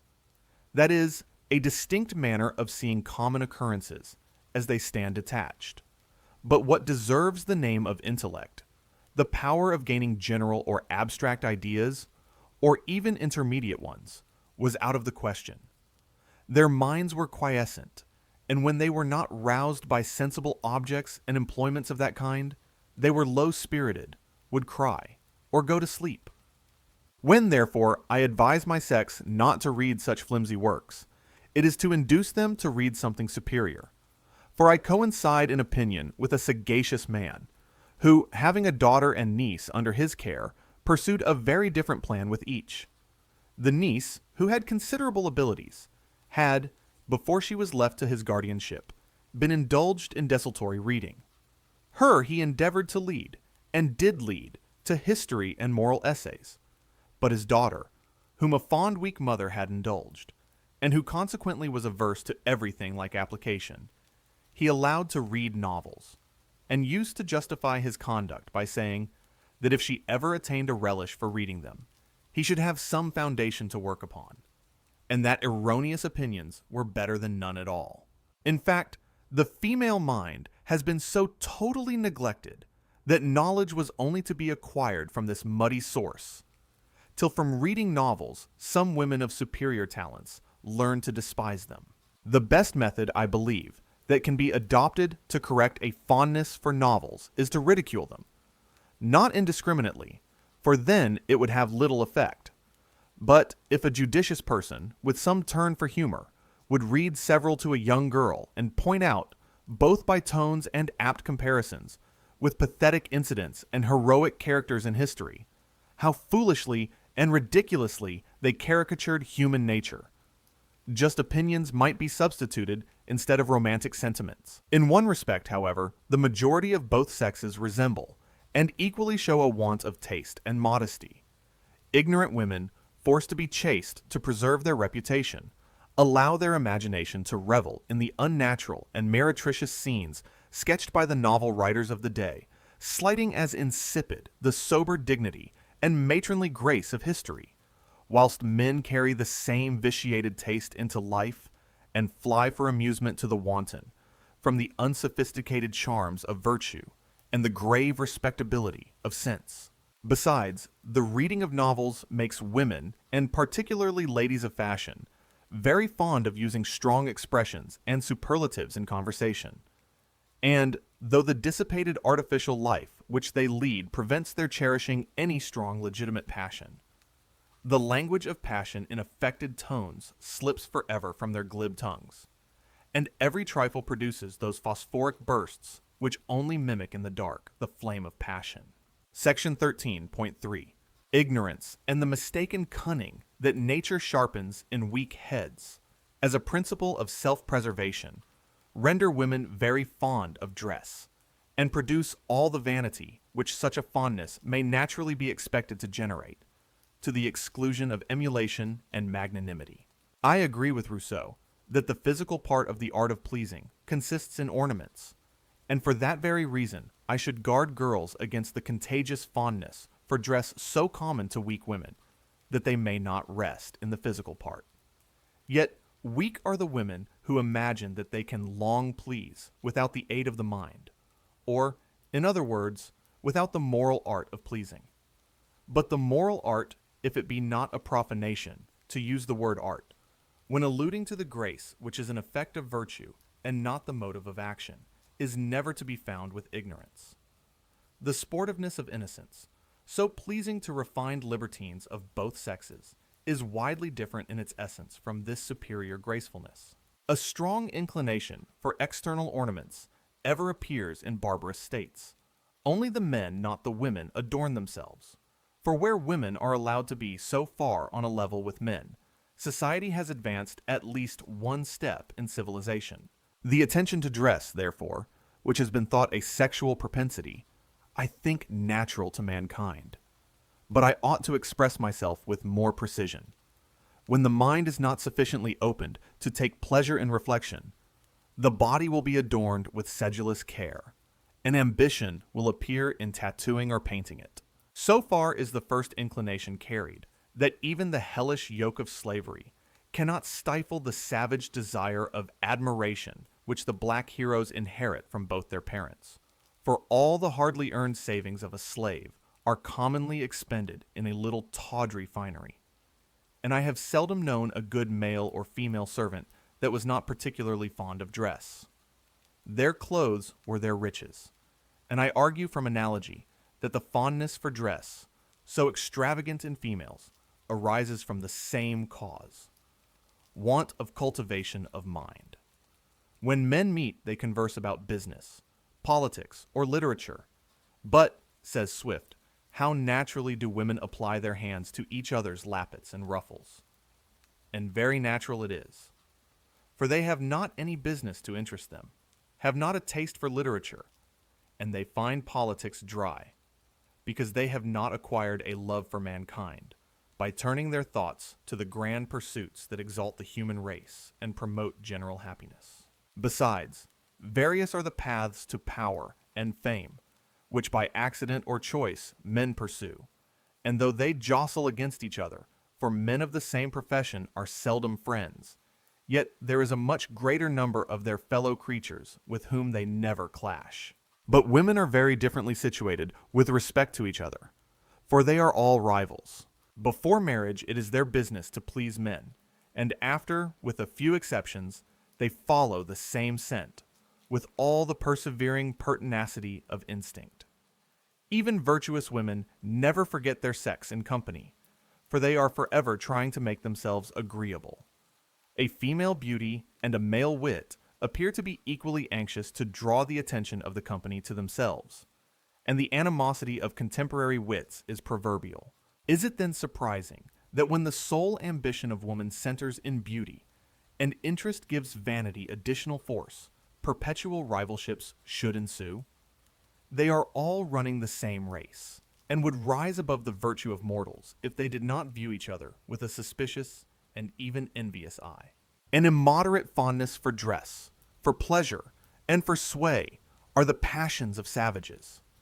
The passions that occupy those uncivilized beings who have not yet extended the dominion of the mind, or even learned to think with the energy necessary to concatenate that abstract train of thought which produces principles. And that women, from their education and the present state of civilized life, are in the same condition, cannot, I think, be controverted. To laugh at them, then, or satirize the follies of a being who is never to be allowed to act freely from the light of her own reason, is as absurd as cruel. For that they who are taught blindly to obey authority will endeavor cunningly to elude it is most natural and certain.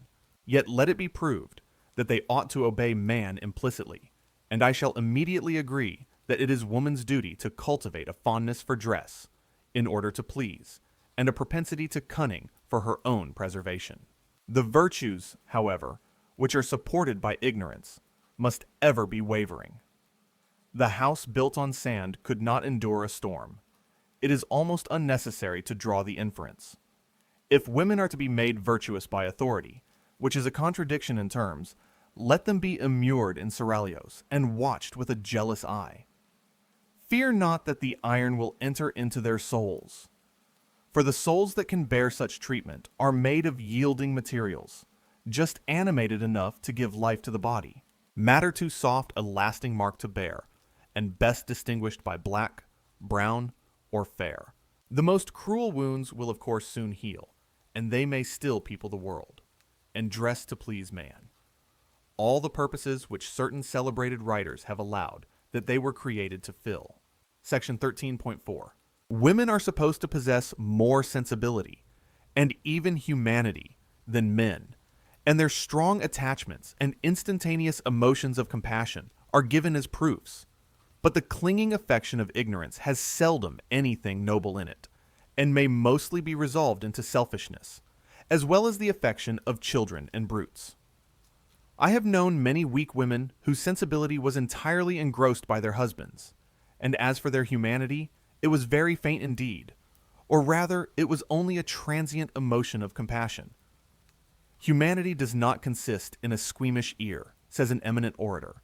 It belongs to the mind as well as the nerves, But this kind of exclusive affection, though it degrade the individual, should not be brought forward as a proof of the inferiority of the sex, because it is the natural consequence of confined views.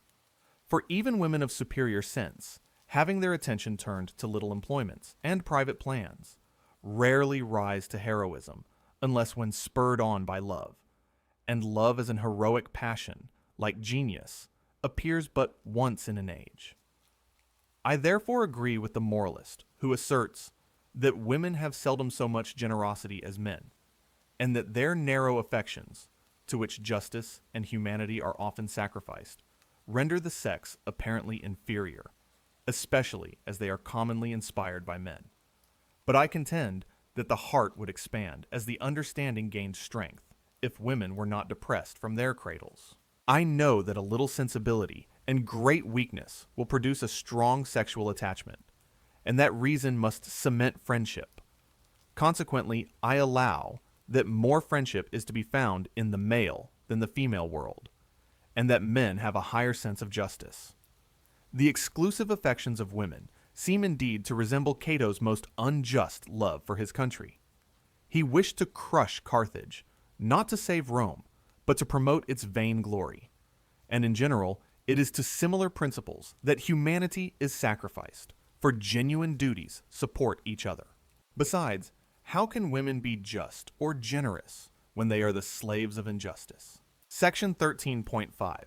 As the rearing of children, that is, the laying a foundation of sound health, both of body and mind, in the rising generation, has justly been insisted on as the peculiar destination of woman, the ignorance that incapacitates them must be contrary to the order of things. And I contend that their minds can take in much more, and ought to do so, or they will never become sensible mothers. Many men attend to the breeding of horses, and overlook the management of the stable, who would, strange want of sense and feeling, think themselves degraded by paying any attention to the nursery. Yet, how many children are absolutely murdered by the ignorance of women? But when they escape, and are neither destroyed by unnatural negligence nor blind fondness, how few are managed properly with respect to the infant mind, so that to break the spirit allowed to become vicious at home, a child is sent to school, and the methods taken there, which must be taken to keep a number of children in order, scatter the seeds of almost every vice in the soil, thus forcibly torn up. I have sometimes compared the struggles of these poor children, who ought never to have felt restraint, nor would, had they been always held in with an even hand, to the despairing plunges of a spirited filly, which I have seen breaking on a strand, its feet sinking deeper and deeper in the sand, every time it endeavored to throw its rider, till at last it sullenly submitted. I have always found horses, an animal I am attached to, very tractable when treated with humanity and steadiness, so that I doubt whether the violent methods taken to break them do not essentially injure them. I am, however, certain that a child should never be thus forcibly tamed after it has injudiciously been allowed to run wild. For every violation of justice and reason in the treatment of children weakens their reason. And so early do they catch a character, that the base of the moral character experience leads me to infer is fixed before their 7th year, the period during which women are allowed the sole management of children. Afterwards, it too often happens that half the business of education is to correct, and very imperfectly is it done. If done hastily, the faults, which they would never have acquired if their mothers had had more understanding. One striking instance of the folly of women must not be omitted. The manner in which they treat servants in the presence of children, permitting them to suppose that they ought to wait on them and bear their humors. A child should always be made to receive assistance from a man or woman as a favor, and, as the first lesson of independence, they should practically be taught, by the example of their mother, not to require that personal attendance which it is an insult to humanity to require when in health, and instead of being led to assume airs of consequence, a sense of their own weakness should first make them feel the natural equality of man. Yet, how frequently have I indignantly heard servants imperiously called to put children to bed and sent away again and again because master or miss hung about mama to stay a little longer. Thus made slavishly to attend the little idol, all those most disgusting humors were exhibited which characterize a spoiled child. In short, speaking of the majority of mothers, they leave their children entirely to the care of servants, or, because they are their children, treat them as if they were little demigods, though I have always observed that the women who thus idolize their children seldom show common humanity to servants, or feel the least tenderness for any children but their own. It is, however, these exclusive affections, and an individual manner of seeing things, produced by ignorance, which keep women forever at a stand, with respect to improvement, and make many of them dedicate their lives to their children only to weaken their bodies and spoil their tempers, frustrating also any plan of education that a more rational father may adopt. For unless a mother concurs, the father who restrains will ever be considered as a tyrant.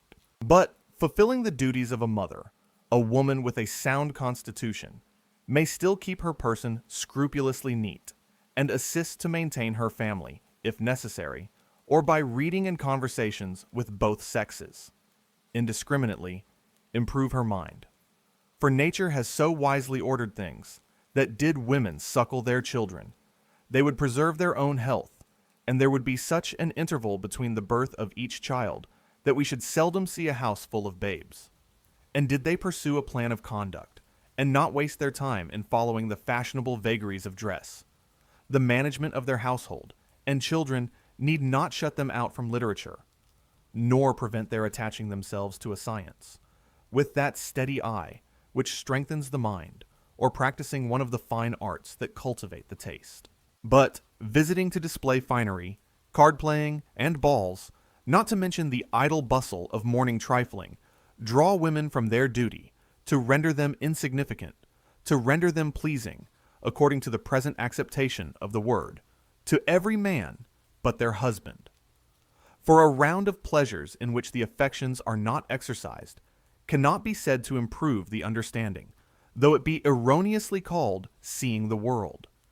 Yet the heart is rendered cold and averse to duty by such a senseless intercourse, which becomes necessary from habit, even when it has ceased to amuse. But till more equality be established in society, till ranks are confounded and women freed, we shall not see that dignified domestic happiness, the simple grandeur of which cannot be relished by ignorant or vitiated minds.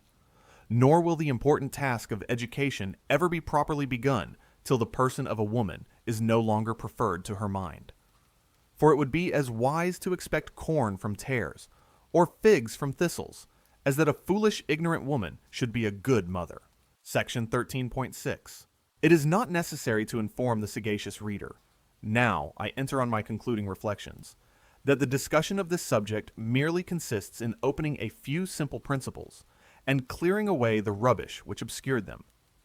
But, as all readers are not sagacious, I must be allowed to add some explanatory remarks to bring the subject home to reason, to that sluggish reason which supinely takes opinions on trust, and obstinately supports them to spare itself the labor of thinking. Moralists have unanimously agreed that unless virtue be nursed by liberty, it will never attain due strength.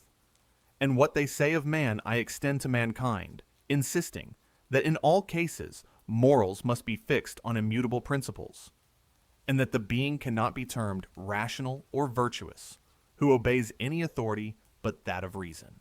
To render women truly useful members of society, I argue that they should be led by having their understandings cultivated on a large scale, to acquire a rational affection for their country, founded on knowledge, because it is obvious that we are little interested about what we do not understand. And to render this general knowledge of due importance, I have endeavored to show that private duties are never properly fulfilled, unless the understanding enlarges the heart, and that public virtue is only an aggregate of private. But the distinctions established in society undermine both, by beating out the solid gold of virtue, till it becomes only the tinsel covering of vice. For whilst wealth renders a man more respectable than virtue, wealth will be sought before virtue. And whilst women's persons are caressed, when a childish simper shows an absence of mind, the mind will lie fallow. Yet, true voluptuousness must proceed from the mind.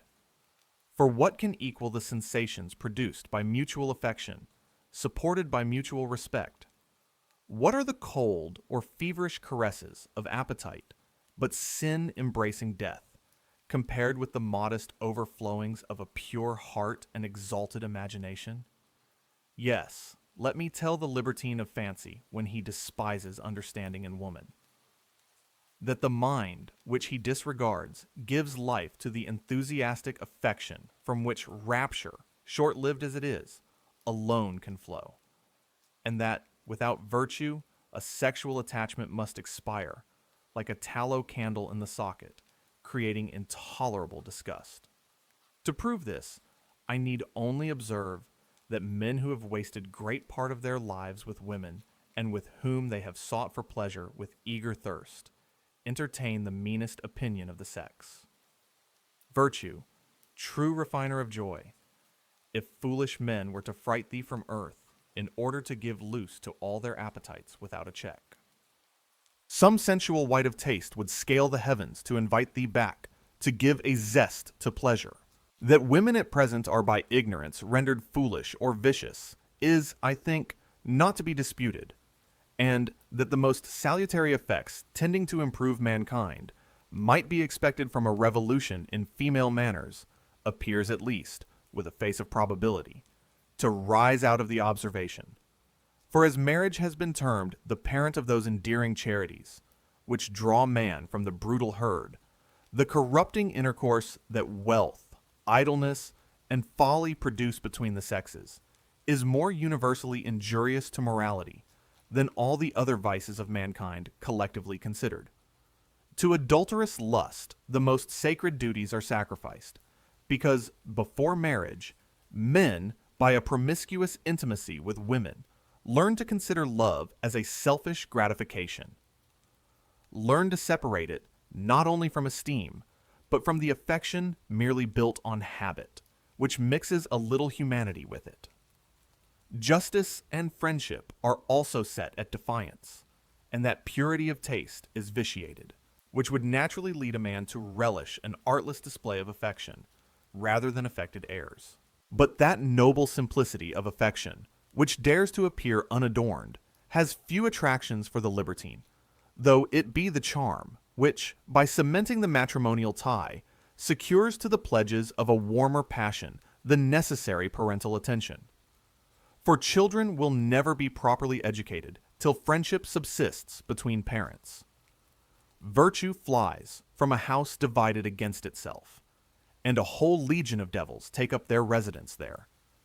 The affection of husbands and wives cannot be pure when they have so few sentiments in common, and when so little confidence is established at home, as must be the case when their pursuits are so different.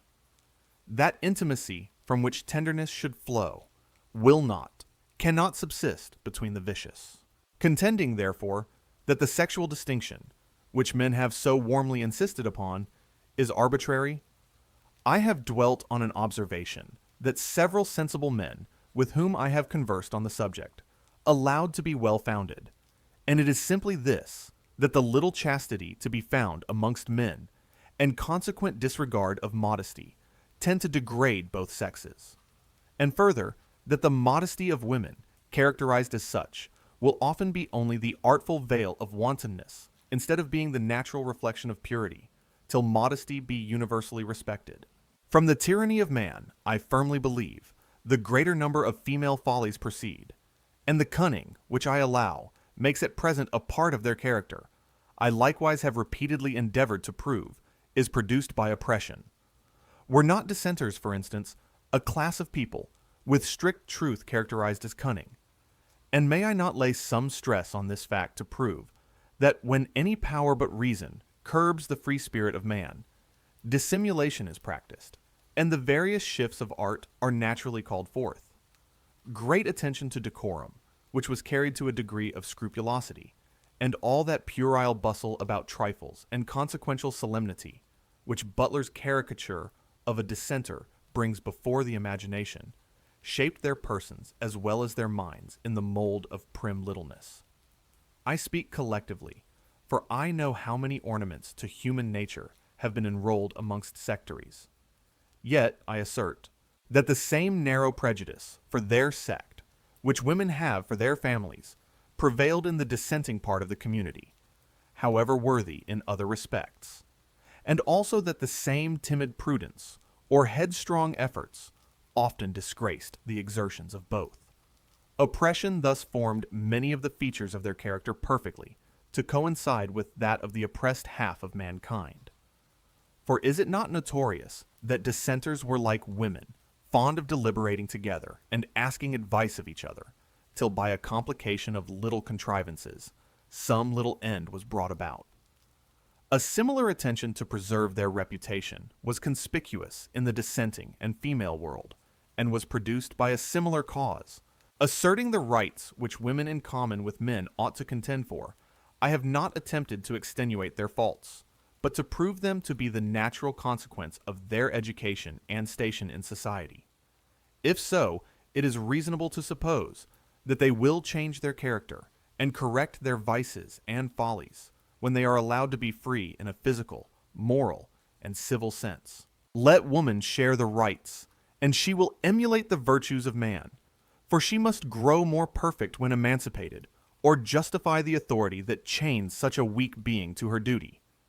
If the latter, it will be expedient to open a fresh trade with Russia for whips, a present which a father should always make to his son-in-law on his wedding day, that a husband may keep his whole family in order by the same means, and without any violation of justice reign, wielding this scepter, sole master of his house, because he is the only being in it who has reason, the divine, indefeasible, earthly sovereignty breathed into man by the master of the universe.